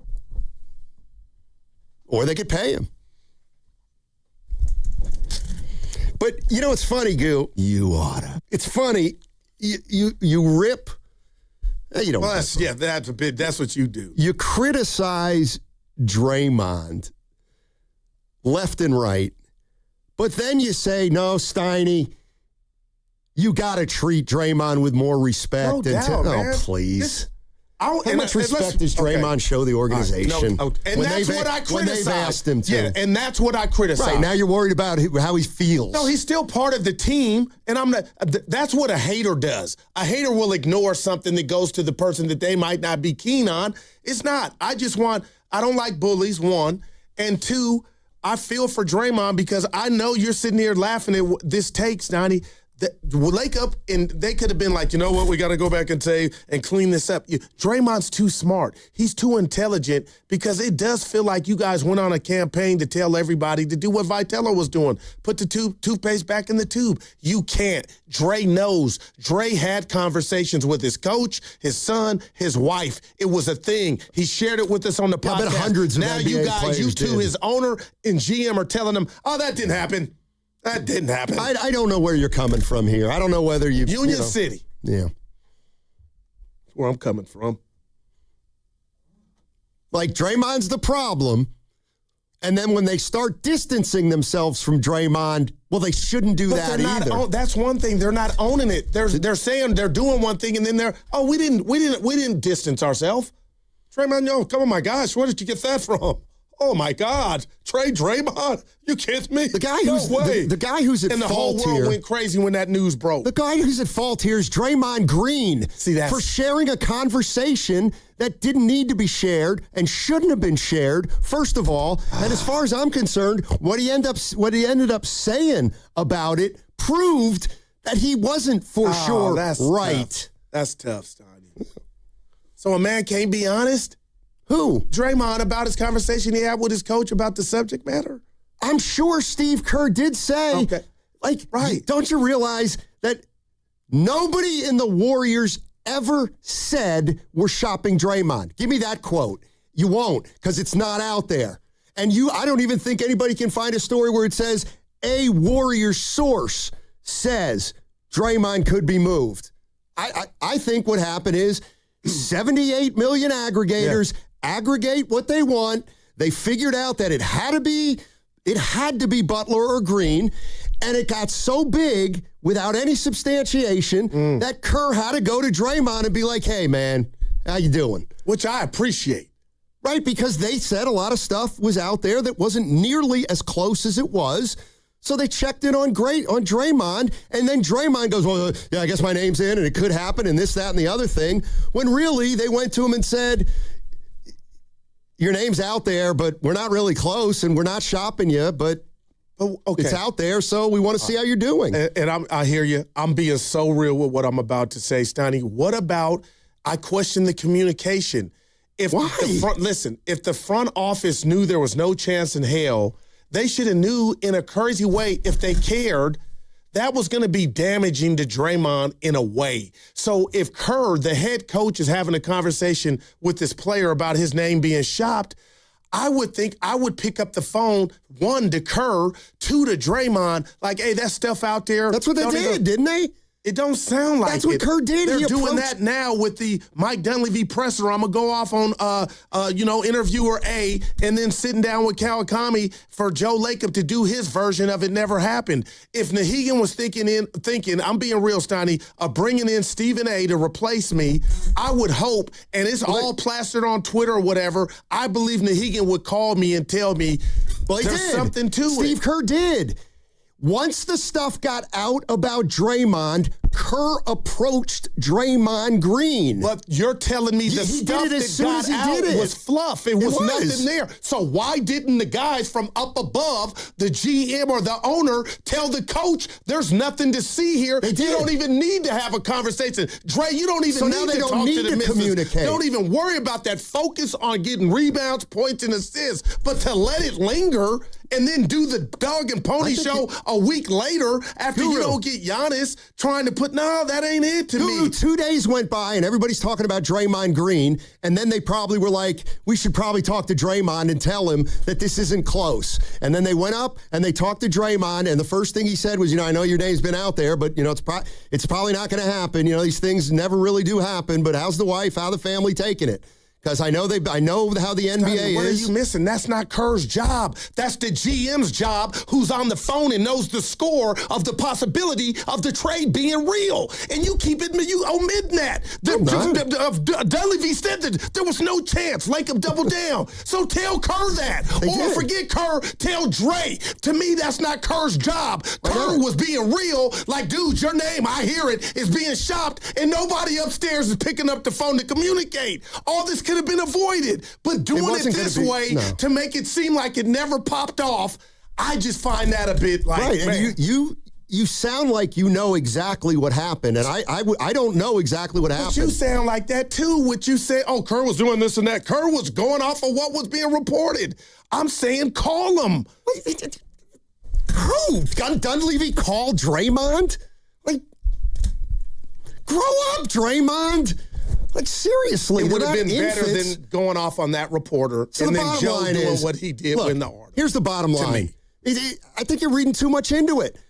Steve Kerr is the coach, and if he thought Draymond Green was feeling the effects of a trade and it was affecting his play, then Kerr has every right to say, what's up? Well, I hear my name. Yeah, I talked to Mike, and nothing's really close, Draymond. But like that part and then Draymond goes to the media and says, I could be traded. Well, actually, they might have told you you're probably not being traded. But the way you just put it right there is perfect. I talked to Mike. There's nothing there. That alone right there would have been no That's what happened. That's what I believe happened. Well, I don't. I believe Kerr went to Draymond and said, I know your name's been out there. Tell the wife there's nothing to it. Right. It's not going to happen. We're not that close. Your name's never come up. Like, the funny thing is we're on Dunleavy and Lacob. The guy we need to be on is Draymond. Draymond's the guy we need to be on, talking way too much about stuff that 90% of the other players wouldn't even bring up. It wasn't his night. What's coming up on the game? What's coming up on the game is brought to you by Fremont Bank. Here for you, here for good. Ceremony Ford. Are you waiting for the best time to buy a new Ford truck? It is now. Ford Truck Month is here at Ceremony Ford. On the 2025 F-150, you can get 0% APR for 60 months plus $1,000 bonus cash with zero down and zero payments for 90 days. Don't wait. Right off 280 in Colma and Daly City or at ceremonyford.com. Ceremony Ford, the Bay Area's Ford dealer. I've been around forever. Days like today, it feels like I've been around for longer than that. So I've seen the highs and the lows, Goo. I have. And the pain that comes with getting knocked down. But when you're the one injured or when tragedy strikes someone you love, that's when Beam Law comes in. Beam Law is the Bay Area's go-to personal injury law firm. And whether it's a car accident, a serious injury, or a wrongful death, they are there to shoulder the legal burden so you can focus on rebuilding, recovery, and taking care of your family. Beam Law is local, and they win. Millions have been recovered for clients across the region. That's why SF Weekly voted them Best of the Bay 4 times. So if you've been hurt or lost someone because of someone else's negligence, please call Beam Law 415-523-5555. That's 415-523-5555. Or visit hurtinthebay.com. That's hurtinthebay.com because it's not whether you get knocked down, it's whether you get back up. Beam Law, they've got your back, Bay Area. Hey, Bay Area sports fans, get ready for game day with Laughing Monk Brewing. Whether you're watching with friends or heading out after the final whistle, Laughing Monk has the perfect beer for the moment. With locations in Sunnyvale, Scotts Valley, and Bayview in San Francisco, there's always a Monk nearby. And now, check out their newest San Francisco location in Nopa. From crisp lagers to bold IPAs, every beer is righteously brewed in San Francisco. Grab a pint, grab your crew, and make game day better at Laughing Monk Brewing. Righteously brewed in San Francisco. This is the story of the one. As an HVAC technician, he and his digital multimeter are in high demand. So when a noisy office HVAC turns out to be a failing blower motor, he doesn't break a sweat. With Grainger's easy-to-use website and product information, he selects the product he needs to keep everything humming right along. Call 1-800-GRAINGER, click Grainger.com, or just stop by. Grainger, for the ones who get it done. Ragnar the Terrible is interviewing at a big bank. Let's listen. Everyone, this is 5th century warlord Ragnar the Terrible. He killed it in his first interview. Not literally, but close. Ragnar, what would you do if a customer complained about high loan rates? I make video presentation.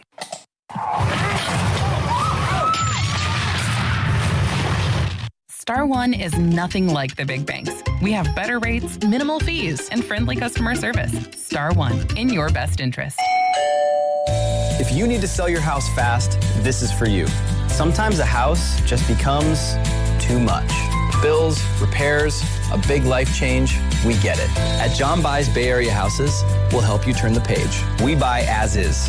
No repairs, no fees, no hassle. Call 510-800-JOHN or visit johnbuysbayareahouses.com. Start fresh with John Buys Bay Area Houses. Running a business means wearing multiple hats. So if you're like me, you probably started out using your personal phone, taking client calls and texts nonstop. As my business grew, I needed something smarter. That's when I switched to Quo, the #1 business phone system. Quo works right on your phone or computer. No carrying 2 phones, no clunky landline, just one easy app you can try for free. Your team can share one number and handle calls and texts together like a shared inbox. Any teammate can jump into the conversation so customers get faster responses. And Quo's AI assistant summarizes your calls and responds to customers 24/7, so you never miss a lead or opportunity. All this starts at just $15 a month. That's basically 2 coffees. You can even keep your current business phone number. Find out why 90,000 businesses trust Quo. No missed calls, no missed customers. Try Quo for free at quo.com/sports. That's quo.com/sports to try Quo free. QUO.com/SPORTS. $5,000. That's the average amount of money people in the U.S. are now spending on gas in a year. $5,000. That's crazy. If you drive, you have to download Upside, the free app that gives you cash back every time you get gas. That's right. You can earn real cash back with Upside just by buying the gas you're already buying. You can literally start earning cash back today. I use Upside every time I fill up, and I've already made around $300. You're putting gas in your car anyway. Why not get real cash back? If you like free money, download Upside. I'm saving the cash I earn from using Upside to help pay for a vacation later this year. Download the free Upside app now to earn cash back every time you buy gas. Use promo code FRESH to get an extra 35 cents per gallon on your first tank. You can cash out anytime right to your bank, PayPal, or a gift card for Amazon and other brands. Just download the free Upside app and use promo code FRESH for a 35 cents per gallon bonus on your first tank. That's code FRESH for a 35 cents per gallon bonus. Time is valuable. That's why Lowe's Blueprint Takeoffs turn blueprints into quotes faster. Bring us your plans, and we'll generate itemized material lists to make quoting easier so you can get back to building. Plus, at the Lowe's Pro Desk, you get access to thousands of building materials not sold in store. And when your order's ready, we'll deliver everything to the job site. Improving is easy at Lowe's.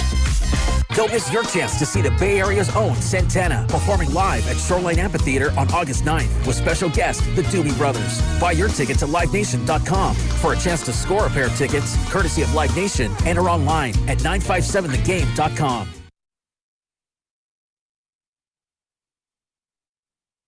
Porzingis tipped it over to Horford.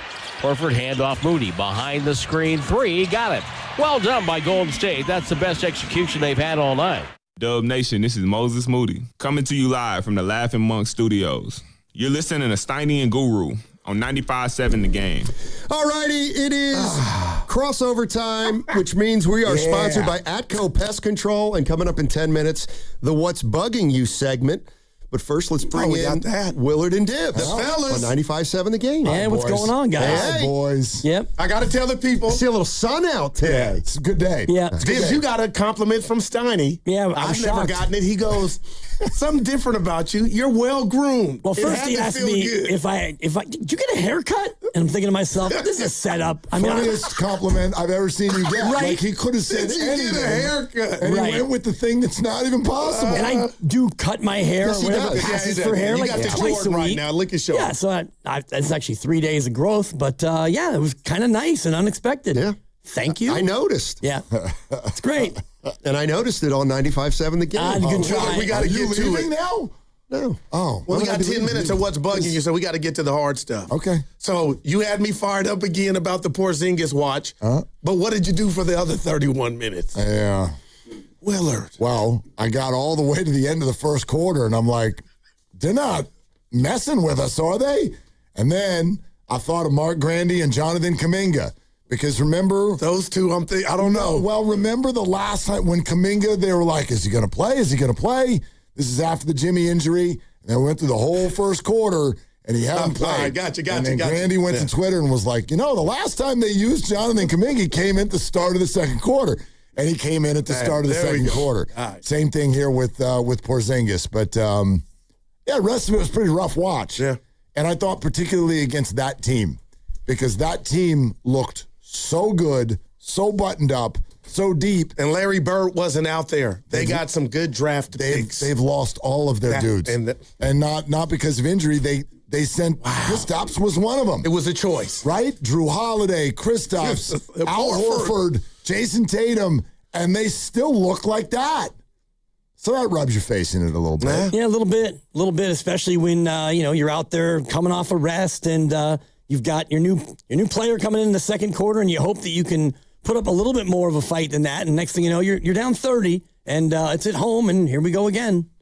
I mean, think about what Boston did after Tatum got hurt. They traded their 2 oldest players and their most injury-prone player. That's it's a lot, but that's kind of all they did. They got rid of 2 old guys and an injury-prone guy. But it's worked. Yeah. They're a problem. Man, they play so fast. And just, it is unbelievable. Just buttoned up. You can see it. You can feel it when someone just they all get what they're doing. And then right now, and I'm not saying it's not for obvious reasons, the Warriors come down and you start hearing, like people are flying in different directions. It's just like you're hoping somebody could get a shot. And they're playing so well, guys, that I'm looking at their coach now in a different light. Oh, go figure. My product on the court's balling. Now you're looking at me different, Goo, but it's just like, I just feel like he has something to do with how they're playing. Yeah. And I didn't like how it was with the media early on, but it feels like he's bringing something to the table. He's bringing a lot, and they play with a certain identity that is their own. They play fast. They play together. They move the ball, and the Warriors have had that for so long. But you said something earlier, Steiny, about, and it was a little bit personal to Guy Santos and also Pat Spencer. Yeah. But if they are part of your core, then you're not a very good team. I think you said you stink if that's the case. And it was harsh, but the point, I think, was well made because no diss to Guy, and I think that he But it's not their fault, Dibbs. They were chosen. Sure, and they're as good as they're going to be. I don't think they were chosen to be starters or heavy minutes guys. They were chosen to be, Guy's a second-round pick, and Pat's a 29-year-old lacrosse player. Well, they're not part of your core. They are right now. But that's the few. I'm with you. That's you know what I mean? That's temporary. I don't even know that. I don't even think that exists. There's no core right now. Yeah, and that's part of the problem. That's right. Major. And so they become part of the core because they are able to stay healthy and play basketball. It's going to be a key word today. Core. Health. Oh, core. Core. You know what I'm feeling at my core? What are you feeling, Steiny? We were just talking about Missoula. Yeah. And I wasn't crazy about him at first either because of the way he talked and stuff. But now you realize, well, that's who he is. All right, so I don't think he's a phony at all, but how impressed were you with his challenge? That was genius. So let me reiterate. It was smart. Oh, it was incredible. I can't blame him. I can blame someone else, but go ahead. Horford gives Hugo a little something. Hugo Gonzalez? Yeah, a little something. Little something. It's a hot wing, a spicy hot wing is what that is. He's giving him the business, Stanley. Yeah. And they, I forget what happened, but... Foul on Hugo. Clear Kais. You go ahead, Dibs. Foul on Hugo. And Missoula says, let's go ahead and challenge that. And, we're going to go ahead and see if it's a foul on Hugo, and it's not. And then, let's see if it's a flagrant, and it's not, and now it's a foul on Al Horford somehow. Does the first one even come from the coach? I don't think that was not a Celtics challenge. That was the refs looking to see if it was a flagrant. Looking to see if it was a flagrant. So you go look at it. Right. You decide it's not flagrant. Right. So you come back and say it remains a foul on Hugo. Right. And then the Celtics did something that I didn't even know you could do. I kind of didn't either. They're hucked a red hanky out in the middle of the court. Yep. And they're like, look again. My buddy said if that got overturned, he was done with the NBA. I texted the same thing. Yeah, I know because somebody downed you out. Okay. So we did. I quit the NBA. I did. I couldn't believe Fox, that. you don't even know about So you're this kinda like comeback in the fourth quarter. You're kind of like a player. We're talking about the Niners all day today. I quit the NBA. Yeah, I mean it's shocking, but no, I mean what are we doing with the review? There we That's go, stupid. I appreciate that. And What are it's we not- doing? It is. Yeah. You're right. It's a brilliant challenge, but that's stupid. You can't go look at something. Come on, man. Come back out. Tell us it remains a foul on that guy because we looked at it. It's not flagrant. It's a foul on Hugo. And then the Celtics are like, go look again. And you look again. You go, you know what? Now that we look again, it's not a foul on that guy anymore. It's a foul on that guy over there. What are we doing? That is a horrific process. We're prohibiting a guy from catching the basketball with his elbows akimbo. But And I don't know how you would catch a ball over your head without your elbows going out. But can I agree with you, but also maintain that's not even my point. Right. I don't care if it was or wasn't a foul on Al. You can't go look at something, come out, tell me the sky's blue, and then someone go, hey, go look again. And then you look again, and then go, turns out the sky was red. No. It happens in sports. Before they had this electronic measurement in the NFL, if a ball would be spotted, you could throw the red hanky on the spot, or you could call timeout, and then they could spot it, and, I don't need to use my timeout because it turns out they were short, and so things get rescinded. But last night was just beyond funky. To me, the word is stupid. Well, but rescinded is fine. I'm talking, am I missing something? That's double jeopardy. You can't go look twice. Well, they only challenged once. I understand that. Were the refs looking to see if it was a flagrant on Al? Yes, because he got hit in the head. Because he hit a guy with his elbow. Something else was birthed. Yeah. To me, that's out of bounds. There's no looking twice.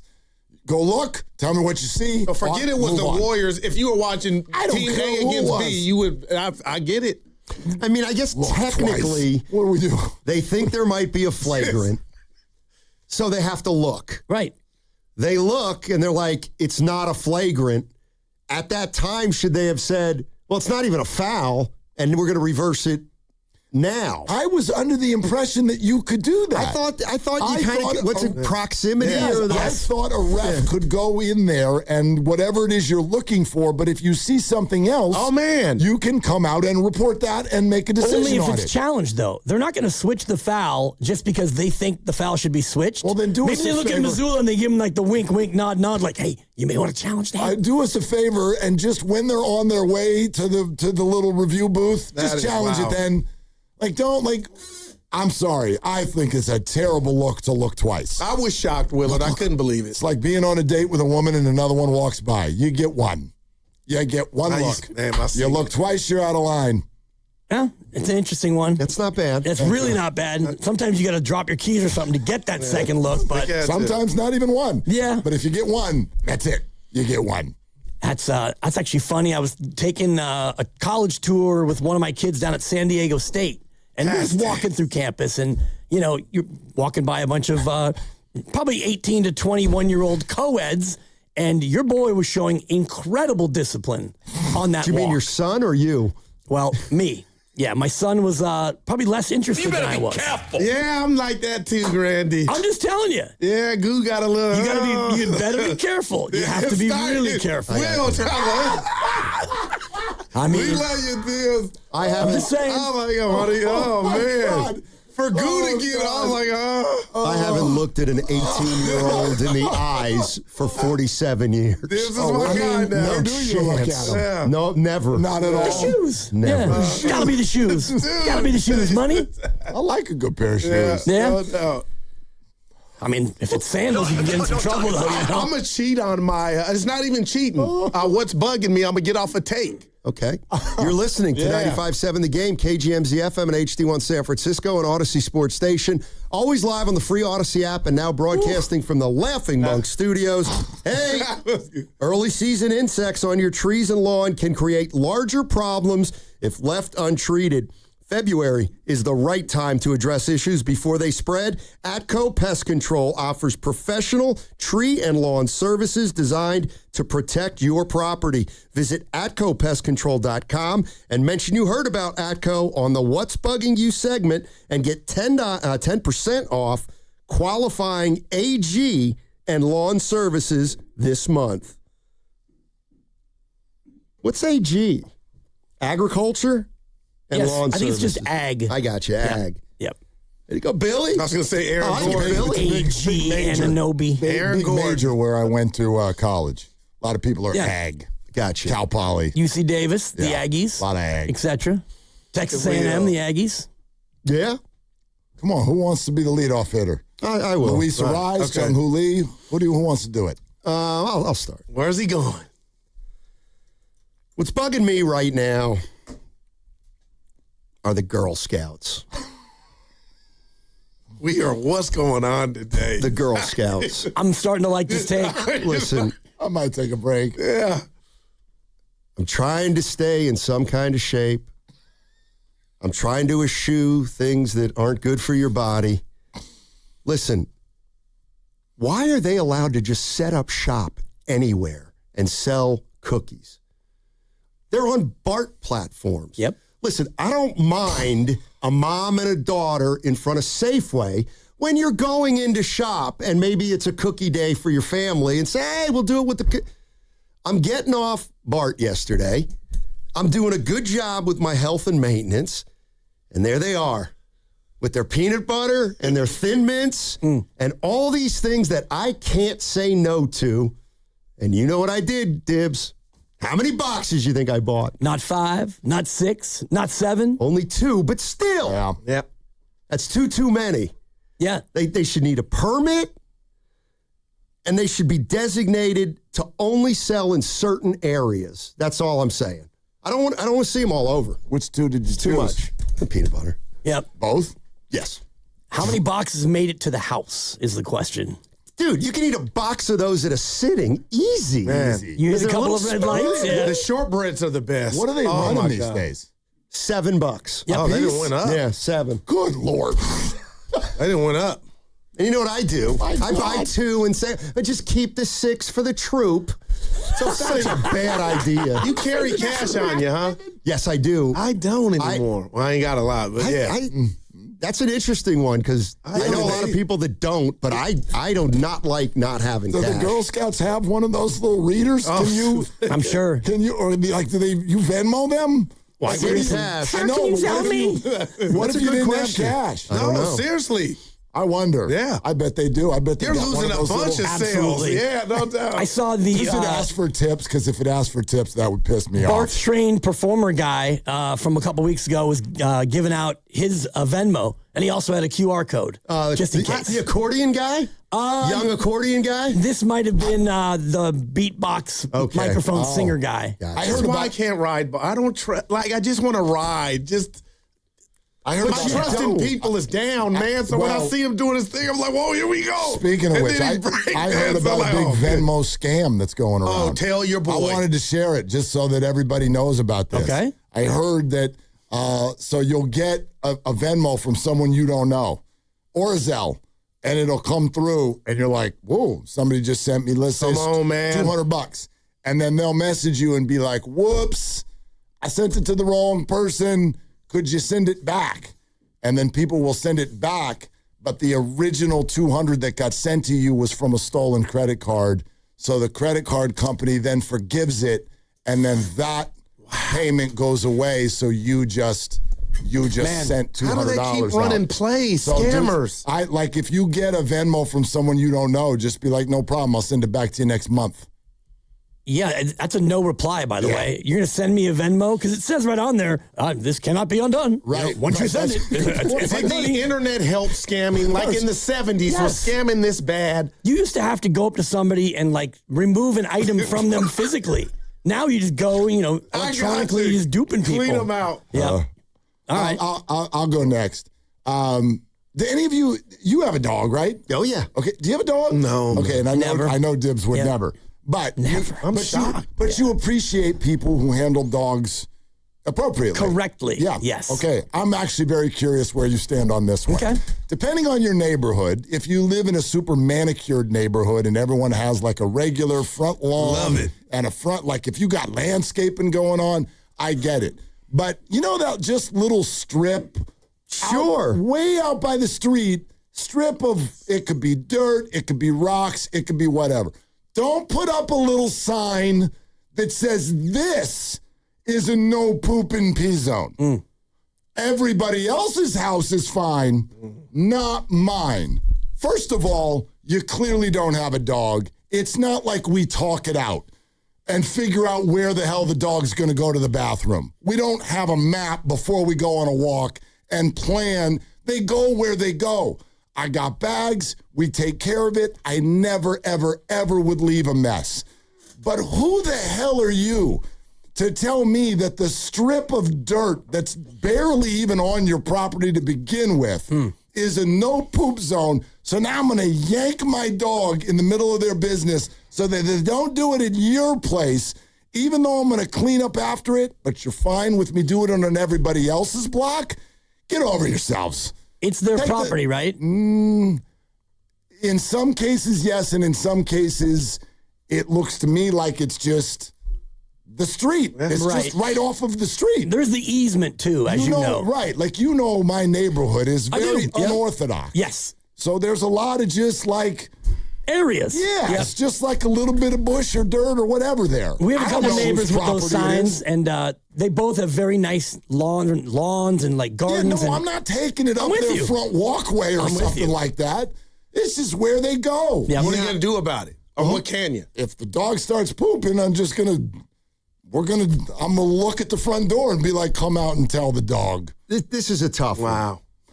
Because it all depends on the kind of deposit. Right? Deposit? Yes. Is it like a 5 logger or like how much is Penny going to unload? What's the pick it up. What's the firmness level?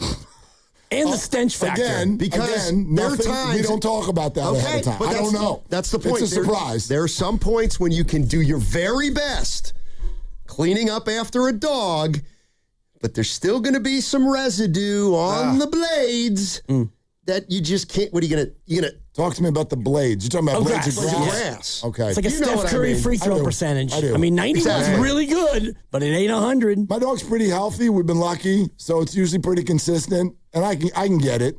You know who hasn't been lucky today? Lucky Cooper. Lucky, I know. I thought that was a sign. Man, you text us. I thought for sure. I go, this is going to end it. It's going to end the streak because the person's name is Lucky. Well, I was supposed to read the thing today. What thing? Remember, we're going to switch it up? Oh, that's not a bad idea. Yeah, why don't you read it? We'll do that next week. Yeah. I'm glad you brought that up because what's bugging me is people who don't follow through with what they say that they're going to do.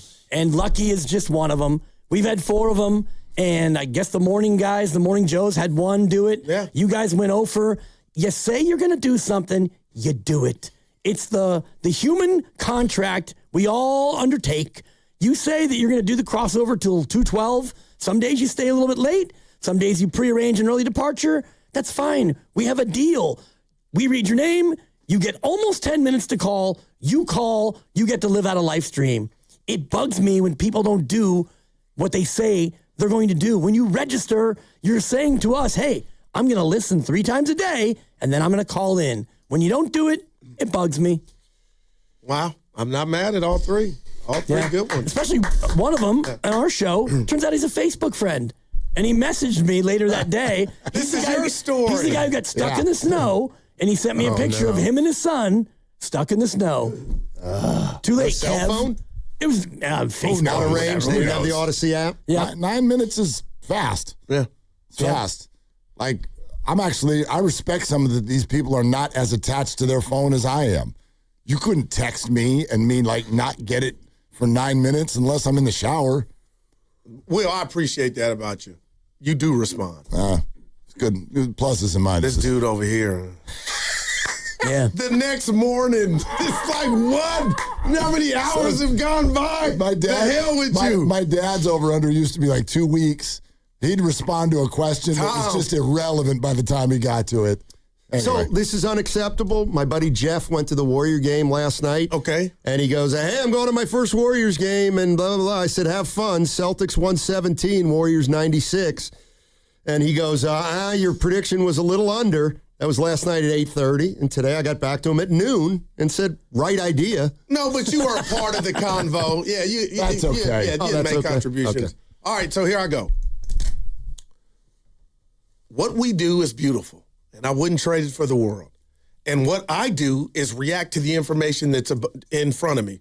And this week, what's bugging me is Tony Vitello. It's his prerogative in his life. I love the hire. I can't wait to see how it manifests on the field. But I didn't like his presser with his words. And now Mike Dunleavy did what he did in regard to Draymond Green and the possibility of him getting traded. And then Lacob did it at number 3 with Tim Kawakami saying that Draymond was nowhere near getting traded and names didn't come up. But Draymond Green, and I could be wrong. This is from Guru Vision, so I'm going to say it because I've been a part of organizations, corporate, and I think communication is key. And what's bugging me is the lack of communication. I feel like we just got into it. We didn't, Stoney and I, just loud, but wasn't mad. And we were talking about this because we don't know at the end of the day. But what I do know is Coach Kerr approached his teammate, his player, Draymond Green, and was so concerned about his friend and teammate and player and asked how was the wife taking in all the trade speculation. Draymond shared that with us. Draymond said his son asked him, Daddy, are they going to trade you? Okay, so Draymond is opening up to me, Mark and Dibbs, about life on the block because of what went down with the news. We don't know where it came from. So when I hear Lacob say that didn't happen, he wasn't close to being traded, but the coach is having the conversation at practice to Draymond, I'm telling Steiny, in my world, I feel like if I was Mike Dunleavy and that was all fluff, I would have called, text, went down, hey, Dibbs, you don't even got to worry about that smut that's out there. You don't even got to ask Draymond, coach. You don't even got to tell wifey because this is not true.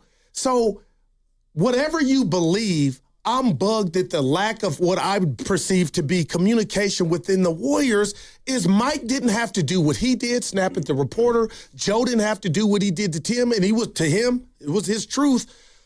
But if it was really that, why didn't that get watered down to Dre and his coach to Steve and Dre? And I just feel like in my perfect world, Mark Dibbs, I would have picked up the phone, called, and reached out so my guys wouldn't have had to tell his son or his wife that this was even a thing. You're first of all, you're spot on. Yep. And what's really weird I thought y'all was coming at me. No, I was getting ready. What's really weird here is if Mike Dunleavy and Joe Lacob want to be upset about this, go blame Draymond.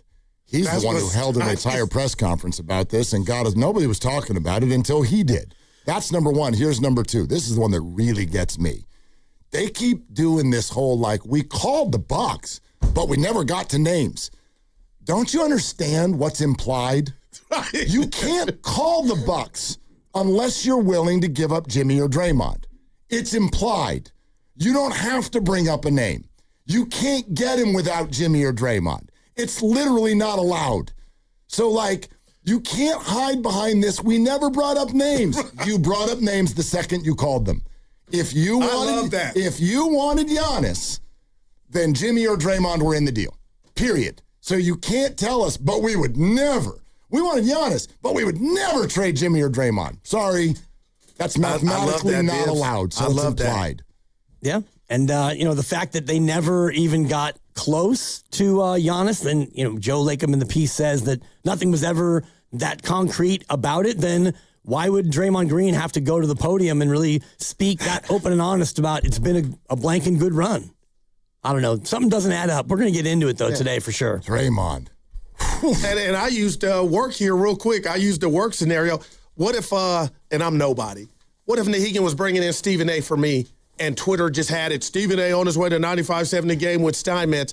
I would hope my boss would call me, knowing I'm about to get capped or it's a wrap, but at least have enough love for me to know I'm reading that and I'm seeing that and just tell me the real.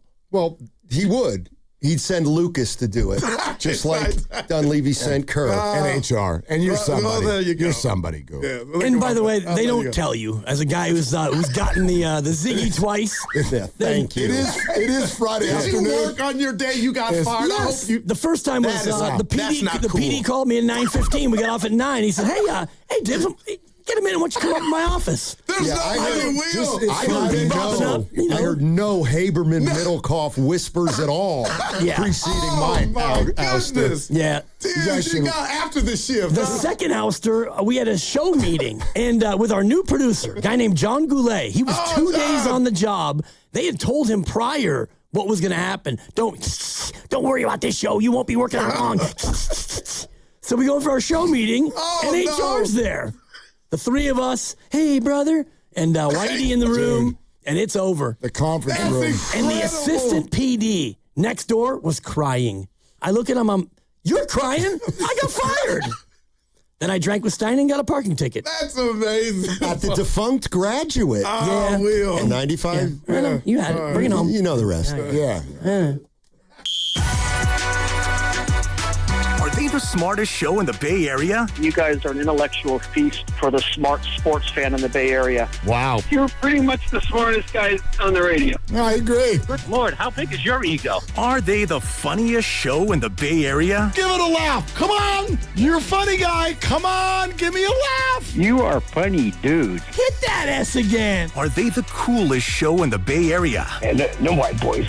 They're cool. That's what people are saying. You guys are phenomenal. This is one of the most perfect ways that I could end my day, getting a chance to talk to Mr. Mark and Dan, you know? We'll let you be the judge. Oh. All I know is it's a couple of Bay Area boys talking sports. I know nothing. Thanks. It's Willard and Dibs on 95.7 The Game. Okay, let's go. Let's go, Friday. We got a lot to do, including Steve Kerr will be on the show today. Love it. Okay, yep. Steve Kerr at 5 o'clock, everybody. Steve Kerr at 5 o'clock. I'd like to start by reading something that Steve Kerr said after practice today. Oh, today? Yeah. We got some fresh Kerr. We got fresh Kerr. Love it. Quote, how you approach the latter stages of your career as a player is so important. I think Draymond's approach and attitude during this time, especially without Steph, where a lot of our weaknesses are exposed, he's handling things with a lot of dignity. It's not easy, especially when you have that kind of pride for being a great player. You have a night like that, it's tough. So it's so important that he keeps his spirits up like he did last night, but that we help him and we help the team as a staff develop a better rhythm. That's what we're trying to do collectively. That's from Steve Kerr about Draymond Green's 0 for 7, 0 for 5, from three-point range and minus 28 in 18 minutes. 18 minutes last is the night thing. And another fourth quarter where he just watched because the team wanted to rally somehow, and they did. So, I don't know. The quote from Steve Kerr is right on the money, but the real rat on the table, I guess, is what are the changes that are going to be made vis-a-vis, does he start anymore? Does he continue to play only 18 minutes? Because what I saw last night from Draymond was his dauber was kind of down. He wasn't playing with any fire. Right. I mean, even when he's bad sometimes, he's on the floor. He plays with passion. Last night I saw a dispassionate Draymond Green. Can we all talk about Can we have a conversation about Draymond Green? Yeah. 888-957-9570. I take what Steve's talking about and even what you're talking about to sort of like, we got to figure out how to evolve this thing. And actually, in this article that Tim Kawakami wrote, he spoke to Joe Lacob after the game last night. And I think he got to probably the big four, right? He got to the big four. He got to Kristaps. He got to Steph's injury. He got to what was it like to trade Jonathan Kuminga, take us through that trade. And then he got to Draymond Green. A lot of stuff stood out to all of us. I'd like to focus in on one thing. And this is, I know the Warriors are really, really hot on the trail of we didn't try to trade Draymond. And I don't know about y'all. I don't know about you, Dibs. I'm over here like, fine. It doesn't matter. I don't think any of us are actually all that triggered by either you did or you didn't. So this whole chase to figure out if they did or they didn't, I don't find it that dramatic. Maybe Draymond does. Maybe that's why they're on what feels like a bit of a PR tour. Totally a campaign. To tell everybody that they didn't try to trade Draymond. I stand by what I just said 5 minutes ago. It's implied. You can't tell me that you have no interest. You would never trade Draymond and you would never trade Jimmy, But boy, we tried to get Giannis. Well, no, you're not allowed to say those three things together. It's against the rules. It's financially impossible. Even if you package like 6 guys together for Giannis, it still, I don't think would work as far as those parameters go. So yeah, it's implied. And even if it wasn't factual that you mentioned his name at all, Draymond Green seems to think that his name was mentioned, which is why he went in a press conference after a game and opined for 15 minutes about, it's been a great run. I had to tell my wife and my son about it. Don't they say perception is reality? It is in many ways. And that's all that matters. Draymond Green's perception is that you did. Right. So you did. And Steve Kerr had a conversation with him before that press conference even. And, Steve said he talked about that with all the players, right? I would think. Probably not Steph. Right. And that was the whole thing, that anybody not named Steph was on the table. So here's the quote that grabbed me. Again, this is out of SF Standard, our good friend Tim Kawakami and owner of the Warriors, Joe Lacob, after last night's game. This was the quote that got me above all others and the one I would really love. Let's have a real conversation. 888-957-9570. What do you think the Warriors should do about Draymond Green? And you can't, if you want to say trade in the offseason, that's the first time you can even bring up trade. You're not allowed to trade him anymore for the rest of this year. So he's got to have some role on this team the rest of the way. Here's the quote from Joe. I can tell you he was never shopped in any way. He's a core person in our franchise. You don't trade a Draymond Green simply or easily. The middle sentence is where I think I don't have a problem, but we need to have a conversation about addressing this. He's a core person in our franchise. He's a core person in the history of your franchise. Yeah. If he's a core person of your franchise right now, I'm not like Steiny and Goo are like, if Guy Santos and Pat Spencer are core players, you're in trouble. No, if Draymond Green's a core player, you're in trouble. They're in trouble because both of those things right now are equally true. You have to play Guy and Pat because they're healthy and they're not the worst guys in your team. And you play Draymond Green because he's been so good for so long and he is a core member of your team and of your franchise. But I think where you're going is what we talked about before. It has to come to a point where he's no longer playing a lot of basketball to be a part of the core of your team. He's just not playing well enough. It's a rough look right now for anyone who's sort of, the debate that we've had through the years. What would Draymond look like on another team? Yeah. Is Draymond's success contingent on the presence of Steph Curry? It's probably not a totally fair time to have this conversation because he's getting older.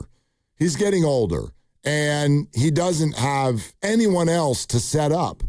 Like, the gap between, I'm out here passing to Steph Curry, and now it's like I'm out here passing to Moses Moody and Will Richard.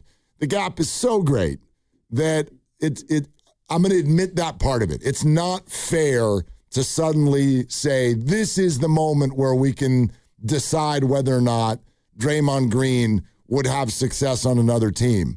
But that's why this is so fascinating. The Warriors will keep telling you the only way we would trade Draymond is if it makes our team way better. And Mike Dunleavy, that presser a couple weeks ago, well, only time Draymond's name comes up is when other teams call us and beg for him. Happens every year. Yep. Really? This is what he looks like when Steph Curry's not on the floor. So really? You're another team? You're trying to acquire the non-Steph Draymond Green now? Well, not now, but in the offseason when he has a nice-looking expiring contract. Okay, there you go. That's the most attractive thing about acquiring Draymond right now is his contract will expire at the end of next year. And so beyond that, if you look at the numbers, you can go at any stat you want, and I've been pouring through them. The bottom line is he's not the same Draymond that he was, and you're starting to see Steve Kerr play him less. And does that mean you don't start him anymore? If you don't start him, do you lose him? I don't know what the future holds over the next 24 or so games, but one thing is crystal clear. He is fading as a basketball player quickly. Oh, it's It is hard to watch, and I believe that Draymond, and this is true every time, everybody who gets older or anybody who's mastered anything, it's harder and harder and harder each year to get motivated for that thing because you've mastered it. So Draymond still, I think he looks great on defense when Wemby's in town. Yeah. He looks great. Like, he'll probably play great defense on Sunday when Jokic is in town. When he knows everybody is, like, got that big red X, yep. He's there for that. But Thursday against Boston, and, you know, whatever, Peyton Pritchard's running around. I did, like, whatever. And that's what he looked like, whatever. Yeah, and also what you're seeing from Draymond more than ever in his career is he's content to sit at the three-point line and hoist. He's shooting more threes per game than ever before, and he's only shooting about 2 or 2.5 twos a game. Mm-hmm. He's shooting almost 5 threes a game, and he's not a knockdown shooter. Last night I saw a guy who was quick to have a reckless pass and then just run to the three-point line and wait. We're not going to bury the other part of last night. What'd y'all think of Porzingis? First impression, never get a second chance. Yeah. First impression. So we'll share that response coming up next. We'd love to hear from you on either of those things. 888-957-9570. That is the number. We'll also set up the knockout tournament. The last chance of the week is coming up in exactly an hour. We'll set that all up for you coming up in just a moment. We're sponsored by Safeway. Your calls now. Draymond, a core piece of the franchise. What do you do about it? What did you think of Porzingis? 888-957-9570. It's Willard and Dips. Head to Safeway this week for Signature Select Chicken Drumsticks or Thighs Value Pack or Butterball 93% Lean Ground Turkey 16-ounce. Buy one, get one free, equal or lesser value when you buy two. Clip coupons from the weekly mailer or download them from the Safeway app. Santana, Oneness Tour 2026. The power, the energy. Come celebrate your favorite hits from Woodstock to Supernatural and beyond. With very special guest, the Doobie Brothers. August 9th, Shoreline Amphitheater. On sale now at livenation.com. Santana and Doobie Brothers, Oneness Tour 2026. I'm Piera Palazzolo, VP of Digital Marketing for the American Management Association, a company focused on the management training skills needed to enhance the careers of business professionals. We did our research when it came to the best companies for website development and chose AmericanEagle.com. And we couldn't be happier. AmericanEagle.com worked closely with us to understand the front and back end requirements needed to launch an e-commerce website that could handle the complexities of running thousands of seminars nationwide. Our robust new website and improved SEO saw immediate increases in site traffic and web revenue. If you're in need of managerial effectiveness and success, visit our website at amanet.org. If you're in need of a website that provides an unparalleled consumer experience, I highly recommend AmericanEagle.com. Transform your business today. Dial 877-WEBNOW1 for a free digital consultation with AmericanEagle.com. Looking for lifelong financial guidance? Look no further than Pettinelli Financial Partners, your dedicated financial coaches for every stage of life's journey. Whether you're planning for retirement, starting a family, or buying a home, we're here for you every step of the way. Visit PettinelliFP.com. The financial consultants at Pettinelli Financial Partners are registered representatives with and securities offered through LPL Financial. Member FINRA SIPC. Investment advice offered through Stratos Wealth Partners, a registered investment advisor. Stratos and Pettinelli are separate entities from LPL Financial. Come on, kids. We're almost there. The map says straight ahead. One-a-day 50-plus multivitamins are made for your overall health, with nutrients to support your brain and muscle function. Because don't you want to make the most of each day? So even on the family hike, you're not just keeping the pace. Hey, Dad, wait up. You're one step ahead. One-a-day 50-plus. The one for you. This statement has not been evaluated by the Food and Drug Administration. This product is not intended to diagnose, treat, cure, or prevent any disease. That's another amazing run by Team USA. Mom, think I'll be on Team USA one day? Well, I'll take this one. What? Are you speaking to us? Yes, and to answer your question, anything's possible, especially with Xfinity. So, I can be the best snowboarder ever?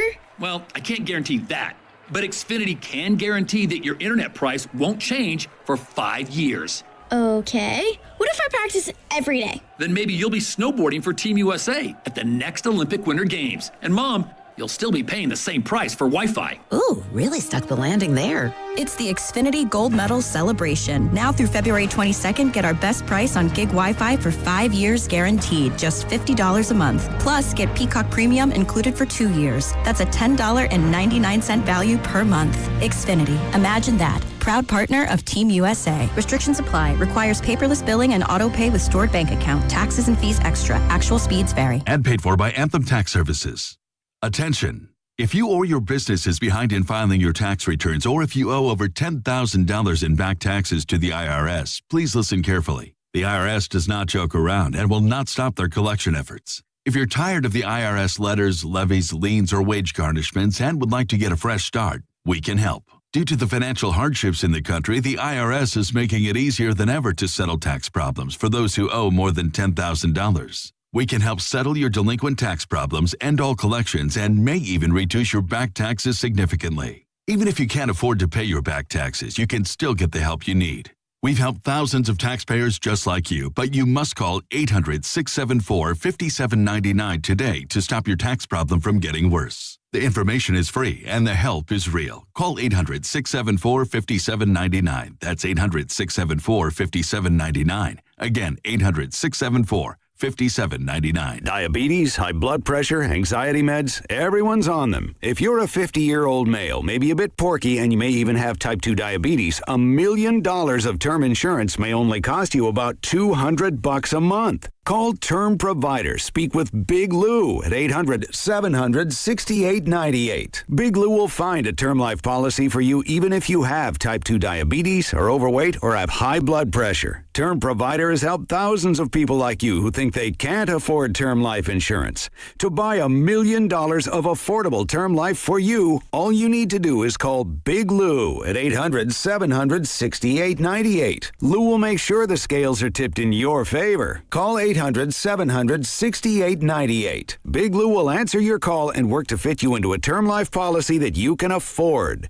Remember, Big Lou's like you. He's on meds too. Call 800-700-6898 or biglou.com. 95.7 The Game has your chance to run in the iconic San Francisco Marathon. Head to 957thegame.com and enter for your chance to win a full marathon bib for the San Francisco Marathon on July 26th. Get all the details and enter now at 957thegame.com.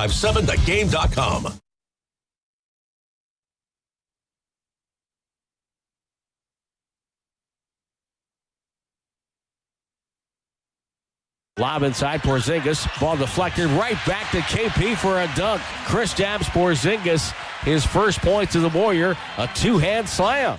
Now, back to Dillard and Wibbs on 95.7 The Game. All right, knockout. I mean, yeah. You want to do it knockout. today? Yeah, I'll do it when it comes time for the actual name. It's an hour. The window's going to open in an hour. Yeah, and you'll just point, and I'll launch into it, and maybe it's you. Maybe it's your voice. Maybe. It's kind of killing the drill. Maybe it's Steiny, too. I mean, who knows? I'm open to whatever. We got to try something. Maybe it's me. We did the Mike Singletary, I Want Winners. Didn't work. We used Grandy on Monday. Didn't work. We actually beat the guy I know on Facebook. Didn't work. Yesterday, we were like, live on the streets. Yep, and we were like, we don't give a rip if you win or not, and they didn't. Yeah. So that didn't work. Boy, told a story about a girl who was my date for a day. Luckily, she wasn't listening, or her husband. If people are listening closely, you've really opened up this week. You know, boy, have you let us in. I'm an open book. There's more to come, too. You're sort of in the life portion of what Draymond is in his career at basketball. Whatever. Letting it all, leaving people open. Whatever. Yep. Just winding down. Just whatever. That's right. The W doesn't stand for Warriors anymore. Whatever. Or W for win. You know. I doesn't stand for that either. Nope. Anyway, knockout, chase center floor. Just, I don't know, take it from us. It's incredible. It's a really, really great timeout. Oh, boy. Click and roll at 957thegame.com and register. It's really something, okay? It really, really is. And I don't take what's going on this week to mean that you all don't believe us. Like we got set up this year, and yes, it requires some timing and all of those things, and you have lives, and so, You can't listen to this radio station every second of the day. You're allowed to, but like I get it. But we're hoping that we can finish off the week with a winner. Okay, so the window will open at 3:30, and you'll listen for your name. And if you're registered already, you're in there. And if we draw your name, then you've got 9 minutes and 57 seconds to call our contest line. I'll give it out right now so that you have it handy. 415-523-4652. 415-523-4652. So have that number handy, and then in a little bit less than an hour, we'll open the window, and then we'll say the name. Dibs will say the name. Yep. Say the name. Thank you. And then you'll call, and you'll come play knockout with us on the Chase Center floor. And then, yes, if you're not registered, register. We're doing this again all next week. Right. And so it's clear that people who are registered are not paying as much attention as you are. So if you register, you're listening to us, then you'll register and you'll listen, and then you'll call. And you'll be there. Yeah. So 957thegame.com is where you get all that done. We'll go out to the phones in a second. What'd you think of Kristaps Porzingis? I think that it was exactly what I thought. He played about 17 or 18 minutes, and the first, 4 or 5, he looked like a guy who hadn't played in months and had never played with the teammates. It was rough. And then after that, he got more involved in the game, and you saw the sweet stroke from the outside, and he played pretty much like I thought he would play. And it's fun watching a guy who's that big and that skilled. And as he gets more comfortable with his new environment, hopefully he's able to keep that illness at bay and, put in a real shift this year. Yeah, I think I thought it was great. I'm with you. Like the first stint, that first 4 minutes in the second quarter, you're like, woof. You kind of look like a baby giraffe out there. Kind of, people were flying by him and all of that. But his shot was essentially there. And I think that there's really only just kind of 2 things that are there for our reaction, which is, one, yay, that dude is really, really tall. And so that's wonderful because the Warriors have always been size challenged. And so that's wonderful in terms of fit. And then the other side is, and I think this is where most people were, I don't think we had a whole lot of questions about what Kristaps Porzingis can do on a basketball floor. It's just like I have now likened him, and we can get to this a little bit later. To me, the experience of Kristaps Porzingis and Ricky Pearsall is essentially the exact same thing. I have no questions. I think you are insanely talented, wildly successful in your sport. You just need to be out there. And I know some of you will be like, Ricky has not proven that yet, and you can have your opinion and I'll have mine.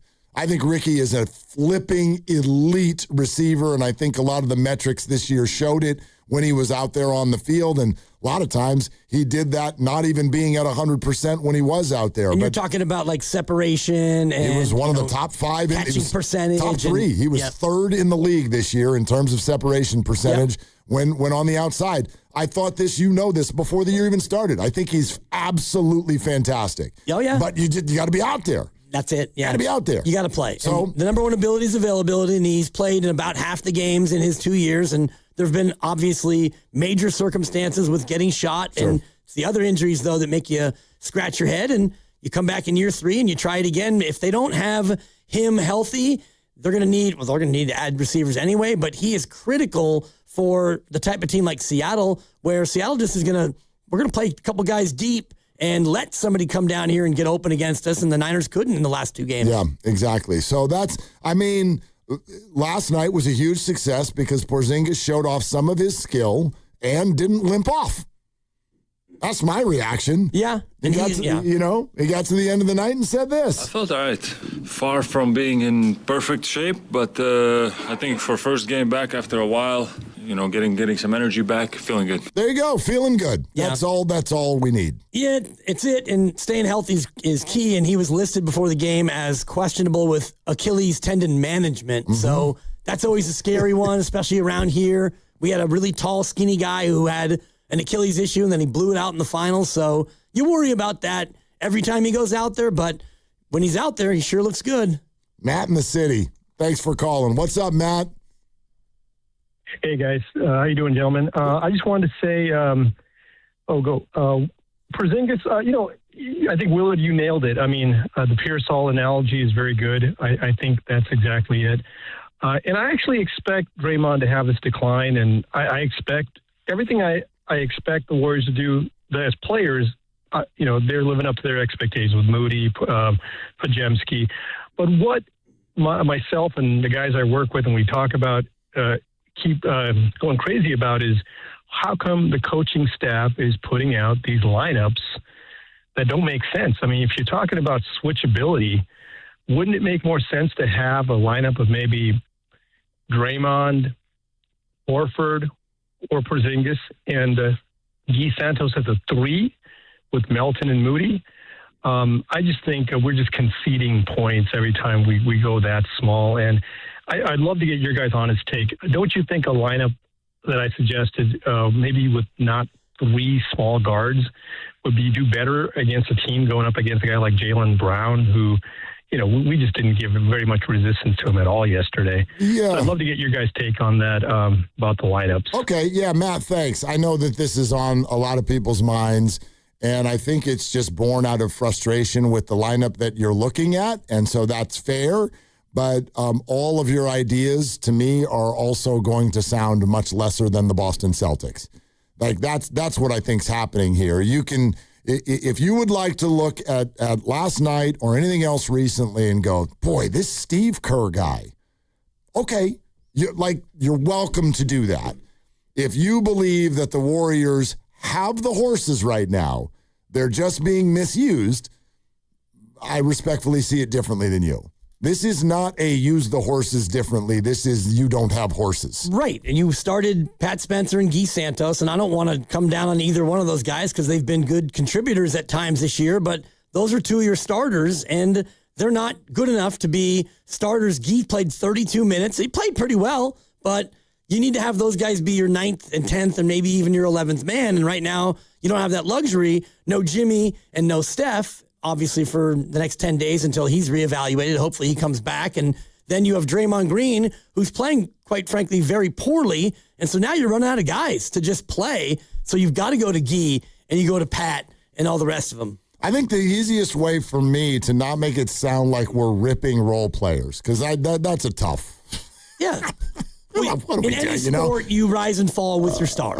Right. Like the Niners re-signed Nick Zakelj the other day. Why were the Niners bad? What was Nick Zakelj?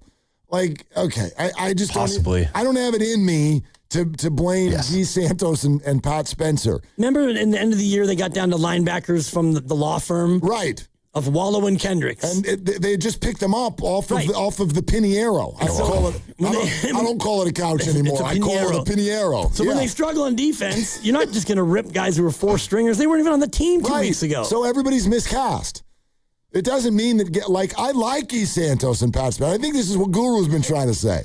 I like those guys. They can do some things out there. Yeah. But they're miscast. Everybody has to fit in their spot. They got to get in where they fit in. And right now, guys are all getting in where they don't fit in. So if you're healthy, what you're being asked to do is too great. And if you're not healthy, then you're not healthy. And therefore, you're not helpful. And so I would bet that Steve Kerr and every staff member, and I'll count myself as a fan among these, I'm open to any lineup. I am definitely open to changing it. I am becoming very pro don't start Draymond. Yeah. You keep getting off to bad starts, and he keeps being minus 15. I don't know if it's just him, but I'd give it a look. I'd give anything a look. But my sense, my bet is this is not a rotational issue.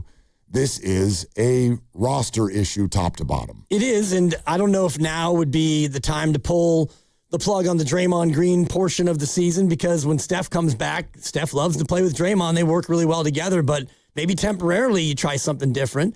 And last night, he was just a -4 in the first quarter. They were a -4, and nobody in really the first quarter played great for the Warriors. And, you get out to starts like that, and then Draymond Green never got engaged further. Moses Moody's in a little bit of a funk as well. So I don't know if you want to totally change up the lineup, but maybe Moses is a guy who needs some time coming off the bench. Yeah, he's struggling. His shot is very hit or miss. He's the reason they were only -4 at the end of the fourth quarter, though, or first quarter, because they were down by 10, and then they nailed a couple of threes, and they made it 4, and then Kristaps checked into the game, and they were down by 100 in 4 minutes. It was like wild. Kristaps, you got to give him a lot of credit for ending up at -4, because he was, boy, what was he just in that first 4 minutes? I feel like it was like -20. Oh, in the second quarter? Just in the second quarter. Like, he started the second quarter, and the Warriors were down 4. I think I went to the bathroom, and I came out, and they were down by 17. Yeah, he was a -19 for the quarter. There you go. And, wow. Most of the guys were -15. Spencer was, and Draymond was, and Moody was. That second quarter was ugly. That was a flurry. Yes. Yeah, Boston came out and and I'm with what Steve Kerr said last night, too. Boston played great. You can always look at it from both perspectives. Were the Warriors guarding well? No, they were not. But I don't want to just not give Boston credit. They looked like a very together, well-oiled machine. They played great basketball last night. You could feel it. You could see it when you watched. Matt in Oakland is next. Hi, Matt. Thanks for calling Willie and Debbie. What's up? How you doing, gentlemen? What's up? I try to keep a long view here. I'm always reminded of the Casey Stengel story, who won, I think, 7 championships with the Yankees and 5 in a row. And then he managed the Mets, and I think that's, if it's not the worst record in history, it's close. Who do they want Kerr to play? You take the 2 best players off any team, and you got a lottery team. So I don't know what people are talking about railing on Kerr. I remember 30 years ago, you guys too probably do too. They were just awful. I'm good with the not starting Draymond. I think that's not a bad idea. Frankly, if Curry misses more than 5 games, I think it's time for the Sherman Panzer effect. Let's not try to waste Curry on, the 10th seed only to get blasted by OKC. This is a pretty good draft. But anyway, I just, I'll be patient. Who knows? If they could get a decent pick this year, maybe they get lucky, re-sign Porzingis, and then Butler comes back. Maybe they'll make a run. No way is there another championship. But I just think people need to relax. We've had a great run, and this is where they are, man. And it's not Kerr's fault. The only thing I really give them a hard time about is blowing 2 lottery picks. They did blow the Kuminga pick. They did blow the Wiseman pick. But the other ones are pretty good. I'm not a Moody hater. Was he 14? Yep. Is that what they got him at? Yeah. Yep. The rest of them are late picks. Moody's a mid pick. Podziemski is adjacent to being a mid pick. I think, what was he, 19? Right? And everything else is a late pick. Yeah, I love what you're saying. You got to run it through that prism. Yeah, and I think they do really well late. Richards is a good pick. I thought Poole is a good pick. Post certainly was worthwhile. I just got to wonder, though, those shiny objects like the 2s and the 7s, maybe Joe Lacob is sticking his nose in a little bit too much and needs to not. But I don't know. I'm not there. I'm pretty satisfied with 4 rings. That's beautiful. And whatever Curry wants, he should get. He built that place.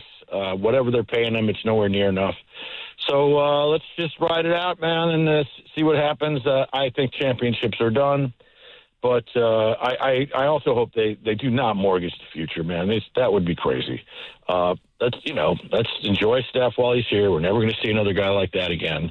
And, let's not ruin the future and see what happens. Maybe in 5 years again they can be good. Who knows? But, take 2 guys off of any team who are the 2 best, and you got a lottery team. No, that's probably fair. Matt, thanks, although that's part of why last night was rough. Boston's over here, kind of got rid of 4 of our best 5 players. Yeah, pretty much. We're the 2 seed. That's right. Yeah. And, the way they've gone about it, and then they had Vucevic, and now they've got a team that it just all gels and works together, and that's what makes me just envious for the first time of a team like Boston, because right now the Warriors don't have that identity. And Steph is the identity. Steph is the culture. And when you had Jimmy, you could look at last year and say, okay, things were starting to click. you had the Kuminga cloud, and that lifted, but now you got Jimmy out and no Steph, and Draymond's declining rapidly, and here comes Kristaps. You're just throwing guys in and taking guys out. I mean, look, first of all, Steph is going to miss more than 5 games. Like, he started that off like, if Steph misses more than 5 games, then just sit him. He's going to miss more than 5 games because they've already announced that he's going to miss 5 games, and then they're going to reevaluate him, and I'm next to certain they're not going to be like, we looked at him, he's good, see you tonight. Like, that's not usually the way it works. So he is going to miss more than 5. I'm going to keep suggesting that just go week by week with this. We don't need. There's no need to make this sweeping decision of if he misses 6 games, 7 games. Let's just do all the games. Again, what I loved most about what Joe Lacob said to Kawakami last night was about the tanking and the draft and all of that. I'm much more let the chips fall where they may in a situation like this. Mark Spears was on with us yesterday. I don't know if y'all heard it. He thinks this draft is 15 deep. I think that there is every possibility that the Warriors play hard the rest of the way, try to play as well as they can. We'll see about their health. They're probably going to end up in the play-in tournament, whether they end up in the playoffs or not. The draft pick that they will get, you're going to have the opportunity, if you do it well, to get a productive player. Maybe even a really good player. Like, there's that many in this draft. Yeah. So, okay, but what Joe Lacob, and I'll just paraphrase it, he's like tanking and spending February thinking about the draft, not in our DNA, not in my DNA, not in this fan base's DNA, and I agree with him. It doesn't mean that there won't be certain points where you say, let's take a look at young players. That's fine. But like the bait and switch of Steph's healthy and he plays 3 quarters and then the game is tight and we go, all right, everybody who's good, head for the locker room. And then all of a sudden, here comes LJ Cryer by himself to play the 4th quarter. Don't do that. Just be a team. Be entertaining. Joe was like, this is sports. We don't do that. You go try to win.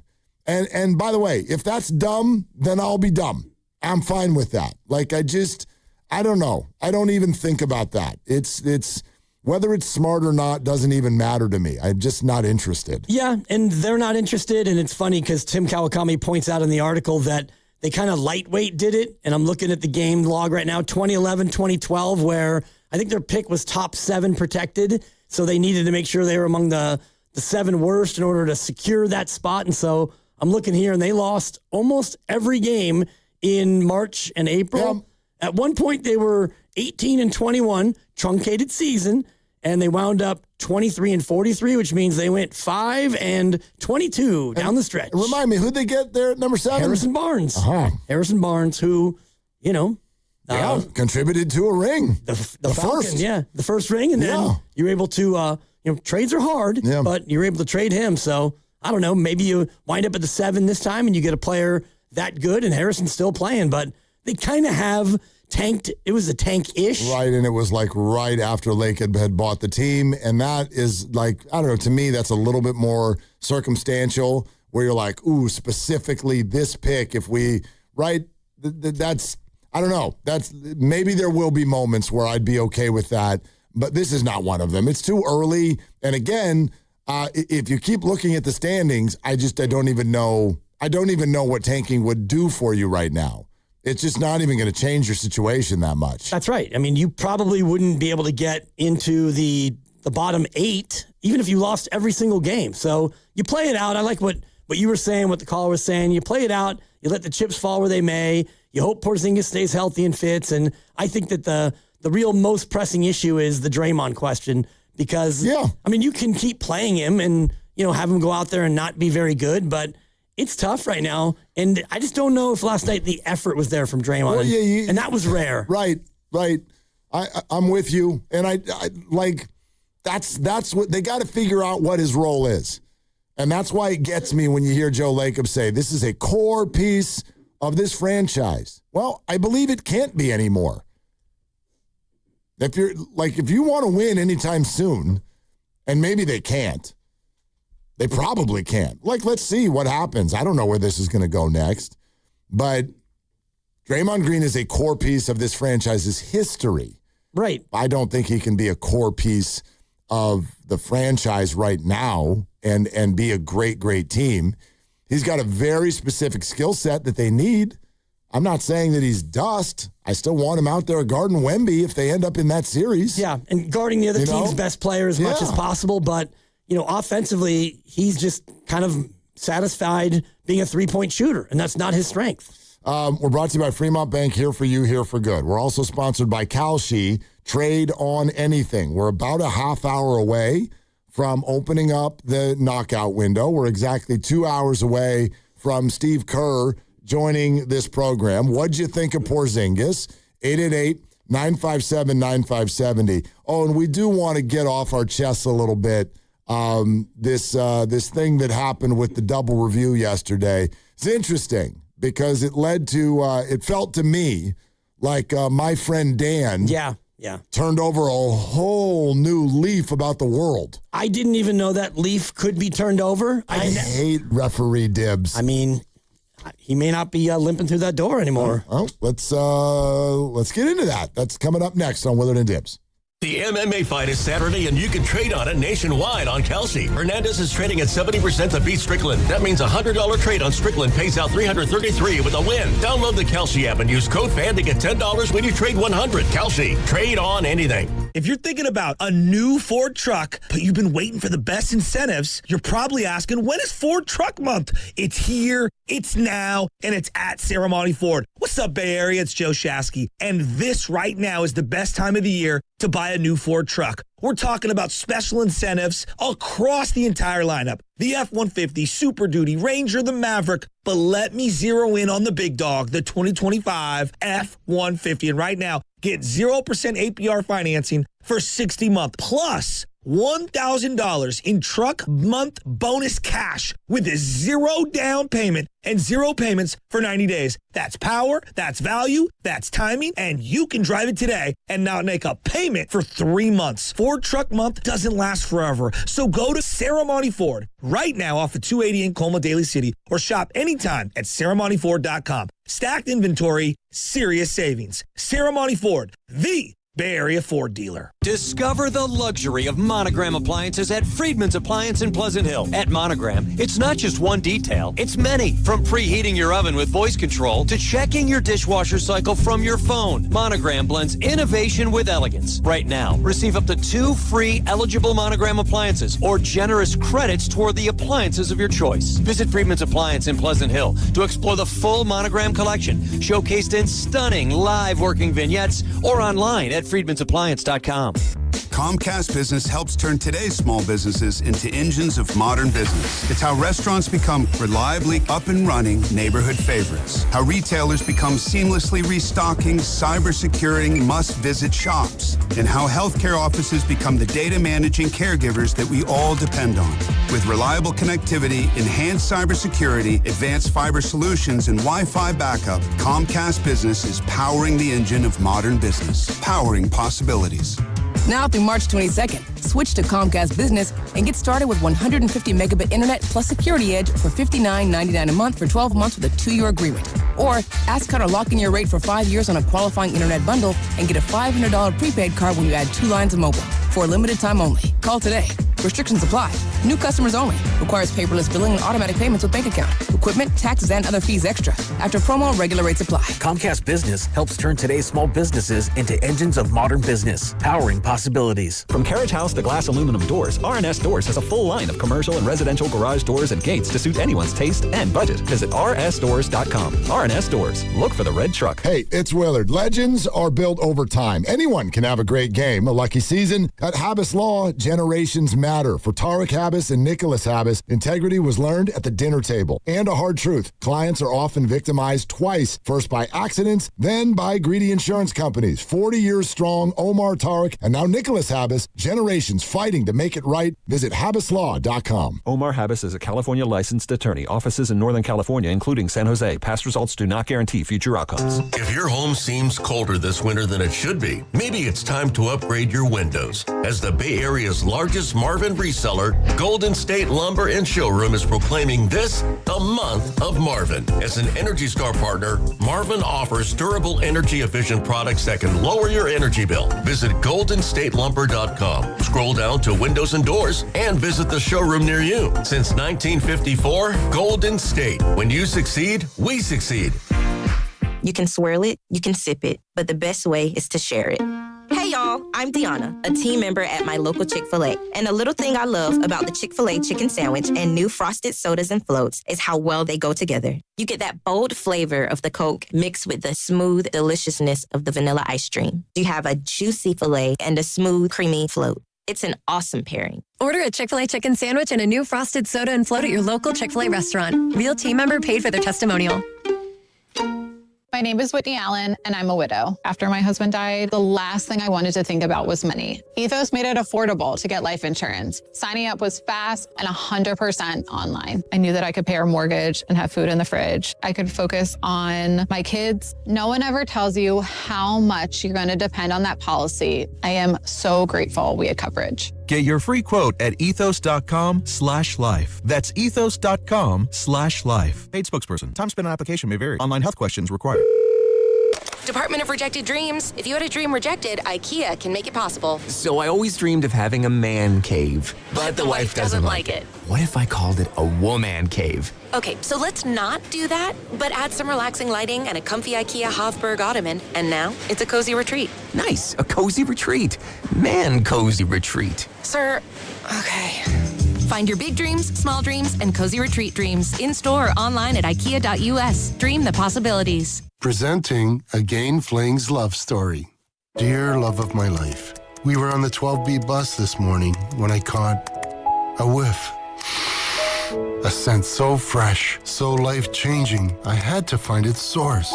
Alas, I didn't know if you were the woman in the pink freshly washed cardigan or the retired mailman next to me, but I knew one of you was my soulmate. Ah, the scent of Gain Flings. Try Gain Flings with OxyBoost and Febreze. You're listening to 95.7 The Game, KGMZ-FM and HD1 San Francisco on Odyssey Sports Station and the home of the Golden State Warriors and Valkyries. Always live on the free Odyssey app and now coming to you live from the Laughing Monk Studios.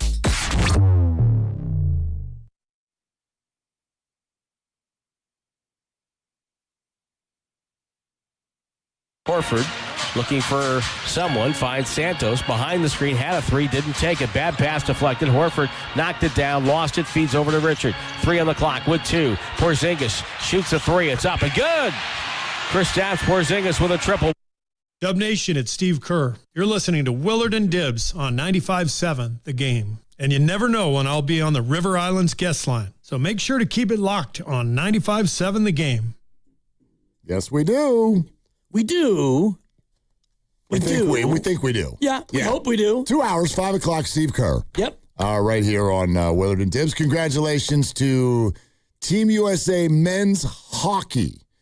They have successfully made it to the gold medal game against Canada. Who's ready to root against Macklin Celebrini? I am, for sure. Who's ready? Yeah, you have to be ready. Who's ready to make that young man an enemy? Well, just for 60 minutes. For one day. I don't want to take him out or anything. No, yeah, I'm not. Do you guys know what time that match is this weekend? I do not. Sunday morning, 5:10 Pacific in the morning. Let's go. Yeah. Let's go. You setting your alarm for 5 a.m. Sunday? It's like, red zone football when they're in London. Let's go. Hey, Italy, what are you doing? Like, I get it. Is Italy in charge? Well, yeah. I mean, I would imagine. I would think that NBC's got something to say about all of this. You would think, but... That's how we do it here.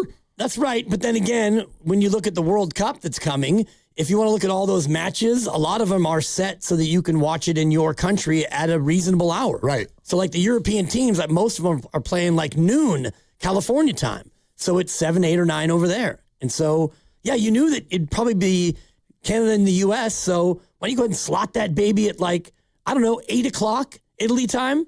I think they're 8 hours ahead. Make it noon here. What are you doing, Olympics? Even if it were 10 a.m., but whatever.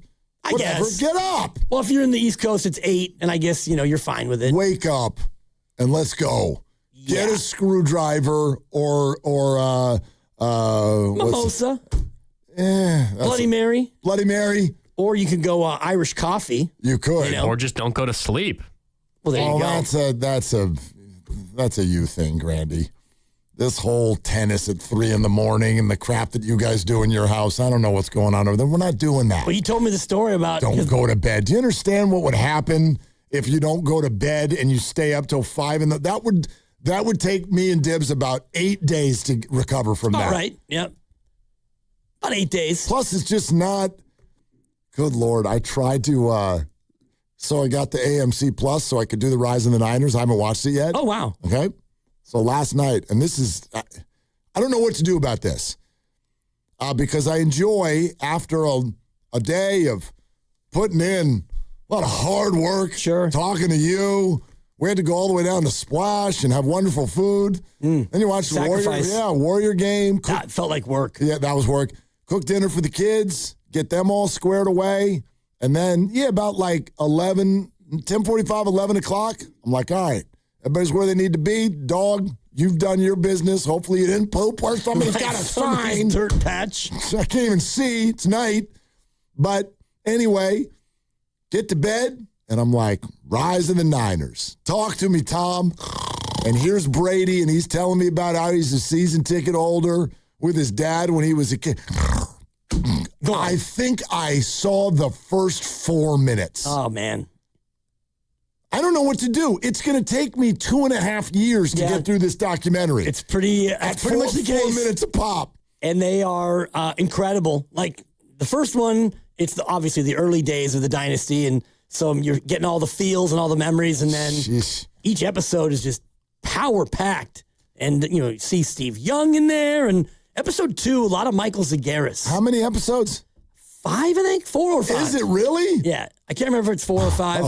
But, and it's great. I'm going to have to wake and take. Yeah. I'm going to have to do it in the morning. Makes sense. Yeah. And that way I can get my muscle ready for the hockey game on Sunday morning. Yeah, you lock in. Getting up at 5 a.m. tomorrow morning and watching Rise in the Niners. That's what I'm going to do. Training. Yeah. Yeah. All right. Sounds good.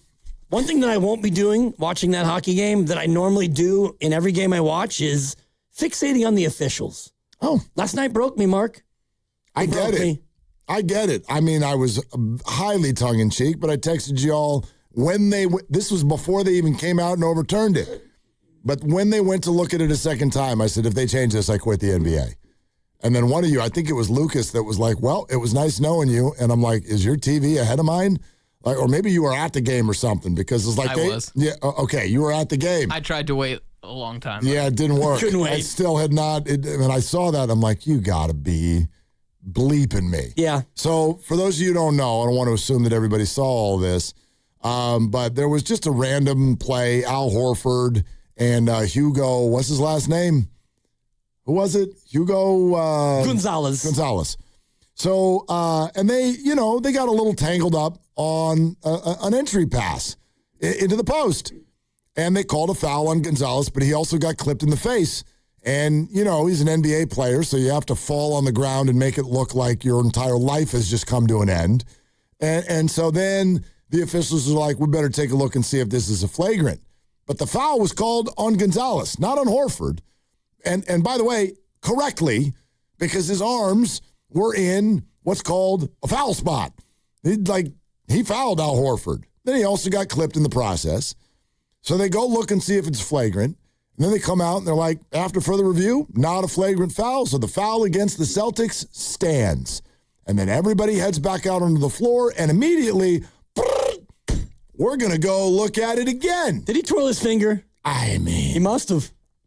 So the Celtics then challenge, basically, I guess you could only call it a different portion of this, which is whether or not the foul should have actually been on Horford and not Gonzalez. The Celtics are challenging the foul on Hugo Gonzalez. They went back in there and looked at it again. They came out and they said they're right. I'm like, you just looked at it. Yeah. Well, you looked at just the elbow. Like, they all focused solely on the elbow Was that a flagrant one from Al Horford? Because it could have been, I guess, it could have been a foul on Gonzalez and a flagrant on Al. If he gets fouled and then he elbows the guy in the face, right in the face, it could be a foul and then a flagrant. Yeah, I guess. So they looked at the first piece, which was the flagrant. No, not a flagrant. And then Coach Mazzulla says, how about you check and see if it was a foul on him? And they go, good idea, Joe. Let's go back to the monitor, Skip. I have so many questions and so much anger. Yeah. It's unbelievable because, first of all, if that's what you thought, then you have human eyeballs. That's not the way we look at things. You can't tell me, look, I was only looking at the Al Horford flagrantness of it. I didn't see anything else. But second of all, so I am a big proponent of, no, you don't get to look twice. You are not allowed. You can't do that. It is inappropriate. It's like I said earlier. Pretty girl walks by, you get one look. You do two, your girl gets to slap you. That's just the way the rules. That's the rules. You get one look, you don't get two looks. But furthermore, what about this question? It would have been really fun if Steve Kerr had been like, I see your challenge, then I challenge it too. Absolutely. Because he flopped. But you never came out and addressed. Your first review was not a flagrant on Al, so the foul on Gonzalez stands. And then the Celtics review it, and they come out and they go, yep, it was a foul on Horford. Was it now not a foul on Gonzalez? You never addressed this. Why can't it be a foul on both of them? The old double foul. I mean, it's allowed. Offsetting penalties. I don't know. But it was as if that one just dissipated into thin air without anybody addressing it. There are two fouls on the play, one on each team. Let's replay in the NFL, you the post entry. It down exactly. Throw it again. Holding offense, number 71. Holding defense, number 28. The down will be replayed. I don't need the call to go against Boston. What I need is for somebody to explain this to me like I'm a kindergartner and tell me how what you did makes sense. And I don't think you can do it. I just did. I mean, but you agree with me that it doesn't. It doesn't it make makes sense. But the whole machinations of what they do, that's the stupid part. How does it make sense? They never addressed that the foul that they called, then upheld, dissipated into thin air without any words from them. Because they erred in calling the foul on Boston. When they looked at the second review, they realized that's a foul on Horford. We're going to go ahead and change this call. So the first look was to see if it was a flagrant on Al. That had nothing to do with the foul on Gonzalez. That was just Al throwing an elbow. They never said that there was no foul on Gonzalez.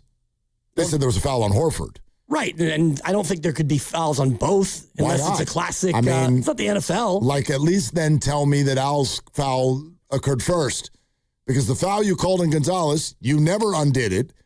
I can watch the video 10 times. I'm watching right now. And it was a foul. There's no way. On Gonzalez. Absolutely. It's actually, if you want to go football, it's holding followed by pass interference. He has his arm around his waist, and he's tugging on Al, so it's PI. Which one happened first? Well, first of all, they're hugging each other as they go across the lane. That's then nice it's the of them. PI, and then Horford, what are you asking exactly? Horford gets a 15-yarder for unsportsmanlike conduct after the play. But it's after the play. Which one happened first? It would be the PI. I'm confused by your question. I can't wait to talk to Steve about this. Challenge the challenge. You're going to tell me that contact that you called, reviewed, looked at it, didn't change anything, then you went, that just went away? Yep. No. Gonzalez went down like he was getting clocked at a practice. I mean, that man, they always do. Went down. They always do. All right, knockout window is going to open in the next segment. We're sponsored by Crystal Geyser Alpine Spring Water. What did you think of Kristaps Porzingis? Let's do the way too early. You keeping him? What'd you think? 888-957-9570. It's Willard and Dibbs.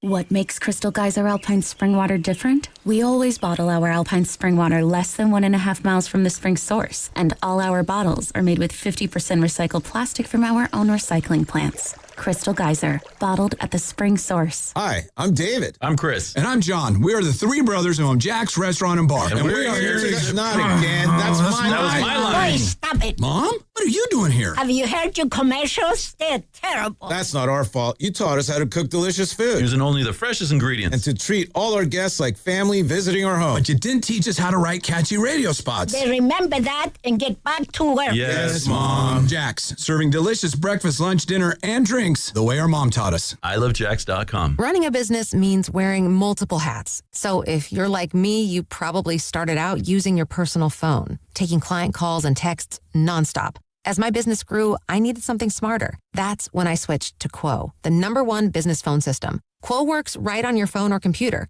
No carrying 2 phones, no clunky landline, just one easy app you can try for free. Your team can share one number and handle calls and texts together like a shared inbox. Any teammate can jump into the conversation, so customers get faster responses. And Quo's AI assistant summarizes your calls and responds to customers 24/7, so you never miss a lead or opportunity. All this starts at just $15 a month. That's basically 2 coffees. You can even keep your current business phone number. Find out why 90,000 businesses trust Quo. No missed calls, no missed customers. Try Quo for free at quo.com/sports. That's quo.com/sports to try Quo free. QUO.com/SPORTS. Hey, it's your boy Guru. Every time we put a rat on the table during our show, it's brought to you by Atco Pest Control. Atco Pest Control is a family-owned local business proud to provide pest control in the Bay Area for over 35 years. Atco uses natural methods to give you a peace of mind and keep your family out of harm's way. Quality pest control doesn't have to empty your savings either. Don't wait. Go to AtcoPestControl.com for all your pest control needs. They got you covered. It's President's Day sale time at Big O Tires. Now through February 22nd, buy 3 tires, get 1 free on 4 select in-stock Big O brand tires with installation purchase. Plus, you'll get our industry-leading ProTech Plus warranty for free. Disposal fees extra that go with other offers. See Big O dealer for pricing. The following is an attorney advertisement. If you get sidelined by your workplace injury, the workers' compensation attorneys at Boxer and Gerson can help you get back in the game. Our team of skilled attorneys will fight by your side for the treatment and compensation you deserve. We care about justice for injured workers. That's what makes us Northern California's premier workers' comp law firm. Call Boxer and Gerson at 510-835-8870 or visit boxerlaw.com for a free consultation. Boxer and Gerson, your life is worth the fight. I've always got my eye out for a great catch. So when I spotted a Filet-O-Fish extra value meal at McDonald's, I knew I had to hook myself up. Crispy fish fillet patty of wild-caught Alaskan pollock, melty American cheese, creamy McDonald's tartar sauce. That's pretty much everything I'm looking for in a sandwich. And the Filet-O-Fish extra value meal includes a medium soft drink and medium fries, all for just $9. Well, that just seals the deal. Order ahead in the McDonald's app. Ba-da-ba-ba-ba. Prices and participation may vary. Promotional pricing may be lower than meal pricing. Is your kitchen just a place to cook or the heart of your home? At Ashby Lumber, we believe your space should be as unique as you are. Our kitchen and bath showroom connects you with experienced design specialists who guide every detail, from layout and materials to finishes that fit your lifestyle. Book a complimentary design consultation in showroom or in home and get a custom plan built around your vision, your space, and how you actually live. Visit ashbylumber.com or follow at Ashby Lumber. Ashby Lumber, thoughtfully designed, beautifully built. Want to talk about low testosterone or impotence? No way, right? But did you know 1 out of 4 men suffer from this condition? Listen to Dr. Robert Rowley from Prime Male Medical. At Prime Male Medical, we specialize in acoustic wave therapy, sublingual lozenges, injectable medications, and testosterone treatments. Get your first visit, PSA test, testosterone test, Doppler ultrasound, and a year of follow-up visits for just $99. Go to PrimeMaleMedical.com or call 415-761-4037. 415-761-4037. In a world in need of a hero, one man rises to the challenge in style. He is... just driving the kids to soccer practice. Make every day feel epic in the all-new Hyundai Palisade Hybrid with up to an EPA-estimated 619 miles of range on select trims, advanced tech, and class-leading interior space. Visit HyundaiUSA.com or call 562-314-4603 for more details. And hey, come on, no cleats on the seats. This is the story of the one. As the purchasing manager at a manufacturing plant, she knows the only thing more important than having the right safety gear is having it there when you need it. That's why she partners with Grainger for auto reordering, so her team members can count on her to have cut-resistant gloves on hand and each shift can run safely and efficiently. Call 1-800-GRANGER, click Grainger.com, or just stop by. Grainger, for the ones who get it done. Let's go! You still got it, but your immune system weakens as you age, making it harder to fight flu, pneumococcal pneumonia, RSV, and COVID-19. Ask your doctor or pharmacist which vaccines you need. Sponsored by Pfizer.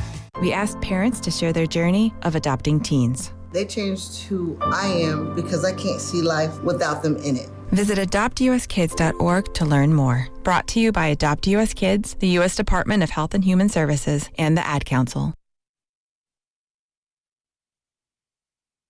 Now, back to Willard and Dibs on 95.7 The Game. Let's go, Friday.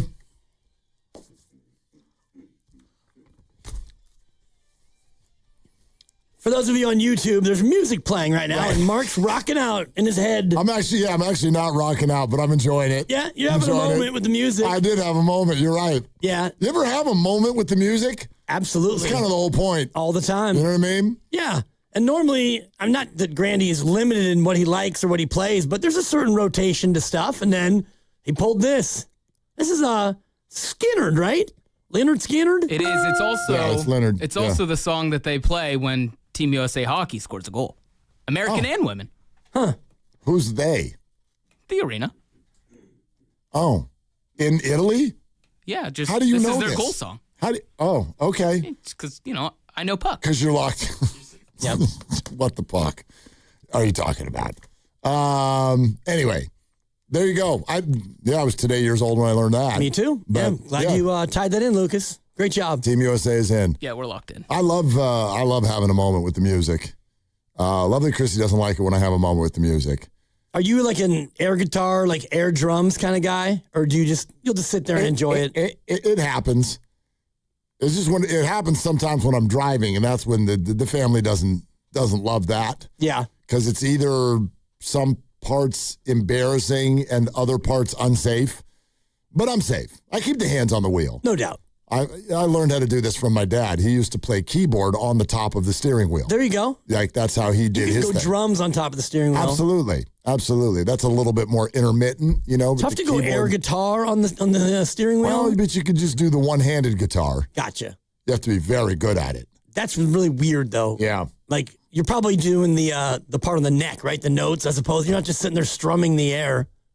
No, you kind of do it down near your waist. Gotcha, okay. Yeah, down near your waist, and then you got the left hand is the high one that kind of half does the... And you're driving with your knee at this point. No, your left hand is on the wheel.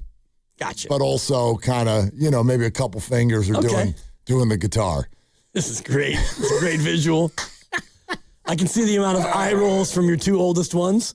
And your young 12-year-old's probably playing the bass or joining Exactly. along. Totally. You got it. You've got it dialed. You've absolutely got it dialed. He's still young enough to think dad's cool. The other two are more in knock it off, you're embarrassing me mode. That is accurate. But we're in transition. He's in middle school. And middle school is an awful place.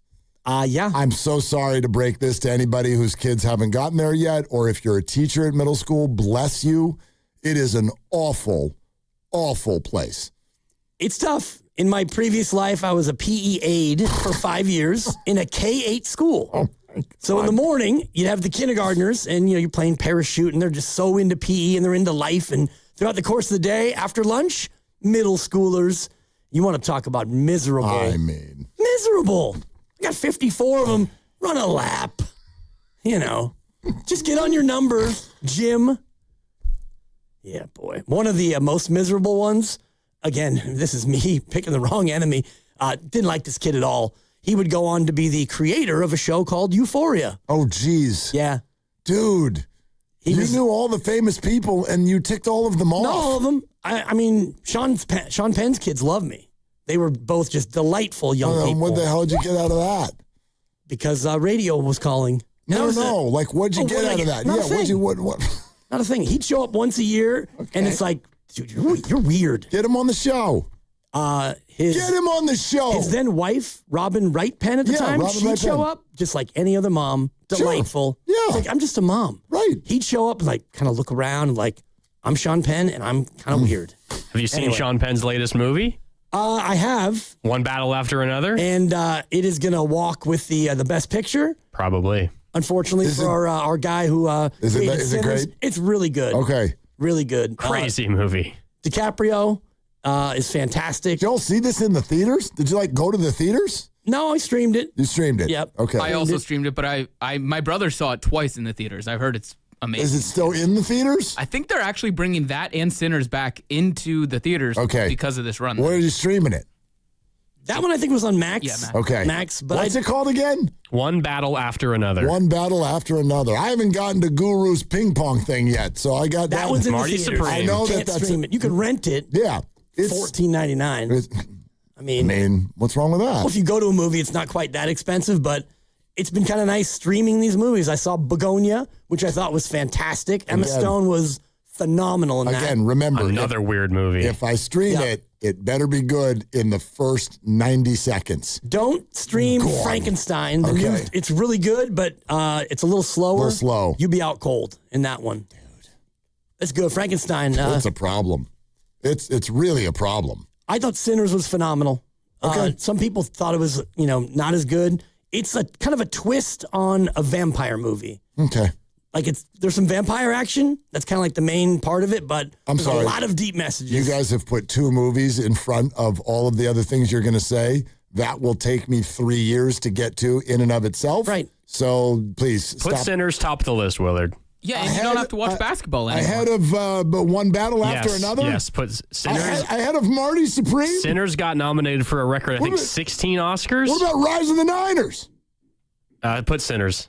It's Ryan Coogler, Bay Area's own. Friend of the program. Yeah, but AMC Plus I've only got for 5 more days on my free trial. Yeah. Okay, So well, how about do your best, but Spoiler movies. alert, the Niners win a lot of Super Bowls. Put Sinners the top of the list for movies would be my recommendation. Also, you're gonna have a lot of free time. You quit basketball. You don't watch it anymore. That's a good point. Thank you. Look at Lucas trying to bring it back to content. Impressive. Again, he's also the assistant program director. It's Friday. I thought he was about to fire me. I thought he's like, you got a lot of time on your hands. And I think what the hell are you about to say to quitting me? the sport that we are most associated with, that's probably a fireable offense. It's risky. Right. But, it's a bold move. Bold see if strategy, it works Cotton. out for him, Cotton. Yeah. So we're the Warriors flagship, and I'm no longer watching them. No, I quit. What happened last night? 888-957-9570. Fill me in. I think Steiny actually had that as that was his show one day. I mean, that was a stupid question, Steiny. He's Stupid. Not lying. Niner game. Did they win? Give me a call. Steiny, people, y'all don't know this because he handles it really well. Their show is great. He is out of gas.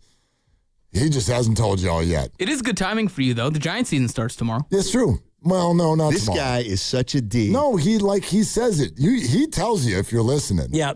What do you mean it doesn't start tomorrow? Vitello's already on the hot seat. Yeah. It's a must win. Yeah. I know.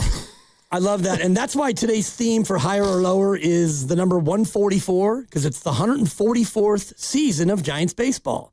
I'm so excited for Higher or We'll be Lower. spinning off I got at the Giants 144. going. 82 and 75. Yep.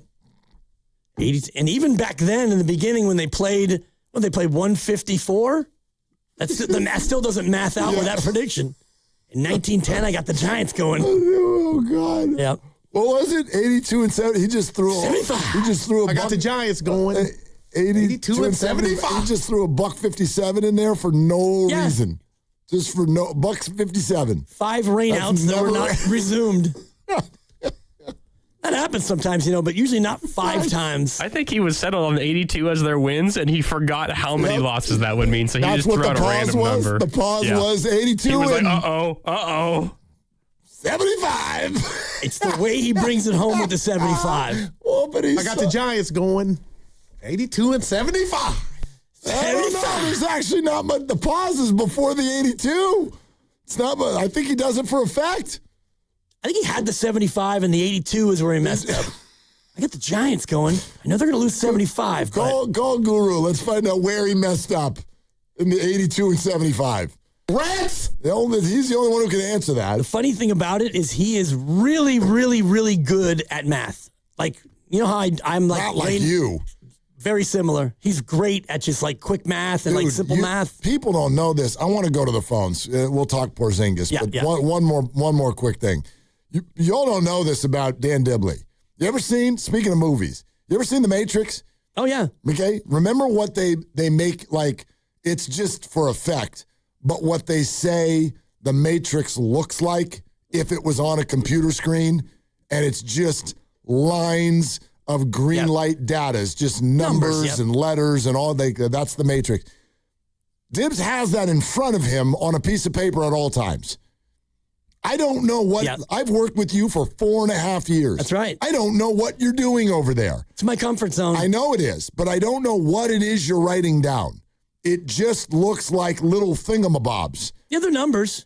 What are they? It's college basketball records, rankings, strength of schedule, plus minuses, over-unders. They're just numbers. It's all from Ken Palm. You know, I love my Ken Palm. Yeah, but what do you then do with that? Like, what happens to that piece of paper after the show? I usually throw it away, and then the next day I do a new one with the new matchup. No, but you don't do anything with it before you throw it away. I usually look at the numbers that I generated because it's all designed to generate what I think the spread should be, and then you look at what the spread is, and then you look at the result after, and you see how your formula is doing relative to what the result was. And then you give it to a friend who will bet on it.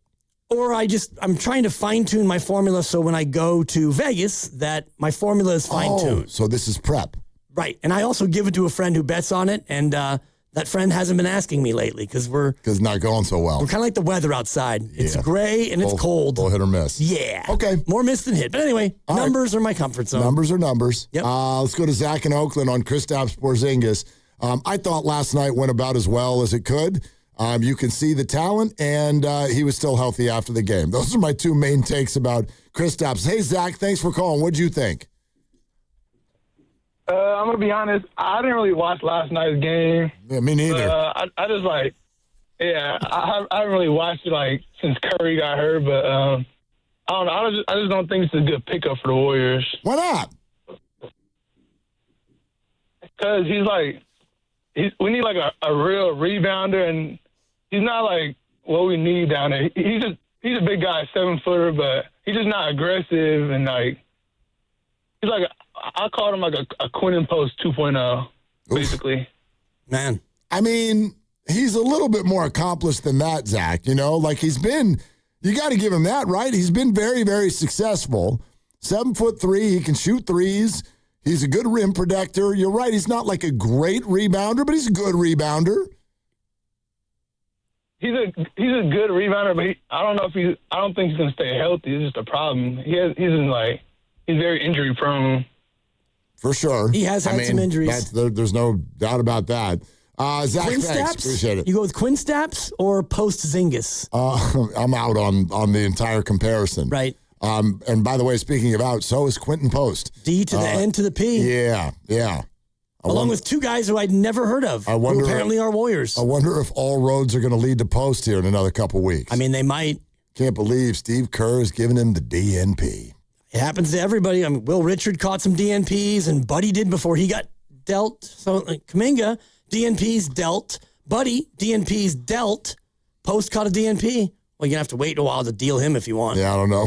Anyway. Salaries match. What do you get in return? A couple of hot dogs? Sure. You know what I mean? I struggle with this, and I'm going to admit this. This is sort of I think it's actually a little bit of a weakness for me with regard to doing what we do for a living, and it's the injury situation. You don't like that injury prone. Well, you don't like the label, especially in football, because football, you have 100% injury rate. Right. I just don't know what to do with it. In this particular case, I think it's completely relevant when they acquired Porzingis. You're all right, that's telling you something about, your strategy. It's telling us something about the value on the market of the players you sent out. And you received a very talented player, but a player who has not played a whole lot of basketball over the last handful of months, if not years. There's some real concerns there. But for 2 weeks, we've sort of processed that, and now we arrive at now, and so now he starts playing. And for me, that's a new game. We're not playing the what we think of the trade anymore. Now we're playing the what do we think of Kristaps in a Warrior uniform. He played. He stayed healthy. He's got to work his way back. It's all TBD in terms of whether or not he's going to remain healthy or remain on the court. I guess it's a little different when you have this deep of an injury history. Yeah. For sure. But I never know what we're supposed to do with he gets hurt a lot.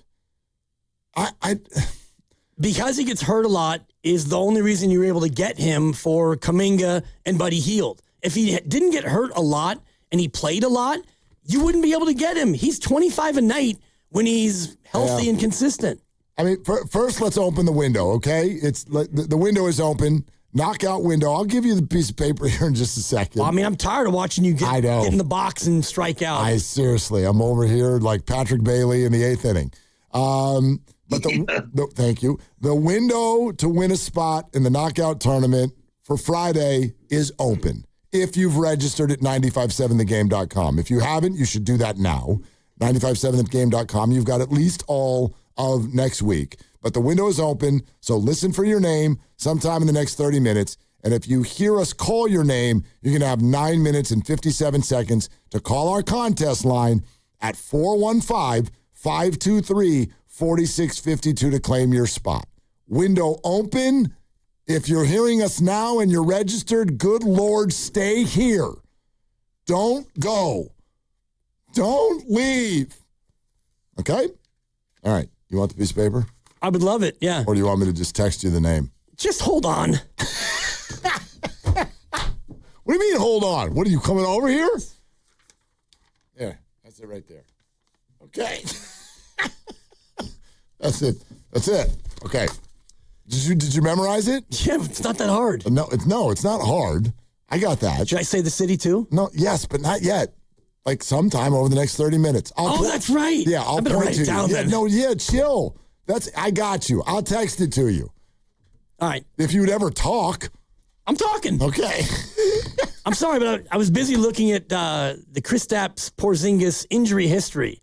And well, give it to us. Well, this includes like all of everything, all the little stuff. Should be long enough to allow me to text you. It's like 7 scrolls, but the headline from the AI overview is he has an extensive multi-year injury history, primarily affecting his knees, ankles, and feet. So it's just his knees, ankles, and feet. Other than that, he's been primarily good. And then you go on this website, Flash Score USA, and they list all the injuries. And the history is, I mean, you have to go down 1, 2, 3, 4, 5, 6 pages to get all the way back to the first one, which was an Achilles injury. You got knees, you got backs, you got ankles, you got an illness. Look, so lower back, eye injury, and back in 2021. This one I fully get, mainly because we're talking about the illness that he dealt with that is so tricky. So are there concerns on a player like that? Well, of course there are. But in a more general sense, if we zoom out a little bit on Kristaps Porzingis, I don't ever know what to do with the injury thing. Because to me, it feels like people use it against certain people, not everybody. When does someone become injury prone where you hold it against them versus when not? I feel like almost every athlete that I've ever watched and covered in my entire life gets hurt, except for Buddy Hield. That's pretty much it. I mean, LeBron doesn't really get hurt. LeBron, I don't really consider him someone I covered or whatever, right. But yes, there are. I mean, think about the way we talk about someone when they never get hurt. They're a cyborg. They're crazy. We give them all kinds of love. But then over here, it's like, oh, he got hurt. What would y'all say to me if I said right now, Steph Curry, injury prone? I mean, you wouldn't be wrong. But you'd get mad, and you'd say not fair. His contract years ago was the reason for the dynasty, and it was because he used to get hurt a lot. He had potentially something that was degenerative or problems with his ankles. Kevon Looney once upon a time had something degenerative in his hip. Next thing you know, he's the gold standard of 82 games a year. Jimmy Ward can never stay healthy. Oh, wait, now he can. I don't know how many exist. It's like, why Why do we do this? Why is Ricky Pearsall a massive concern and Nick Bosa's not? Someone just needs to explain the rules to me. Yeah, I don't get it. For me, injury prone is more of a label to a person who has soft tissue injuries or different injuries. If you have the catastrophic ones, like Nick Bosa has 3 torn ACLs, those are torn ACLs. That to me is not being injury prone. But if you pulled hammy, pulled the groin, calf strain, all these little ones, if they happen a lot, then you can be, called injury prone. But that's not Pearsall.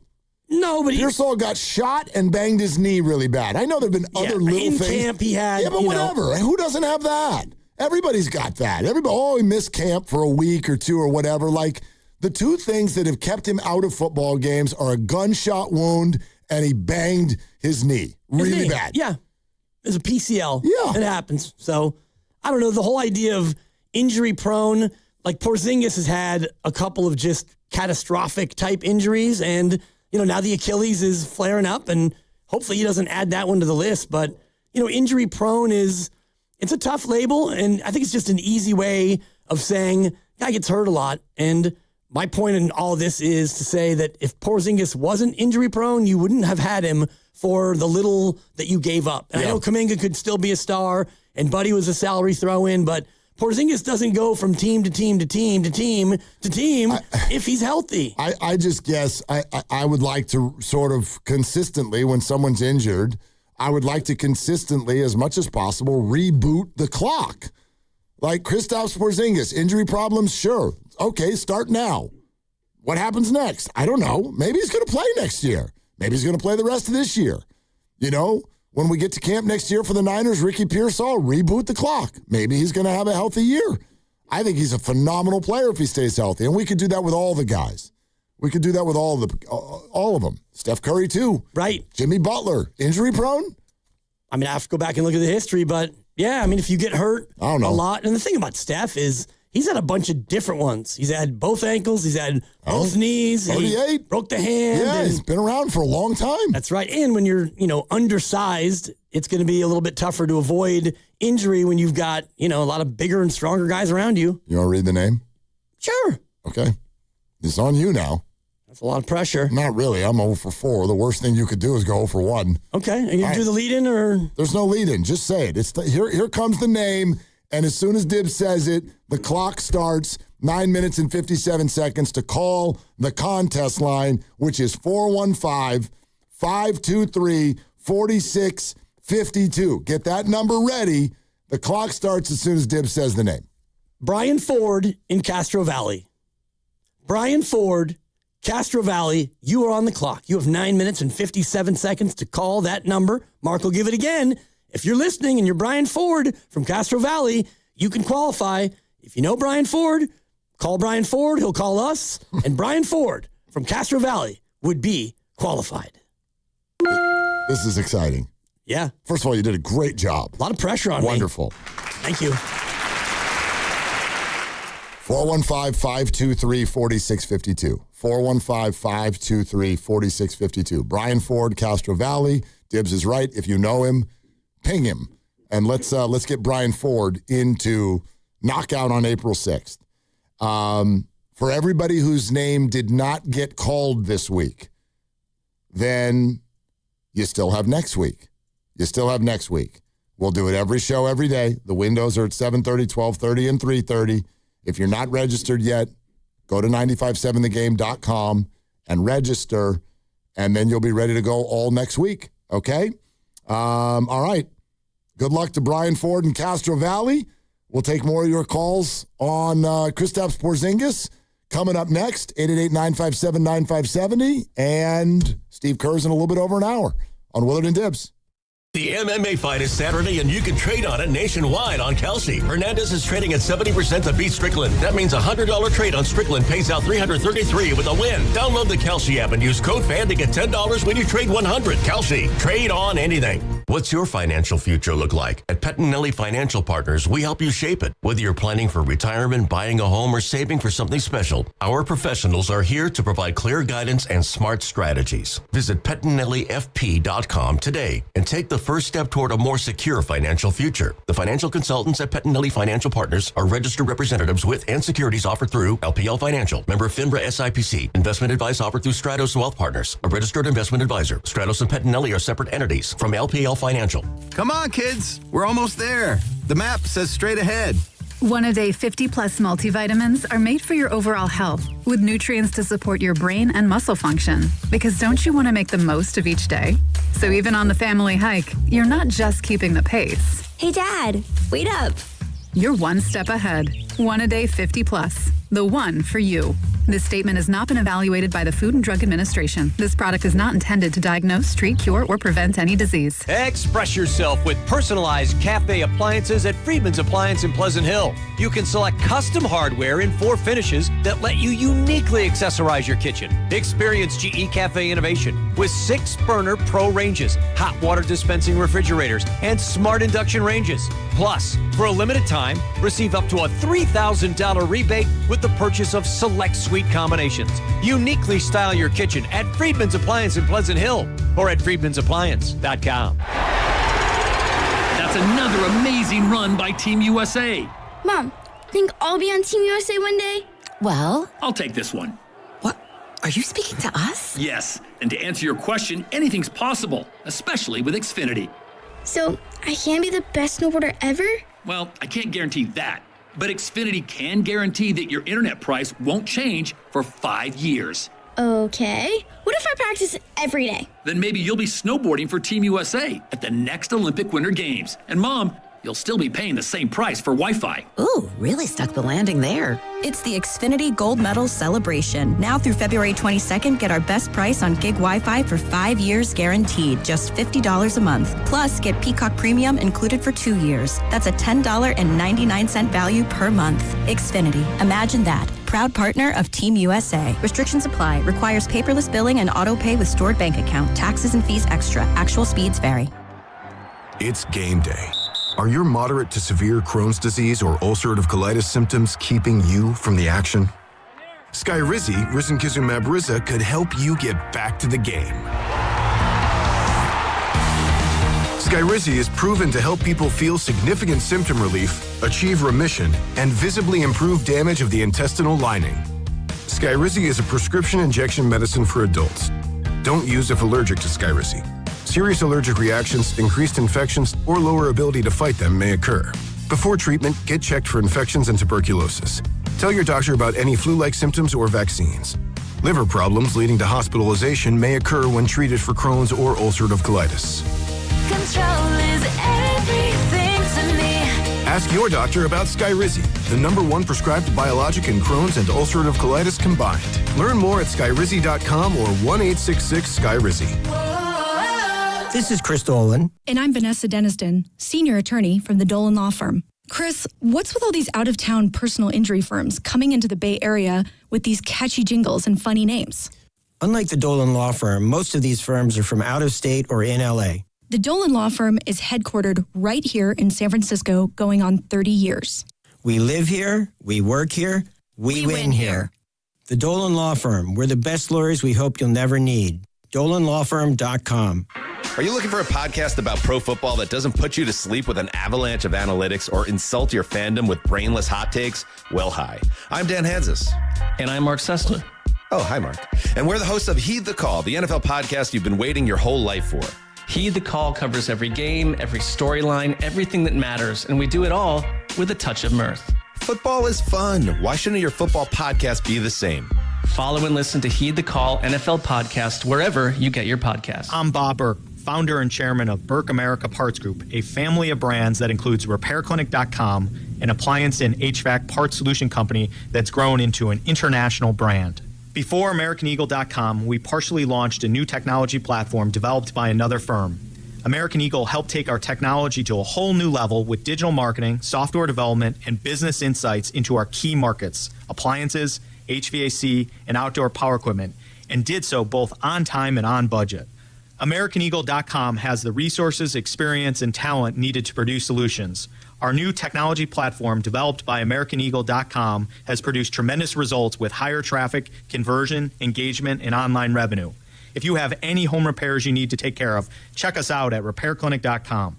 If you need a world-class website or technology project, then I would highly recommend AmericanEagle.com. Call AmericanEagle.com at 773-NETWORK. That's AmericanEagle.com, 773-NETWORK. Now, back to Willard and Dibs on 95.7 The Game. Hey!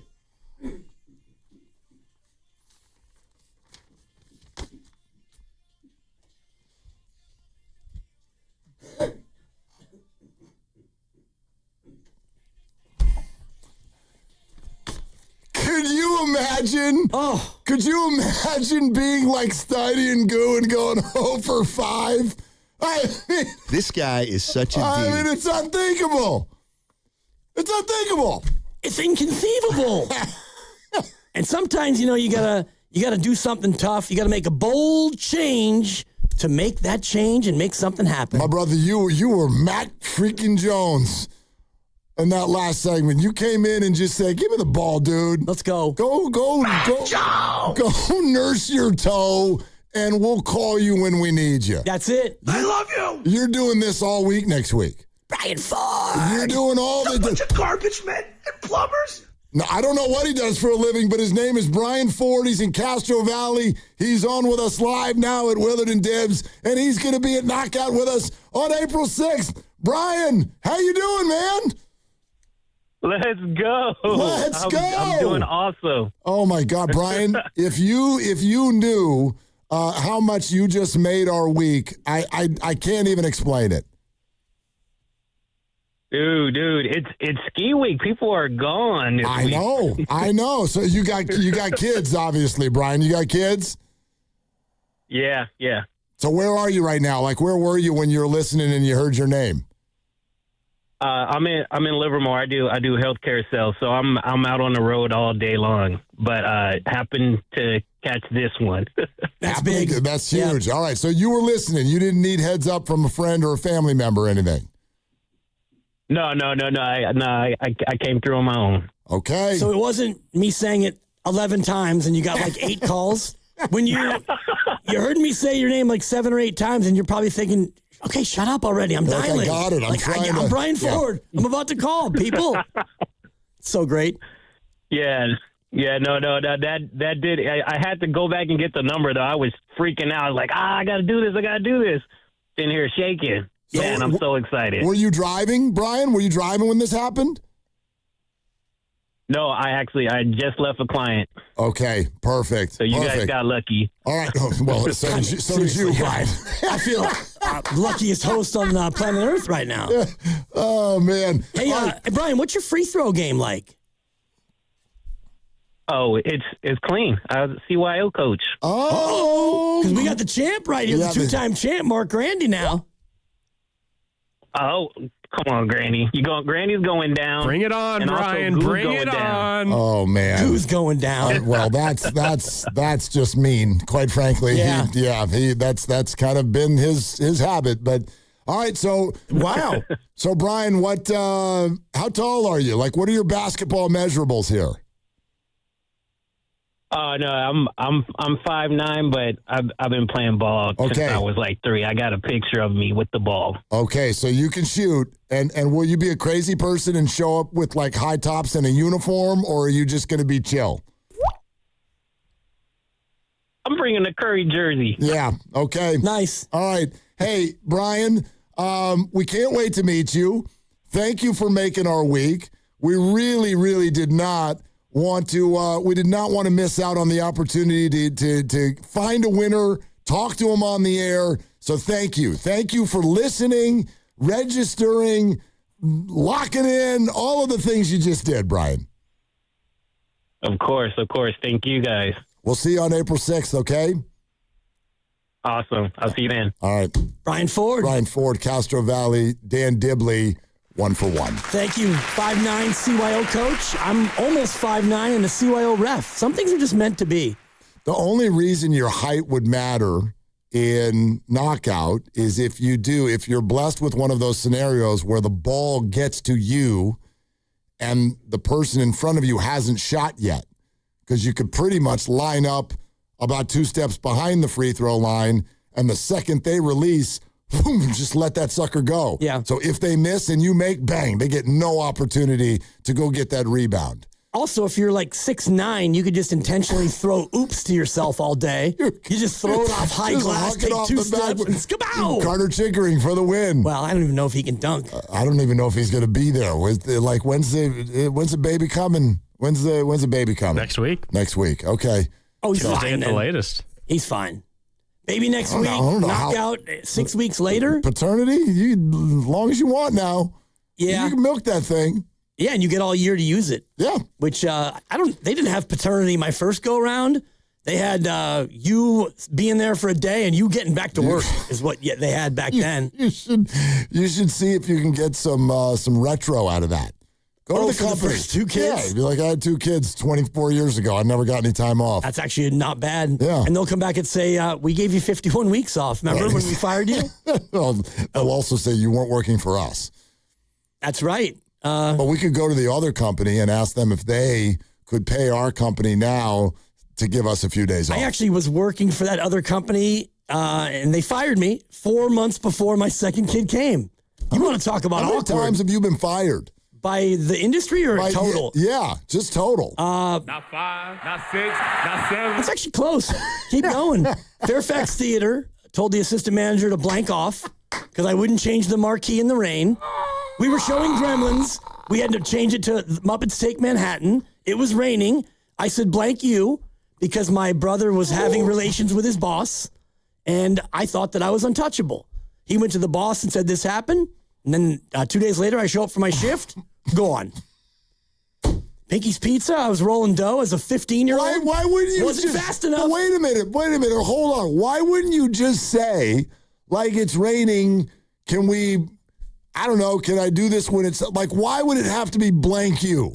Who are you talking to right now? Well, but that's what I'm saying. Why does it have to be like that? It wasn't the first thing I said. Shout out Doug Donnellan, who was the assistant manager. Hey, Danny, you got to get up there and do that. I'm not doing that in the rain. Well, you have to. Well, like you. Okay. Like you, I do. And so I didn't do it. All right. Go on. Muppets Take Manhattan is a lot of letters. A lot of consonants. That's a lot of letters. Yep. Gremlins is easy, you know? Oh, my God. 8 letters down, you got to put about 28 up, and it's pouring. I'm talking pouring. I get it. I've seen the rain. Yeah. All right. How many other times? Pinky's Pizza, I was 15. Working the old dough machine that you had to feed the dough through. Pinky's Pizza, what a great spot. Yeah. All Rest gone now. in peace. I was making $2.85 an hour. So this wasn't for stealing people's pizza slices. That came later. Okay. The owner of this Pinky's in Petaluma was my dad's best friend, so I got the job, and he fired me through my dad. 2 days later, I'm going to work. My dad's like, no, you're not, Daniel. You got let go. What? I didn't get let go. Oh, gosh. $2.85 an hour. Oh, wow. Drake High School, the recycling bin as an 8th grader. My job was to ride my bike down there and take all the recycling and put it into the bin because people could drop off their cardboard, their newspaper. And I got behind, and it was a lot of work, Mark. Because you remember people used to take newspapers and you had to bundle them up with like a tie. So I had to cut them and to carry them. You were 13 and you got behind? Yeah, I mean, I didn't go every day. I had Little League practice. Fired. Round Table Pizza, Northridge. Worked there for 3 days, and I stopped showing up. Fired. That was kind of a quit. That was a soft quit, but I didn't give any notice. I just ghosted them. Okay. Is that all? That might be all of them. I mean, we haven't even gotten the radio industry yet. Yeah. Working for 107.7 The Bone, fired. Yeah. After 11 months on the morning show. The show was terrible. I mean, I had it coming to me. Mm-hmm. That show was just awful. They replaced me with some podunk show that lasted 25 years. What was it called? They got Lamont and Tonelli. Okay.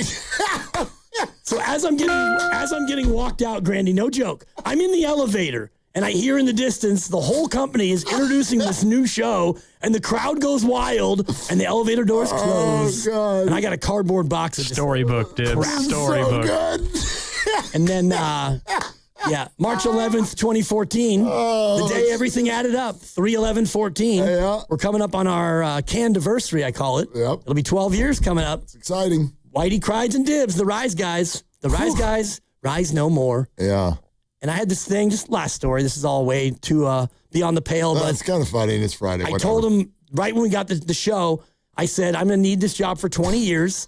So I put up a sign in our office, $9.99, 999 weeks. And every week on a Friday, I would replace the number. I would count them down. And, we got down, I got like past. Beers on the wall. Yeah, I got down to like 852 or something. Okay. Fired. That thing got ripped up. Didn't even sniff 1,000 weeks. Oh, wow. Anyway, too much about me. No, it's really not. It's pretty funny. If I think of another firing, I'll let you know. Please do. Yeah. Especially since it is Friday afternoon. Please let me know. I mean, there's got to be a couple more in there. For sure. And I've worked in probably 80 jobs, 90 jobs. A lot of jobs. 90 jobs? Really? I used to have like 7 jobs at once. Oh, San Jose Earthquakes, play-by-play announcer. Oh, one for the thumb. Thank you. But no, that was high school. Oh, sorry. And that was like... Yeah. Thank you. I did 1 year of Earthquakes, won an Emmy, and then called the guy at Comcast in January for the schedule. Hey, I just want to know when the schedule's coming out. Schedule? No one said you're doing the games this year. Is that actually what he said to you? Yeah. Oh. Richard Zinn. That's abrasive. You know who the president of the Earthquakes was? No. Dave Cavell. Oh. Dave Cavell. Did this have Dave's fingerprints on it? I do not know. You'll never know. I do not know who. Why don't you try your aim? I do not know who orders the code red. All I know is that job ended. It is gone. I don't know if I was fired per se, Well, but it sticks out. And one for, what did I do wrong? And one for the thumb, I haven't done high school football trophy presentations since, so you can count that one if you want. Fired. What else? Oh, gosh. One for the thumb, huh? Yeah. You're having a good week, dude. Thanks. Yeah. It's been fun. I'm so glad that we got Brian. Oh, that's really good. Huge. Yeah, it's big. So now you just got a new job. Name reader. I love it. Yeah. Okay. Is Dibs the best person at getting fired in the world? Who's better? 888-957-9570. Is Dibs the best at getting fired in the whole world? It's an incredible run. It is. Well, and I'll tell you what I learned. Too.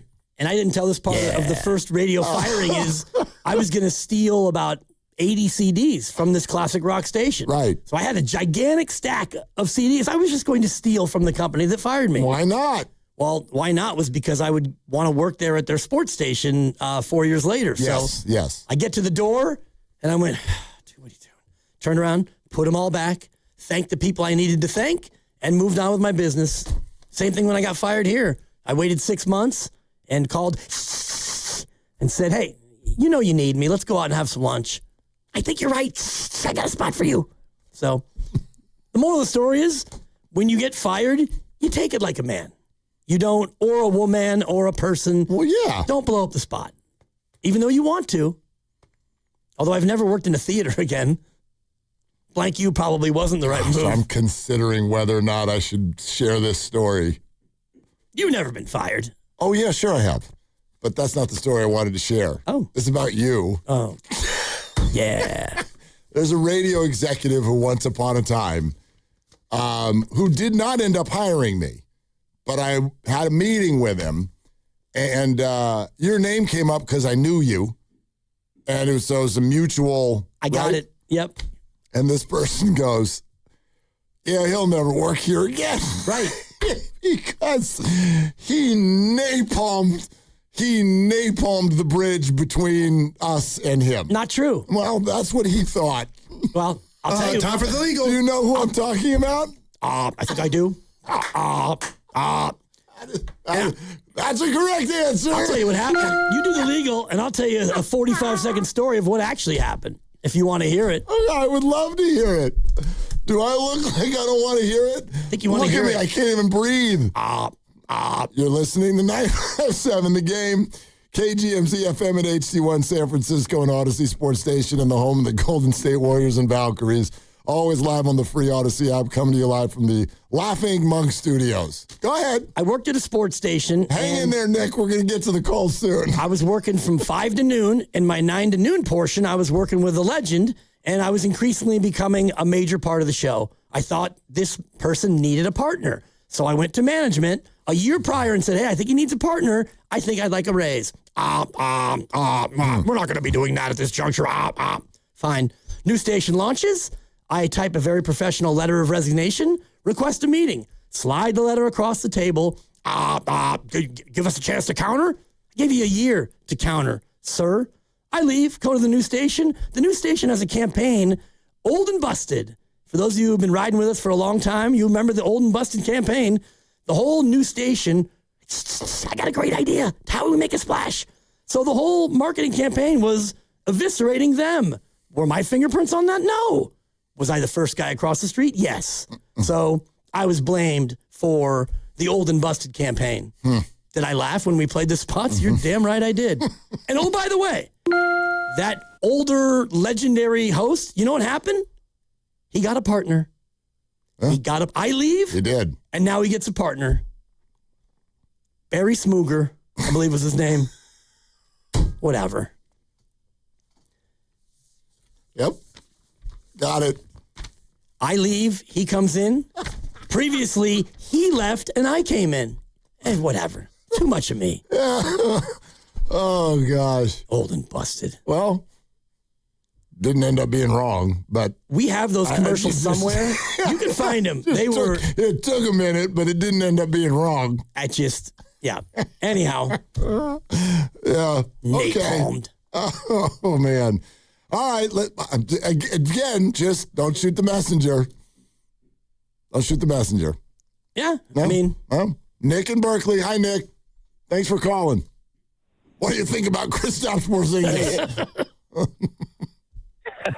Hey, man, look, I'll tell you right now, Dibs ain't got no quit in his heart. That's for damn sure. That's true. Man, guess what?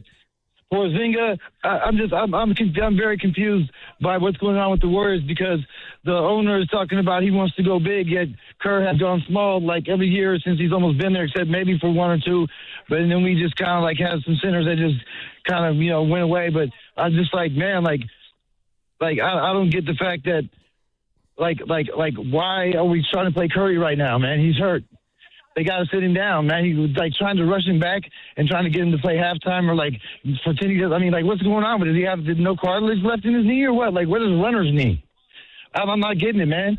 So I'm just let the man rest. Let him get healed, and it is what it is, man. But Nick, I don't know, man. There's no tanking with Kerr. Nick, isn't that what they're doing? Where are you getting this rushing him back thing? They're not playing him. Oh, I know. I'm just saying, let's not rush him back because it seemed I don't know. It just seemed like before. I think he came back a little bit early. To me, that was a little bit fast. So I don't know, man. The hamstring thing and now the knee. I don't know what to say, man. But we got to get some, like they were saying earlier, we got to get a running mate for Curry, man. We need a young guy and a couple of young guys on the wing, and they've been playing super hard. Yes, but they've been playing super hard. But it's just like they're old. Nick, who else are you talking to? Who else is over there? What's going on? You all right?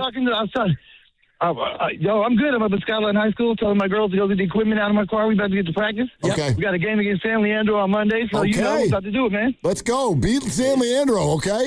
Ready as best. Oh, yeah, we're going to put a hurting on them. All right, Nick. Thank you. There goes Nick in Berkeley. He always calls, and he's always at practice. And he's always seemingly out of breath. It's because he's, getting the equipment ready. And some people are wired that way. That's fine. Yeah. Some people run hot. He's locked in. Yeah, Nick runs hot. That's fine. I don't think the Warriors are rushing. There's no way they'll rush Steph Curry. They're gonna be completely chill with Steph Curry. They're gonna do what's best for Steph Curry as far as finding him a running mate. It's really hard.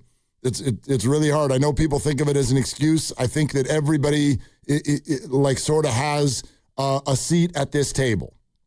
I don't think the Warriors, when it comes to the draft, have had enough opportunities for you to really think that either Mike Dunleavy or the organization as a whole, has failed Steph Curry and they're awful at the draft. They have not had enough opportunities. Also a seat at the table is the two big opportunities they had. Boy, did they screw them up. So I think both of those opinions get a seat at my table, I feel. Absolutely. And, the one that really hurts, Kuminga at 7, sure. Maybe they missed on it. We're going to find out. It's the Wiseman one, Wiseman at 2. And you saw a team last night that had 2 cracks at the number 3 pick, and they got Tatum and they got Brown. So Boston had a limited opportunity to get high picks, and they nailed it with Tatum and Brown. One guy is, the finals MVP. The other guy's the team's best player. So Warriors had one chance, and they whiffed on it. They might get another chance this year. What's got you laughing, Mark? It's not 5 o'clock yet. I'm not over that whole segment yet. I'm just not over it. That was very, very funny. Firings are not like kids. There are some that you like more than the other ones, depending. Oh, man. I think that's 6 or 7, depending on if you count the earthquakes. Man. Yeah, there we go. 6, 7. Yeah. Okay. Yeah, some of them are gray in nature. They're a little fuzzy. Never been fired as a coach, and I've coached probably 20 seasons of high school sports. Okay, that's good. That's something. It means like you're, appropriate around young people and stuff like that. Well, you can be, I guess if you're at a varsity level of a sport that people really care about, you could get fired for not being good at it. But, boys volleyball, I was dominant, so they were never going to fire me. Next week, can we do all the times that you've quit? Oh, for sure. How many times have you quit? Well, you leave a job. Like, I left that job as a PE aide at Ross School because I was going to go into radio. Right, but did you did you just leave like a big stink bomb when you left? No. I got a party with cash and prizes. Oh. Yeah, I was getting married the first time, and so the parents chipped in. I got like $2,000 and bottles of wine. And that was a very nice departing. That's not a very Dibley style quitting. Here's a Dibley style quitting. What? I was in the movie Flubber. I don't know if you knew that. You've mentioned it a time or 8,000. The shooting is at Treasure Island, and movies are like 2 more days. So 2 more days go by. All right, it's going to be 1 more day. You know what? We're looking at 3 more days. After the 4th time, they told me to stretch it because I had 5 other jobs. I just stopped showing up. So when you look at the movie Flubber and you look on the bench for number 11, there are times when it's not me. It's just not me because I quit. You've never mentioned to me before in the 8,000 times you've said that you were in the movie Flubber that you also got replaced in the movie Flubber. Well, they had to because I was bench player number 4. I'm the 4th guy down the bench. Now, they kept my big scene in there where I'm giving water to the guy, Robin Williams is flubberizing him, and I'm giving him towel and waters. I quit. My big scene. You can really see that in the walkout. You could see me clear as day. Red hair flowing, by the way. Oh, God. I quit. Yeah. You'd had it. Well, I had 4 other jobs. You weren't going to be pushed around anymore. I was coaching freshman basketball at Santa Fe High. And I couldn't go to practice, couldn't coach the games. I quit. I get it. I know what it's like to have multiple jobs. Been there. Slid that letter right across the desk. Op. Napalmed. That was the word that was used with me. Huh? Napalmed. He's not wrong. That bridge got burned. Turns out he's not there anymore either. He's fine. He's doing great. Golf game's never been better. I ran into him a lot not too long ago. He's doing great. We're cordial now. He's very happy. Cordial. It's icy for the first 10 years. Thanks. When the ice was broken? When? At Silverado, and I was there. You were there. He was that there. That day you broke the ice That's when the ice broke, yeah. I hit the ball well that day. That was when you told me that you were, yeah. Make a move.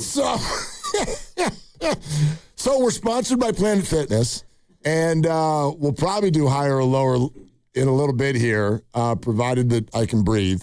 Some of you would love to weigh in, so T-Bone and Burns and Corey, stay right there. We'll get a few phone calls in. We'll do higher or lower, and Steve Kerr joins us at 5. We got a winner today. Awesome. This is Willard and Dibs. Planet Fitness has everything you need anytime the motivation hits. And with most clubs open 24 hours, you can give everything you've got. Save $28 or more when you join today for just $1 down, $15 a month. Cancel anytime. Deal ends February 27th.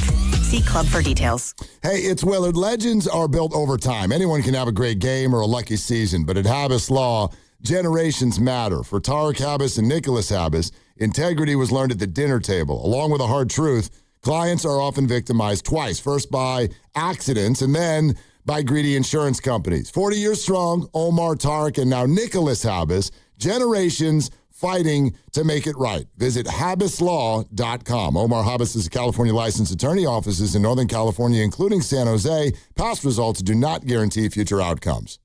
Hi, I'm David. I'm Chris. And I'm John. We are the three brothers who own Jack's Restaurant and Bar. And we are here to... Not again. That was my line. Boy, stop it. Mom? What are you doing here? Have you heard your commercials? They're terrible. That's not our fault. You taught us how to cook delicious food. Using only the freshest ingredients. And to treat all our guests like family visiting our home. But you didn't teach us how to write catchy radio spots. They remember that and get back to work. Yes, Mom. Jack's, serving delicious breakfast, lunch, dinner, and drinks the way our mom taught us. ilovejacks.com. Running a business means wearing multiple hats. So if you're like me, you probably started out using your personal phone, taking client calls and texts nonstop.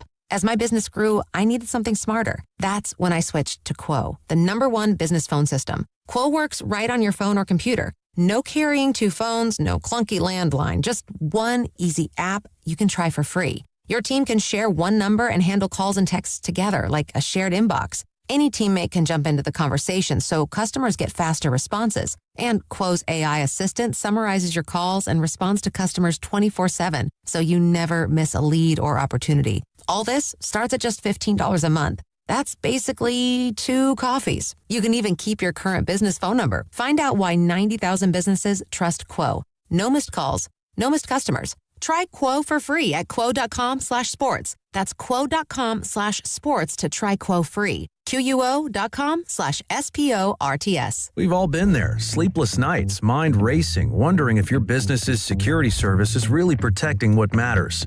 At Bay Alarm, we can put your security insecurities to bed. Video security, burglar alarms, fire alarms, access control, 24/7 monitoring, and more. Our advanced technology and personalized support ensure you can rest easy, knowing we're here for you, your people, and your business. Visit bayalarm.com to talk to a local security expert.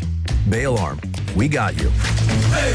Oakland sports live on, and professional soccer is back at the Coliseum. The 2026 Oakland Roots home opener is set for Saturday, March 14th, featuring an electrifying night of soccer, fireworks, and live music. This is more than a game. It's a celebration of Oakland's culture, community, and love for the sport. Be there as we kick off the season. Get your tickets now at oaklandrootssc.com/tickets. Use code THEGAME10 for 10% off.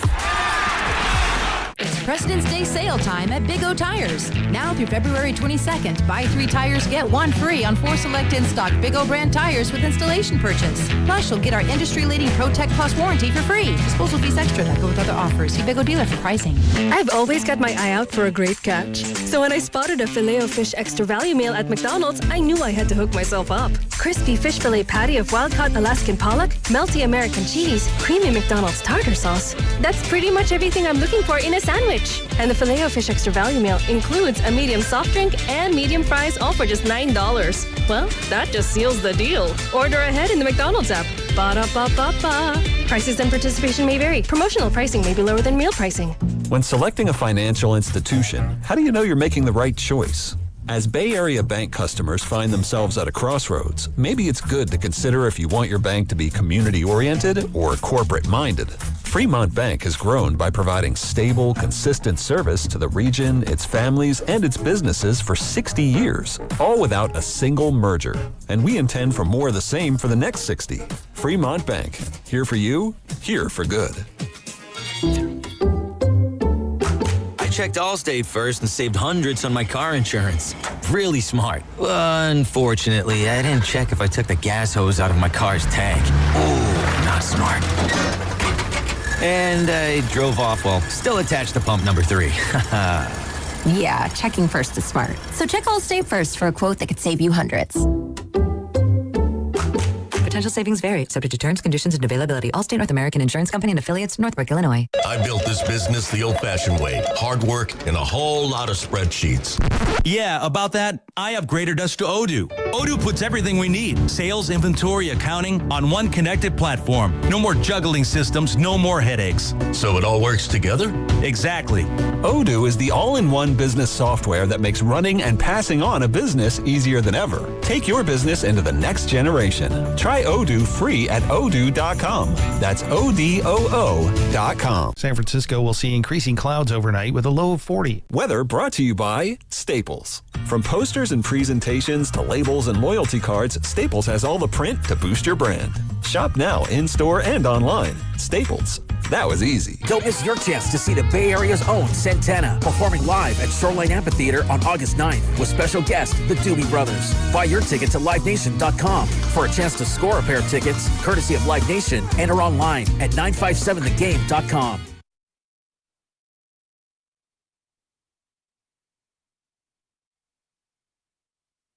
Hey, it's Joe Shasky from the Morning Roast, and you're listening to Willard and Dibs. If you're doing what I'm doing, then you're listening on the radio. If not, you could check them out and see what kind of hat Willard's wearing right now on YouTube. Knockout Tournament giveaway week 2 starts Monday morning at 7:30. We're leaving this week on a high. Thanks to Dan Dibley. Oh, thanks to Brian Ford. Brian Ford, he was yacked in. And he did what he said he was going to do when he registered. When he registered, he said, without saying it, I'm going to listen at least 3 times a day, every day, just in case somebody Brian Fords it up. And we did. Oh, by the way, speaking of things that you can win next week on 95.7 The Game, yep, knockout tournament 3 times a day. 7:30, 12:30, 3:30. The window opens every single day for all of you registered people. 957thegame.com if you're not, plenty of time to do so. But also, next week, each day during the crossover, we will award one listener each day with a trip to go to the Sharks game in a suite with us on Tuesday, March 3rd. So good. Which is only a week and a half away. So you're going to win this, and then bang, we're going to the Sharks game. The very next week. So every day during the crossover, and you all listen to that already anyway. Yeah, thank you. 3 versions. 3 versions. We're going to have to figure out which one we like the best. I think my favorite is the middle one. Gore! Give me all 3 again. All right, here's number 1. Gore! Here's number 2. Gore! And here's the last one. Gore! The last one sounds like he's talking about Scar from The Lion King. The first one's got a little Dave Fleming, Edgar Renteria going on there. Gore! Yeah. Gore! Oh, yeah. Okay, so during the crossover next week, each day, one lucky listener, just listen to the crossover like you always do. We'll explain at the time. But one lucky listener each day is going to win their way into going to watch the Sharks with us on Tuesday, March 3rd. That's when Macklin Celebrini will return to the right side. He's not going to play for the other team. He's going to play for our team. Tuesday, March 3rd in a suite. We'll do our show from there, and then we'll watch the game. And hopefully the Sharks many times will... Thank you. That's what we're looking for. Sorry, I was listening to this. He scores! He scores! Shout out Dan Ruzanowski. Ruzy. Yep. Love it. Okay, so we're doing that next week, every day in the crossover. That'll be fun. It's going to be so fun. I can't wait. Woof. That's going to be a fun night. So we look forward to meeting you there, too. All you got to do is listen to the crossover. Don't need to register or anything. Just listen to the crossover each day, and we'll let you know what to do from there. Yeah, it's awesome. I haven't been back there, since the last SaberCats game I did probably. Yeah, it's been a minute. Yep. It's been a minute. I've gone to a lot of shows there. Saw Joe Coy there. Going to go see Bargatze there later this year. That'll be fun. But first, Sharks. I was the in-arena host for the San Jose Stealth. And? I did it for a year, and then they moved to Washington. That counts. You got fired. That's why they moved. You didn't know that. I mean, but they're like, we can't break it to him, so let's just move. Might have been because the attendance was about 900. Which also might have been you. I don't know. It's really hard to go out there and say, make some noise for your stealth. Dude, tell me about it. Woo! Believe me, dude. I started out doing minor league baseball. I get it. I have spoken to an empty crowd before. Yeah. We're going to do higher or lower in just a second, but real quick here. Let's do T-Bone in Berkeley. Hi, T-Bone. What's up? Hey, not much. I've got a couple good firings, and then I was at the game last night, so I saw Kristaps rain a three-pointer. That was fun. As a kid, I was filling in for a newspaper route, and it was all good till Sunday. Then I filled up the bag of newspapers at the bottom of the hill on my bike and rode about halfway up the hill and doped out and went home. And that guy's mom was really upset with me. So much like kids, I've got fired from a newspaper route. Yeah. Those newspapers were heavy. I was not ready for that. I get it. At a restaurant. Yeah, restaurant. Just too many, just bad customers, bad, shifts. And I just went home one day, had enough. I get it. They were Didn't calling go me, back. wondering where I was. Yeah. No, just went home. If you stop going, they will fire you. Yes. That's true. Turns out. That's true. I tried my hand at manual labor when I was living in Quebec, and I was doing everything wrong. And I told myself, if one more person tells me I'm doing something wrong, I went home. Little do you know, hey, you're shimmying the whatever wrong. I just turned around and went home, took my little $100 and went home. So, sometimes it happens. Yeah. Manual labor, not my strength. So I filled in for a friend's paper out one time, and I was too lazy to because it was through an apartment complex, and I was too lazy to walk up the stairs, and I thought I was a pretty good shooter. So I'm just like, I'm going to huck this newspaper up to the second floor. Just absolutely obliterated some woman's potted plant. And she was home. So that didn't go well. That did not go well. I can imagine. I don't think I did that job anymore either. The only paper route I filled in on was awesome. It was at the Marin County Civic Center. So your whole route was the Civic Center. Oh. So you got the papers, you put them in a little cart, and you just wheeled it around and up the escalator and down the hall, and you're flipping papers to the comptroller, whatever that is. The comptroller. The tax assessor needs a paper, and you get a paper. Pretty fun route. That's almost that feels like a little bit like Brooks in Shawshank Redemption, like heading through the prison hallways with all the books. Yeah. Let's go to Burns in Fremont. Hi, Burns. What's up? Hey, fellas. First, happy Friday, all right? To you, too. The thing is, I wait sometimes online to always criticize you guys, and I figured, I'm going to wait online to praise you guys. I used to listen to a show back in the day, Howard Stern, and he'd always come up with this phrase, radio gold. And Dibs, you just gave me radio gold, brother. Whoever the higher ups are, this is what I want. This is what I want. I can get Warriors stuff, and I do come to you guys for the Warriors, but man, that's what we need in life is that kind of stuff. It brought back all these memories. I mean, first of all, it took my ride, my 45-minute ride felt like 5 minutes. All right, so thank you for that. But the second of all, it just all the firings I've had in my life just flashed in front of me. And one of the funniest, I have to share, sophomore in high school, working at my ultimate job, Tri-City Sporting Goods, world's largest sporting goods in Fremont at the time. I was in the maintenance crew, unfortunately, wanted to be in the shoe department, but actually the maintenance crew was cool because we got to go everywhere, right? But was at the end of the day, one of my buddies I went to high school with, and he admitted it later, stole a knife from the hunting department. All right. So they got all of us 6 maintenance guys together one day and said, all right, who stole the knife? Who stole the knife? And I'm like, dude, I didn't steal the knife. I'm just here for the girls, man. And of course, they're all like, all right, if no one's going to admit it, everybody's fired. And that was like my first mass firing at like 15 years old. I was like, hey, I'm in it, and since then, I'm a blue-collar guy. I've worked construction, been laid off 40, 50 times. Honestly, if anybody's listening and you're in construction and you haven't been laid off, you're really not in construction. But, guys, thank you for that. Enjoy your weekend. Freaking loved it. Burns, we're looking forward to when we get back to you criticizing us, but that was good for today. There he goes, Burns in Fremont. Right on, Burns. That's funny when he's like, I love when the bosses are like, look, if none of you will come forward, you're all fired. But they were 15 years old. Their morals are not formed yet. Right. So they're like, fine, do it. What the hell do we care? Exactly. That would work if it were like, Bye-bye. adults and they were all friends or something like that. 15 years old? Bye. Yeah, I mean, if you have a career, like, who's going to snitch the fastest, right? He did it. Did Grandy win last week? Not only did he win, but he set a record score with 8 out of 10. And I went back-to-back, too. Yeah. That's enough of that. So wait a minute. What's the score? Let's play the music, and I'll lay it all out for you. All right.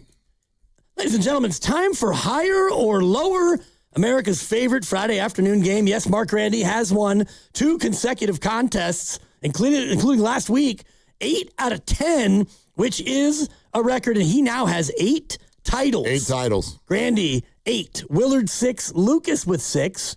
Either Grandy gets a three-peat and is the first to 9, or one of you two will launch into second place. Today's theme, total number of seasons of Giants baseball. They're about to start their 144th. So we're playing off the number 144. I read 10 items. You guess higher or lower. The player with the best score is the winner. And today we introduce our 2-time champ, Mark Randy. How you doing, Mark? I'm doing great, Dibs. I don't know what title I'm more proud of, back-to-back knockout champ or back-to-back higher or lower champ, Dibs. Snooty, but it's fair. And but true. Not getting a picture plaque for this one. Up next, my partner, who's having just a lot of fun today, and I love to see it, Mark Willard with 6 titles. How you doing, Mark? Hi, Dibs. I love second place. Let's see if I can go get it. Well, based on how the next contestant does, second's already kind of locked up because he either wins or is an absolute tire fire. It's Lucas Alexander. Yeah, thanks so much, Dan. I'm going to designate my performance today to punch the monkey out in a zoo just in the outskirts of Tokyo.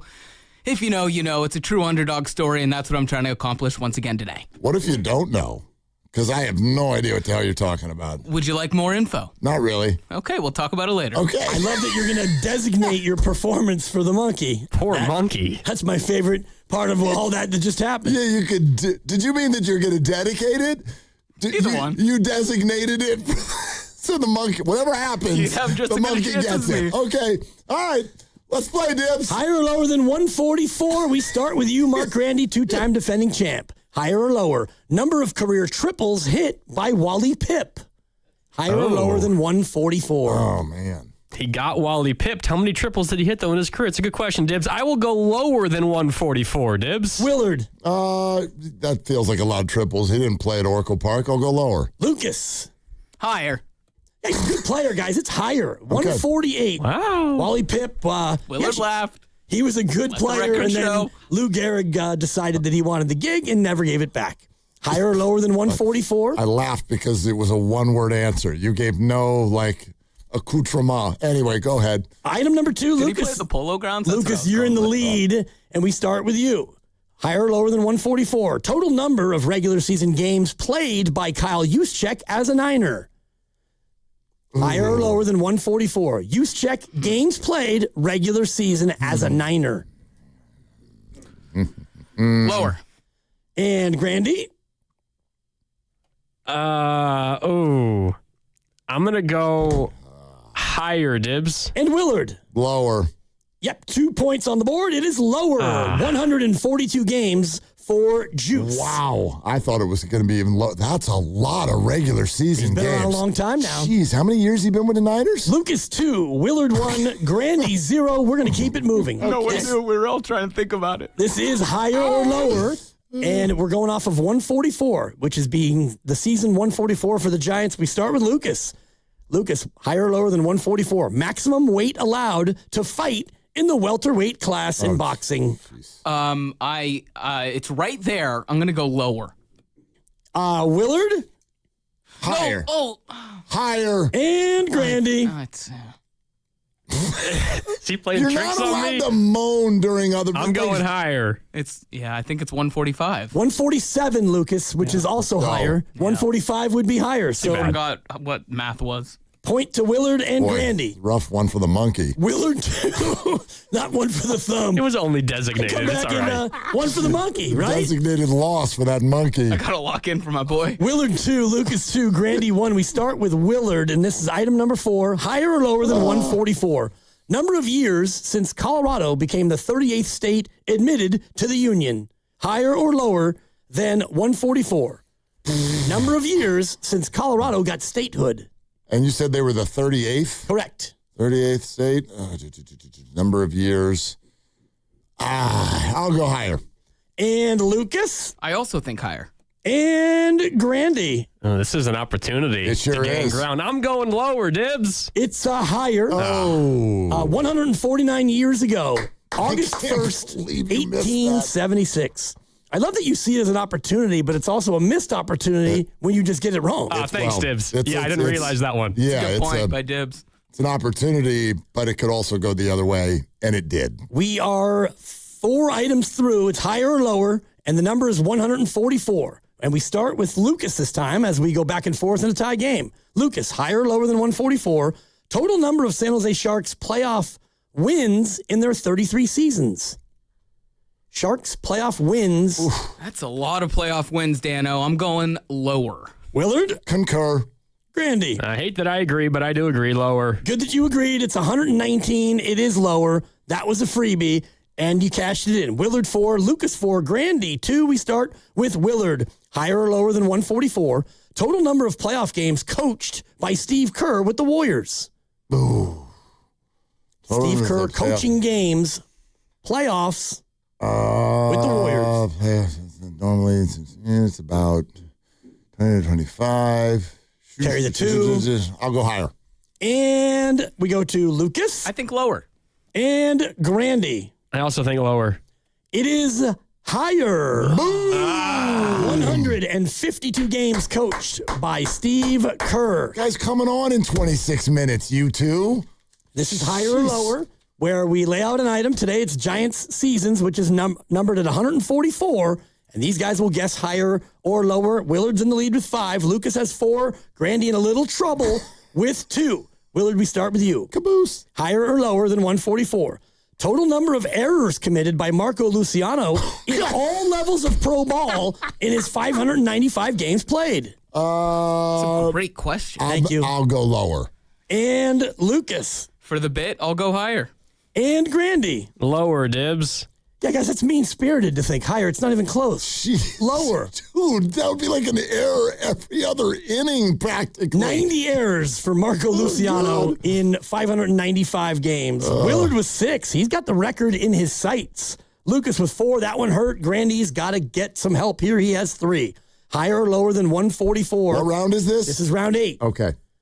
Number of stitches needed to close my head wound in 1972 after my sister pushed me off the deck. I'll read it again. This might be your best clue ever. Oh, my God. This is higher or lower. Wait a The number minute. is 144. Wait a minute. This feels a little too Dan-centric. Yeah. I wrote it a couple weeks ago, and I'm sticking with it. Number of stitches in your head. I'll read it again. Yeah, please. Higher or lower than 144? Number of stitches needed to close my head wound in 1972 after my sister, Hurricane Gale, pushed me off the deck. I was on my tricycle. She pushed me. I plummeted. I went to the doctor. How high was the deck? There's no follow-up questions. Okay. Higher or lower than 144? Willard. I'll go lower. And Lucas. I have to differentiate. You know what that would But be? for your sake, higher's a lot. Higher. And Grandy. Yeah, I also have to differentiate from Willard, so I'm going higher. A lot of stitches, guys, but lower. 136 stitches in my head. Yeah. I was on my trike. She said she was giving me a little head start. Pushed. Willard is the winner, but we're going to close it out because you might set a new record. I know I might. Willard 7, Lucas 4, Grandy 3. This is nerve-wracking. This is number 9. Higher or lower than 144, Willard. Number of years since young Tom Morris won his last Open Championship golf tournament at Prestwick. This is not old Tom Morris. This is his son, young Tom Morris. Number of years since his last Open Championship. Open Championship. Higher. And Lucas. Lower. And Grandy. Easy lower. It's higher, guys. 154 years since he won at Prestwick. You guys are getting boat raced. Willard, for the record here, this is the final pressure. one. How do you feel about murdering a monkey? Well, I mean, you're the one who designated him. It's not Prints my are all fault. over it, I'm afraid. This is higher or lower. Giant season number 144 is on deck, so that's our number. Willard, for the record, higher or lower than 144. Number of triple-doubles recorded by Irvin Magic Johnson in the regular season.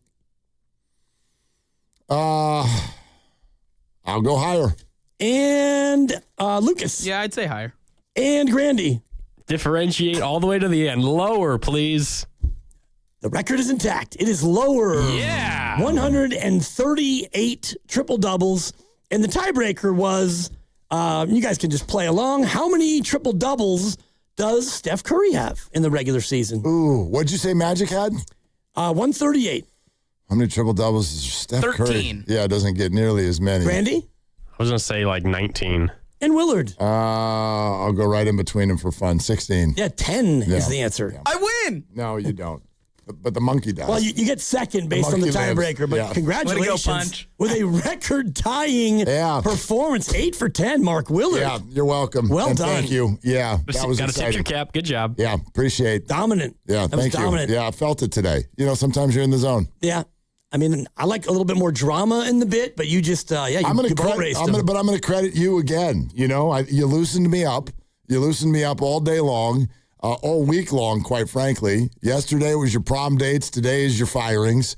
And so I was in really good headspace, and I executed. Yeah. So I appreciate it. Yeah, no problem. I just thought back to my my big accident in 72 and thought we could include that for a little levity, you know? What the hell happened? Now follow-up questions. How high was this deck? What happened? I'm on my tricycle on the deck. How old are you? Probably 3.5. Oh, my God. Youngest of 4 kids. Right. And supervision in the 70s was non-existent. So my mom was probably smoking a Pall Mall, and my dad was probably half in the bag. Sue and Dwayne, rest in peace. I love you both for my whole life and forever. I'm out on the deck, and Gail's going to give me a push like I need a head start. Let's go to Dibs, half in the bag. Well, I mean, I don't know what they gave me at the hospital, but she pushes me, and I go off of there's 4 steps down to our backyard, and I flew. There's no railings or anything? Like, what's protecting this deck? Well, there's railings. Yeah. Our deck was overlooking the creek, the Corte Madera Creek. This was the staircase that led to the backyard. So she shoved you at the staircase? Of course, yeah. Okay. She wanted to be the youngest. I fly, hit the bottom step, allegedly, and go head first. No helmet. It was 72. We didn't even have seatbelts. Head, rock, blood, crime scene, Kaiser, 136 stitches. There you have it. 136 stitches. Yeah, it was like a baseball. Rot, roop. You know how they stitch a baseball? That was my head. Gail. I mean, what are you going to do? Oh. You know, she wanted to be the youngest. You go to the hospital. Yep. That's right.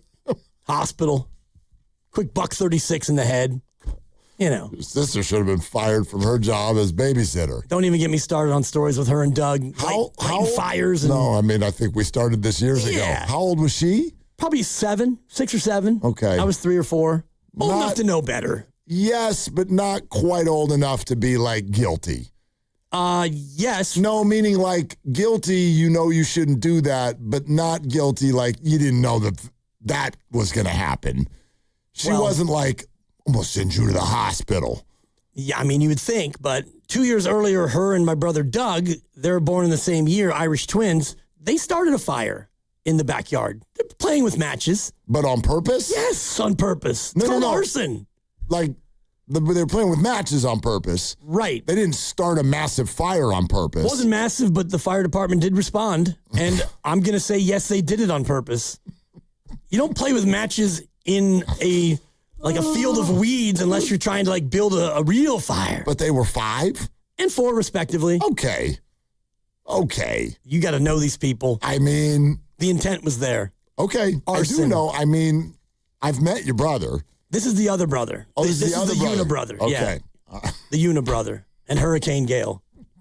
And Mikey 1.0 at the time. Yeah. Now he's 2.0. Which is great. Yeah. We're brought to you by Fremont Bank. Anyway. Here for you, here for good, and we're here for Steve.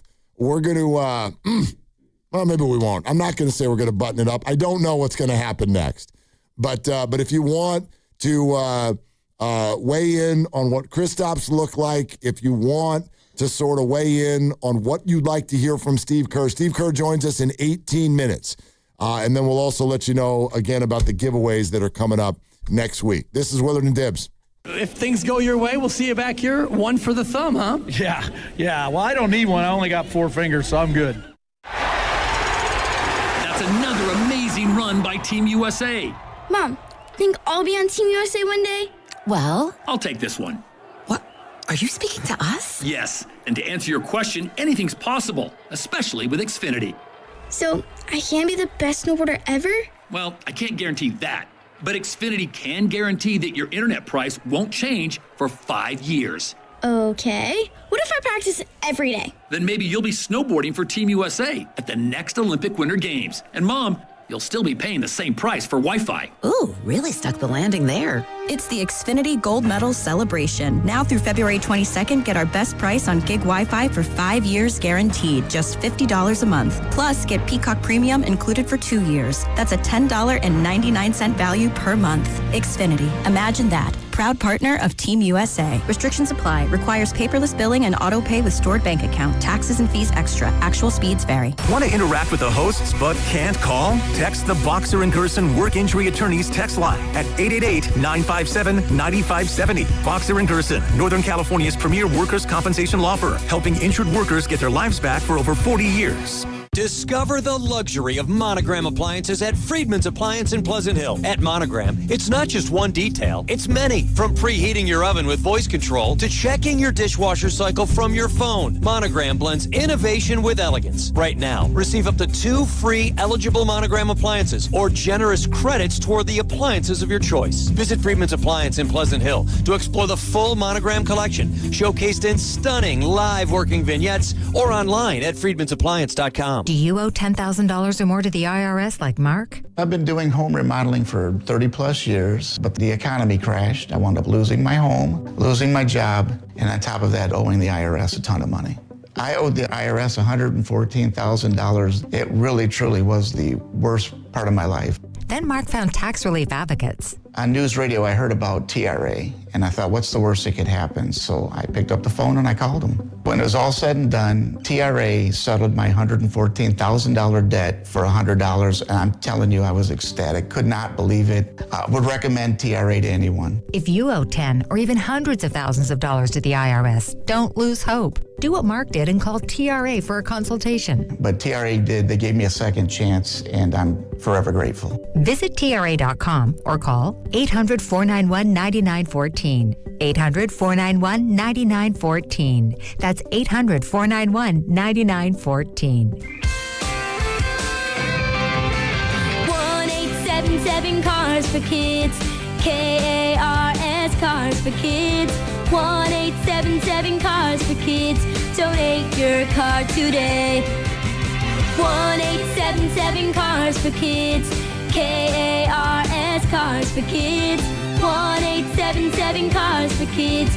Donate your car today. Ready to get rid of that old car? Donate it to Cars for Kids. Call 877-CARS-FOR-KIDS to speak to a friendly live agent. Donation's super easy, and your car can be picked up as soon as tomorrow. Go to carsforkids.org now or call 877-CARS-FOR-KIDS to donate your car today. 1-877 Cars for Kids. KARS Cars for Kids. 1-877 Cars for Kids. Donate your car today. Did you know you can donate real estate too? We all hear the radio ads about the IRS. They tell you to be afraid, to be scared, and they try to frighten you into calling. I'm not here to do that. Tax Relief Advocates is different. TRA is here to tell you that if you owe money to the IRS, whether it's $5,000, $50,000, or $500,000, we have a solution. It doesn't matter if you're sitting in your car, at work, or with your kids. No matter where you are, call now. 800-575-9834. Don't lose hope. TRA can eliminate or reduce what you owe to the IRS. Generous programs are now available that can give you a fresh start. Our passion is taxes and helping individuals fix their IRS problems. We have over 1,000 5-star reviews on Google and an A+ with the Better Business Bureau. You don't need to be afraid of the IRS any longer. End your tax nightmare today by visiting us online at TRA.com or call 800-575-9834. That's 800-575-9834. Tax Relief Advocates. Real solutions for real people. Shopping with your parents can be embarrassing. Why would they sell jeans with holes in them? I'm going to speak to the manager. Mom! That hoodie is giving. You should get it. YOLO. Thanks to the Chase mobile app, your kid can shop independently while you keep an eye on their spending. So you can go from... We can be twinsies. ...to... How was shopping? Saw you stayed on budget. Thanks, Mom. Freedom for kids, control for parents. That's family banking from Chase. Account subject to approval. Chase mobile app is available for select mobile devices. Message and data rates may apply. JP Morgan Chase Bank N.A. Member FDIC. Straight Talk Wireless presents Pickup Truck Wisdom. If you're only good to your new friends, you're not going to have any old ones. Straight Talk gets it. That's why new and existing customers get free 5G phones on Verizon's 5G network. Pretty simple, really. You keep good people by being good people. Find us at straighttalk.com and Walmart. Straight Talk Wireless. Straightforward. Always. Taxes and fees apply. Plan purchase required for free phone offers. Copyright 2026 Verizon.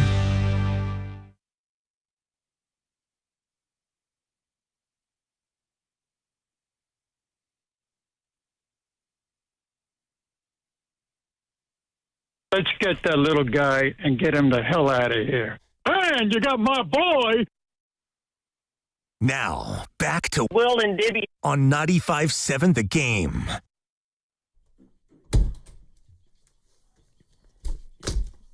Just trying to compose myself before Steve Kerr comes on here in 10 minutes. Got serious business to take care of. I mean, not really. It's just sports. I know.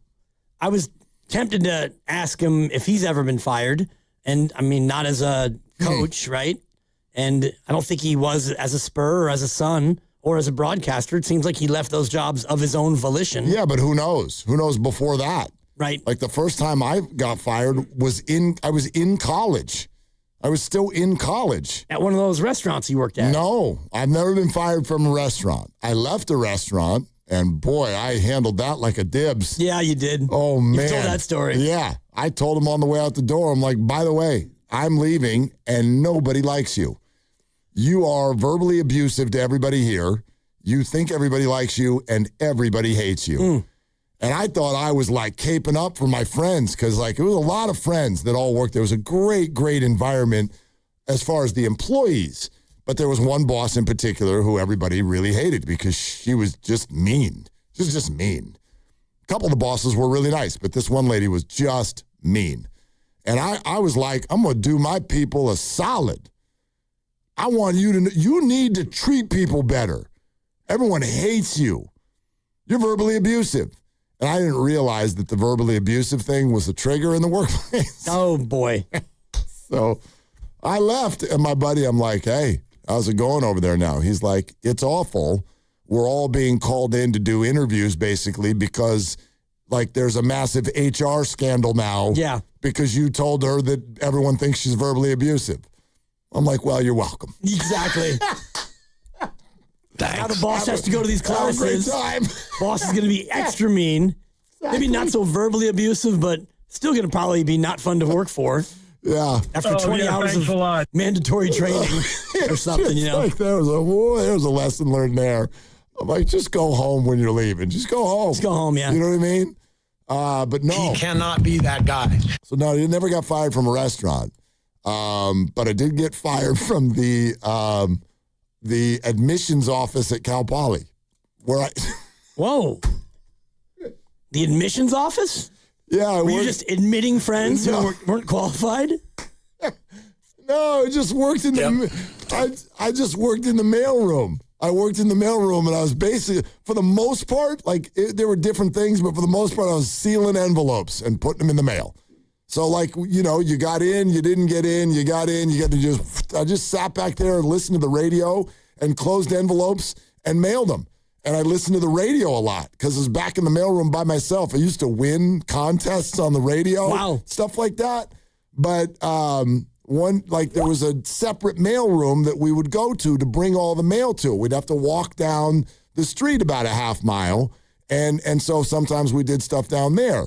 And there was one day where I decided, I could tell them that I'm just heading down there and maybe leave early. But I filled out my time card for all of the hours that I was supposed to be there. And I just gave myself a little bit of an early exit. And it turns out that there was some communication between the two buildings. And a couple days later, they're like, so they said that no one was there. And I'm like, well, I was there. And they're like, no. We checked with them and nobody was there. I'm like, well, I don't know why they didn't see me, but I was there. And we played this Abbott and Costello routine for about 37 minutes because she was the sweetest lady, and we got along. She did not want to fire me, but she's like, you're not giving me any. She's like, I'd almost like if you would just cop to this, and then we could work through it. And I was like, I could do that, but then I'd be lying, right? Because I was there. I was not there. So, and she, to her credit, she stuck to her guns, and she said, we'll let you go. Yeah. All right, well, you're lost. Who's going to lick all these envelopes, I don't know how you're going to be able to find somebody to do this. That's right. It's pretty hard back there in that room by yourself. That's it. Man. Oh, gosh. Is that your only firing? Well, no. ESPN, didn't renew my contract. Okay. Kind of counts. It does a little bit. And it was weird because they're like, we're going to let you, we're not going to renew your contract. They did something you never do in radio. They're like, we're not going to renew your contract in a month and a half, but you can keep working. They didn't do that. They trusted me to not napalm them all over the air. And so then I worked there for another few weeks, and they were going to keep me even longer, but then they thought, and you remember this, what was that cockamamie Owen Murphy-led radio station that you tried out for? The Beast. The Beast. They thought the Beast was going to hire me, so they jumped in the middle of my 6 weeks left, about 3 weeks in, and they're like, we're ending you today because we know that you're going to go try out over there on the Beast. The Beast 960 or something, 980, whatever it was. Oh, yeah. That was a great 3 days for me. Yeah. My agent got me a tryout to be the third wheel on a morning show with Marcus Johnson and Jeannie Zelasco. And by day 2, I got Marcus Johnson doing impersonations, and we are having a riot. And the dirty looks I'm getting from Zelasco, she was not into the bit. Talk blocking me and shutting me down. She had some serious sports to talk about. Yeah. Kike Hernandez. Mm-hmm. It was all Kike. It's all she could talk about. God. It was L.A., Dodger country. Nauseating. Yeah. They didn't hire me. Go Dodgers. I mean, it was a 3-day tryout. I guess that's not a firing. Brother, I had to do this. I had to do this for 5 or 7 years. I don't know how you did it. Kobe and Shaq and Kike and just, oh my God. Just like a puppet. It was rough. That is rough. It was rough. Kids got to eat, though, Kids got to eat. And sometimes they did.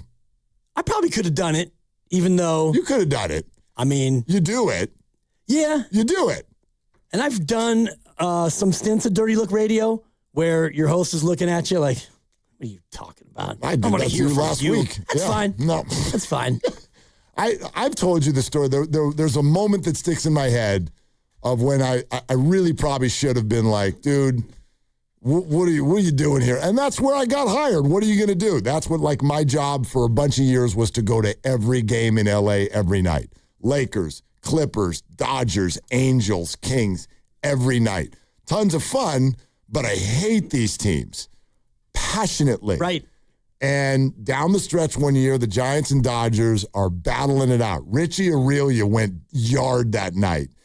But no cheering in the press box, but oh my you're God, doing cartwheels. I'm like, my whole body is completely tensed up because I can't let out anything. But the Giants and Dodgers are like, it might have been no, it wasn't the Brian Johnson year. That was way earlier. It was later than that, but it was like the Giants and Dodgers, 9 games to go, and they're tied in the standings atop the NL West, and a 3-game series in LA. And I want to say maybe the Dodgers won 2 out of 3, but whatever it was, this particular night, the Dodgers won. I think the Giants won game 1, and the Dodgers won game 2 to even the division back up. And it was a tight game that went to extra innings or something like that, and the Dodgers won. And I was just crushed because I'm like, we could have had a 2-game lead with only, like 7 to play.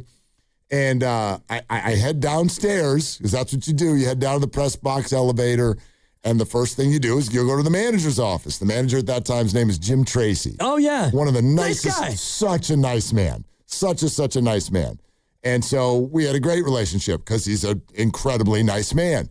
Just so happened that I was the first one to get into his office. So he looks up as sitting at his desk, and he looks up as the media comes in, and he catches my eye, and he gives me a phew, like kind of a smile, like we got one, And he wanted to share that with me. And did he know your background? No clue. You didn't know the backstory? I did not talk about this at that point in my life. Gotcha. I did not let the Dodgers know that I grew up a Giants fan. Yeah. So I walk in, and he gives me this, phew, like, am I right, Mark? We won. And I'm like, I just gave him this weird, sheepish grin and kind of half nodded, like, yeah. And we got it all right. Just walked in, and I'm like, if you knew how badly, with every piece of my body, I wanted you to lose that game. But that was the night where I was like, this is weird. This is weird. I should probably someday get back home. Yeah. And work up there. And be passionate about the things I'm talking about. Exactly. And were you doing sports talk hosting then, or updates? I was kind of the reporter at that point. Gotcha. So I would go on the air and, tell people what was going on and whatever. So I was a guest a lot, cutting sound and interviewing players and people. But when they had you on, you had to sound gleeful. Completely. In moments like that. Completely. And were you using like we and us and... No, but You couldn't be like, oh, the Dodgers stole one from the brink of defeat again. Well, it's tough, though, because, some of you remember Vic the Brick, like some of the hosts down there are like, they would refer to the Giants as the hated ones. Yeah. I'm like, Yeah. Imagine that, Vic. Feeling you. I'm not feeling I'm not feeling you at all, I'm feeling Vic. nauseous, Vic. Feeling like I want to punch you in the face. Right. Barf. Rip that fur hat off your head. All of you. I love the Brick. Vic the Brick. Oh, gosh. Yeah. So, anyway, those are mine. That's great. Those are mine. That's just one. One in a, we're not renewing your contract. Admissions office at Cal Poly, and then, yeah. That's about it. Yeah. That's, so you left early and you got fired. Wow. Big whoop. I might have got fired at Al's Tuck Shop. I can't remember. I would sleep on the job, and I was selling tuxes out the back to my fraternity brothers. If I didn't get fired, I should have. Oh, my God. You had a warehouse of maybe 4,000 tuxedos. How many jobs have you had? I was in college, and, I was selling tuxes out the back for like $75, making a little on the side. Oh, and my assistant was a 16-year-old who should have been in high school but wasn't because she was from a home where she needed to earn money. And so I let her do all the work, and I would just sleep on the dirty clothes piles. I'd sleep and steal tuxes. I don't know if I got fired, but I should have. That's all. Where did the tuxes go? The tuxes went to my fraternity brothers. Instead of renting, why not buy? Okay. I used to work with a host who would say the exact opposite. Right. Why buy when you could rent? Beautiful, man. Beautiful. It's great. All right. You're listening.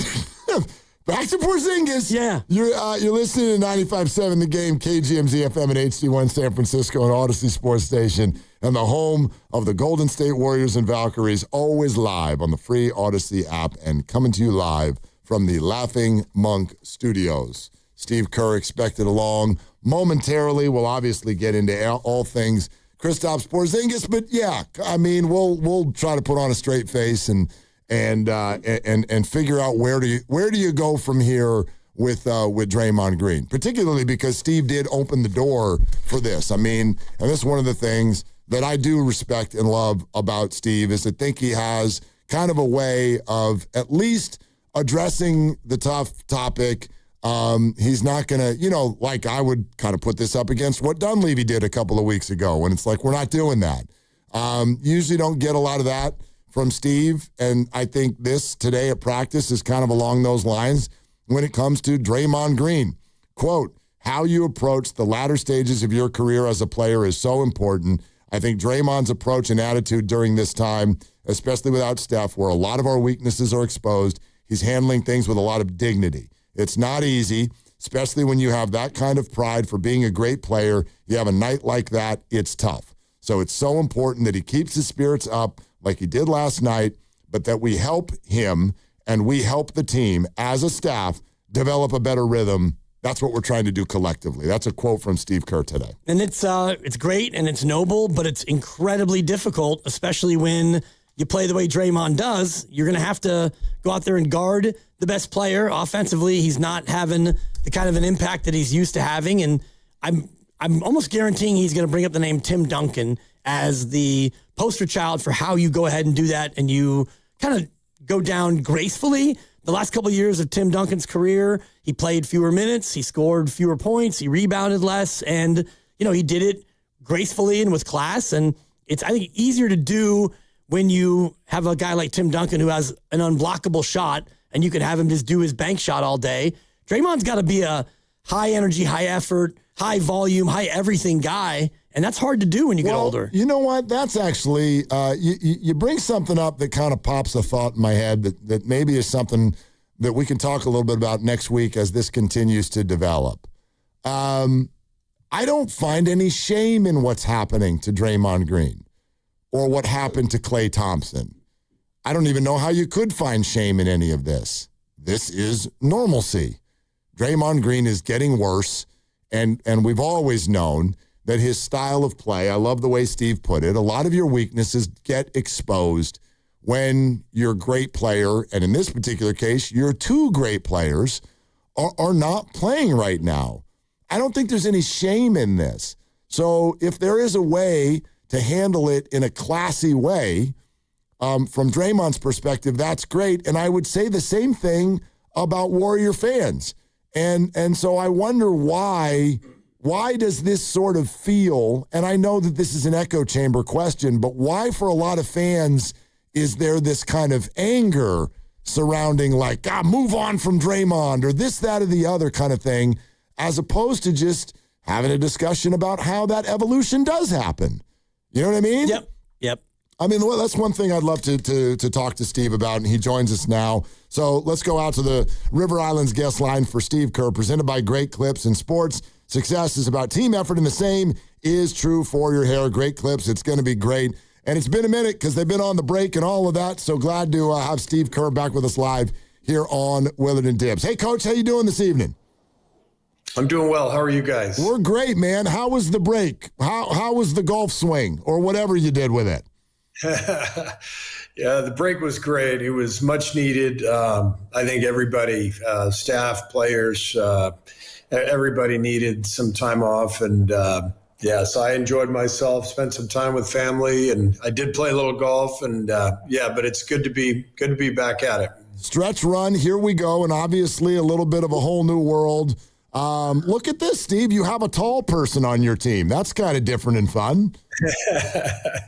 Yeah, it's pretty fun. Seeing Kristaps out there. He's so talented, and he's the tallest player we've ever had for sure. And he's also can shoot threes from 30 feet. So he's a really intriguing player.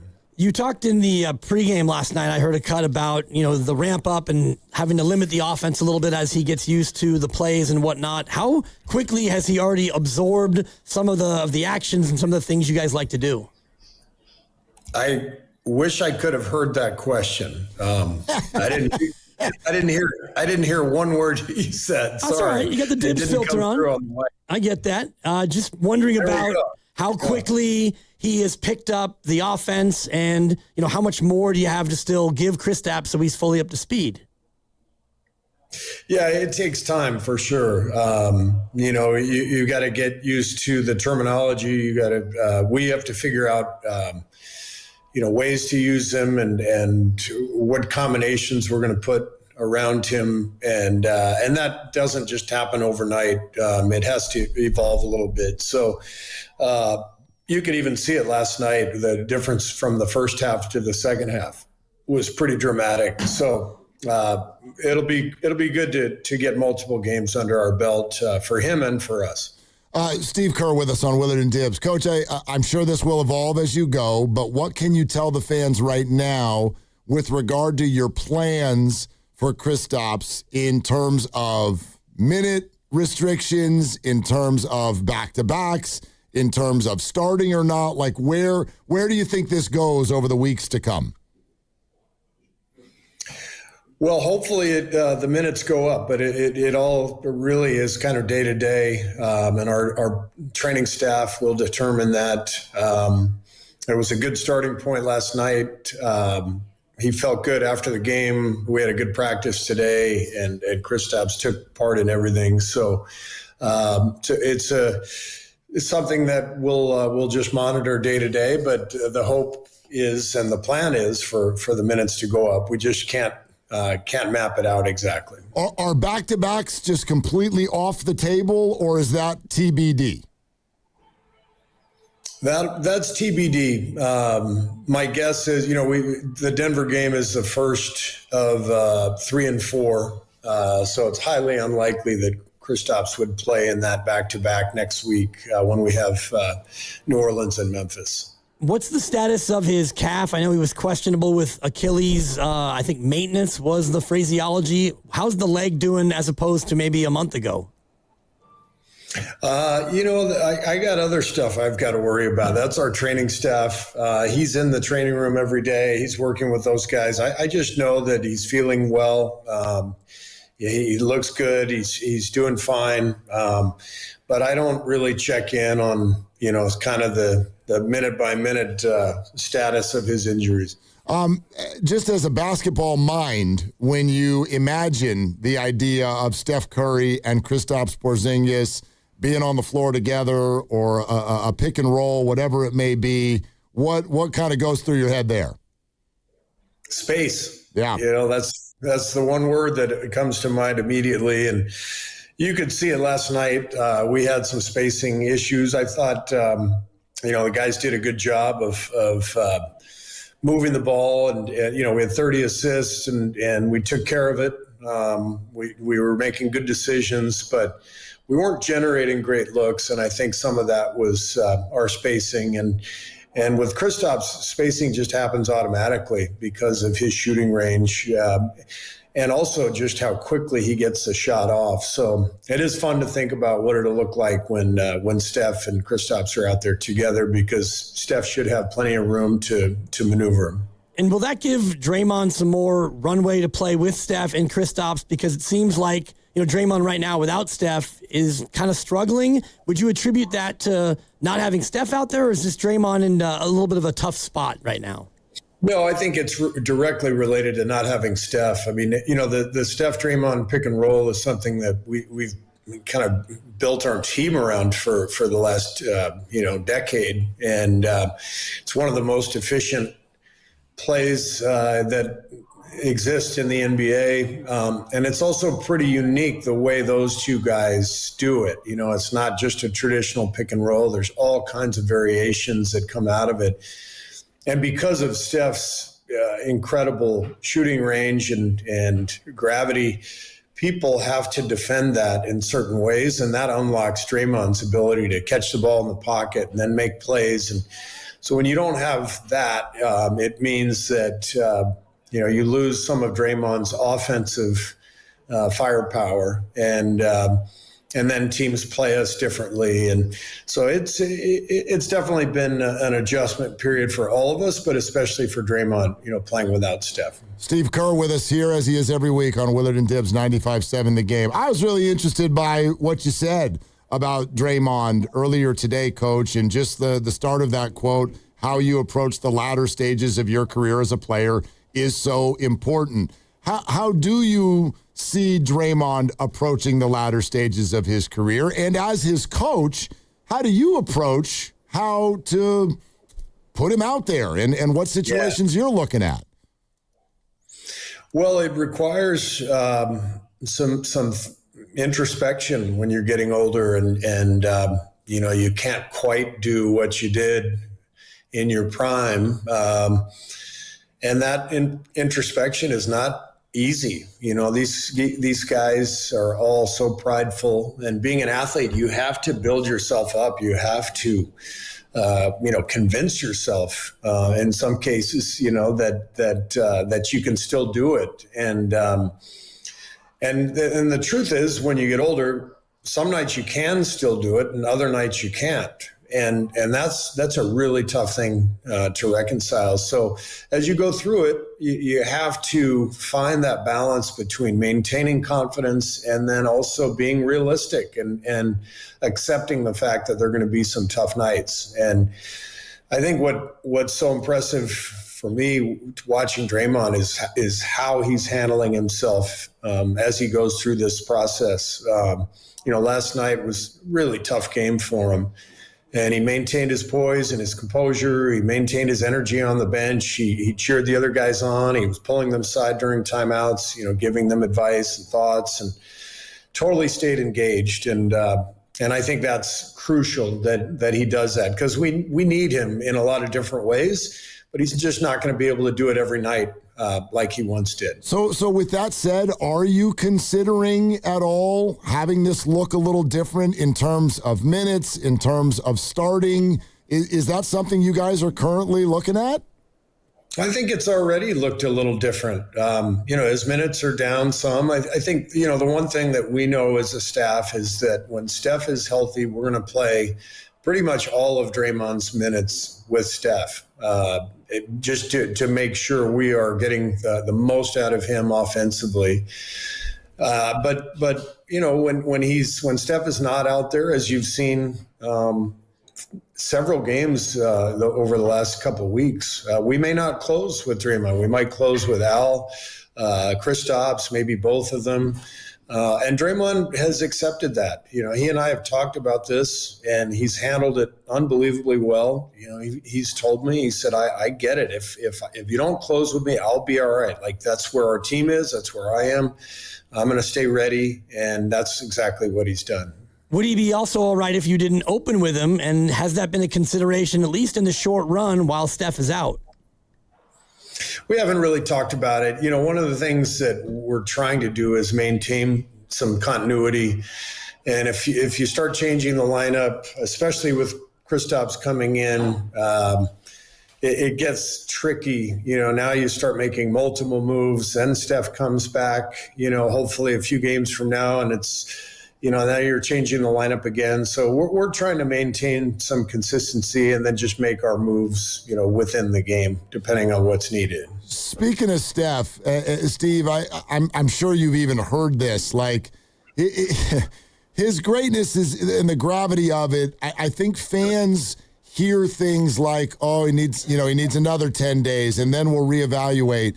And with the situation the team is in, we hear a lot of fans immediately go, "You know what? Just protect him, shelve him, maybe even for the rest of the year." What do you say to a fan who thinks that when they hear yesterday's news? What are we protecting him for? We're not going to do anything silly, obviously. We are protecting him. But as soon as he's healthy, he's going to play. That's what this is about. We have lots to play for. We're right in the mix in the playoffs. And, this is an injury that's been nagging him, but it's not like this is something that's going to hurt him, next year if we put him out there now. So it's just injury management. As soon as he's healthy and ready to go, he'll be out there. And what's that process like in the present when Dr. Celebrini's over in Italy having pasta and watching his son try to break American hearts? I know he's a staff, but are you calling Rick like in the first intermission, or how's that actually working? Yeah, we've stayed in touch every day. This has been so much fun for all of us, but especially for Rick and his family, to watch Macklin. And we had this morning, we were getting ready to start our film session, and the Canada game was 2-2 in the final minutes, and basically the whole team was watching the last 2 minutes, and we saw them score, and everybody went nuts, and we're all so thrilled for Macklin and his family and Rick. And so it's been fun to follow. And obviously we've got great people here and, and our performance staff. They're in touch with Rick every day. So am I. Rick's been talking to Steph. And so we're all in concert, and Rick's right in the middle of it, just happens to be over the phone right now. So what will you be doing at 5 a.m. on Sunday when your friend and his son and then your country go up against each other?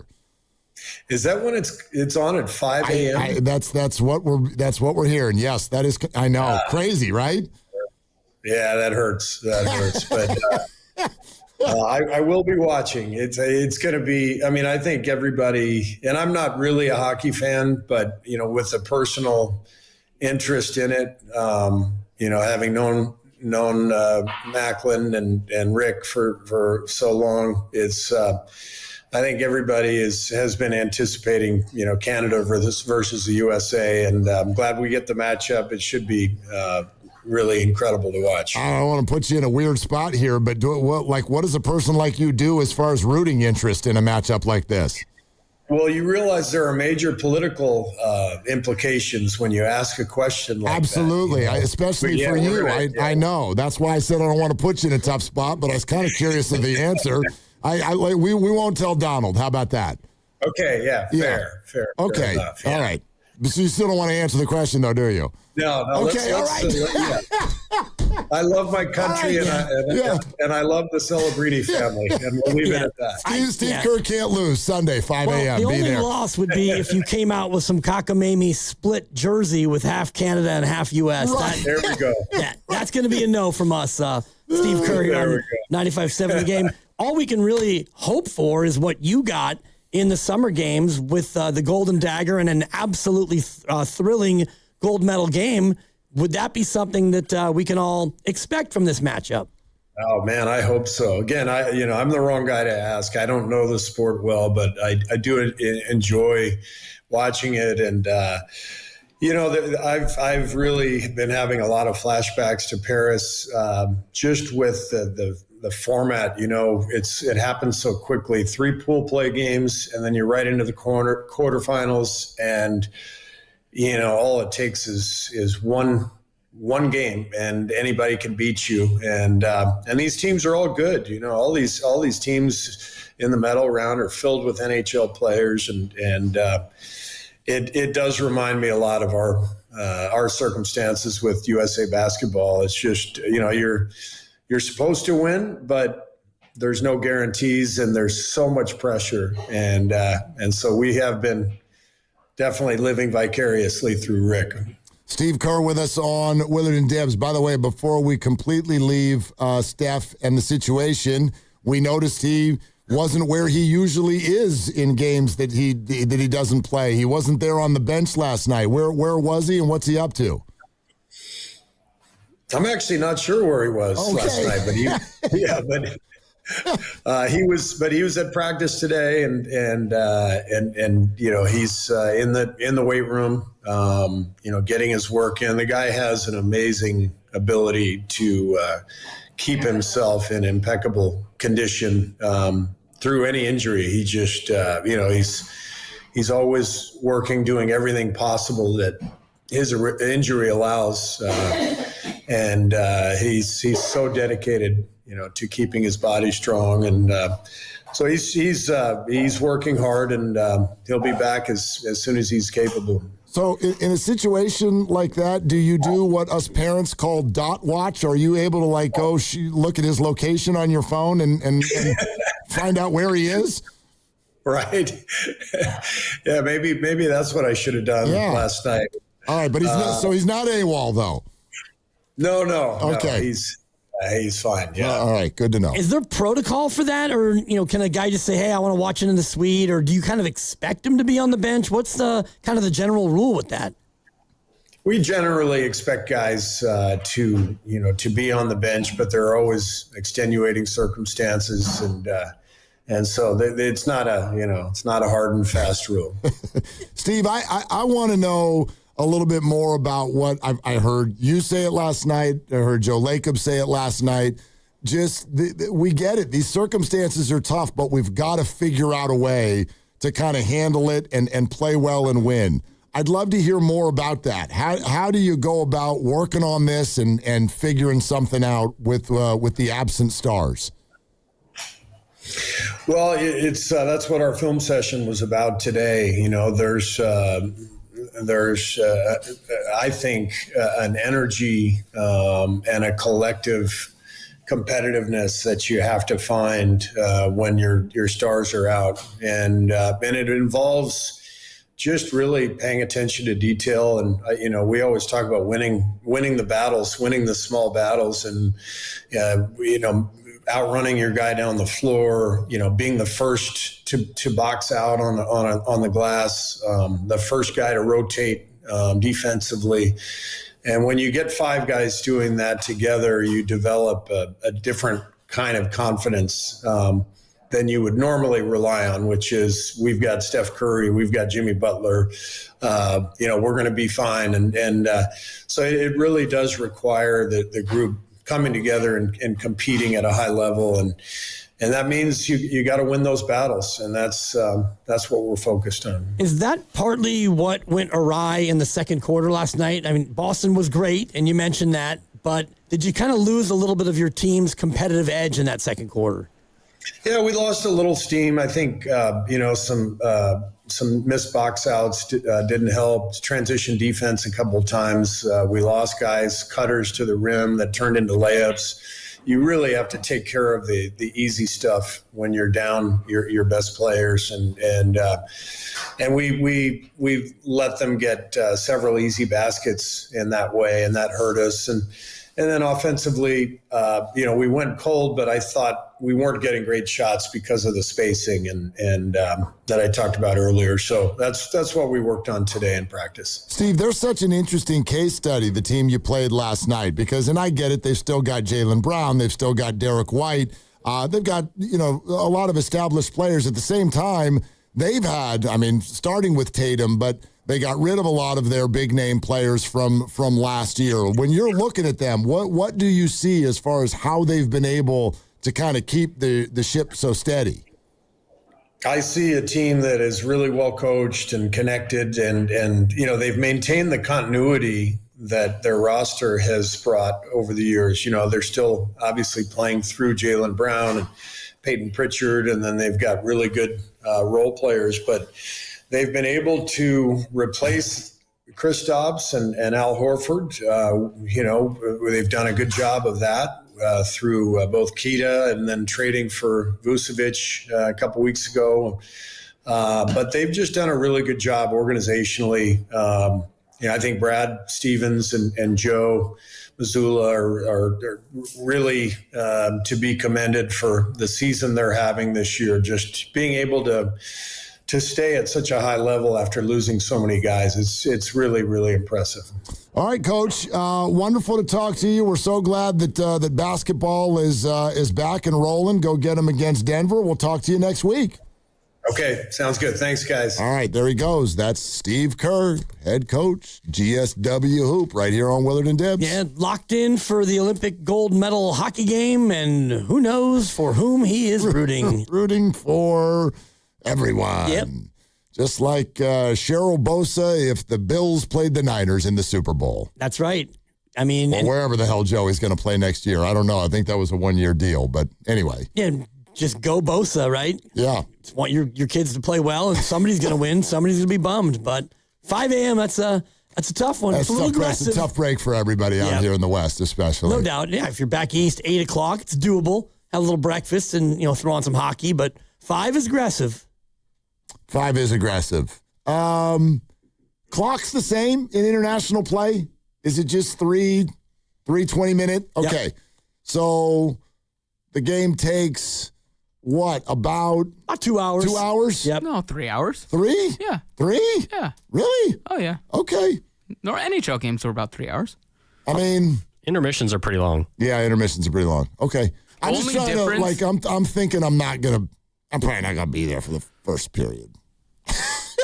But, like, if you tell me I can catch periods 2 and 3 by getting up at 6, I'm good for 6. I don't know about 5. Pretty much every rule is the same in the Olympics. The only difference is if it goes to overtime, which many of these games have, instead of a 5-minute overtime period, it's a 10-minute golden goal overtime Golden period. goal, right. And I believe I don't think it goes to a second overtime. I think it goes to a shootout then after 10 minutes. Interesting. 5-round shootout. That's exactly right. Or do what I would do, just give everybody a gold. Yeah, that is very on brand for you, without a doubt.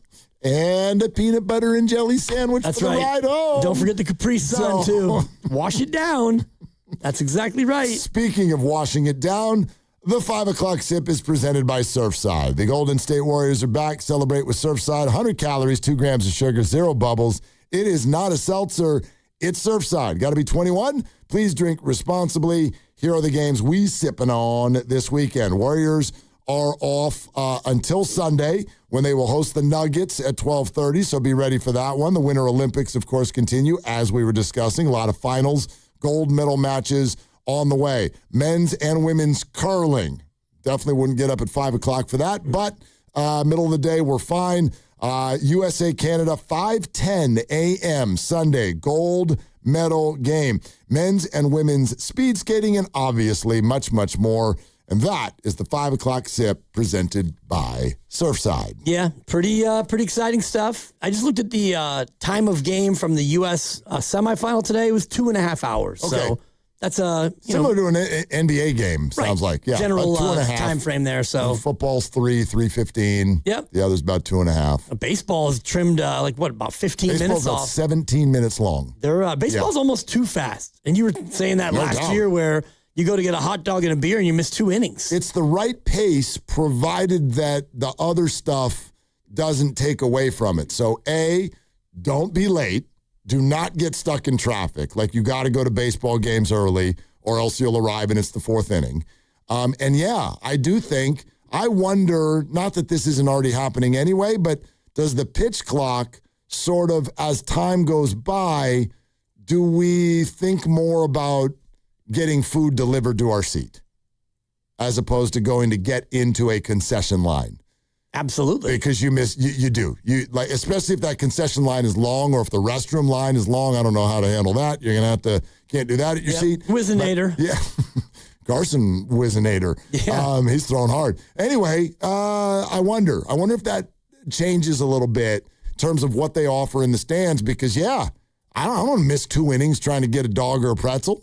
And that's basically what it is. And you had me thinking about the old days where they would have people like walking up and down the aisles with big old things of food. They don't really do that much anymore, right? I mean, you still have your traditional, the concessions that come through the stands. You still get your popcorn, your cotton candies, things like that. But probably not the hot dog so much.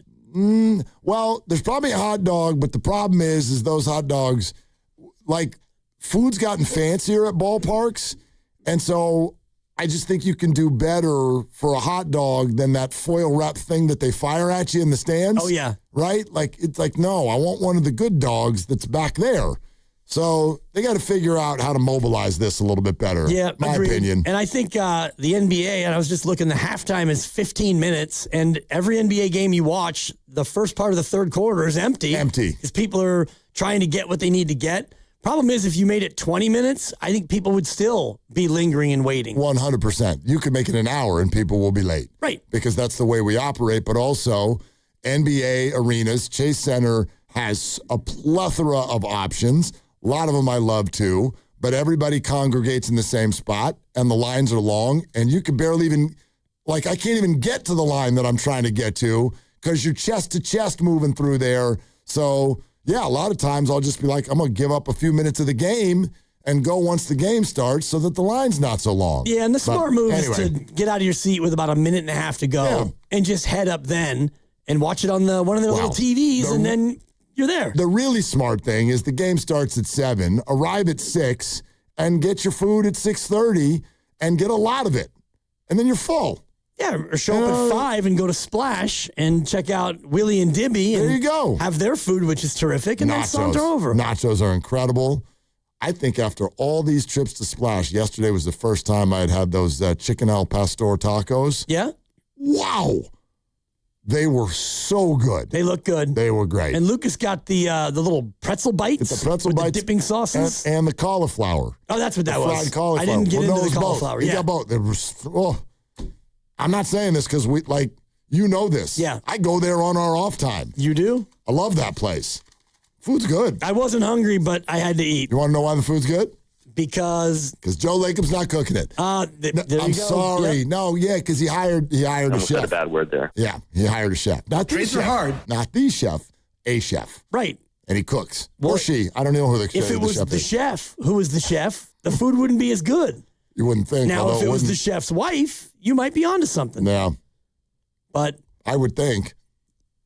I mean, you would expect. Knows her way around restaurants, opening right? up a restaurant. So there you have it. There you have it. All right. What grabbed you out of what Steve said? So just back-to-back's not ruled out for Porzingis. No, but not this one. Like they have one Tuesday and Wednesday, I think. So as he put it, it's not even a back-to-back. He said Sunday will be the start of 3 games in 4 days. So Kristaps is not going to play all of those. Yeah. I get that. But then they don't have another back-to-back until, They've got 6 remaining, I know. Yeah, the next back-to-back after the one next week doesn't come until Monday and Tuesday, March 9th and 10th. Yep. And so it's at Utah, then back here on Monday, March 9th, Tuesday, March 10th. So we'll see. We'll see about that. But, Then they got April 1-2 and April 9-10. So they've got that's a little ways away now, though. Yeah. So, maybe he's ramped up a little bit more. So I like that. He says they've already been messing around with Draymond's minutes. The minutes are already down. He said Draymond and him have already had a conversation about him not finishing. And he said Draymond's completely fine with that. You kind of threw in the whole part about not starting. And we'll see as that develops. But whether or not Steph is on the floor or not, I love that answer from Steve where he's like, look, we've already graduated to Draymond's minutes are all when Steph's playing. Except for the problem now is all of Draymond's minutes are when Steph's not playing. That's right. Because Steph's not playing. And I think that his answer was accurate. And I haven't run all the numbers about the non-Steph minutes for Draymond and how he plays when Steph is there versus when he's not there. But it's pretty apparent that when he's not out there, Steph, Draymond is not nearly the same offensive player. And Steve, in his breakdown of the pick and roll, and they'll try to trap Steph, and so it's a little dump over the pocket pass, and now Draymond's running 4-on-3, or all the other things they run off it. It is a devastating play, and it has been for a long time. So if Draymond doesn't have that in his arsenal, he's not really that valuable on offense. I still think also nobody's wrong. If you look at Draymond play right now, especially with no Steph, and you're like, this is not good. This is I'd rather trade him. I get it. However, I do still think it's a little bit more layered than that. Because what we look at, when we look at a box score, what are we actually looking at? We're pretty much looking at what a player does on offense. I know there's the plus minus. I know there's rebounding. But when we look at a box score and we do what we did today, 0 for 7 and 0 for 5 from 3, and he was minus 28, you're pretty much mostly looking at what somebody does on the offensive end of the floor. It's not good right now at all. However, he is still one of your best defensive players, and he does still have a skill set that makes him maybe one of the only people who can do anything against some of the elite bigs in the sport. Wemby, Jokic, we'll see that on Sunday. You still need him for the other end of the floor, I think. You need him some, but you can't have him be an offensive liability and then be good on defense. And he's not as good on defense as he once was, but you're right. For the Warriors, they don't really have another player who can go out there and do that. Like if you don't have Draymond and you're facing Wemby, for example, what's your option? Like Horford can't stick with him. He's too old. I think Porzingis, that'd be a fun matchup. 7-3 on 7-3. For Wemby, I feel like Jokic would just muscle the hell out of Porzingis. I'd rather see Draymond against Jokic. Wemby and Porzingis would be interesting. Yeah, that'd be fun to watch. Once Porzingis gets his quickness back. He was a little step slow last night. Yeah, and I don't know who else around the league is great against Jokic either because he's a guy who you almost want to score. You don't want him to pass. You'd rather have him shoot and put 50 on you. It's his damn passing that causes so many problems. But Draymond is able to, even though he's given up probably 50 or 60 pounds and about 6 or 7 inches, he's able to ward him off down there. I asked Steve when he imagines Steph and Kristaps, and I guess in practice they did get to see it for a day. What do you see? And the first thing he said was space, and it is one of his buzzwords. It's his key word. When you go back to all of the controversial things that have taken place over the last couple of years with Steve Kerr's rotations, and you like to talk about the 3-man lineups and how they perform, and people wanted to see other people develop. Obviously, Jonathan Kuminga, big part of this and whatnot, but that's always what Steve has talked about. The Warriors have had trouble through the last couple of years with spacing. They have had trouble because either they're trying to force too many what you would call non-shooters, which doesn't mean they can't or not allowed to shoot a 3. Draymond, Jimmy Butler, and JK could all shoot a 3, but they're not plus shooters. They're not people that the other teams feel like they have to run at particularly hard if they're going to shoot a 3. So you either have too many non-shooters on the floor, or you have the other thing that Steve gets criticized for a lot, which is if we're going to go with shooters on the floor, they're all short. And we end up with 3 and 4 guards on the floor at one time, and you get killed on the boards or you get killed inside. And so from that perspective, again, always having to say, if health, the idea of turning Kuminga into Kristaps Porzingis on paper makes a lot of spacing sense for the Warriors. That I get. Yeah, he's a guy who's really a stretch 5. He's a stretch 7'2" guy who you have to respect. And that's the problem when Steph is out, especially for Draymond. And last night was a good example. 0 for 5 from 3, 0 for 7 overall. You don't have the spacing. And if you're on defense and Draymond's spotting up for 3, you don't have to be super concerned about it. He might hit a couple 2 or 3 on you, and then you got to get out there and pay him more attention. But you don't have Steph, and so already defensively, you don't have a big concern. And then if you have, like you said, multiple non-shooting threats out there, defensively, you can really hone in on the one guy who can. All right, 888-957-9570, that is the number. Knockout tournament continues next week. The windows each day, 7:30, 12:30, 3:30. Free to listen for your name only if you're registered. If you're not registered, please go do that. 957thegame.com. Go register, very quick and easy, and then you're in the hopper, and your name could get drawn at any time. You listen, you call, in 9 minutes, 57 seconds, you end up with us at Chase Center playing knockout like our friend today, Brian, was able to do. And so we got off the schneid, and Brian's going to join us on April 6th, and we're thrilled. And then also, every day during the crossover next week, one lucky listener is going to win their way in to a suite to watch the Sharks with us on Tuesday, March 3rd. Against the Montreal Canadiens. Correct. Les habitants, as they are referred. The inhabitants is what that means. Because they're the Canadians. Right. And they're in Canada. I get that now. That's why it's Les habitants. The inhabitants. Les habitants. It's LES, but when you have an H to start the second word, it comes out as les and then the habitants. Habitants. Les habitants. Les habitants. Okay. The inhabitants. Yeah, I believe you. Because they play in Canada. I got it. And they're the Canadians. And they're the Canadians. Great franchise. Yeah, historic. They've had some success. Yep. All right. We're sponsored by Ceremony Ford. Waiting for the best time to buy a new Ford truck? It's now. Ford Truck Month is here at Ceremony Ford. On the 2025 F-150, get 0% APR for 60 months plus $1,000 bonus cash with 0 down and 0 payments for 90 days. Don't wait. Right off 280 in Colma and Daly City or at ceremonyford.com. Ceremony Ford, the Bay Area's Ford dealer. Also coming up next, wait till you hear what someone said about Jerry Rice. Unacceptable. Swoon and Dibs. I've always got my eye out for a great catch. So when I spotted a Filet-O-Fish Extra Value meal at McDonald's, I knew I had to hook myself up. Crispy fish fillet patty of wild-caught Alaskan pollock, melty American cheese, creamy McDonald's tartar sauce. That's pretty much everything I'm looking for in a sandwich. And the Filet-O-Fish Extra Value meal includes a medium soft drink and medium fries, all for just $9. Well, that just seals the deal. Order ahead in the McDonald's app. Ba-da-ba-ba-ba. Prices and participation may vary. Promotional pricing may be lower than meal pricing. This is the story of the one. As the purchasing manager at a manufacturing plant, she knows the only thing more important than having the right safety gear is having it there when you need it. That's why she partners with Grainger for auto reordering, so her team members can count on her to have cut-resistant gloves on hand, and each shift can run safely and efficiently. Call 1-800-GRAINGER, click Grainger.com, or just stop by. Grainger, for the ones who get it done.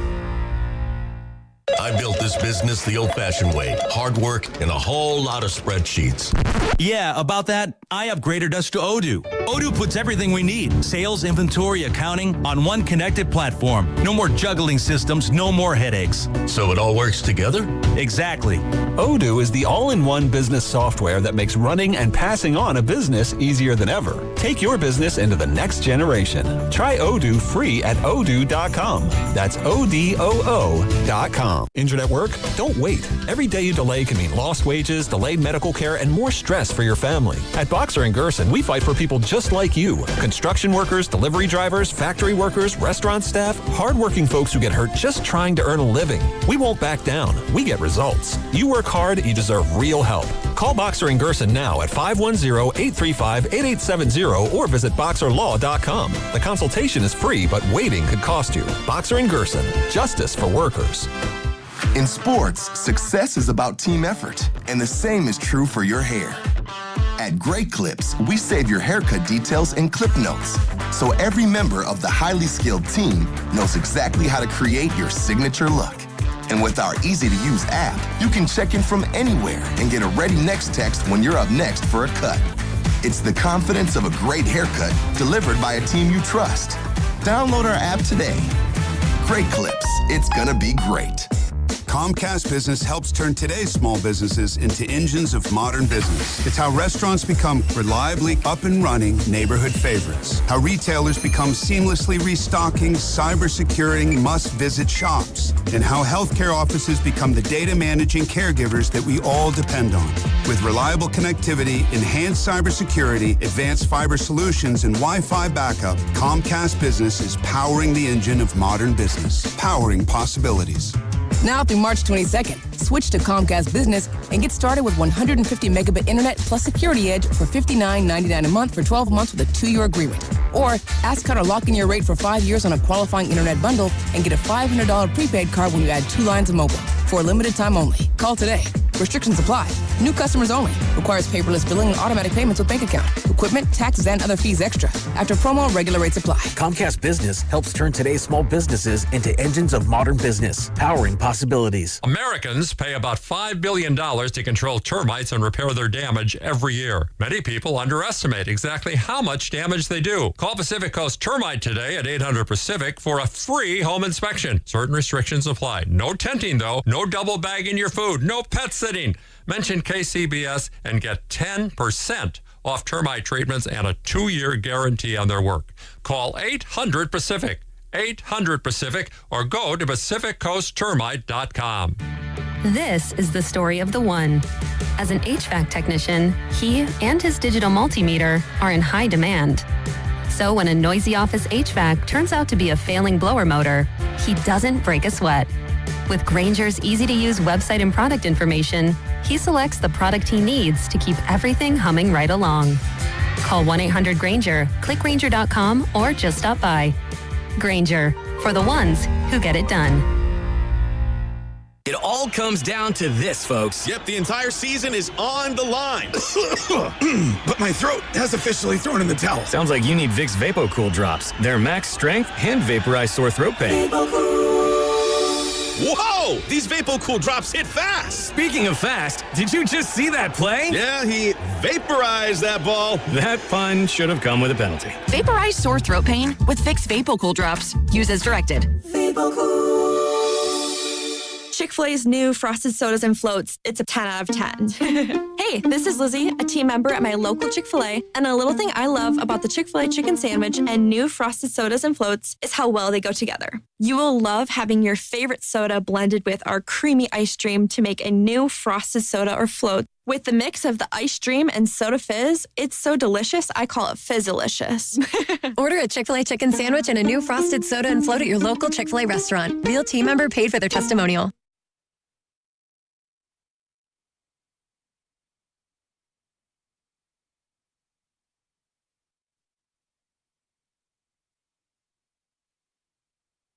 Hey, paisanos. Maybe I didn't do a little research on them too well. Now, back to Dillard and Wibbs on 95.7 The Game. Well, that was a fun day, fun week. I mean, that was a fun day, fun week. I kind of know how you feel after a show now. What do you mean? I talked a lot today. That's exhausting. Too much of me today. I'm gonna lay out. I tell you. I'm gonna start laying out. Boy, you're right. Yeah. You're right. It is hard to be me. That was the difference between Monica Seles, I think it was the first one, and they were all Monica Seles. Because she has the 2-part grunt. She did. And then I think the other one's more of a Sharapova. Yeah. Yeah, that one that's a stretch. It's a stretch 4. My grunt game when I played tennis was elite. Did you really? Were you a grunter? Only when I knew it was bugging the opponent. Oh, that it was next level. Oh, yeah, always. It was chess, not checkers. Everything was next level. Okay. You're supposed to, when it's the other guy's turn to serve and the ball winds up on your side and you got to hit it over to him to start the next point, you just hit it a little bit not to him. Oh, you give him a little run for it. A couple extra steps. Yeah, sorry about that. And then you do it 28 times in a row. Sorry about that. You're the worst kind of tennis My player. bad.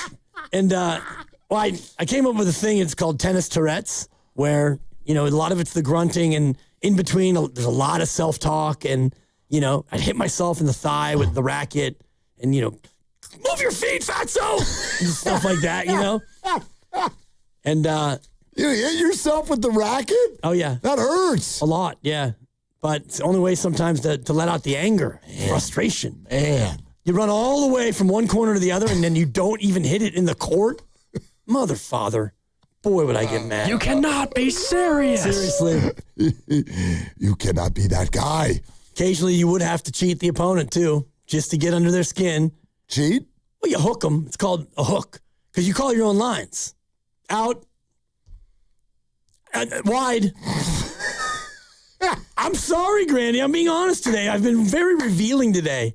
A guy like Grandy. That's so bad. So many bad memories popping back up. I got screwed over so many times, dude. A guy like Grandy, you hook him early, and Oh, I get rattled. Rattled. Wait a minute. High school. High school tennis. Call your own. Why? Wide.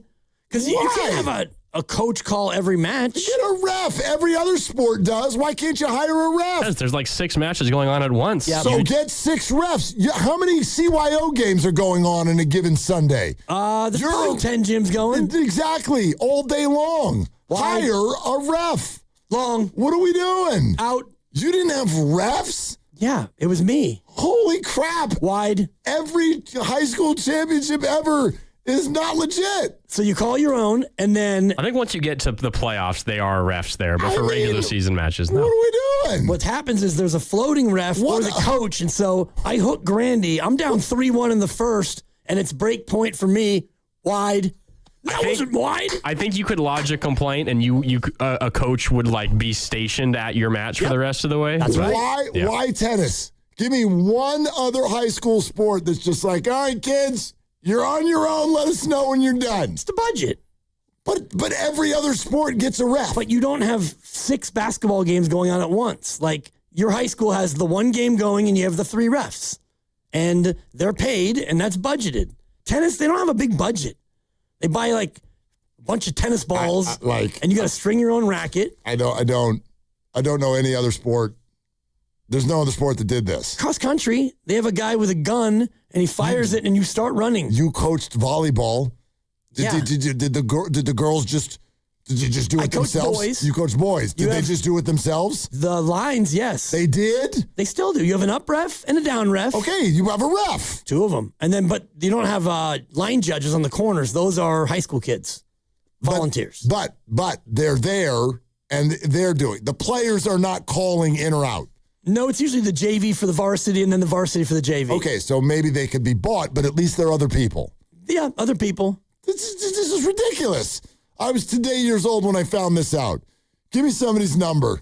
I'm gonna do a GoFundMe so that we can hire some refs for the tennis matches around the country. Wide. And so you have to call it out every time. Out. Long. And then the best is when someone clearly makes a bad call against you, you ask them, are you sure? And they're like, oh, yeah, I'm sure. Oh, yeah. I'm sure. Mm-hmm. Yeah. This guy ended up being a professional referee. So after you get hooked. Oh, the irony. You get hooked a second time. This and guy then you comes to work in stripes. And you were blowing calls on purpose back in high school? Yeah. And a couple times we almost came to blows. I bet. I was a 4'10" freshman hooking people, and my partner was 6'1". So we had a little Abbott and Costello. I would be the guy cheating on the line calls, and then he'd be up there like, "Don't talk to my partner like that." All right, let's fight. Tennis, man. The last frontier. Tennis, man. Oh, anyway. God. Wow. Played 1 year at the country club. They didn't ask me back. I think that's about all the stories Not a surprise. I can handle for the day. All right. Jerry Rice, what happened? Well, Triples for Autism first. Pettinelli Financial Partners brings it to you in the Autism Society San Francisco Bay Area. The Warriors made 23s last night because, that's what they shoot. So that's another donation from Pettinelli to the Autism Society San Francisco. Guy had 5. Just call him 3, Santos. Moody, Will, Richard, 3 apiece. That's enough. Bunch of other people made some too. 55th donation of the season for Triples for Autism. If you'd like to make a donation to autism yourself or get involved, go to sfautismsociety.org. Triples for Autism brought to you by Pettinelli Financial Partners and the Autism Society San Francisco Bay Area. Pettinelli here for you, offering financial guidance and support throughout life's milestones. Go to pettinellifp.com. All right, who is this person, Lucas? Okay, Eddie Lynx. Eddie Lynx. Like the Jungle Cat. Sounds like somebody who would totally make up a call on a tennis court. He's a sports content creator. Because who the hell isn't? Yeah. And he put this on social media about Jerry Rice in today's NFL. Jerry Rice would have to be a tight end in 2025. Jerry Rice ran a 4.7140. Just to put into perspective how slow that is, Teron Armstead is 6'5", 303 pounds. He runs a 4.7140 as an offensive lineman. There's not a single NFL team today where Jerry Rice could walk onto that team and be their number 1 wide receiver. It doesn't matter how good your route running is. If you can't separate from the cornerback, you're not getting the football. Today's cornerbacks run 4.3s and 4.4s, so they're 2 steps faster than Jerry Rice is. Jerry Rice would never get open. Jerry Rice would never separate, and Jerry Rice would never have made a name for himself. Oh, God. I mean, we gave everybody a phone. We really did. We gave everyone a phone, and then we taught them how to use it. You want to know what corners ran as far as the 40 time back when Jerry Rice played? I'm remembering a guy named Darryl Green. The same damn thing that they run now. Huh. What do you think happened? You think everybody's on speed juice over the last 30 years? I mean, did Jerry Rice play against Deion Sanders? Pretty sure he did. Deion Sanders, who would run circles around pretty much any corner in the league today. Eddie Lynx. Darryl Green, who's one of the best corners of all time, he ran a 4.240. 4.2. When he was 40. He reportedly ran a 4.0940. Darryl Green. And by the way, if you want to play the game in reverse, Tyreek Hill, he wouldn't be able to play in the 70s. He wouldn't get off the line. They would take him and beat him up. So what Jerry Rice faced in the 80s was not only press corners, but like physicality, and there wasn't all the the easy calls you get nowadays. It was tough. Pretty sure Tyreek should be in jail. But anyway, let's go to the phones. Kurt in Hayward Hills. Hi, Kurt.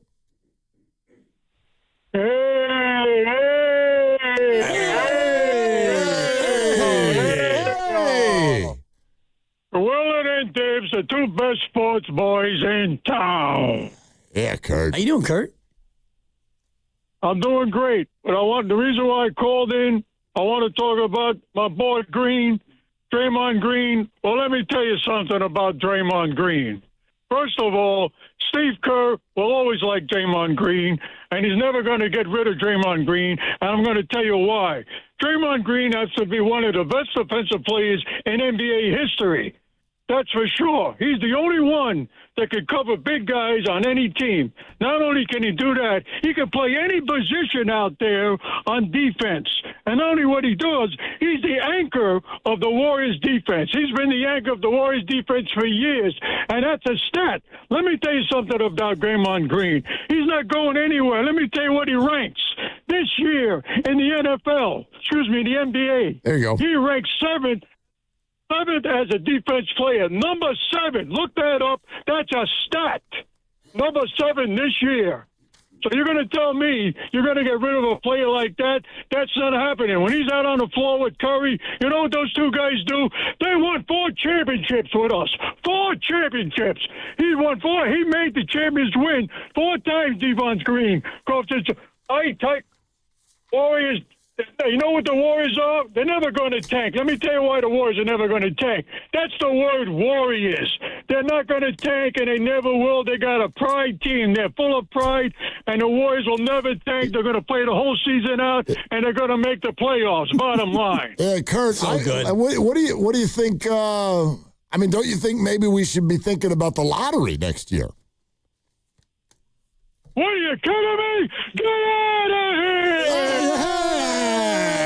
Kurt. There goes Kurt. You hear Kurt say get out of here. You know what that means? Time to get out of here. Grandy, what's about to happen on the radio? Steve Kerr was on with you guys. Oh, yes, he was. Yeah. Steve Kerr, he's the head coach of the Warriors. All right, so that's coming up. Here we go. All right, best of the game with Grandy. Yep. Thanks, Steve. All right, well, this is brought to you by Fremont Bank. Here for you, here for good. Thank you, everybody, for listening and the engagement all week long. Knockout spots 3 a day next week. Sharks tickets once a day in the crossover every day next week. You want to do it again tomorrow? Nah. How about the day after that? Nah. Monday? Sure. Okay. Jokic. Yep. Okay. Good one. All right. Be a good one now. For Dibs, for Grady, for Lucas, I'm Mark. Shoot your shot. That's all you got. Ladies and gentlemen, the weekend. Hi, I'm David. I'm Chris. And I'm John. We are the 3 brothers who own Jack's Restaurant and Bar. And we are here to... Not again. That's my line. Boy, stop it. Mom? What are you doing here? Have you heard your commercials? They're terrible. That's not our fault. You taught us how to cook delicious food. Using only the freshest ingredients. And to treat all our guests like family visiting our home. But you didn't teach us how to write catchy radio spots. They remember that and get back to work. Yes, Mom. Jack's, serving delicious breakfast, lunch, dinner, and drinks the way our mom taught us. ilovejacks.com. That's another amazing run by Team USA. Mom, think I'll be on Team USA one day? Well, I'll take this one. are you speaking to us? Yes, and to answer your question, anything's possible, especially with Xfinity. So, I can be the best snowboarder ever? Well, I can't guarantee that, but Xfinity can guarantee that your internet price won't change for 5 years. Okay. What if I practice every day? Then maybe you'll be snowboarding for Team USA at the next Olympic Winter Games. And Mom, you'll still be paying the same price for Wi-Fi. Ooh, really stuck the landing there. It's the Xfinity Gold Medal Celebration. Now through February 22nd, get our best price on gig Wi-Fi for 5 years guaranteed, just $50 a month. Plus, get Peacock Premium included for 2 years. That's a $10.99 value per month. Xfinity. Imagine that. Proud partner of Team USA. Restrictions apply. Requires paperless billing and auto pay with stored bank account. Taxes and fees extra. Actual speeds vary. This is the Game of the Week Report, brought to you by Hyundai. Spring games for the Pro Baseball League are officially in full swing following the kickoff of the preseason over the weekend. Monday's schedule is packed with action at camps in Arizona and Florida, including Boston versus Tampa, Baltimore against Pittsburgh, and Minnesota playing Detroit. The Game of the Week Report is brought to you by the all-new Hyundai Palisade Hybrid,